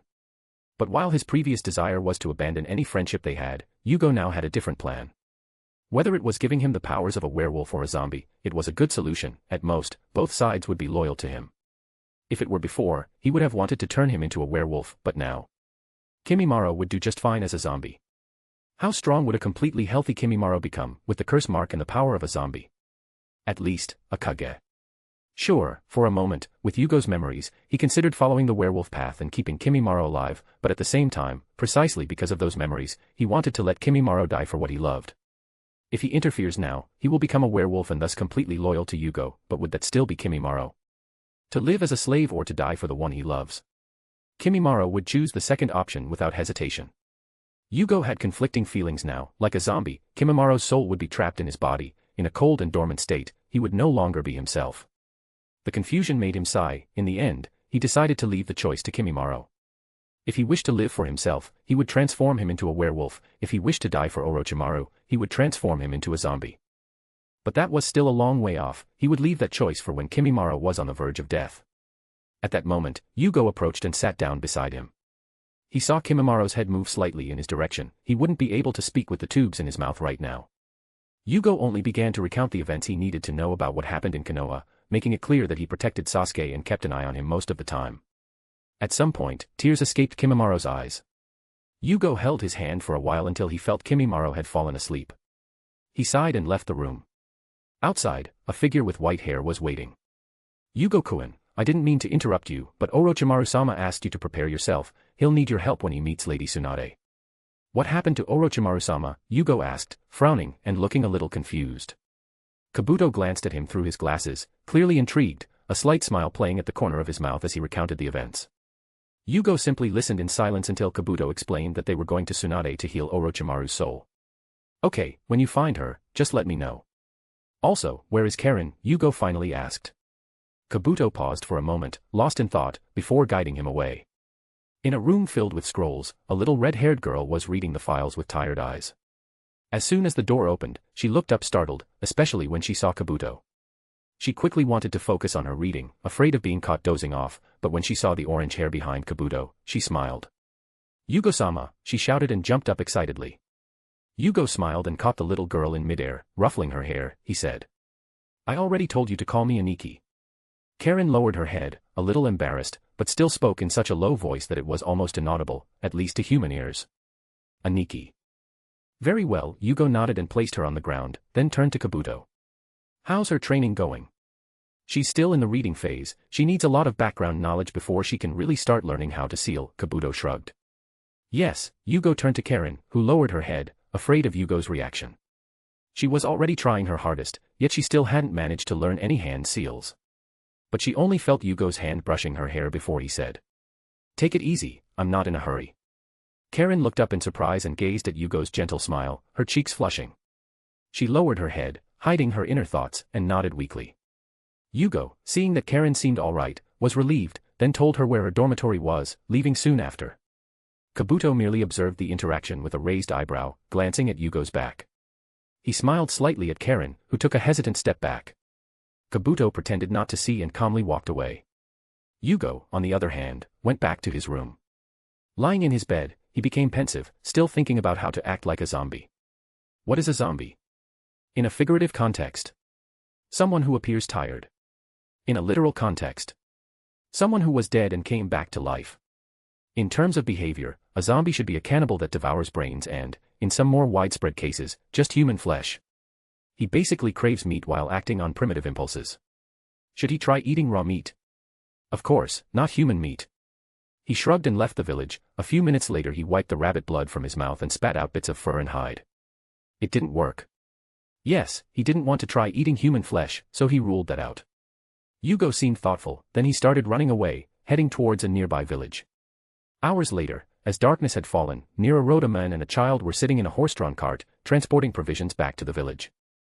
The man was telling the child a story, a horror story. He loved seeing the fear in the child's eyes. It reminded him of when he himself was a child listening to horror stories. And then, in the middle of the night, a howl rang out. The phantom wolf had returned, its lips still stained with the widow's blood, and the man recounted as the boy clung to the side of the cart, clearly afraid but also curious about how the story would end. But just as the man was about to continue, a jolt made them both hurriedly grab onto the cart. The man seemed shocked, pulling at the horse's reins, which brought it to a slow stop. The men jumped out of the cart and looked down the road they had traveled, using the little light from the moon's reflection. There, in the middle of the road, was a body. The men swallowed hard, his fear evident. The child already had her head over the top of the cart. Clearly having seen it, she let out a low cry and hid. "Jiro! Stay in the cart!" the men shouted, while he, on the other hand, slowly approached the body. The moment he approached the body, he saw that it was a young man, his body dry and smelling of carrion. The man covered his nose with his arm, somewhat relieved. He thought he had killed someone, but this body had clearly been dead for a long time. Could it be a ninja, he wondered. It was unusual to see dead bodies lying around, but judging by the corpse's clothes, it clearly looked like a ninja. This frightened the man, but curiosity got the better of him. As he approached, ready to see if there was anything good in the ninja's pockets, he felt a squeeze on his ankle. When he turned over, he saw the corpse's hand holding him, its face completely bloodless, though it couldn't be easily seen at night. The man slowly turned and looked at the corpse's face, but this time the corpse's eyes were open, staring directly at him. While the man froze in fear, the corpse slowly opened its mouth and said, "Brian. Ayawaya." The scream of fear echoed through the silent night. Chapter 54, Rituals, Not a Chap. Wow, a reader alerted me that Cuttlefish, author of LOTM, updated the pathway of the chained, including the rituals, and I went to look for it. Unfortunately, I've already written the Wraith ritual and the Puppet ritual, although the Puppet ritual ended up looking similar. But now that I know, I'll adapt to these new rituals, starting with Disciple of Silence, Sequence 3, which will complicate things a bit, especially the Abomination ritual, Sequence 1. Anyway, anyone who's curious can check out the wiki, but now I need to correct some chapters I've already written but haven't posted and think about the future plot, adapting to the new rituals. A special thanks to Kiru for letting me know about this. Despite complicating my life even more, LMAO, I still liked having more information about the path of the chained. Chapter 55, Hyphens. Well, the poll is over and more people voted that they don't mind, so let's continue with the hyphens. Chapter 56, Discord. Chapter 57, Quick Action. Yugo returned to the village of Sound the next day. He seemed very happy at that point. He had discovered a way to act. He didn't actually need to eat human bodies. He discovered he could perform by scaring others. Sure, at first he didn't understand and thought it was fear, but it was only through tests and with the help of the tenebrous world that he understood. The point is dissociation. What is a cadaver? It's a dead human being. But what happens when you're at a funeral and out of nowhere the corpse gets up and starts talking to you? A simple situation of humans conversing becomes a cliché trope in zombie movies. The corpse is already dead, but it was once human. Neither dead nor alive. This is the fear that Yugo is after, the fear caused by the contrast between life and death, the fear caused by incongruity. He is dead, but he acts like he's alive. That's a zombie. If he just acts like a living being, it won't work. If he just acts like he's dead, that won't work either. The public must understand that he is dead, only then will he be able to act as if he were alive. This is a zombie. Yugo was very pleased to discover the rules. He felt that this time, the connection was between life and death. This is the chain of this sequence. He could have acted out of depravity, devouring human flesh, giving in to impulses, but he wouldn't do that. Of course, acting like zombie required the audience to believe he was dead, so it wouldn't be easy for him to perform in the Village of Sound. But working with civilians is, let's just say that in one night's work, Jugo only managed a 1% advance. He would need to do this for more than 3 months to complete his performance. He figured that if he could fool the entire Village of Sound, he'd probably swallow the potion in one go. Imagine if they held a wake for him and he stood up and shouted, "Brain!" That would be fun, but Orochimaru would probably dissect him instead of holding a funeral. He would have liked to use the third Hokage's burial for that. Wait. Maybe that's not such a bad idea. He just needs to pretend to be the third Hokage and start wandering around Konoha like a walking corpse. No, it would be difficult and a little dangerous. It's better not to go that far. Jugo was about to give up when he thought of something interesting. And what about clones? The potion is digested when his mind synchronizes with it. If he receives the clone's memories, it's not as if he already lived through it. Jugo's eyes lit up. He hadn't thought this far ahead, but it was worth a try. Even though their clones couldn't enter their zombie form, they could transform and act like zombies.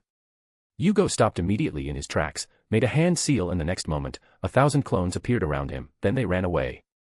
After transforming into a zombie, both his physique and soul were enhanced. His current chakra reserves are ridiculously large, making creating 1,000 functional clones at once no problem. Jugo paused there for a moment, feeling the natural energy around him rush towards him, replenishing his reserves. The clones, on the other hand, ran to all the nearby villages and beyond. They spent the day searching for recently deceased people and their relatives. At night, they returned to the families and transformed themselves into corpses, even using putrefied carcasses to mimic the smell. When the relatives found them, Jugo would say something like, "Bastard.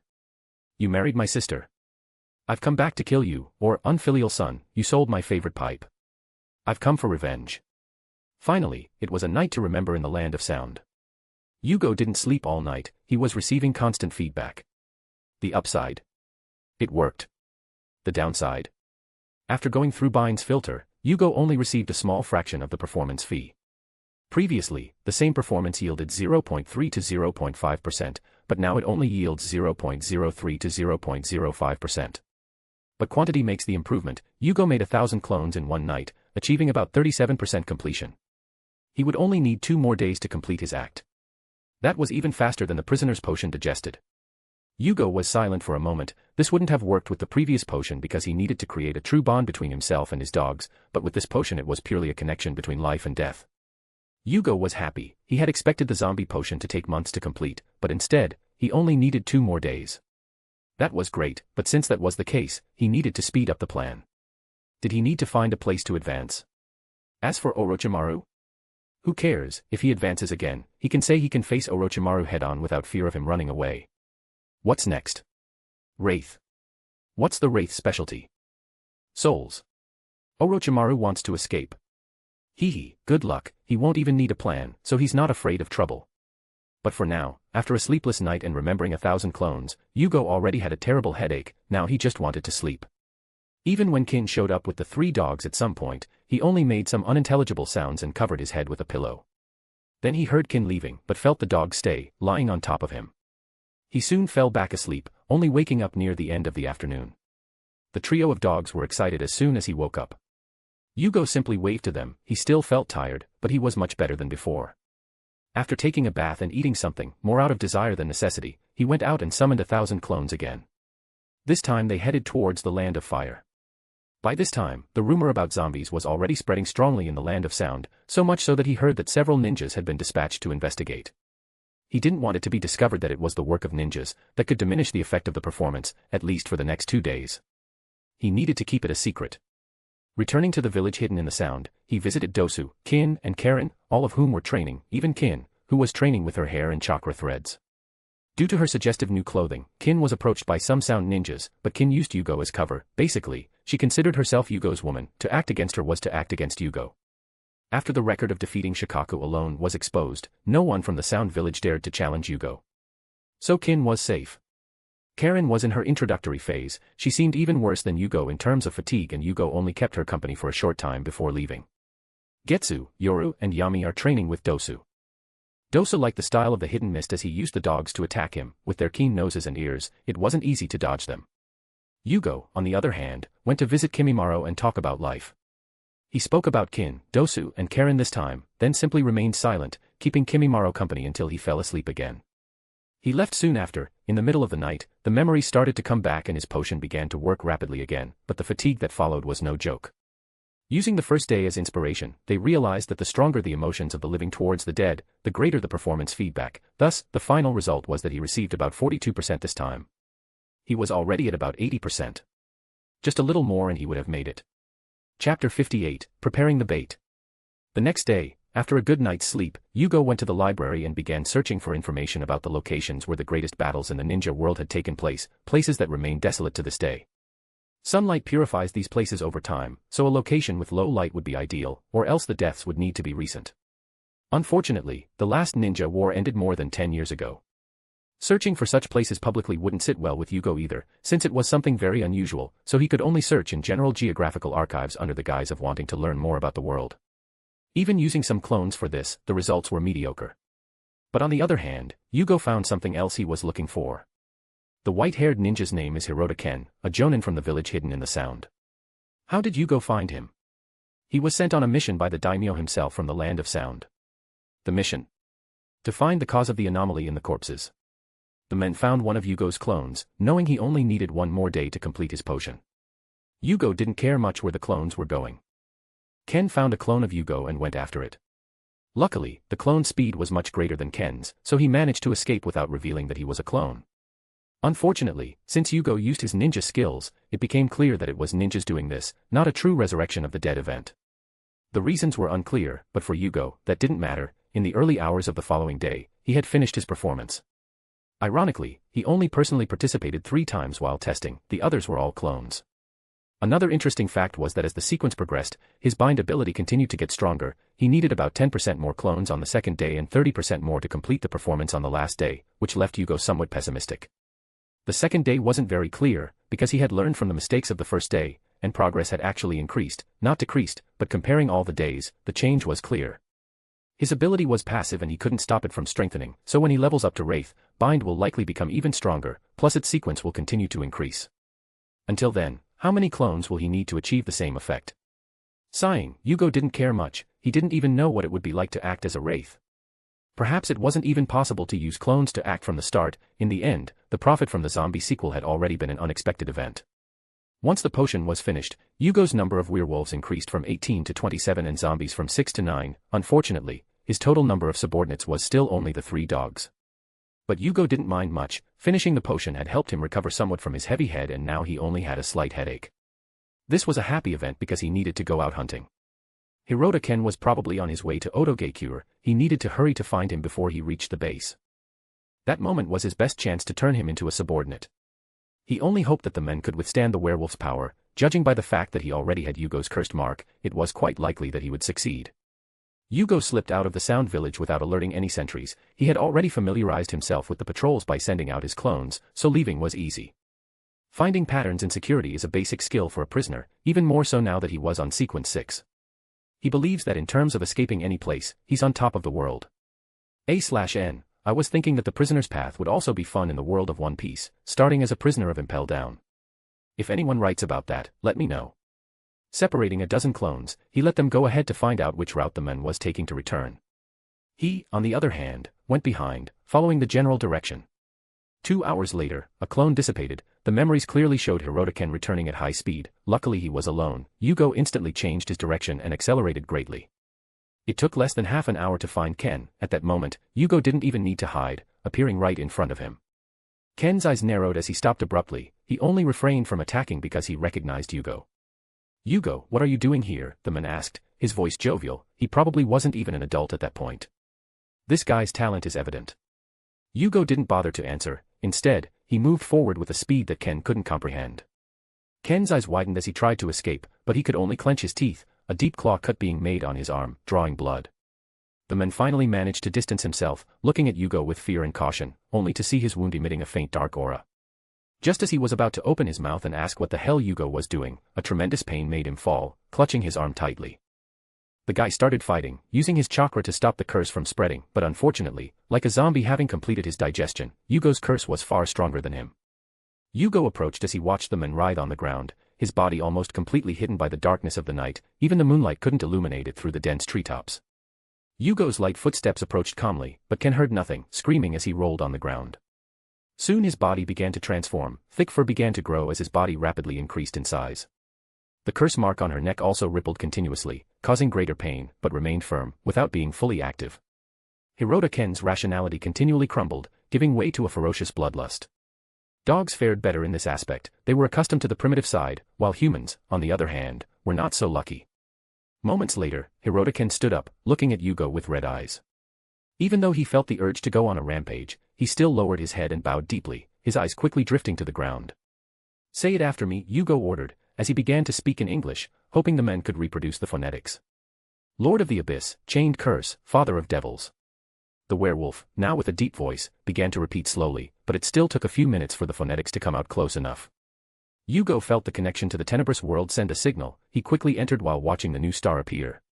He touched her while connecting to Hirota Ken, the next moment, he sent a tiny fragment of energy from the tenebrous world. His control after the zombie potion was enough to leave only a trace, causing no harm to Hirota Ken's consciousness.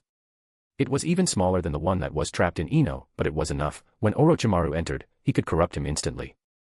Finally smiling, Jugo returned to his body while looking at the still submissive Hirota Ken in his wolf form.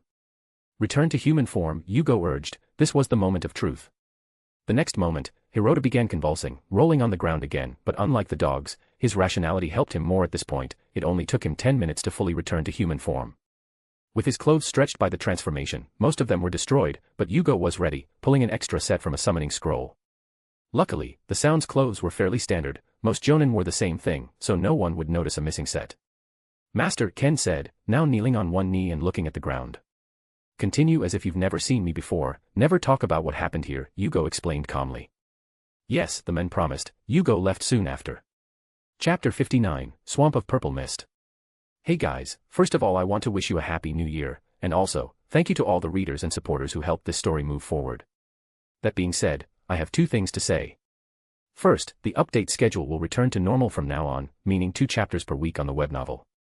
Second, from midnight on January 1st until 11:59 p.m. on January 7th, Brasilia/Brazil time, P_Trian will have a 20% off promotion for the first month on all plans. Promotion name, New Year, 20% off. Promotion code, ABAC. X. With only a few days left until the next full moon, Jugo was in a hurry, so he continued searching throughout the following day, hoping to find a possible location. In the Land of Rain, there is a place called the Swamp of Purple Mist. What's special about this place is that it's surrounded by fog all year round, a purple fog that makes anyone who sets foot there lose themselves in a deep stupor. The reason for this was discovered a long time ago, it's home to a large group of carnivorous plants of the same species. This plant, nicknamed Purple Death, is as big as a cart when it grows. That place has so many that you can see one, from small to large, every few meters for a radius of several kilometers, each emitting a purple pollen that merges with the humidity in the air, generating an endless fog. This is a place that has been considered a restricted zone for a long time, but if that were the case, they would have died out a long time ago. But there is another inhabitant in that swamp, salamanders. Yes, the same type as Hanzos. This group grew up in a symbiotic relationship. The salamanders, large and small, work together to create a farm stretching for miles. The salamanders feed the plants, and the plants produce a nectar that the salamanders love, which also helps enhance the potency of their venom. Thus, it is a rare case of extreme mutualism. Even if no one goes there, the salamanders still hunt all kinds of animals and throw them to them. The smaller ones survive on insects because the mist they emit is very attractive to them, but more intelligent creatures are unlikely to fall for it, so salamanders are responsible for feeding the larger ones. Jugo was very surprised to read about it and thought that with all those who had died there over the years, feeding the plants known as Purple Death, he probably should have found the right place. Even if the souls of animals left behind a much smaller amount of spirituality, how long will that place have existed? Jugo believes that this target was exactly what he was looking for. Now he needed to find a way to leave the village. Jugo could just leave, it was unlikely Karen would be hurt by Orochimaru, but Kin and Dosa shouldn't be so lucky, so ideally they should take them all. But if he left with everyone like that, it could make the snake paranoid and that would be another problem. Thoughtfully, he devised a simple and straightforward plan. "Do you want to look for Tsunade?" Orochimaru, his arms bandaged and lying on a hospital bed connected to a bag with some liquid dripping slowly, looked at Jugo with narrow, snake-like eyes. "Yes, Orochimaru-sama, honestly, after managing to control myself, being stuck in one place is making me a little irritated," Jugo said, with his usual gentle tone. "I'd rather help with the search than wait here." Orochimaru paused thoughtfully for a moment, but finally turned to Kabuto, who was looking at some data on a monitor and jotting something down on his clipboard. "Kabuto, give Jugo our current findings," Orochimaru requested calmly. Kabuto paused for a moment, then glanced at Jugo out of the corner of his eye, smiling slightly. He nodded. All right, Jugo-kun, please follow me. Kabuto left the room while Jugo followed him, Orochimaru's eyes fixed on Jugo, but he didn't see any strange signs. His long tongue unconsciously licked his lips, his body was sweaty and his face didn't look well.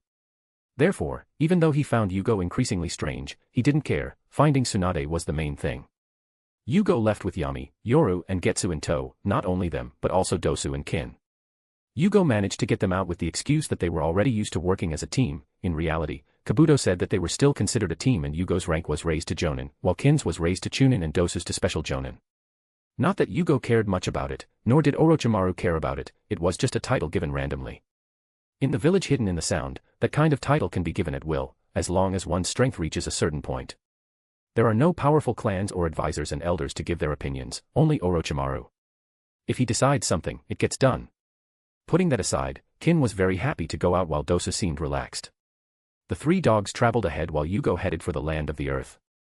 He wouldn't go directly to the Rain Village, the nearby land of earth would serve as a transit point, so as not to arouse Orochimaru's suspicion if he had sent someone to follow them. Jugo could escape any pursuer by going alone, but with his companions, he traveled at a much slower speed. He could simply create clones and upload them, but in that case it would be clear that he was trying to hide something. Thus, Jugo could only endure. Fortunately, their speed wasn't slow. In the last city bordering Earth, Jugo hid with his group while separating some clones and transforming them into his companions, allowing them to leave the city. Jugo, on the other hand, hid the group in a caravan heading towards the land of rain. At that point, even if he were discovered, Jugo could say that he had a feeling he was being followed and thought it was ninjas from the country of Konoha. Jugo hadn't sensed anyone following him, but he still preferred to be safe than sorry. At the very least, if the villagers came looking for them later, they could confirm that they had left for the land of Earth. Jugo, on the other hand, had already entered the land of rain, leaving the caravan shortly after and following the map towards the purple mist swamp. Kin and Dosu were finally informed about part of the information. I need to train a technique that will make me much stronger. Jugo strode through the rain, speaking to the group, all now covered by raincoats except for the dogs. What do you need us to do? Dosu didn't ask what it was, but directly inquired about their role. Nothing, I just got you out of there to prevent you from becoming targets, Jugo said calmly. Kin looked at Jugo in surprise and Dosu narrowed his one eye, turning to Jugo. This was the first time anyone had done something like this for him. His eyes narrowed over the cover as he let out a soft sigh. Kin, on the other hand, already wanted to jump on Jugo, but she held back, it wasn't the right time. I'll leave you in some village along the way, don't expose yourselves, I won't be able to help you while I'm training, Jugo continued. Okay, Dosu and Kin nodded. He couldn't take them with him, the fog there was already dangerous, not to mention the poisonous salamanders. If he weren't a zombie unafraid of poison, he wouldn't even want to go in there. A few hours later, Jugo parted ways with them, quickly continuing his journey. It took him only a quarter of a day to reach the swamp, the purple mist could be seen from afar, and the sweet scent had been felt for a long time. The closer he got, the better the smell became. Jugo, on the other hand, felt something that most other people wouldn't feel, a dense spiritual aura. He could even hear the laments of the dead echoing through the fog. They were not souls, they were merely remnants of persistent spirituality. Jugo didn't care much and didn't enter the fog head-on, but used the ground style to get onto the ground and continue sailing away. The full moon was only 2 days away and he preferred to spend the remaining time searching for the perfect spot. Deep underground, he transformed into a zombie, further enhancing his spiritual senses. He began to wander inward, going deeper and deeper into the swamp's core. He was so deep that no roots could reach him, but he soon found some tunnels, likely used by the larger salamanders. He then went even deeper, luckily he didn't need to breathe for a long time. It took him 2 hours to find the point of greatest spirituality. The point. A huge cave full of salamanders of all sizes crawling around, but the real highlight was the bones scattered everywhere. He was confused to see so many bones hiding in the darkness. He saw a salamander regurgitate the bones and finally understood. He didn't understand why such a large animal couldn't eat the bones, but he wasn't a biologist, he wasn't there to understand these salamanders. Jugo sighed and sank further into the ground, ending up 10 meters above the cave of bones. He dug a hole large enough to hold a coffin and then went to buy one. He didn't want the smell of decay to attract salamanders to eat him, and besides, there would be other insects trying to devour his flesh. Lying directly on the ground would be a real nightmare. Along the way, Jugo was in a particularly good mood. Moving on to a wraith would be the turning point for him. Finding the right spot was truly a stroke of luck. Chapter 60, Wraith. It was a full moon, but Jugo only realized this because of the restless feeling inside him. He longed to go out and devour human flesh, but he held back tightly. He couldn't enter the tenebrous world at that moment. This restlessness is part of the ritual. He needed to endure it. He had already completely transformed into a zombie, along with Bind. Despite his intense desire to move, he didn't move a single muscle. Jugo's dry, blackened body, with its long, pale hair, lay there, trapped in that coffin. Jugo knew the ritual but didn't fully understand it. However, the misunderstanding was short-lived. As the full moon rose, Jugo's unease grew. Just as the full moon was at its peak, a change occurred. Jugo seemed to sense something shifting. The spiritual fragments in the dead zone, as if drawn by something, began to rush toward him.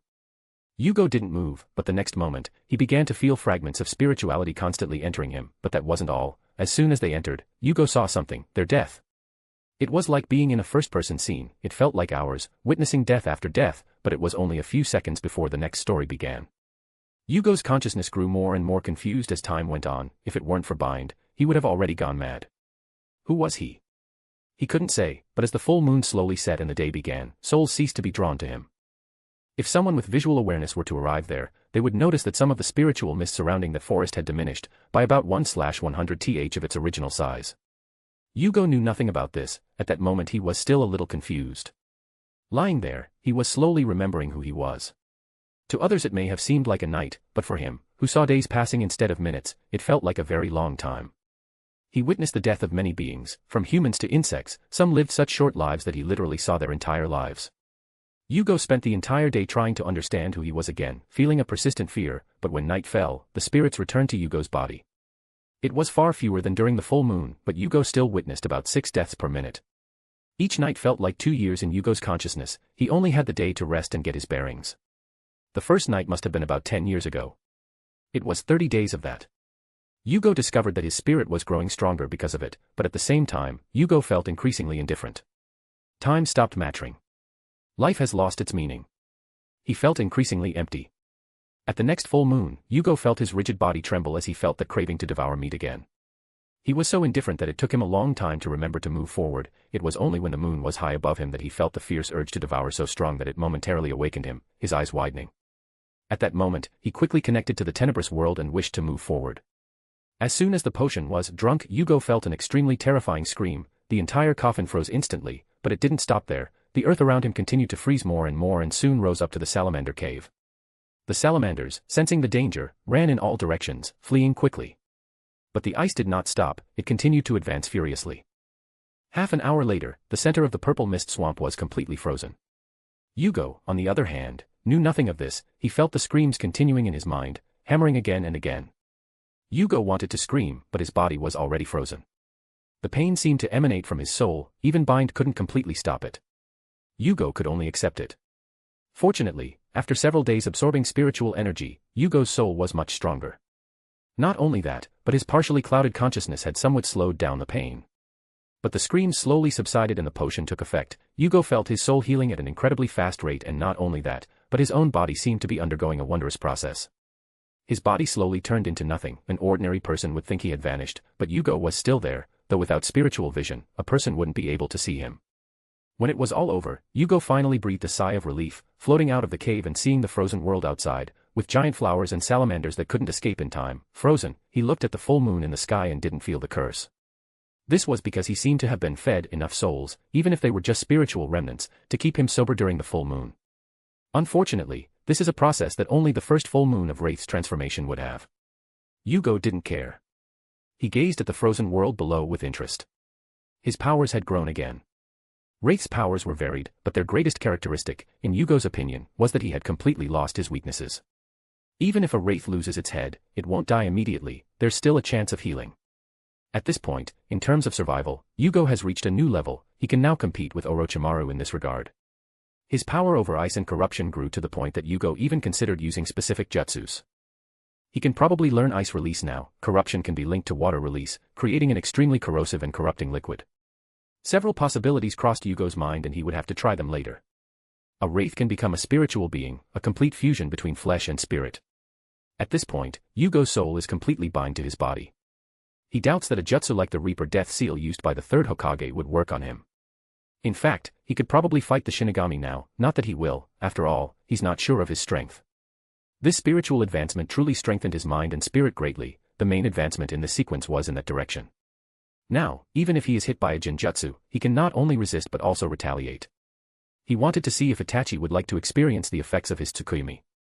Unfortunately, his spiritual strength hadn't yet reached the point of withstanding the infinite Tsukuyomi. He realized this when he remembered his pendulum divination, but he was close. Of course, this spiritual advancement also had consequences. Powers linked to light and purification now cause him more harm, but to be honest, this is a disadvantage he already had since becoming a werewolf. It has only grown more so now. Fortunately, there's no such thing as holy water or purifying light in the ninja world. At least Jugo doesn't remember anything like that, but perhaps releasing lightning or fire would cause him more damage now. His physiological resistance also increased. In his human form, he can go 2 weeks without eating and has become completely immune to biological poisons. In the world of LOTM, being in zombie form consumes spirituality, and it's necessary to replenish that spirituality through eating and resting. However, Jugo is a natural energy battery. He doesn't need to worry about that. So, while he's in zombie or wraith form, there's no reason to worry about hunger. Regarding their time underground, their spirituality was constantly replenished by external spiritual energy, so it made sense that zombies could survive without needing to eat for so long in the world of LOTM. In any case, specters also possess various auxiliary and support abilities. Firstly, with the spiritual aspect now active, he can actively deflect unwanted external guesses and glances. Furthermore, he now possesses knowledge of divination skills, so he can predict much more easily now, even without the help of the tenebrous world. Unfortunately, he's still just a wraith, not a seer, so his predictive abilities still leave something to be desired. He can also sense a connection to the spiritual world of that world, but he has no interest in entering it. He sensed that the spiritual world is probably the pure land and that the place is Hagoromo's domain. He's not sure if entering there won't attract the old man's attention. Like a wraith, its basic spirit powers are also active, passing through matter, invisibility, possession, flight, and seeing in the dark. When he says seeing in the dark, he's not talking about normal night vision that can pick up very little light, but truly seeing in complete darkness. The wraith's invisibility isn't so simple that any dojutsu can see it. At least, he doesn't think a normal Sharingan or Byakugan could see their invisible form. Unfortunately, they still give off an odor, so they can still be found by smell, which is a shame. Possession is one of Wraith's strongest abilities. He can forcibly possess a body, whether living or dead, and the use of his abilities will not be limited by the body, so even if the body is destroyed, he will be fine. The possessed entity gains control over the target's body, but not over their mind or, for example, chakra, so using jutsus without the help of the possessed body is nearly impossible. A Wraith's strongest attack is the spectral scream. It can emit a piercing scream that directly attacks the soul, causing excruciating pain. It's an area of affectability, and if used with enough force or for long enough, it can even shatter the souls of those who hear it. Jugo smiled at the thought of that ability. It would be perfect for dealing with guys like Orochimaru and Obito. Finally, there is the power over mirrors. Basically, he can teleport using reflections. Any reflective surface becomes a medium for him. He can also remain inside a mirrored surface, like a coin, hiding for long periods. Aside from that, he gained some spells related to death, such as purifying corpses, preparing zombies, sending souls to the afterlife, bringing souls from beyond. He could basically bring the soul of a deceased person and use it to transform them into a zombie, as long as he had the target's body. This removed the limitation of having to find a recently deceased body. Now he only needed a complete cadaver that had been previously prepared to attract the soul of the dead and create a zombie. As for the curse of the specter, he needs to devour human souls or he will become extremely weak. Nothing new there. Of course, choosing to consume souls is the same as strengthening his cursed side. He still hopes to complete the Wraith's act purely from the chained side, so he will avoid that. Consuming the spirituality of the dead also counts as the soul of the dead, but it still strengthens the cursed side, so he still hopes to use the tenebrous world to avoid that period. Speaking of curses, he felt he had forgotten something. Plus 31 chapters of Jugo, Father of Devils on P_Trian. Plus 40 chapters of the legendary mechanic, 666 on P_Trian. Plus 11 chapters of Hunger Games. I choose to be a tribute on P_Trian. Read the first 10 chapters for free on P_Trian. P_Trian, March_Rain. Chapter 61, The Forgotten Dogs. On the other side, in a forest near the village where they were staying, amidst the light rain and muddy ground, Dosu and Kin were battling the rampaging Getsu, Yoru and Yami. Damn it. This again. What's wrong with them? Kin yelled angrily, using her hair to defend herself. Dosu didn't respond, but used his air vibration at maximum power. The next moment, the three screamed in pain and quickly fell to the muddy ground. Arrest them, Dosu said, breathing heavily. Kin didn't dare linger and quickly used her hair to tie them up while Dosu grabbed some chains. A month earlier, Getsu, Yoru and Yami had gone mad and killed all the dogs in the village, even venturing into the forest to kill a pack of wolves. Luckily, Dosu noticed quickly and hid the mangled bodies of the dogs. They found the trio covered in blood, but calmer. In the end, with Jugo not around, the case remained unsolved. Until today, the trio had gone berserk again, but Dosa had no idea why until now. He could only drag them away from the village before they started killing humans. Fortunately, in this rainy land, people go to bed early and close their windows, so no one saw them in action. The stray dogs weren't so lucky. Dosa finally managed to apprehend the enraged trio and sighed thoughtfully. He couldn't understand the reason, but in the end, he could only look up sadly, wondering what to do and hoping Jugo would return soon. It was while looking up that he saw the full moon. Lost in thought, he began to remember something. Kin, the first time they went crazy was during a full moon, right? Dosu asked, still looking at the moon. Kin, who was washing the mud off her body, stopped for a moment, disgusted, looking up. I think so, she replied with a doubtful look. That's also when Yugo-sama disappeared, Dosu pointed out. Kin thought for a moment before speaking. Do you think it's related to the moon? Dosu didn't answer, he just stared at the moon for a while longer before letting it go and leading the werewolves to hide in a nearby cave. They would spend the night there. He hoped the trio would feel better by morning. Kin looked at the three with pity and saw their increasingly pitiful state, the trio whimpering in pain. Dosu, I think they need to kill dogs or wolves, should we take them to them? Dosu stopped, looking at the trio in pain and growing weaker. He worried they might die. Jugo must be furious, right? Thinking of Yugo's furious expression, he wanted to agree, but the next moment, a voice was heard behind them. No need, they'll calm down soon. Jugo appeared behind them at some point, looking at the canine trio with a slightly embarrassed expression. He had truly forgotten about them. He really should choose zombies from now on, at least they wouldn't have problems with the curse. As for Hirota-ken, Jugo had already warned him to take analgesic before going out. He shouldn't go out during a full moon or it would be problematic. In any case, Jugo still didn't feel that the men had called him, so he still had time. Now he didn't even need a plan. He could kill Orochimaru head-on, preferably by destroying his soul. But he had a greater desire. Orochimaru was a scientist above all else and possessed many good qualities. It would be a shame to lose all of that simply by killing him. He wanted to let Orochimaru take over Ken's body and see if the werewolf curse would affect him.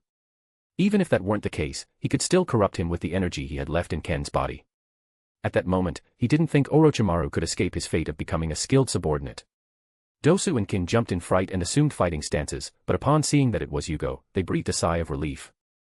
Dosu nodded, relieved to see Jugo. Kin wanted to jump on him, but noticing her own muddy body, she became embarrassed and gave up. Jugo didn't care and approached, pulling the girl close to him. He didn't mind a little mud. Kin struggled a little, uncomfortable being seen like this, but seeing that Jugo wasn't going to let her go, she could only shrink back, embarrassed. Jugo didn't look any different than before, so neither Dosu nor Kin noticed Yugo's increasing power, several times stronger than a month earlier. Jugo asked how they spent that month and if there had been any news. Dosu said that they trained indoors and hardly ever went out. Dosu pretended to be a hunter and Kin was his sister, who stayed at home, so they didn't attract much attention, except for some idiots who tried to take advantage of Kin. Dosu found them and beat them fiercely. He didn't show any ninja skills, but it was enough to make him look like a strongman. The problem with the dogs was also reported, but Jugo knew about it and didn't take it seriously. He was even surprised that they attacked dogs and wolves, not people. His belief that this potion was more linked to depravity than to massacre itself grew stronger. It was clear that the act of killing one's own kind to survive was an act approved by the cursed side of the potion. There were also no reports of ninjas outside the village. Dosu and Kin found nothing. Even with the dog's sense of smell, they found nothing unusual.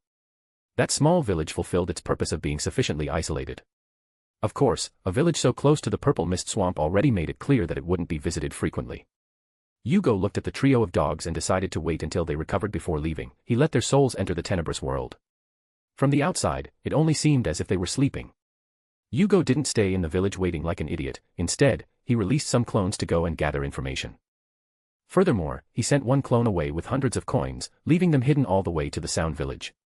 When he was finished, Jugo could use mirrored teleportation to quickly bring Kin and Dosu back. Once there, he could simply summon the trio of dogs. The summoning had two stages. The first was to bring the summoning from point B to point A, and the second stage was to return it, returning the summoning from point A to point B. However, the second stage was optional. They could simply choose not to return to point B and remain at point A. This essentially made it a one-way trip. Once the summoning gives up the option of returning to the original point, it can only remain at that point. As for why not maintain the possibility of returning indefinitely? It's not possible. Maintaining this requires constant chakra, like a return seal engraved on the creature at the moment of summoning. The seal then remains on the creature, consuming its chakra indefinitely until it returns.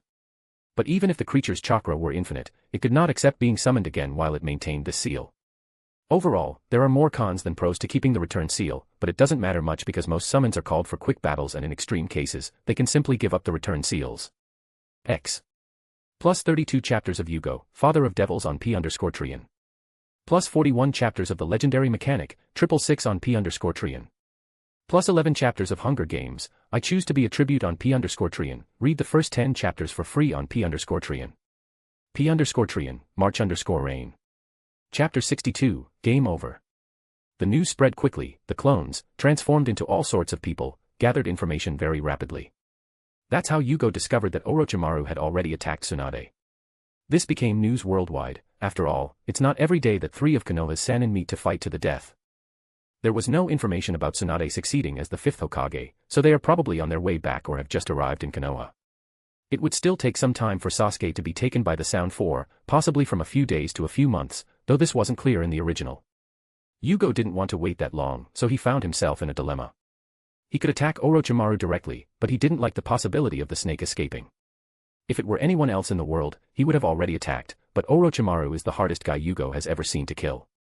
Plans can never keep up with change. In the end, Jugo decided to attack. He could have defeated Orochimaru as a zombie, but he waited until he was a wraith. If he keeps acting like a coward, when will he actually act? When will he become a god?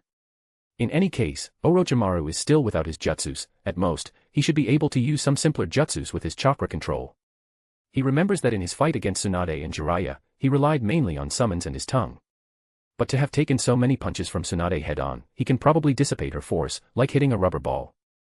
The summons were also performed with Kabuto's help. The next day, knowing that a fight awaited him, Jugo changed his mind and did not take Kin and Dosa with him. Instead, he felt that the clone responsible for placing the coins had completed the job. Outside the village, a little further away, the dogs had already recovered and Kin and Dosa were waiting for Yugo's orders. If I turn against Orochimaru, whose side would you be on? Jugo asked, looking at the road ahead, smiling without turning his head to them. Dosu and Kin were silent for a moment, but Kin, looking at Yugo's back, realized that when that choice was made, she had already made it a long time ago. I would stand by your side, Yugo-sama. Kin smiled slightly, feeling that the last barrier between them had been demolished by those words. Jugo turned his head slightly, glancing at her out of the corner of his eye with a slight smile. Dosa didn't wait long and knelt down. I'm willing to follow you.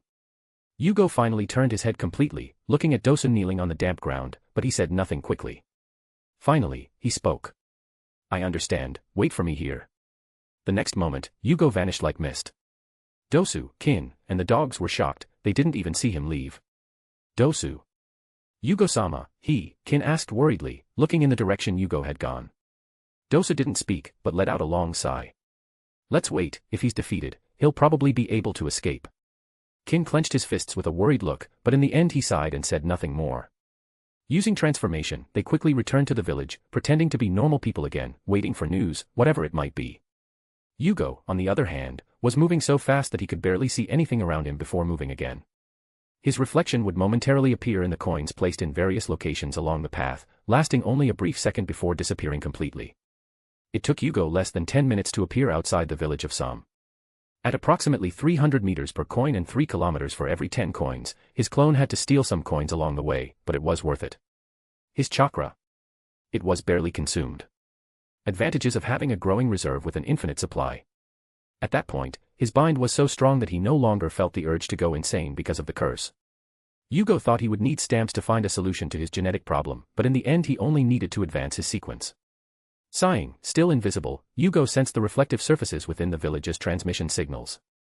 He passed through kunai, glass, or anything else he could find until he reached the room where Orochimaru was. Lying down and connected to N4, he was asleep at that moment.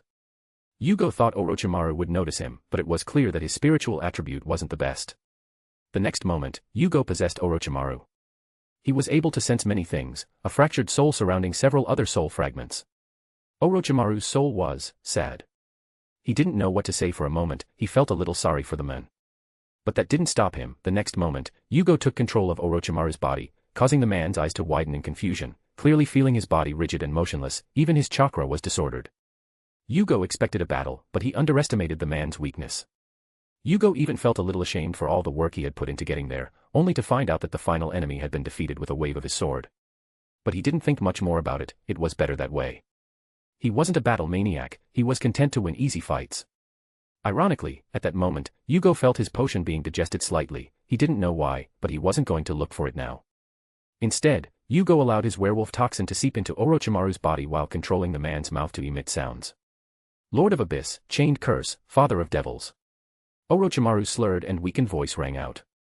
The man had no idea what he was talking about, but fear grew as he felt something changing his body. His chakra was completely disordered, he couldn't use even the smallest jutsu. His body was paralyzed, he couldn't move. Orochimaru could only remain there, being manipulated by growing fear. Jugo, on the other hand, sensed the connection to the tenebrous world, but did not enter yet. First, he allowed Orochimaru's body, which had begun to convulse, to completely transform into a werewolf. When the man stood up, his hands still trembling and Jugo felt the connection between them, he sighed with relief. The next moment, Jugo entered the tenebrous world and realized that now he could enter completely. Sure, he needed to be in wraith form to get in, but that could be very useful in the future. His subordinates only need to perform a summoning ritual to call him and he could appear anywhere in the world. He was excited, but for now he put that aside. Instead, he touched the red star representing Orochimaru and let a fragment of corrupting energy escape. Orochimaru's eyes went black for a moment as he rolled on the ground in pain, but it didn't last long. When it was over, Orochimaru's eyes became even more fanatical. Jugo asked him to return to human form and it took him less than a minute to do so, the fastest he'd ever done so far. Orochimaru seemed to have great control over his own body. Appearing in his physical form in front of the men, Orochimaru lowered his body. Master. A genuine smile appeared on Jugo's face, he had succeeded. From that moment on, he was the owner of that village and had Orochimaru's entire arsenal at his disposal. Finally, he could move on to the next objective, advancing to Sequence 4. To do this, he needed a body at least at the level of a saint. A body that still possesses spirituality. In Jugo's opinion, there were few of those around, but he was sure of one, he just needed to find it. Uchiha Madara, the reincarnation of Indra who fused the gene of Ashura's reincarnation and unlocked the Rinnegan. He would have preferred to find the corpse of Hagoromo or Hamira, but doubted he could find them after 1,000 years. Another option was Geto Mazo, but he didn't know if that guy was considered a corpse. The other options were dubious and he had no interest in searching and he knew where the corpse was, Sangaku no Hakaba, the mountain cemetery. X. Plus 34 chapters of Jugo, Father of Devils on P_Trian.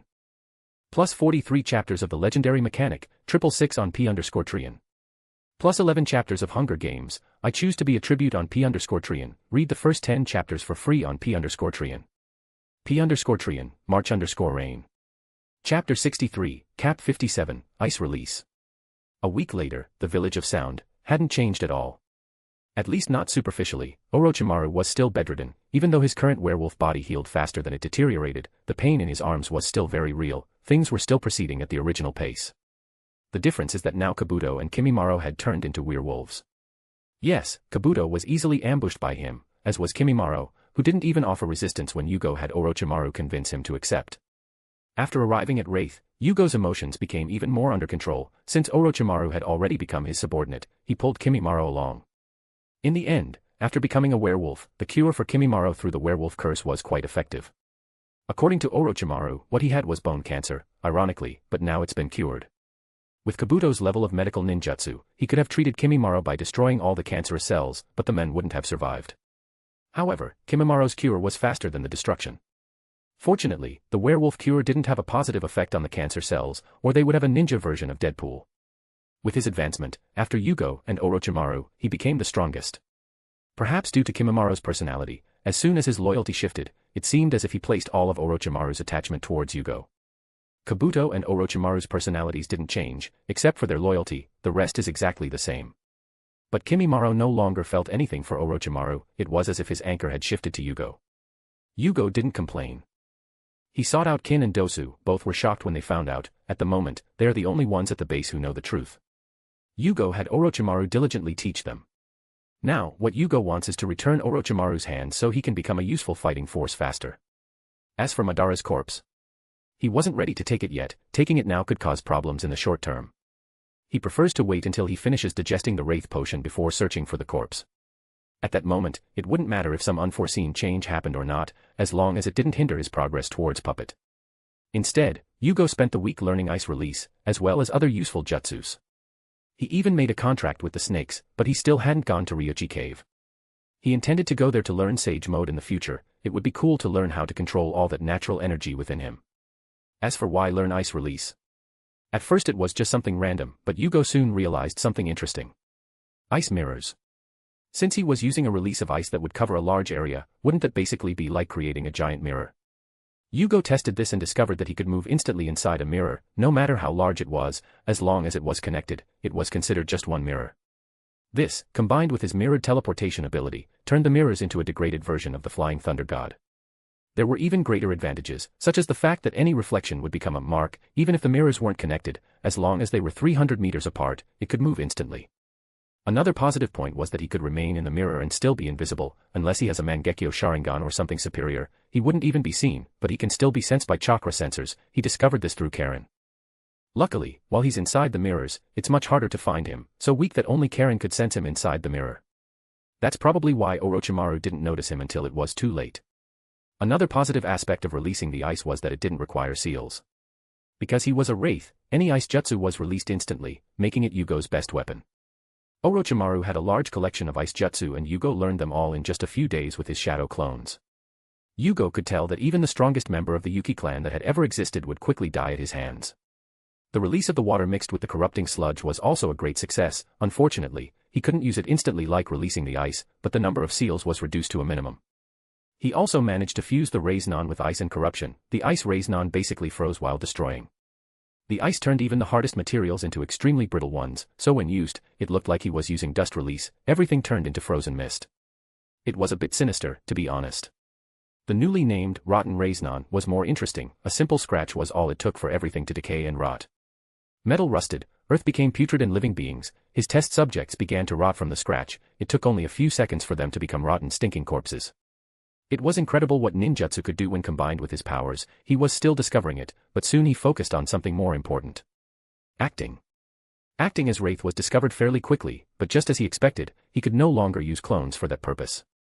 The reason was simple, acting as a Wraith required behaving like a spirit, wandering around invisibly and appearing to others as a specter, generating fear and unease.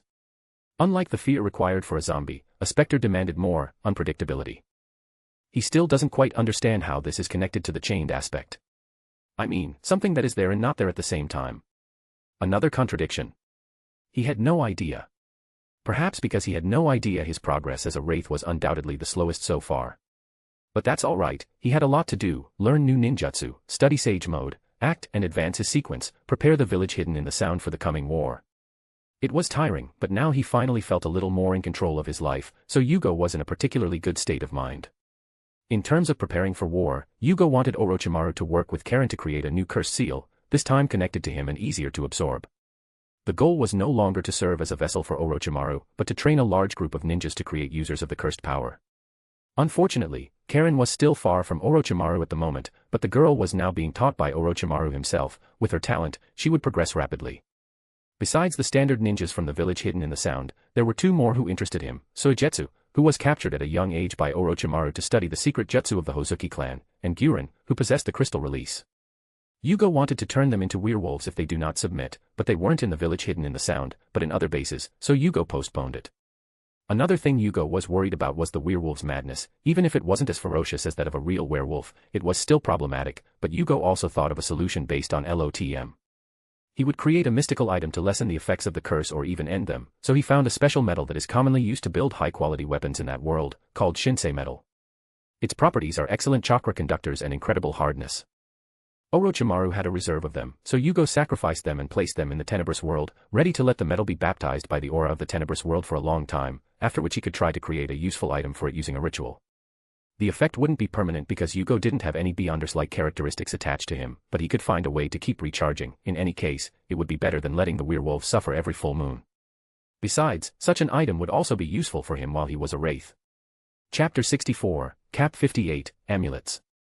In a secluded and uninhabited area of the Land of Sound, Jugo stood atop a hill, gazing at the clear sky with interest. He had been studying ice release diligently lately and had come across an interesting jutsu. Forbidden Jutsu, Eternal Winter.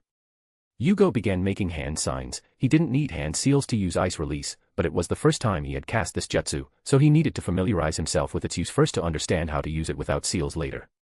The jutsu had nearly 80 hand seals. Jugo performed it slowly, studying the movement within his chakra network.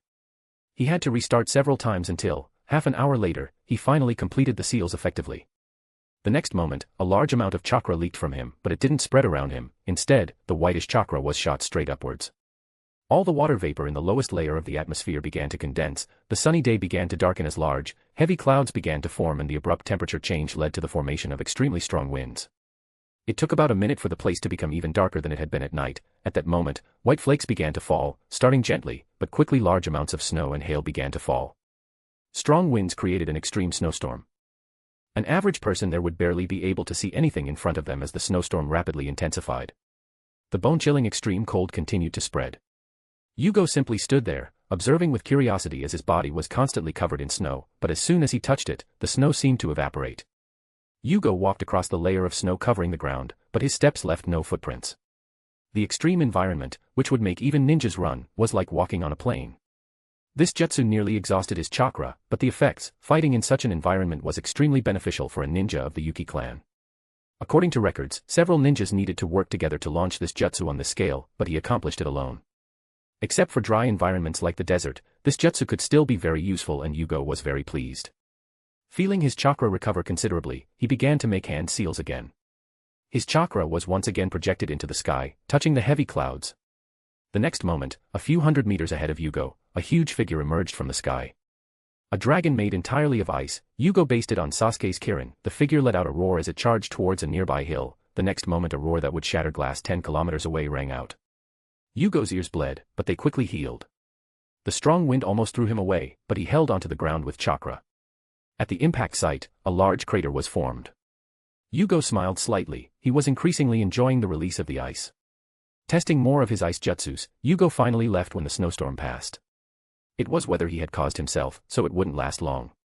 Even so, it took several hours for the storm to stop, leaving behind heavy clouds and a terrain covered in several meters of snow. Jugo returned to the village of Sound, completely unaware of any residual problems his little adventure might have caused. He only hoped he hadn't affected the crops of the land of Sound. He had chosen an extremely remote location for that reason, but when you tamper with the weather, various factors can lead to different chain reactions. In any case, Jugo finally returned to the village. 3 weeks had passed since he had taken over the village hidden in the Sound. Now he was working with Orochimaru on creating amulets to ward off the werewolf curse. All the metal shinsei he sacrificed to the tenebrous world seemed to emit a concentrated aura of negativity. This made it a material full of spirituality and perfect for creating artifacts, at least in the negative aspect of things. It would be difficult to create a purification item with a material so laden with darkness. Of course, the problem was that he wasn't a craftsman and creating items the usual way wouldn't work, but amulets weren't the best choice either. They were used once and then destroyed, which didn't help his goal of creating a permanent solution. He hoped that Karen could help him in the future to create a permanent item using seals, but that was still a long way off for the girl now. Orochimaru also didn't have the use of his hands right now. Even if he did, he lacked the skill for it. Jugo considered several places where he could find what he wanted. The swords of the swordsmen of the mist and the Takumi village of artisans, could both be very useful in this regard. But for now, he would content himself with creating amulets. The goal was clearly something that would weaken the curse or even nullify it, at least for one night. Thus, on the moonlit night, on the night of the full moon, while the souls of his werewolves remained in the tenebrous world, he felt a tremendous hunger for souls within him, but he used bind with all his might, tightening the seal within himself. Kabuto had prepared an extremely potent painkiller for him, but it wouldn't last long. He only had a few hours. First the symbol. There wasn't a symbol behind his throne, but he already had the symbol of the chained goat's head attached to him, or at least he hoped so. But he still changed the symbol in the end. He hoped to use the aspect of the chained path, so he drew a chained black arm on the candles he would use for the ritual. This better suited the amulet's purpose. The chained arm represents both curse and bind. The amulet's material. Metal imbued with the aura of the tenebrous world, bathed in Jugo's blood. He hoped to use his blood as a means of connection between himself and his werewolves, and because of the curse on that body, his blood carries tremendous spirituality. Even though both materials were far from reaching the level of an angel, achieving the power of a sequence 4 should be possible. After all, the aura of the tenebrous world would still be a catalyst. Even if Jugo himself didn't have much control over the tenebrous world, it was still enough to extract a little more through the ritual.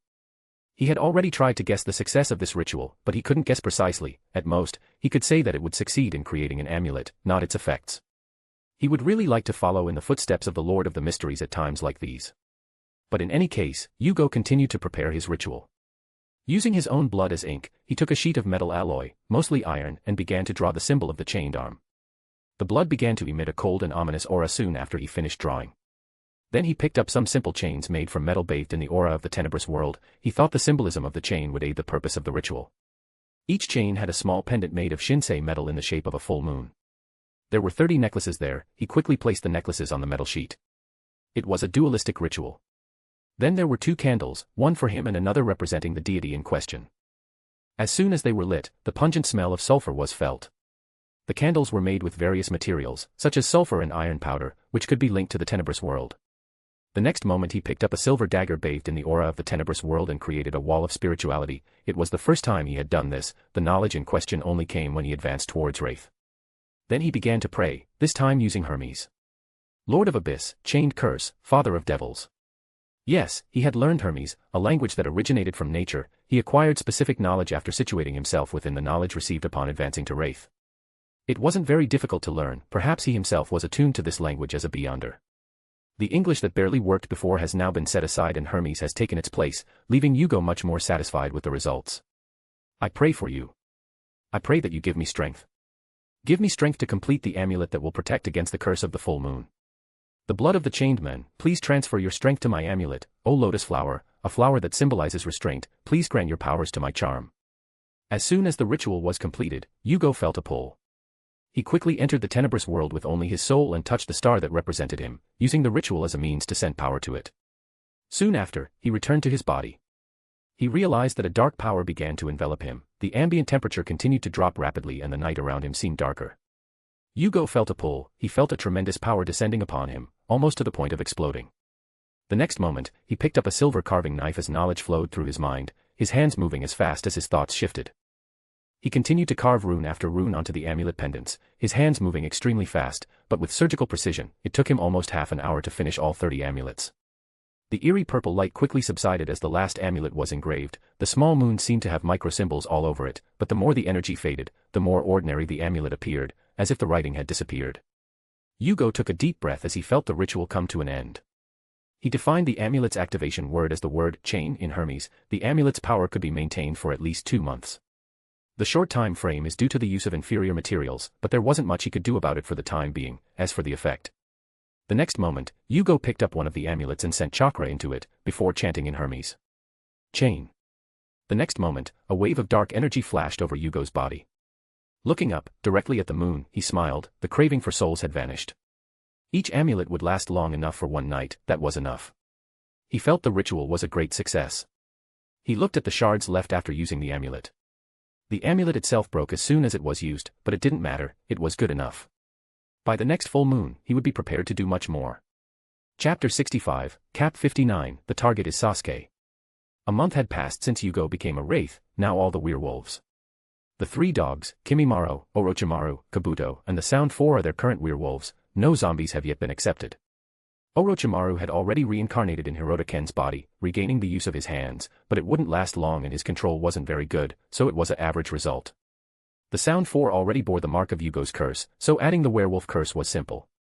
Jugo was particularly interested in Yukon and Sakan. He asked them to use their ability on him. Jugo then learned from them how to manipulate his body to merge with someone at a cellular level. As a result, after learning Orochimaru's curse mark, he could now create his own marks and fuse them perfectly to the target's body, without causing degradation like Orochimaru's and with a particularly high success rate.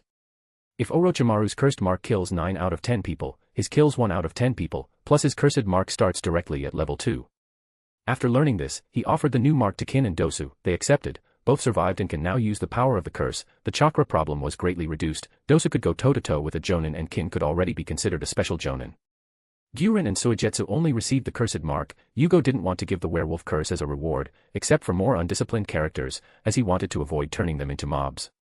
Besides, the more werewolf curses he casts, the fewer zombies he can create. Speaking of zombies, Orochimaru didn't have the bodies of Hashirama and Tobirama, but he did have the bodies of Raza, Mu, and Gungetsu. Needless to say, Jugo was very happy to turn the 3 of them into zombies. Although they couldn't speak, they could still use their jutsus, even though their fighting abilities were somewhat impaired due to their low intelligence. Jugo could still control them remotely and they gained zombie-like physiques, with increased resistance and regeneration, greatly enhancing their power. Unfortunately, doing so binds their souls to their bodies and it's not possible to use the impure world reincarnation. However, because they are connected to Jugo, he can share his chakra with them, so as long as Jugo doesn't run out of chakra, they won't run out of chakra either. There are advantages and disadvantages.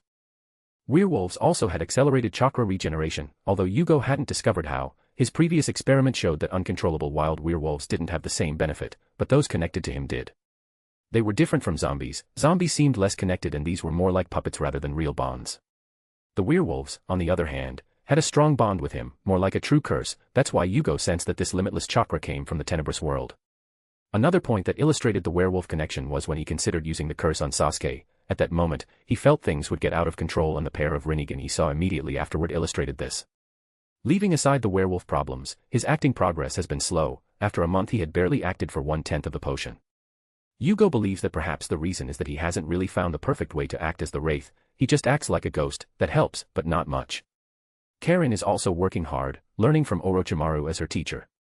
She was already able to use the adamant sealing chains. In fact, Jugo managed to learn this jutsu and must say that the power of his sealing is extreme. He believes that even Kyuubi would be completely immobilized by that. Jugo created numerous clones to train in all sorts of things during this month, so his strength has truly grown a lot and he believes that even the best Kages can't defeat him now. Even a super Kage will have a very difficult time dealing with him. Yesterday Orochimaru had received a message. Sasuke seemed increasingly frustrated in Konoha. It was time to act. Why continue acting against Sasuke? Nothing. He truly had no more interest in the boy. A pair of Rinnegans didn't appeal to him in the slightest, knowing what awaited his future, but he had no idea what would happen if he let that go. Would Sasuke be abducted by Danzo when he unlocked the 3 Tomo? Would Sasuke leave the village feeling he couldn't get what he wanted there? Or would he be convinced by Naruto's miraculous mouth and everything would turn out alright? This variable was too great and he didn't yet have Madara's body in his hands. One wrong move and the 4th Shinobi World War could begin the next day. Jugo wasn't ready. Before becoming a puppet, he wouldn't have moved the plot so drastically. This time he sent the Sound 4 and Kimimaro directly, but he kept Kimimaro in the shadows and gave specific orders to the 4 Sound ninjas to go easy on him. It's no joke, with the werewolf's enhanced form, even ordinary Jonin can't handle it individually, let alone a group of genin. Jugo asked them to feign defeat and leave when things got serious. The most important part was delaying the rest of the group and letting Naruto and Sasuke face off in the Valley of the End. That moment was the key to the whole event. The group soon left the village and had to infiltrate the Land of Fire. After the Chunin exams, relations between the two villages were tense. Konoha demanded compensation, but Orochimaru knew enough about Konoha to know they wouldn't declare war, so he tricked the daimyo into ignoring everything and saying it was all Konoha's nonsense. Basically, it turned into a game of "you're guilty, where's the proof, look at your dead ninjas, are you going to say they're not from the Sound Village, these? I've never even seen them before, they were just some sand ninjas pretending to be Sound ninjas." In the end, Konoha could only pretend not to see, but relations between the two countries remained strained for a while.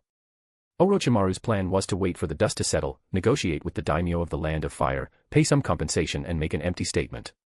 Okay, now everything would go back to normal, only Konoha would remain unhappy. Chapter 66, Cap 60, Sasuke's Doubts.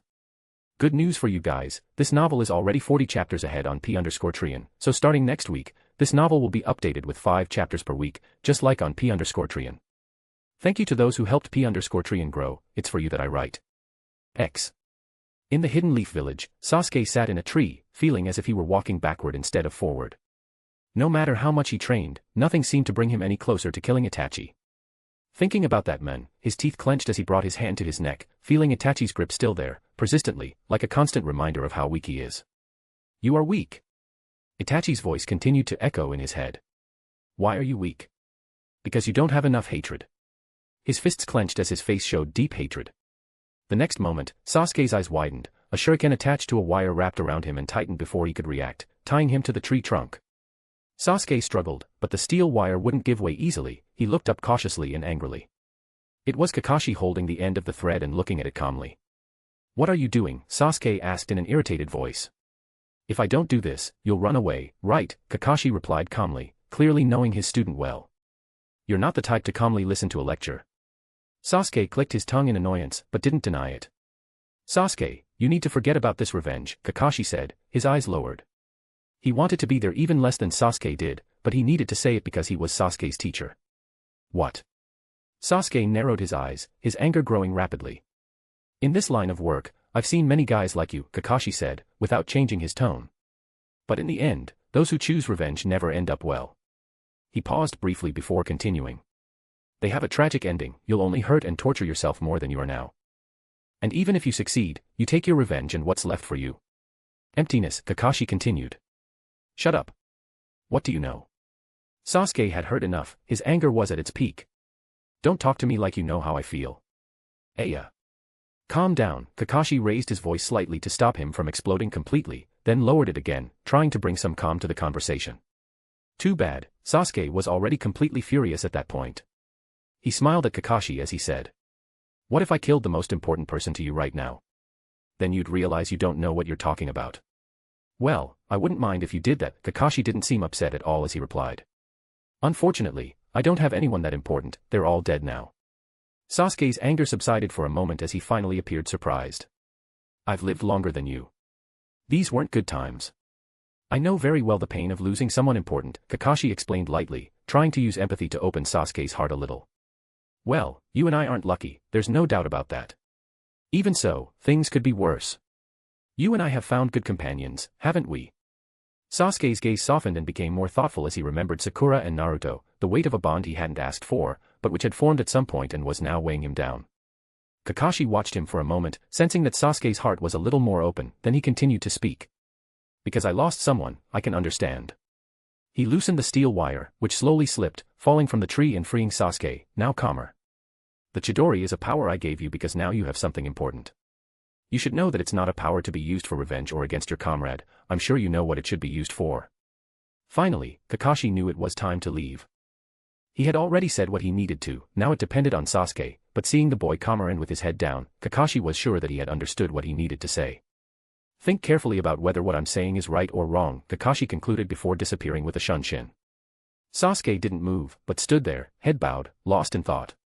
Years of pain, years where revenge drove him forward. At that moment, thinking about the comrades he had made, Sasuke began to wonder, is it really worth it? On the other side, observing what had happened, the quartet of sound began to argue. "With an elite ninja like the copy ninja here, it's best to wait before attacking." Kidomaru commented. "Perhaps it's difficult for you, but I can handle it," Tayuya teased with a smirk. "I'm dying to test the new power granted by Yugo-sama." Sakan smiled as he said. "I agree, two people could easily divide it into pieces." "Nobody asked you anything, you idiot." Tayuya, with her strong personality, didn't even blink while insulting him. "Tayuya, women shouldn't use that kind of vocabulary," Jirobo commented from the side. "Shut up. Fatso." Tayuya became even more irritated with Jirobo. "It doesn't matter," Yugo-sama was clear. "Take the Uchiha brat quietly." Kidomaru was clearly the leader of the group, even if none of the others admitted it, so they just accepted it with varying degrees of irritation. Sasuke didn't move, he stayed there all afternoon, even after sunset.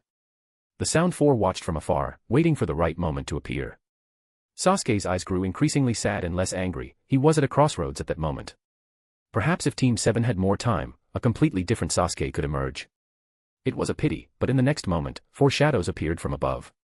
Sasuke's eyes widened, and before he knew it, he was surrounded. The group of 4 didn't move, but stared at Sasuke, who remained pressed against the tree. The boy was already glancing at them with irritation, searching for an escape route, but he forced himself to calm down, sensing that his chances weren't good. "Who are you?" His voice came out calm, but with evident weight. "I am Kidomaru from the east gate of the 4-sound ninja," Kidomaru replied with a mocking look. "Sakan, from the west gate," Sakan replied, with Yukon's head still silent behind him. "Jiboro, from the south gate." Jirobo spoke with his perpetually irritated face, as always. "Tayuya, from the north gate." Tayuya spoke, her eyes narrowed. The next moment they moved, attacking together and, they got a beating from Sasuke, at least that's what Sasuke thought, but when it was all over, he only found tree trunks where they should have been lying.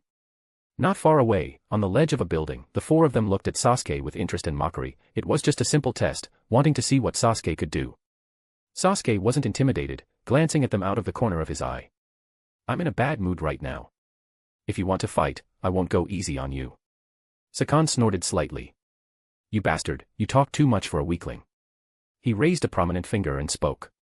"You, come here." While Sakan was provoking Sasuke, the boy grew tired of waiting and made his own move. As soon as Sasuke moved, Sakan seized the opportunity, wanting to act himself, he advanced. "Leave it to me," he shouted, preventing the other 3 from moving. As soon as Sakan kicked Sasuke into the air, the boy threaded a wire through his leg and attached him to the roof. The next moment, he lifted his bare foot and kicked Sakan directly. Sakan defended with his arm and grabbed Sasuke's leg. Sasuke used his right hand to punch him, Sakan caught the other hand and in the next moment, Sasuke smiled. Using his free left hand, he turned to punch Sakan in the face. But at that moment, a fist appeared out of nowhere and punched him in the face. Without Sasuke noticing, a foot emerged from his body right after, kicking him in the stomach and sending him flying. Sasuke almost vomited from that blow, but his mind was even more confused. Where did those blows come from? He was thrown directly against the tree, hitting his back hard and knocking the air out of his lungs. He tried to catch his breath as his body weakened and slowly slid down, finally regaining the ability to breathe and positioned himself again, looking at Sakan with caution and confusion. "Your bones have a nice low sound, don't they?" Sakan asked ironically. "Let's hear a much higher-pitched reverberation, what do you think?" At that moment, Kidomaru appeared to his right. Sasuke noticed and jumped back, but Kidomaru was already prepared. The movement was planned to make him lose his balance. He spat a spider web directly from his mouth towards Sasuke. Sasuke used his arms to defend himself, but they were trapped by the webs. Kidomaru swung him around and threw him towards Jirobo. Jirobo used a shoulder charge to strike Sasuke in the back while he was still in the air, causing him to lose his breath again and be thrown far away, directly towards Sakan. Sakan was ready to strike him, but Sasuke managed to regain his position and dodge, sending him flying with a kick to the chin and following up immediately afterward. Using the move learned from Lee, the lion combo reappeared. Sasuke unleashed a series of strikes in the air before delivering a downward kick, causing Sakan to break part of a house's roof. Unfortunately for Sasuke, they were still just toying with him. Before he knew it, an arm appeared out of nowhere and grabbed his leg, making his eyes widen. Sakan was already smiling as he quickly stood up and punched Sasuke directly in the face. Sasuke tried to defend himself, but another hand reached out and pulled his arms down. Sakan's punch struck his head squarely, causing his brain to jiggle. He lost consciousness for a fraction of a second, but when he tried to readjust, another arm came out of Sakan and grabbed him. The next moment, Sakan unleashed a series of punches while Sasuke was unable to defend himself. He tried to kick Sakan, but Sakan grabbed his leg with one hand and a foot flew out of his chest, hitting Sasuke squarely in the face. After taking a heavy beating, Sasuke was held by the leg by Sakan, who looked at him with a mocking smile. Well, Sasuke didn't use his Sharingan, but Sakan and Yukon hadn't used the cursed mark or the werewolf transformation, so Sasuke didn't stand a chance. Sasuke was trembling, not unconscious, but his whole body ached and he could barely move. Soon after, the Sound Quartet started doing marketing. Basically, the village of the Leaf is a terrible place to grow. Come to the Sound, we have a top-quality snake instructor. As for why not talk about Jugo? Jugo asked for it. It wasn't the time to reveal himself, and if Sasuke refused this time, no information would leak. Chapter 67, Cap 61, would release. Inside a training room in Otogakure, Jugo was practicing a jutsu that his clones couldn't help with. Snake replacement. The jutsu was incredibly complicated, but it basically involved transferring the soul to a new body within oneself. Imagine Yukon and Sakan. Sakan is outside, Yukon is inside. The jutsu creates a perfect copy of one's own body within itself, but not only that, this copy absorbs the flesh, bones and blood of the original body, leaving only the skin when you exit. This is basically what Jugo can do with ease. It's no wonder he learned it so easily. He discovered that Orochimaru had created this jutsu based on the power of Yugo's curse again, leaving him speechless. It seemed that his clan had been extensively researched by Orochimaru, no wonder he was the last one left. The downside of this jutsu. The chakra consumption is immense, but that's for Orochimaru himself, who needed many steps to make it possible. Jugo has extreme control over his own body, being able to remove and reconnect pieces of flesh with ease. To be blunt, this jutsu is perfect for him. The downside? It was disgusting as hell, but considering that he could theoretically survive as long as he wasn't disintegrated all at once, he was very happy to learn that. Jugo was ready to start learning Sage Mode as well. He could already summon ordinary snakes, but he still had to go to Ryuchi Cave to find a snake like Manda and meet the snake sage to learn Senjutsu. Orochimaru had already told him all the steps, except that he failed, but Jugo didn't care. Even if he failed to take a bite, he wouldn't die. His body had been accustomed to natural energy for a long time. While he was considering taking some time to travel to the cave, he received a report that left him speechless. 10 minutes earlier. The clone in charge of managing the base was working irritably in his office. Orochimaru was busy training Karen. Kabuto had other things to do, so he ended up there. It was at this point that an Umbu ninja entered. Yes, now he had an Umbu, 2 to be exact. Looking at the purple hair and the female figure with the cat mask, he knew it was Guren. Yugo-sama, a message has arrived from the daimyo. Jugo sighed and picked up the letter. Even though the men had been controlled by Orochimaru for a long time, some of his problems still required ninja assistance. This was one of those cases. When he opened the letter and began to read, his eyes grew increasingly strange, a slightly embarrassed look appearing on his face as he coughed slightly to hide his shame. Serious problems had arisen. Remember when Jugo used Eternal Winter and practically plunged an entire region into a tremendous snowstorm? Well, this snowstorm didn't pass quickly, the cold front it generated caused a series of weather problems, such as hurricanes and a drop in temperature across a large area. In summary, 70% of the country's rice crops had been lost and the number was growing.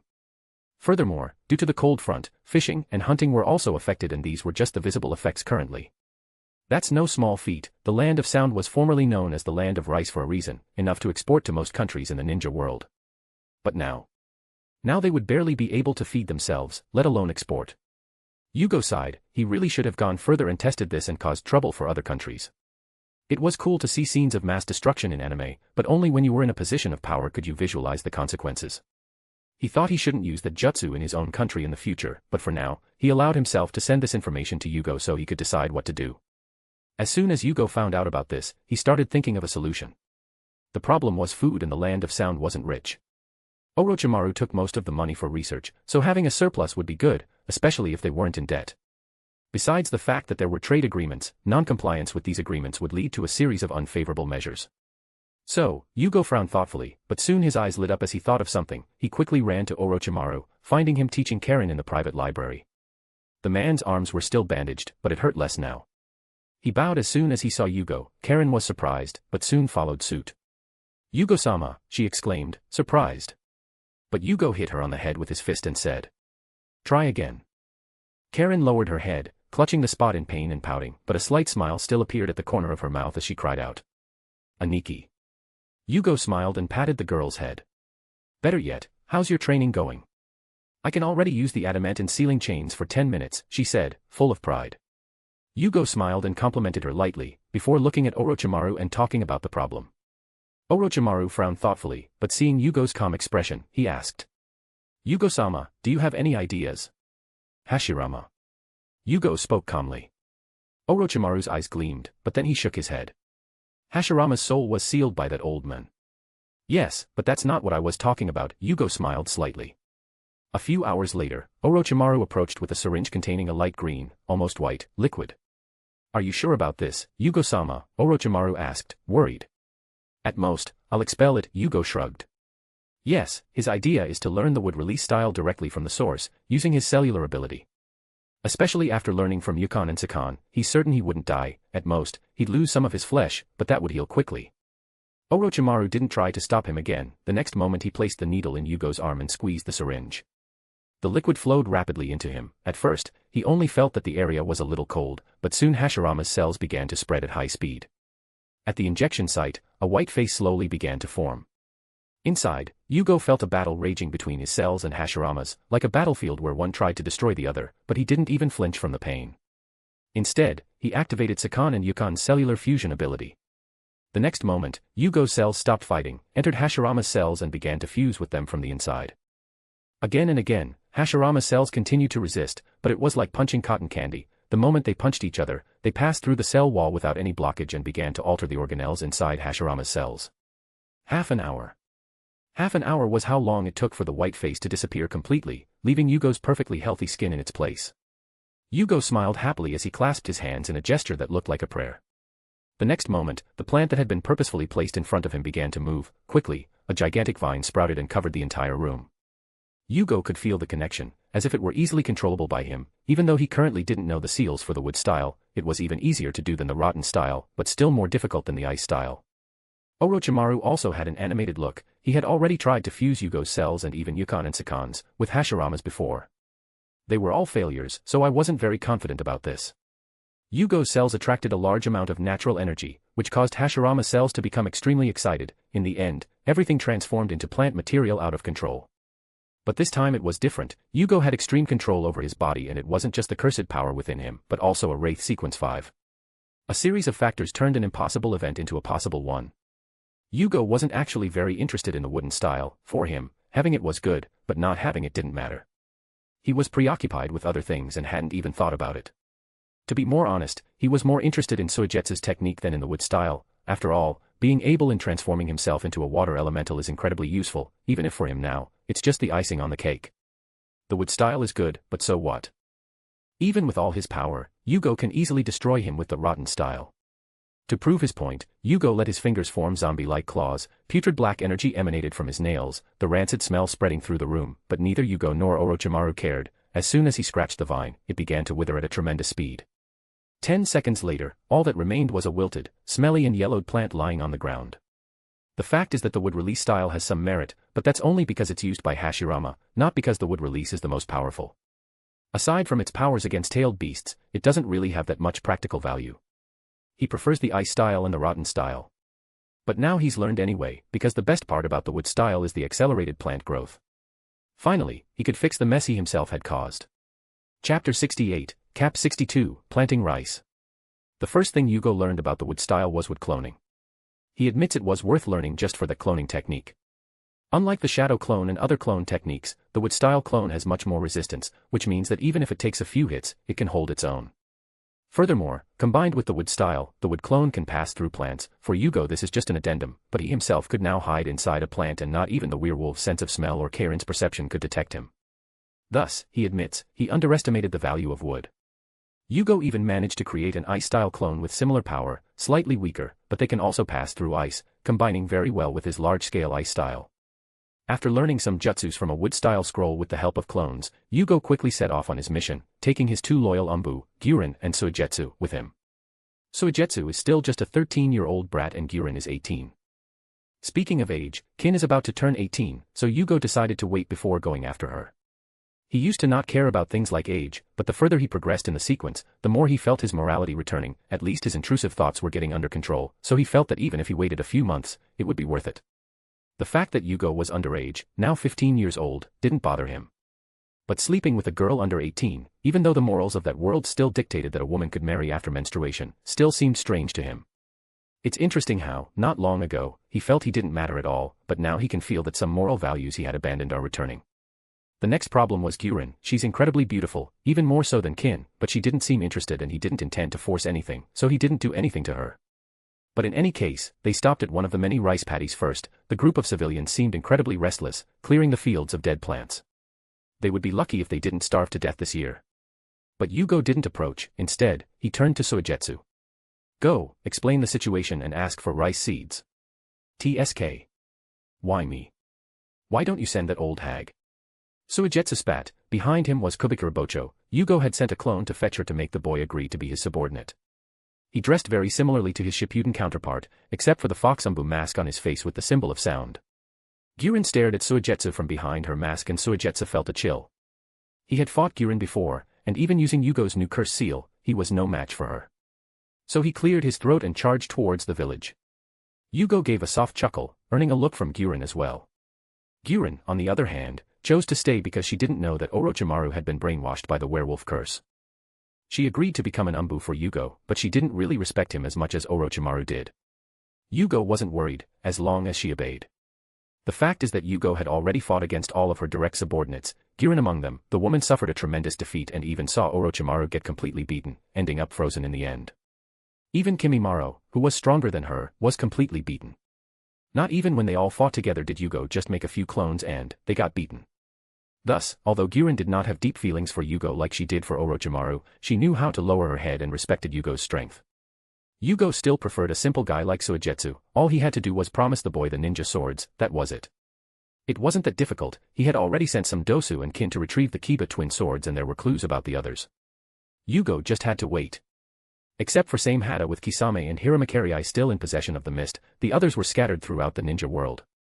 Speaking of ninja being scattered throughout the world, Jugo recently received news of the sighting of the six-tailed beast, Utakata. Jugo thought it would be a good idea to keep one of the Bijou with him, so he could maintain better control over the Eye of the Moon plan. The biggest problem would be bringing Utakata openly without angering the mist to the point of starting a war. Of course, even if a war started, with his current strength, he wasn't afraid at all. Just using the eternal winter once is enough to transform the unfavorable climate into a favorable one. Suigetsu soon returned, with the civilians looking fearful, but seeing the sound headband on Yugo's arm and the sound mark on Suigetsu and Gyurin masks, the group finally calmed down. An old man stepped forward, swallowed hard, a little startled, before saying, "Ninja-sama, what do you need the grain for?"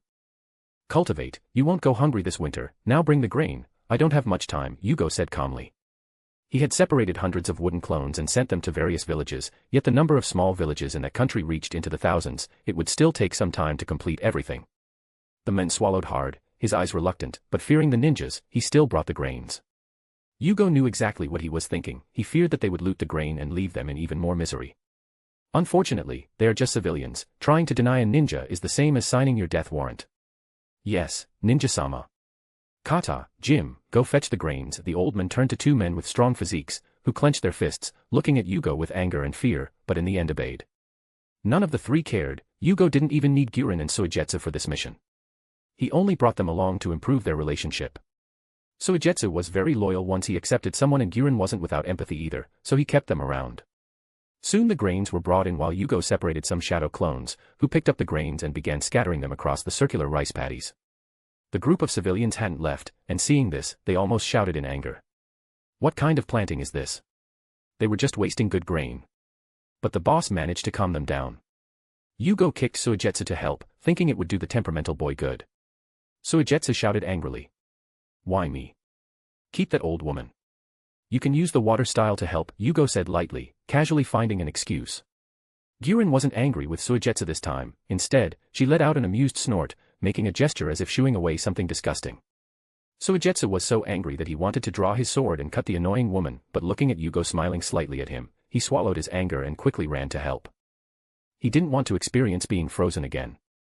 It didn't take long with Suigetsu's help. The speed really improved. A few dozen clones could barely keep up with Suigetsu's speed as he used water style to move the grains into the correct positions. It wasn't about speed, but about efficiency. Jugo almost wanted to appoint Suigetsu as the minister of rice planting, just to see his face, but he felt the boy would explode with anger, so he decided against it.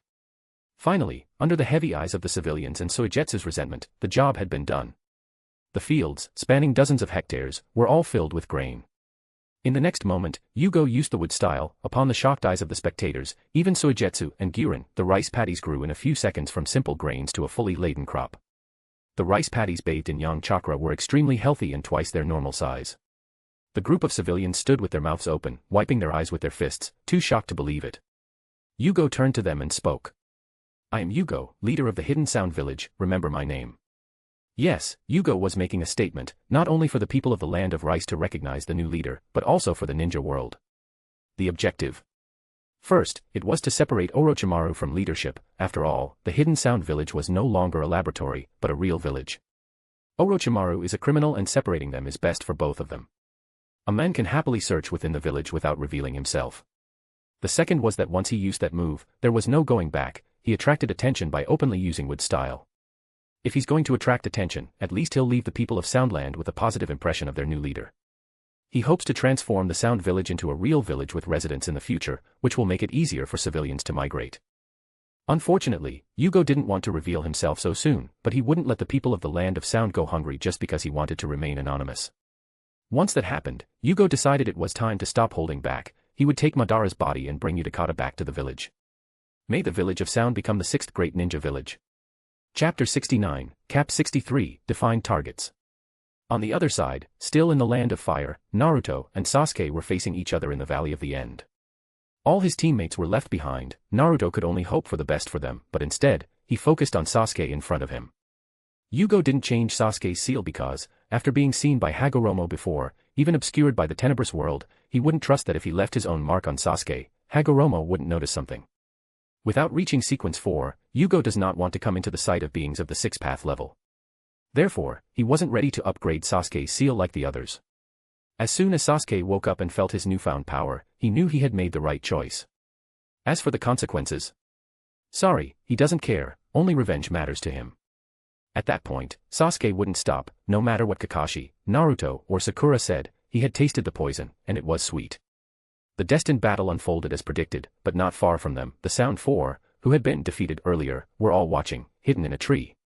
All the injuries they had suffered had healed long ago, only their clothes were still worn. Hey, how was your fight? Kidomaru asked with a soft chuckle. Damn it, I don't want to have to do this again, Sakan said irritably. Yes, pretending to get beaten up is very difficult, Jirobo said lightly, his menacing look still present. That brat Nara was really annoying. I wish I could go back and cut him into little pieces, Tayuya pouted, full of anger. Tayuya, Jirobo began. Shut up, fatty, Tayuya yelled, having no patience to listen to yet another annoying speech from Jirobo. My fight was actually quite fun. That Hyuga boy had some grit, Kidomaru said lightly, with an amused smile on his face, but then sighed. My spider queen died, I'll need to sign a contract with another one. Maybe Yugo-sama can help make her stronger with his cursed power. Who cares about your stupid spider? You weirdo, Tayuya yelled at Kidomaru, still annoyed, but the men just smiled, already used to the woman's eccentric temperament. Oh, that punch must have hurt, Sakan chuckled lightly as he watched Naruto punch Sasuke, sending him flying. Yes, that chakra is quite heavy, it must be the Kyuubi. Konoha really lets its Jinchuriki roam freely, should we take him back? Kidomaru chuckled softly. The group fell silent for a moment, lost in thought, but in the end it was Tayuya who shook her head. It's best not to, Yugo-sama doesn't want to attract too much attention. The group nodded, but what they didn't know was that their leader was doing the exact opposite at that moment, his name would soon be spreading. The fight continued and soon a figure appeared between them. None of them were frightened, like werewolves, their sense of smell was very keen and they had detected Kimimara's scent from afar. Kimimara's clothes were slightly torn, but like them, he wasn't hurt at all. Gaara and Lee thought he had died, but he had only sunk into a well he had dug and managed to escape easily using Earth style. What are you doing? Why aren't you taking Uchiha Sasuke to the village? Kimimaro asked without showing emotion, but the group swallowed hard, they knew that even if they all attacked together, they would die. Sasuke said he had to finish this fight before he left, Kidomaru finally replied. Kimimaro watched the fight and sighed slightly, sitting down on the log. He didn't refuse, but observed calmly. The group exchanged glances and then fell silent, waiting for the fight to end. When Sasuke used the Chidori in its second stage of the curse, even the Sound 4 felt cold, Naruto's Rasengan too. If either of them hit a vital area, they thought not even the werewolf's healing would help. The explosion was deafening. When it was all over, Sasuke was standing, but Naruto was not. They watched with cold eyes, thinking the boy would kill Naruto, but no, after staring at him with complicated eyes for a long time, Sasuke turned around and left. He told himself he would never rely on Itachi's path to become stronger, but deep down, only he knew that this bond was too strong for him to erase, he couldn't kill Naruto. At least, the current Sasuke wouldn't be able to. At some point, Naruto, the idiot, became his best friend. Still, Sasuke didn't stay because of that. Perhaps if the circumstances had been different, they could have grown together, trusting each other's backs. But since the massacre of his clan, there was only one outcome for Sasuke, revenge or death trying. Sasuke then stopped in front of the five, he looked at Kimimaro with narrowed eyes, he had seen him fighting against Naruto, seeing him with the Sound 4, he immediately classified him as an ally, for now. Let's go, Kimimaro glanced at Sasuke briefly, then turned and started running away, the Sound 4 following close behind. Sasuke stood still for a moment longer, but he didn't turn around again, soon he sped away. //. Jugo went to visit Karen as soon as he returned, he wanted to see how much the girl had progressed, in order to prepare himself to deal with Utakata. Sure, Jugo could handle Utakata alone, but he wouldn't always be around, so he wanted a plan B. Besides, if Utakata refused to come, he would still turn him into a werewolf, at that point, he would come whether he wanted to or not. Since he was already there, he asked Orochimaru something he hadn't yet found out, as Orochimaru was still studying the Uzumaki masks, trying to find the answer to opening the Shinigami's stomach. The masks and some secret files had arrived today, and some ninjas were sent to the land of whirlpools to retrieve them, so the man was very excited at the prospect of getting his arms back. Jugo was interested in various jutsus and Orochimaru possessed many of them, even some of Jiraiya's jutsus. However, he lacked what he truly desired, Byakugan no In, the seal of 100 strengths. He had a ton of chakra, but he was still far from being comparable to a bijou like Kurama, but what if he had a way to store chakra? With his recovery speed, he could replenish what Tsunade could gather in a year in a single day. Unfortunately, that jutsu wasn't in the sealing files, it was passed directly from Mito to Tsunade, Orochimaru shrugged. Jugo looked at Karen, who was staring at him with a silly look and rolled his eyes. The girl was only 13 years old, but she was already thinking about this kind of thing. He was thinking it would be a good jutsu for her, in fact, Karen's chakra control was also very good. If she weren't focused on sealing techniques, she could learn medical jutsu. She would be an even better disciple for Tsunade, especially now that she has Yugo's seal and can create multiple clones to help with learning. She even used it frequently to learn sealing techniques, but unfortunately she didn't have Yugo's mental stamina, so she couldn't maintain it for very long. Karen saw him looking at her and blushed, looking away. Orochimaru, standing beside her, licked his tongue, observing the situation with interest.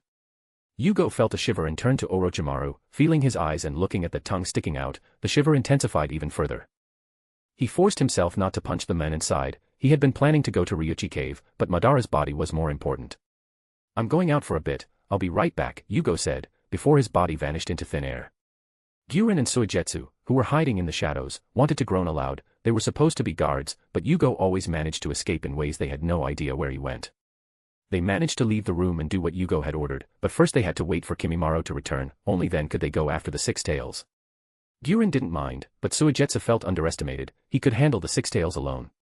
Chapter 70, Cap 64, Madara's Body. Jugo didn't leave the Village of Sound, but he used his intangible state to appear a few hundred meters from the Village of Sound. Over an open field, he sensed what he was looking for, a soul. The next moment, he penetrated the ground without any hindrance. Moments later, a white figure with green hair slowly emerged from the ground, with a smile very similar to Yugo's. There were several of these guys searching for information throughout the ninja world, including at Orochimaru's hideout. If it weren't for the fact that Orochimaru could sense them if they got too close, they would have already entered the village. Jugo, who could sense souls after advancing to Sequence 5, found him easily, but he never moved against him, waiting for the right moment. This moment was now. Jugo first possessed the white Zetsu, then merged with its flesh. Due to Hashirama's cells in his body, he absorbed that Zetsu very easily. With that, he was very happy to acquire the Mayfly technique. It wasn't even difficult, he could already do that with Hashirama's cells, he just didn't know how. Now he's learned easily. Not only the technique, but his transformation could now also rival that of a Zetsu. He only needed a small amount of a target's chakra and could perfectly transform into them. Finally, the last technique he mastered was the spore technique, creating spores that do not possess chakra, so they are difficult to detect. He can control them remotely to absorb the target's chakra and create a wood-style clone. Jugo had wanted to absorb a Zetsu for a long time, but he didn't want to warn the snake. Now. Who cares? Jugo transformed himself into Zetsu's appearance using Zetsu's transformation ability. Now, not even another Zetsu could tell he was a fake. The next moment, Jugo disappeared as he transformed into a spirit. Even though he didn't want to go after Madara yet, he had already left several coins along the way, so he began teleporting through the coins at high speed. Even though the Mayfly technique was extremely fast, compared to teleportation, it was like comparing a hare to a tortoise. So, it took him less than a minute to reach the mountain cemetery. After all, it was right next to the Land of Sound. The place seemed silent and empty, the bones of giant creatures were clearly visible everywhere. Jugo wondered what kind of beasts they belonged to. Some were much larger than the tailed beasts, something that might have belonged to Junbai. Assuming that natural energy already existed, the true owners of this planet in ancient times may have been the beasts that learned to harness energy from nature, growing to impressive heights. Did this world truly belong to ninjas? Could there still be some creature from ancient times sleeping out there, something so catastrophic that even Junbai would seem like a baby in comparison? Perhaps there was much more, but Jugo has no way of finding out now. Jugo Zetsu calmly surveyed the area, then looked at the enormous mountain in the distance and sank into the ground, using Mayfly to descend deeper and deeper, searching for something that shouldn't be there. He sensed other Zetsus, many more, deep within this place. They resembled stars at night, clustered in hundreds of thousands of clusters. Everyone was motionless, probably in a dormant state. Jugo moved carefully, avoiding that area, instead began searching the rooms. Jugo found several things, including a room with the Uchiha fan and dozens of pairs of 3 Tomo Sharingan eyes in glass jars. He didn't touch any of it. If Madara's body was in a separate hidden room, even if he took it, Obito wouldn't easily notice. That mountain was enormous, with more branches than he could have imagined, but after more than an hour, he finally found what he was looking for. In a separate room, hidden down a corridor, he sensed a different kind of spirituality. It was weak, but he was there. He entered the room, curious, and there he found a coffin, a stone coffin covered in seals. If it weren't for his wraith ability, being able to see even where there was no light, he would have had to light a torch to see. He approached and looked at the seals. With his current knowledge, he saw the purpose of the seals at a glance, to preserve the contents inside. Relieved that it wasn't an alarm, he transformed into a wraith and entered the coffin. Just to come face to face with a corpse with long white hair. The smell wasn't good, of course, but as a zombie, even the worst stench of rot wouldn't make him wince. Instead, sensing the spirituality of the corpse, a smile appeared on his face. Even without a Rinnegan, the cadaver still possessed tremendous spirituality. One could sense the cadaver's superior life force. Unfortunately, he wasn't quite at the level of an angel, but one corpse in sequence 4 was enough for him. The next moment, he possessed the corpse. Madara's aged corpse opened his eyes. The Sharingan he was using before he died was still there, so Jugo could still see through his eyes. Unfortunately, unlike the eyes of a wraith, even a 3 Tomo Sharingan cannot see without light. Jugo used the corpse wood style to perform the Mayfly technique, causing the corpse to sink into the ground like a puppet. No matter how degraded Madara's body was, Jugo was still able to move it with flexibility. As soon as he exited the mountains, he got out of the corpse, placed it on his shoulder, and used mirror teleportation to move quickly towards the hidden sound village. It took a few minutes, but he arrived at a separate, hidden room in the village. Only he could enter. There, a set of items was already prepared. Jugo lit the candles and began to pray, using a classic sacrificial ritual. The next moment, he felt a pang through his connection to the tenebrous world. He entered the tenebrous world and accepted the sacrifice, opening the illusory black doors and finding the altar set up by Jugo, with Jugo in Zetsu form visible with his eyes closed and Madara's corpse in front of him. He waved his hand and a strong suction was created, the corpse flew straight down, landing in the tenebrous world. Jugo smiled, here, Madara's body would never be taken. Waving his hand, a black coffin formed around Madara's body, preventing its spirituality from leaking out, which was then placed behind his throne, ready for future use. With that, Jugo finally managed to breathe a sigh of relief, now at least the path to Sequence 4 was in sight. He only hoped that neither Obito nor Black Zetsu would realize that Madara's body had been taken. Judging that Kabuto wasn't discovered when he entered the mountain cemetery, he expected Obito and Zetsu to stay in the Rain Village and not check something that should be impossible to find. The only other variable in this plan was Zetsu's death, but judging by the fact that news of Yugo's release of the wood would spread quickly, they might think he managed to find Zetsu through it.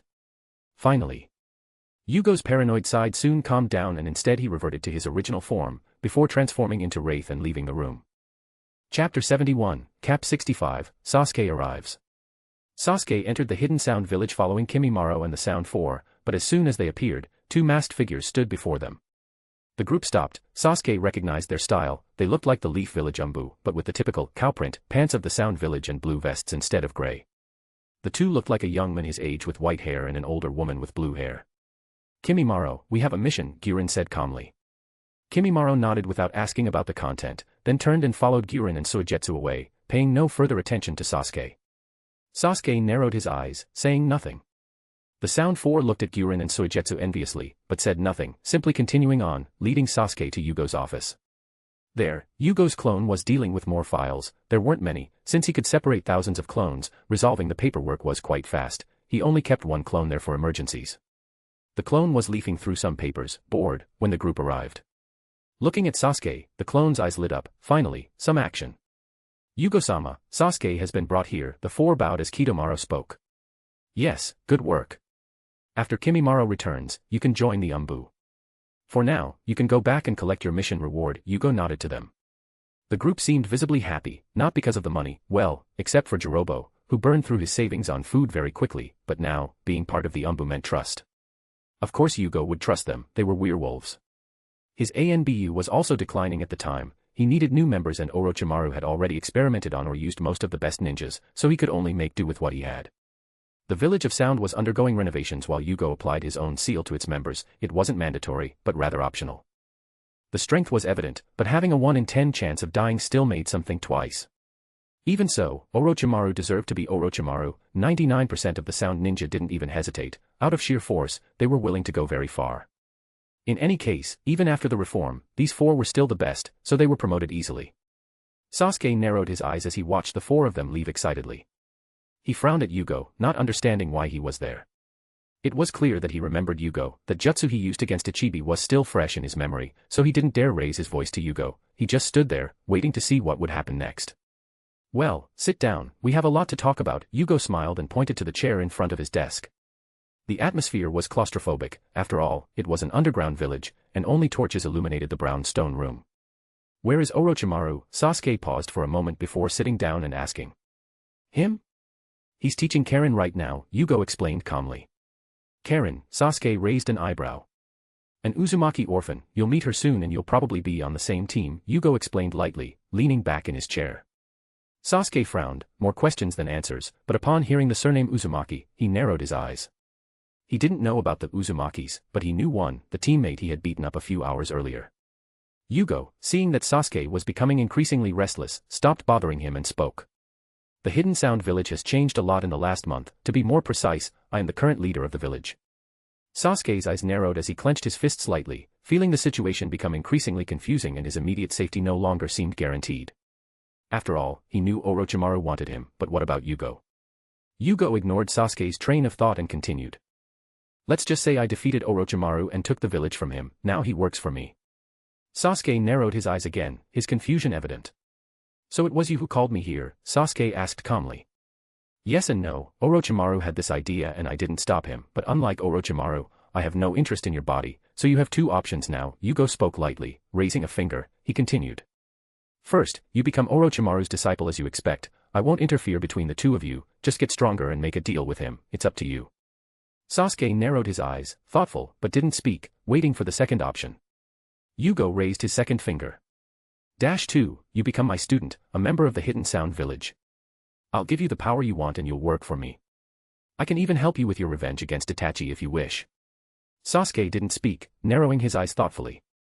Of course, it's not that simple. Becoming my student truly involves becoming a member of the Sound Village. The moment you complete your revenge, if you desert, I myself will hunt you down, Jugo finished with a smile. Sasuke narrowed his eyes, this time the pair fell into a tense silence as Sasuke thought. Finally, after what seemed like hours, he turned his gaze to Jugo. How strong are you? Can you defeat Itachi? Your brother is really strong, Jugo approached, placing his elbows on the table and crossing his fingers while resting his chin on them. So you would lose, Sasuke asked, slightly annoyed. No, I would win even if there were 10 of them, Jugo chuckled lightly. It wasn't even a joke, Itachi is really strong, but the current Jugo can handle him with ease. His greatest weapons are Tsukuyomi, Amaterasu, and Susanoo. Tsukuyomi? With his bind, it has no effect, he can even deflect the genjutsu back. Amaterasu. He can become incorporeal, even if the flames still hit him in that form, he can use the snake substitution to get rid of it. Susanoo. If he can withstand 100 Rasen shurikens at once, Jugo will give up immediately. Even the 2 artifacts that his Susanoo holds can be countered, the Yata mirror works against direct attacks. If he freezes the entire area, Itachi won't be able to do anything. As for the seal on his sword, Jugo has some ideas for escaping, but without testing them, he doesn't know if they'll work. At the very least, he simply doesn't get close easily. The most dangerous thing about Itachi is Shursue's Koto Amatsukami, but Jugo isn't affected by genjutsu below the 6 paths, so it wouldn't work on him. Therefore, he is very confident that he can kill Itachi now. Sasuke narrowed his eyes, not very convinced, then Jugo sighed and said. Come on, I'll give you a free trial, I'm already tired of being in this room anyway. Jugo stood up and started walking out of the room, Sasuke hesitated for a moment before following him. Wherever they went, the ninjas bowed to Jugo while calling him leader, so at least the fact that Jugo was indeed the new leader of the Sound Village was true. They soon arrived at a training field, it was simply a large room carved into the rock, but this room was reinforced with seals to prevent it from collapsing during training. Jugo stood in front of Sasuke, who stopped and looked at him. Well, I heard your group used a bell test to become genin. Here, if you can take this bell from me, you win. Jugo grabbed a bell and tied it around his waist, causing Sasuke's face to darken slightly. He didn't look at the bell, but looked directly at Jugo, he would take the bell after defeating Jugo. Come on, you can come, Jugo smiled, ignoring Sasuke's annoyed look. Sasuke moved the next moment, his Sharingan already activated. He wasn't going to underestimate Jugo. He advanced, pulling out a shuriken and throwing it in his direction. Jugo barely dodged, noticing the wire wrapped around it. The shuriken curved, Sasuke wanted to trap Jugo with the wire. Unfortunately, Jugo used Earth Style to burrow into the ground before Sasuke could even realize it. Sasuke narrowed his eyes and looked at the floor, searching for where Jugo would emerge from. He jumped and fixed himself on the ceiling, looking down with his Sharingan, searching for any movement, but the next moment, his body froze. Where are you looking? Jugo asked. Sasuke turned his head slightly, seeing Jugo standing on the ceiling right behind him, still with his hands in his pockets. He leaped away while making hand signs, in the next moment, a powerful fire style was spat from his mouth straight at Jugo. His speed with hand seals and the strength of his jutsu were at a Jonin level, but unfortunately, Jugo didn't stand still. His hands moved even faster than Sasuke's, the next moment, a large jet of water was spat from his mouth. Fire and water met, creating a dense fog that permeated the room. Chapter 72, Cap 66, Ranmaru. Sasuke narrowed his eyes, his vision now limited. He picked up a kunai and cautiously surveyed his surroundings, but before he could react, a fist struck his face, sending him flying. While still in the air, he repositioned himself to land on his feet, but Jugo was already behind him, delivering a powerful kick that sent him flying again into the ceiling. Sasuke made a hollow sound of pain, spitting saliva as he slammed into the ceiling, only to begin falling immediately afterward. It took him less than a second to regain focus and see a figure to his left. He positioned his arms to smuggle, but the figure turned out to be just an afterimage. The next moment, he was struck in the right waist by a side kick. Sasuke continued trying to keep up, but even with his Sharingan, he couldn't parry a blow. Bruised and battered, Sasuke finally managed to fall to the ground. He could barely stay on his feet, trembling and breathing with difficulty. By this time, the mist had already cleared and he could see Jugo slowly approaching him with a smile on his face and his hands in his pockets. Hey, is everything alright over there? Want to take a break? He asked mockingly, making Sasuke seethe with rage. Sasuke didn't respond, the curse mark went straight to stage 2 as he made hand seals. His black and white Chidori reappeared, the sound of 1,000 birds filled the room. he yelled as he charged forward, fast, extremely fast. At that moment, Sasuke's speed was comparable to an elite Jonin.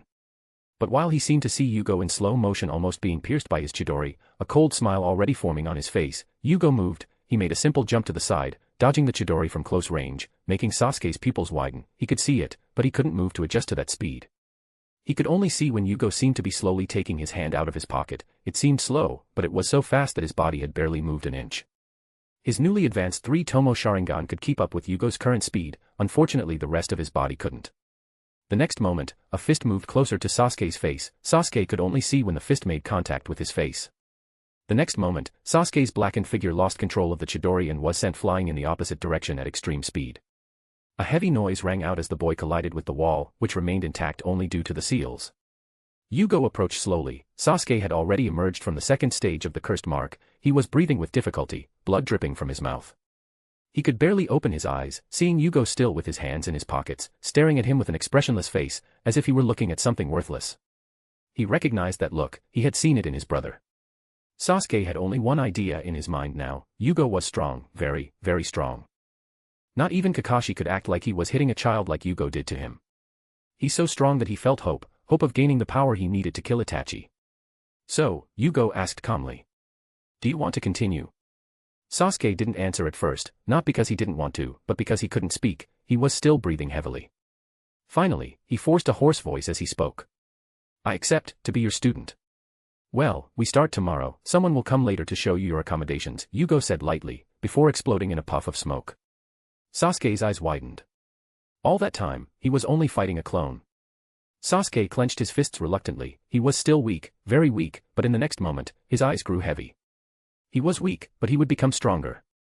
His desire for strength reached a new level. Jugo did this completely on purpose, just to stir up Sasuke's desire for strength and also to illustrate Yugo's own strength. On the other side, Jugo was with Kin and Dosu, as well as the 3 dogs that had come with them. After all this time, the trio had grown much larger and continued to grow. Getsu was the size of a pony, Yoru and Yami were almost the size of horses. Jugo was certain that it was due to the constant energy in their bodies, strengthening them. They were still in the infantile stage, so their growth wouldn't stop anytime soon. Soon they could no longer be taken on missions openly. After all, dogs that big were too obvious for ninja work.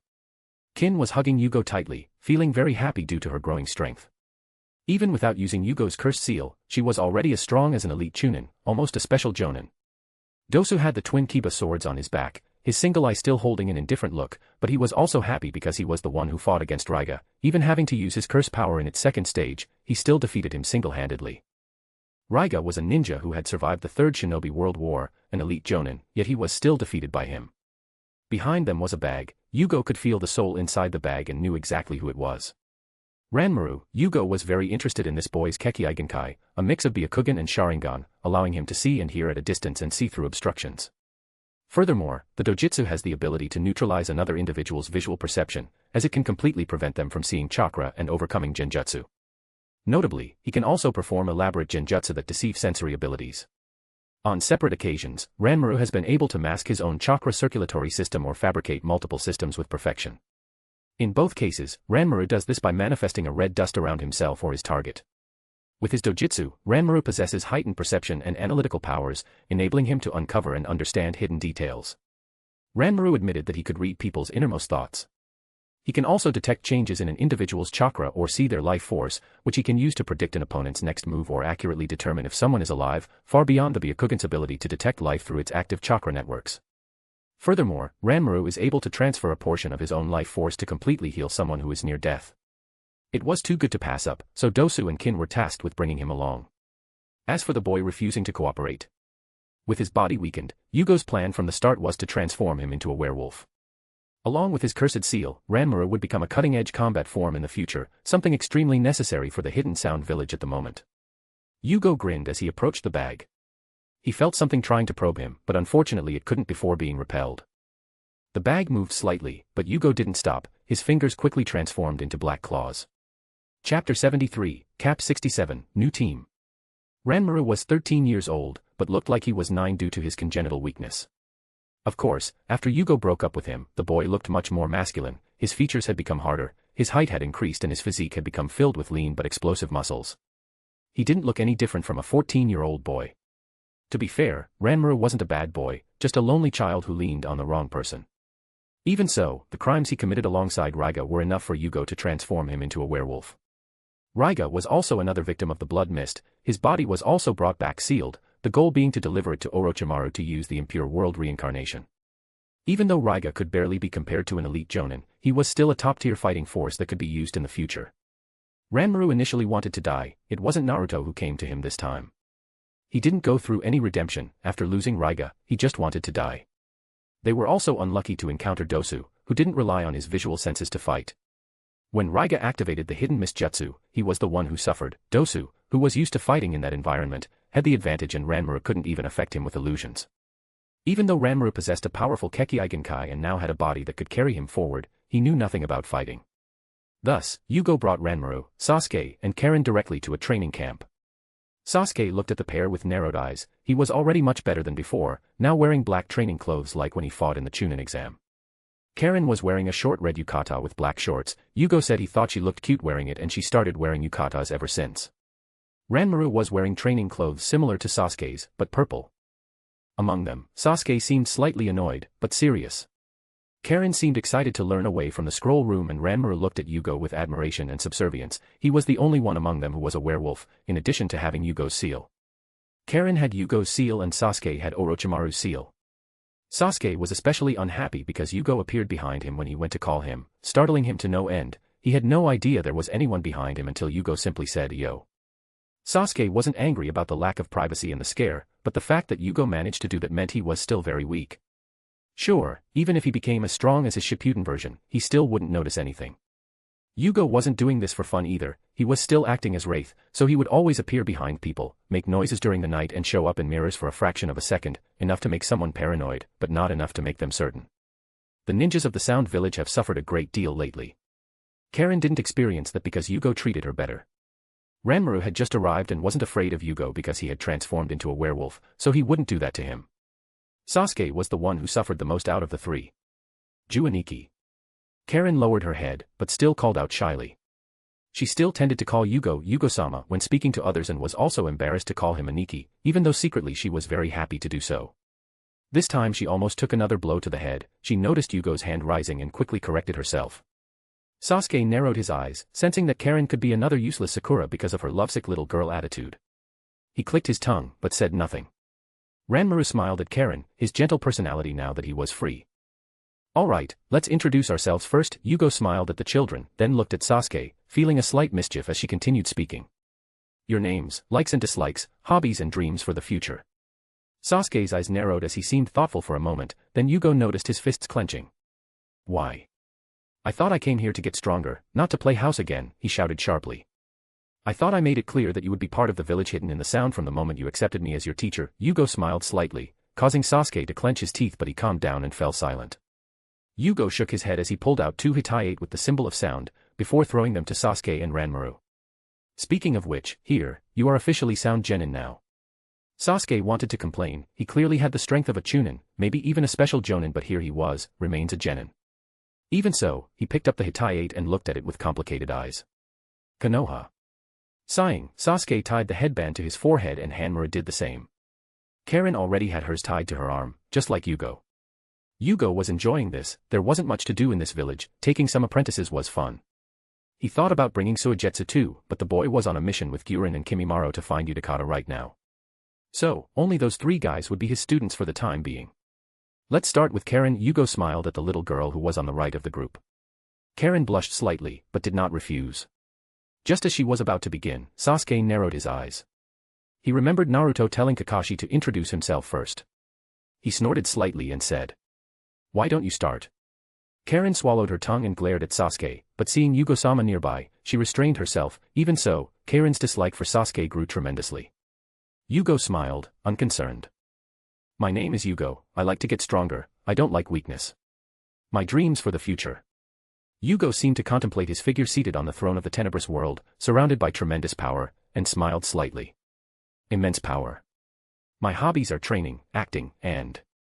Jugo imagined him grabbing Kin while she moaned his name. He shouldn't say that to children. Dash. Well, have fun. Karen was a little surprised that Jugo liked acting, she had never seen him act before. Would he like to act in a play with her? She would be the heroine and they. Jugo had no idea what was going on in Karen's head, but he saw that she was laughing to herself and daydreaming again, making him sigh slightly at the perverted little girl. She couldn't be thinking anything good. Sasuke narrowed his eyes, focusing on different aspects: training, getting stronger, and he disliked weakness. Was that the mentality of the strong? Perhaps that's why Kakashi lost to Itachi. Ranmaru simply memorized these things in his heart, just like Kimimaro. When he turned into a werewolf, Ranmaru placed all his affection for Raiga in Jugo, so he took Jugo's preferences very seriously. Jugo noticed that the more dependent the werewolf was on another person before being transformed, the more dependent he would become on Jugo once he transformed. Jugo didn't care about that and looked back at Karen. Your turn. Karen snapped back to reality, looking a little embarrassed, before clearing her throat and speaking. My name is Uzumaki Karen. I like, my dream is, my hobby is. Jugo slapped his own forehead and Sasuke's lips were trembling fiercely. Karen's gaze fixed on Jugo while her nose bled made everything very clear. He didn't even know what to say. Sasuke felt a tremendous sense of déjà vu and for a moment wanted to stay as far away from Karen as possible. One Sakura was enough. Well, and what don't you like? Jugo asked, intrigued. Karen paused for a moment and remembered the village of grass, her mother's smile, the bites that had healed but still marked her soul. Everyone could see that Karen's mood had become much more somber, even Sasuke raised an eyebrow. I don't like being useless. Karen finally replied lightly, but the smile on her face had vanished. Jugo looked at Karen calmly. He felt he should spend more time with her in the future. She still had so much inside her. Sasuke narrowed his eyes and stopped comparing Karen to Sakura. At least she had a desire for change. He looked away immediately afterward, his interest in the girl waning. Your turn, emo kid. Jugo finally pointed to Sasuke in the middle, who was now silent.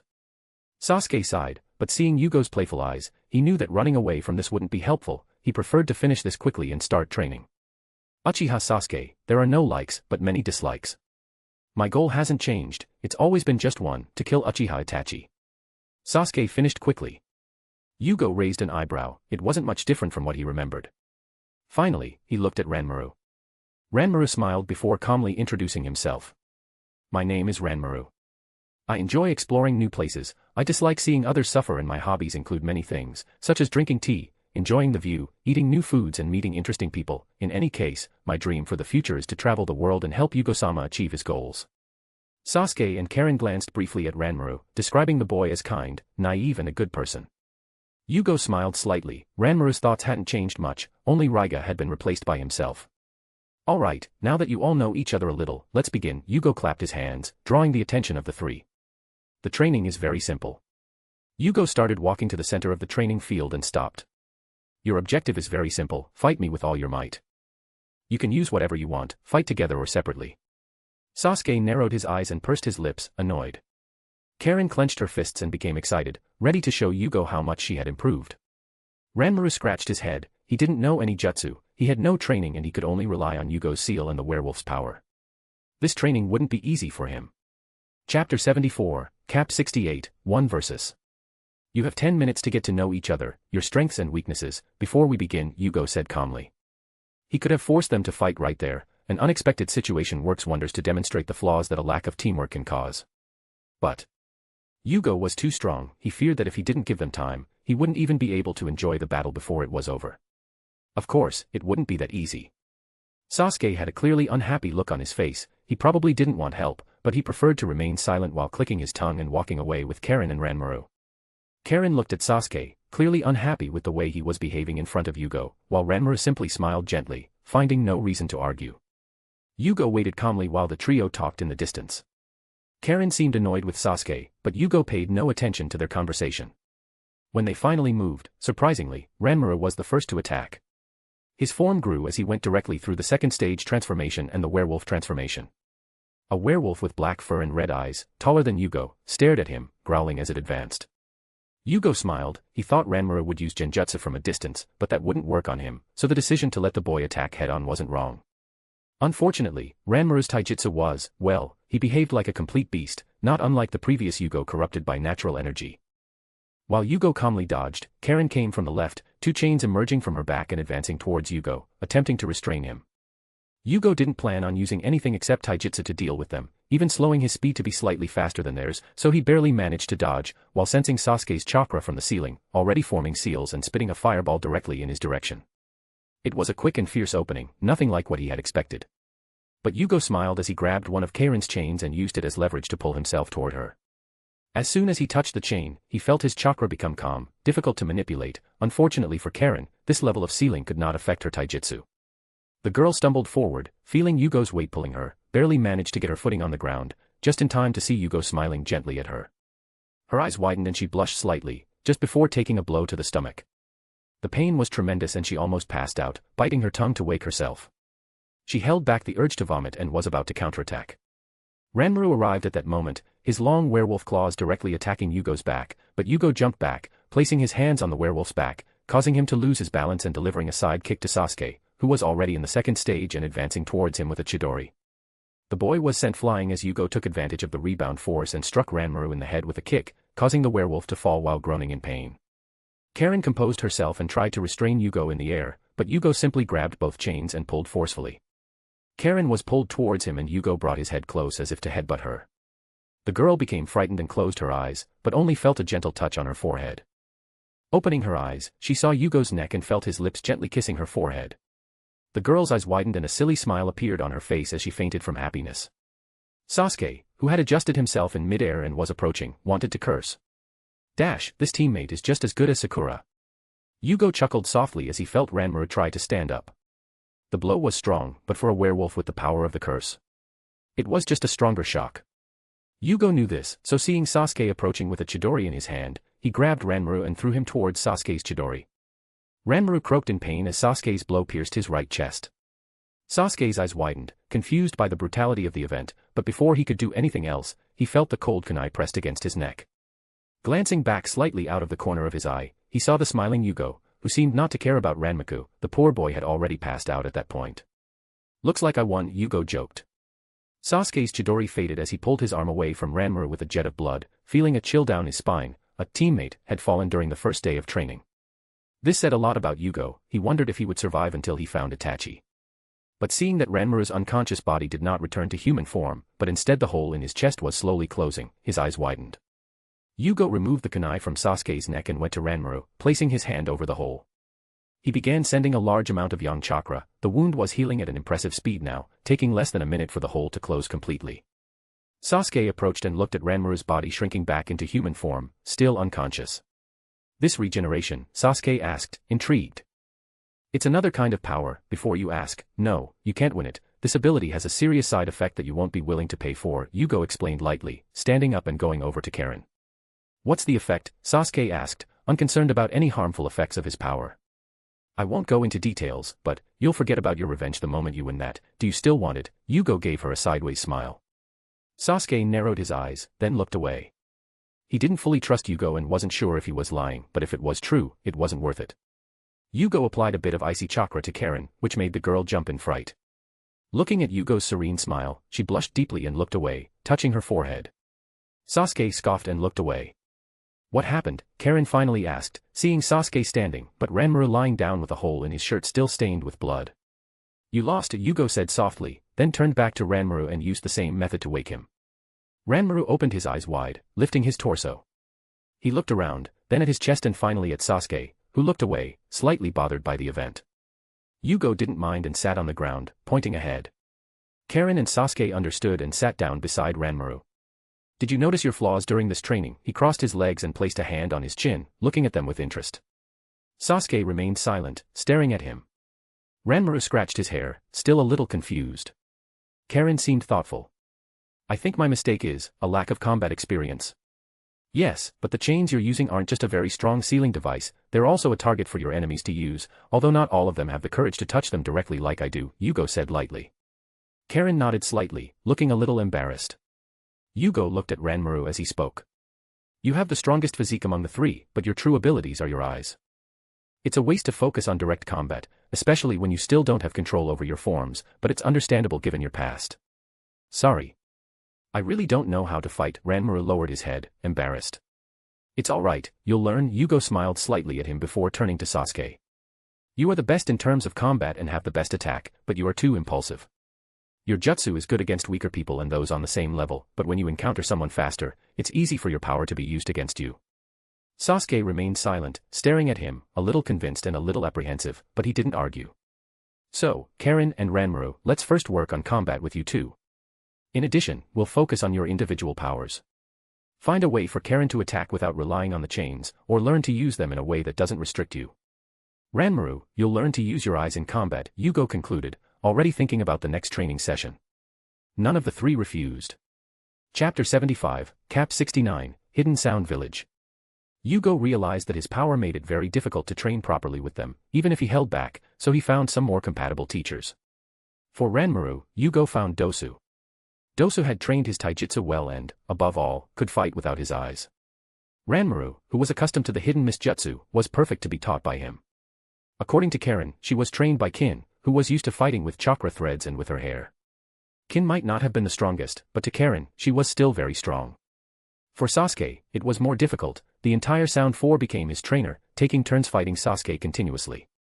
Sasuke possessed the Sharingan, so his progress against them was very fast. Of course, he still couldn't beat even one of them on his own. Jugo also gave him some ideas on how to modify his Chidori, especially the Chidori, sharp spear, which would compensate for its lack of power at mid-range. As for the fire style, its usefulness left something to be desired in high-level fights, not that the fire style was useless, but it was too slow against fast targets. The lightning style was preferable. Time passed, and Jugo didn't stand still either. Instead, the village of Sound was slowly changing. In terms of power, Yugo's cursed mark continued to create elite ninjas, so much so that the Sound village had more genin with the strength of Chunin than actual genin. But the real, visible change came from the infrastructure. Jugo found himself increasingly attached to the wood style in everyday life, because he began using the wood style to build the Sound village, this time not just a dark base, but an entire village. The project was enormous, but with Jugo creating 1,000 clones to help, the progress was visible. Choosing a suitable plot of land in the center of the country, the hidden Sound village began to rise with ease. Orochimaru was very helpful in many aspects. His diverse knowledge aided in everything from laying the foundations of houses and constructing sewers to creating defenses based on seals and patrols. The man was like a foreman, leading Yugo's clones around. It took only half a month for what was once a vacant lot to become a small town capable of supporting tens of thousands of inhabitants. But Jugo wasn't satisfied with that. He would build a city the size of Konoha. Large enough to hold at least hundreds of thousands of people. The movement wasn't hidden. Many civilians came when they heard about the construction of the new Sound village. The houses on the outskirts were cheap enough that even before construction was finished, houses were already being sold. The central area will be reserved for ninjas and their families. Clan plots are few because there aren't many clans connected to the Land of Sound. Even outside the Land of Sound, civilians were still migrating, sensing new possibilities, mainly from smaller countries, but some came from larger nations. Of course, Jugo wouldn't leave loose ends so easily. Each civilian had to chant their honorific name to be able to enter, and then Jugo subtly corrupted them little by little. Even if someone really was a spy, it wouldn't take them long to confess. By the end of the first month of construction, a large, solid wooden wall had risen around the city, and in its center, the tallest building in the village stood, Yugo's future home. The hidden Sound village finally looked like a ninja village. The ninjas of the village were very happy. The number of civilians kept increasing, and even local nobles or those from smaller countries were moving there. It was a slow but noticeable process. But while the bright side of things was progressing well, the dark side was becoming increasingly heated. During that month, the news had spread and many forces in the ninja world were alarmed, especially the 5 great villages. Many spies were caught in the Land of Sound territory. Jugo needed to have several clones scout the country from time to time. The number of enemies was already in the hundreds, from genin to jonin. He had captured them all and they had all become Orochimaru's guinea pigs. Orochimaru also receives his own underground base. He preferred it that way and Jugo wasn't going to stop him. Things were going well. Reactions from the other ninja villages were mixed, but it was the news from Kimimaro, Guren, and Suigetsu that made Jugo smile. They had found Utakata. Jugo could easily have gone there and captured the Jinchuriki, but he didn't. Instead, he left it up to the trio, wanting to see what they were capable of. Even so, he still sent a clone just in case. He didn't want to turn them into zombies so soon. ///////. Utakata was unhappy, the kind of unhappy you get when you're hunted simply for being the vessel of a biju, so he had been unhappy for a long time. Being constantly hunted was something he expected when he escaped, especially knowing how important he, as a Jinchuriki, is to Kirigakure. But he wouldn't return, at least not alive, not to that place surrounded by lies and betrayal. He was hiding again, in the forest, away from prying eyes, but they would find him, they always did. But this time it was different. As he sat on a large rock, watching the calm flow of a waterfall in the Land of Waterfalls, some of his bubbles burst, his early warning system kicking in. He raised his head in the target direction and sighed. He knew what it meant, more fighting and more death. He stood up, knowing that running was useless. It was better to deal with his pursuers before fleeing again, perhaps to visit the land of rain. But when a group of 3 stopped in front of him, he narrowed his eyes. The figure in front of him confused him for a moment. He recognized that look, but it had been years since he'd seen one. Kaguya. He muttered through his teeth. Then he looked at the masked Umbu ninjas behind him. The tallest was clearly a woman with blue hair, the shortest had white hair and a large sword on his back. He recognized it, Kubikurabocho, but his eyes narrowed again. The markings on their masks didn't have the symbol of mist, but of sound. Are you ninjas of the mist or the sound? He asked, between curiosity and apprehension. Sound. Kimimaro spoke lightly from the front, not caring about exposing himself. And what do the sound ninja want with me? Utakata raised an eyebrow, sensing that the situation was getting increasingly strange. My master asked me to recruit you, Kimimaro said calmly, completely oblivious to the tension of the situation. Utakata chuckled softly, almost a sneer of derision. And what if I say no? In that case, we can only take you by force, Kimimaro continued, his indifference beginning to irritate Utakata. His eyes narrowed as he brought his bubble blower to his mouth, rapidly blowing several bubbles.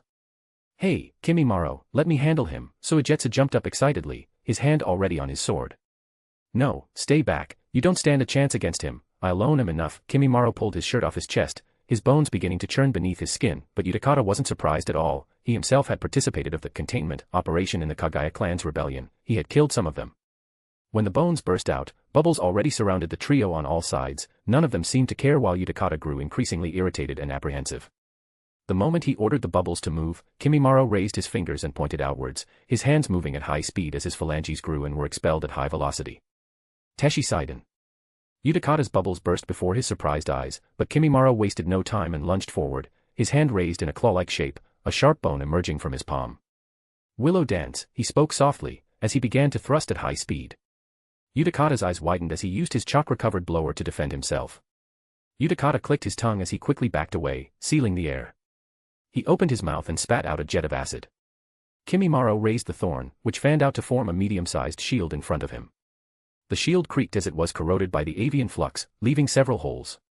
Kimimaro looked at the damaged shield with slight surprise. His bones were very tough, damaging them was no small feat. He sighed as he moved forward again, ready to end this quickly.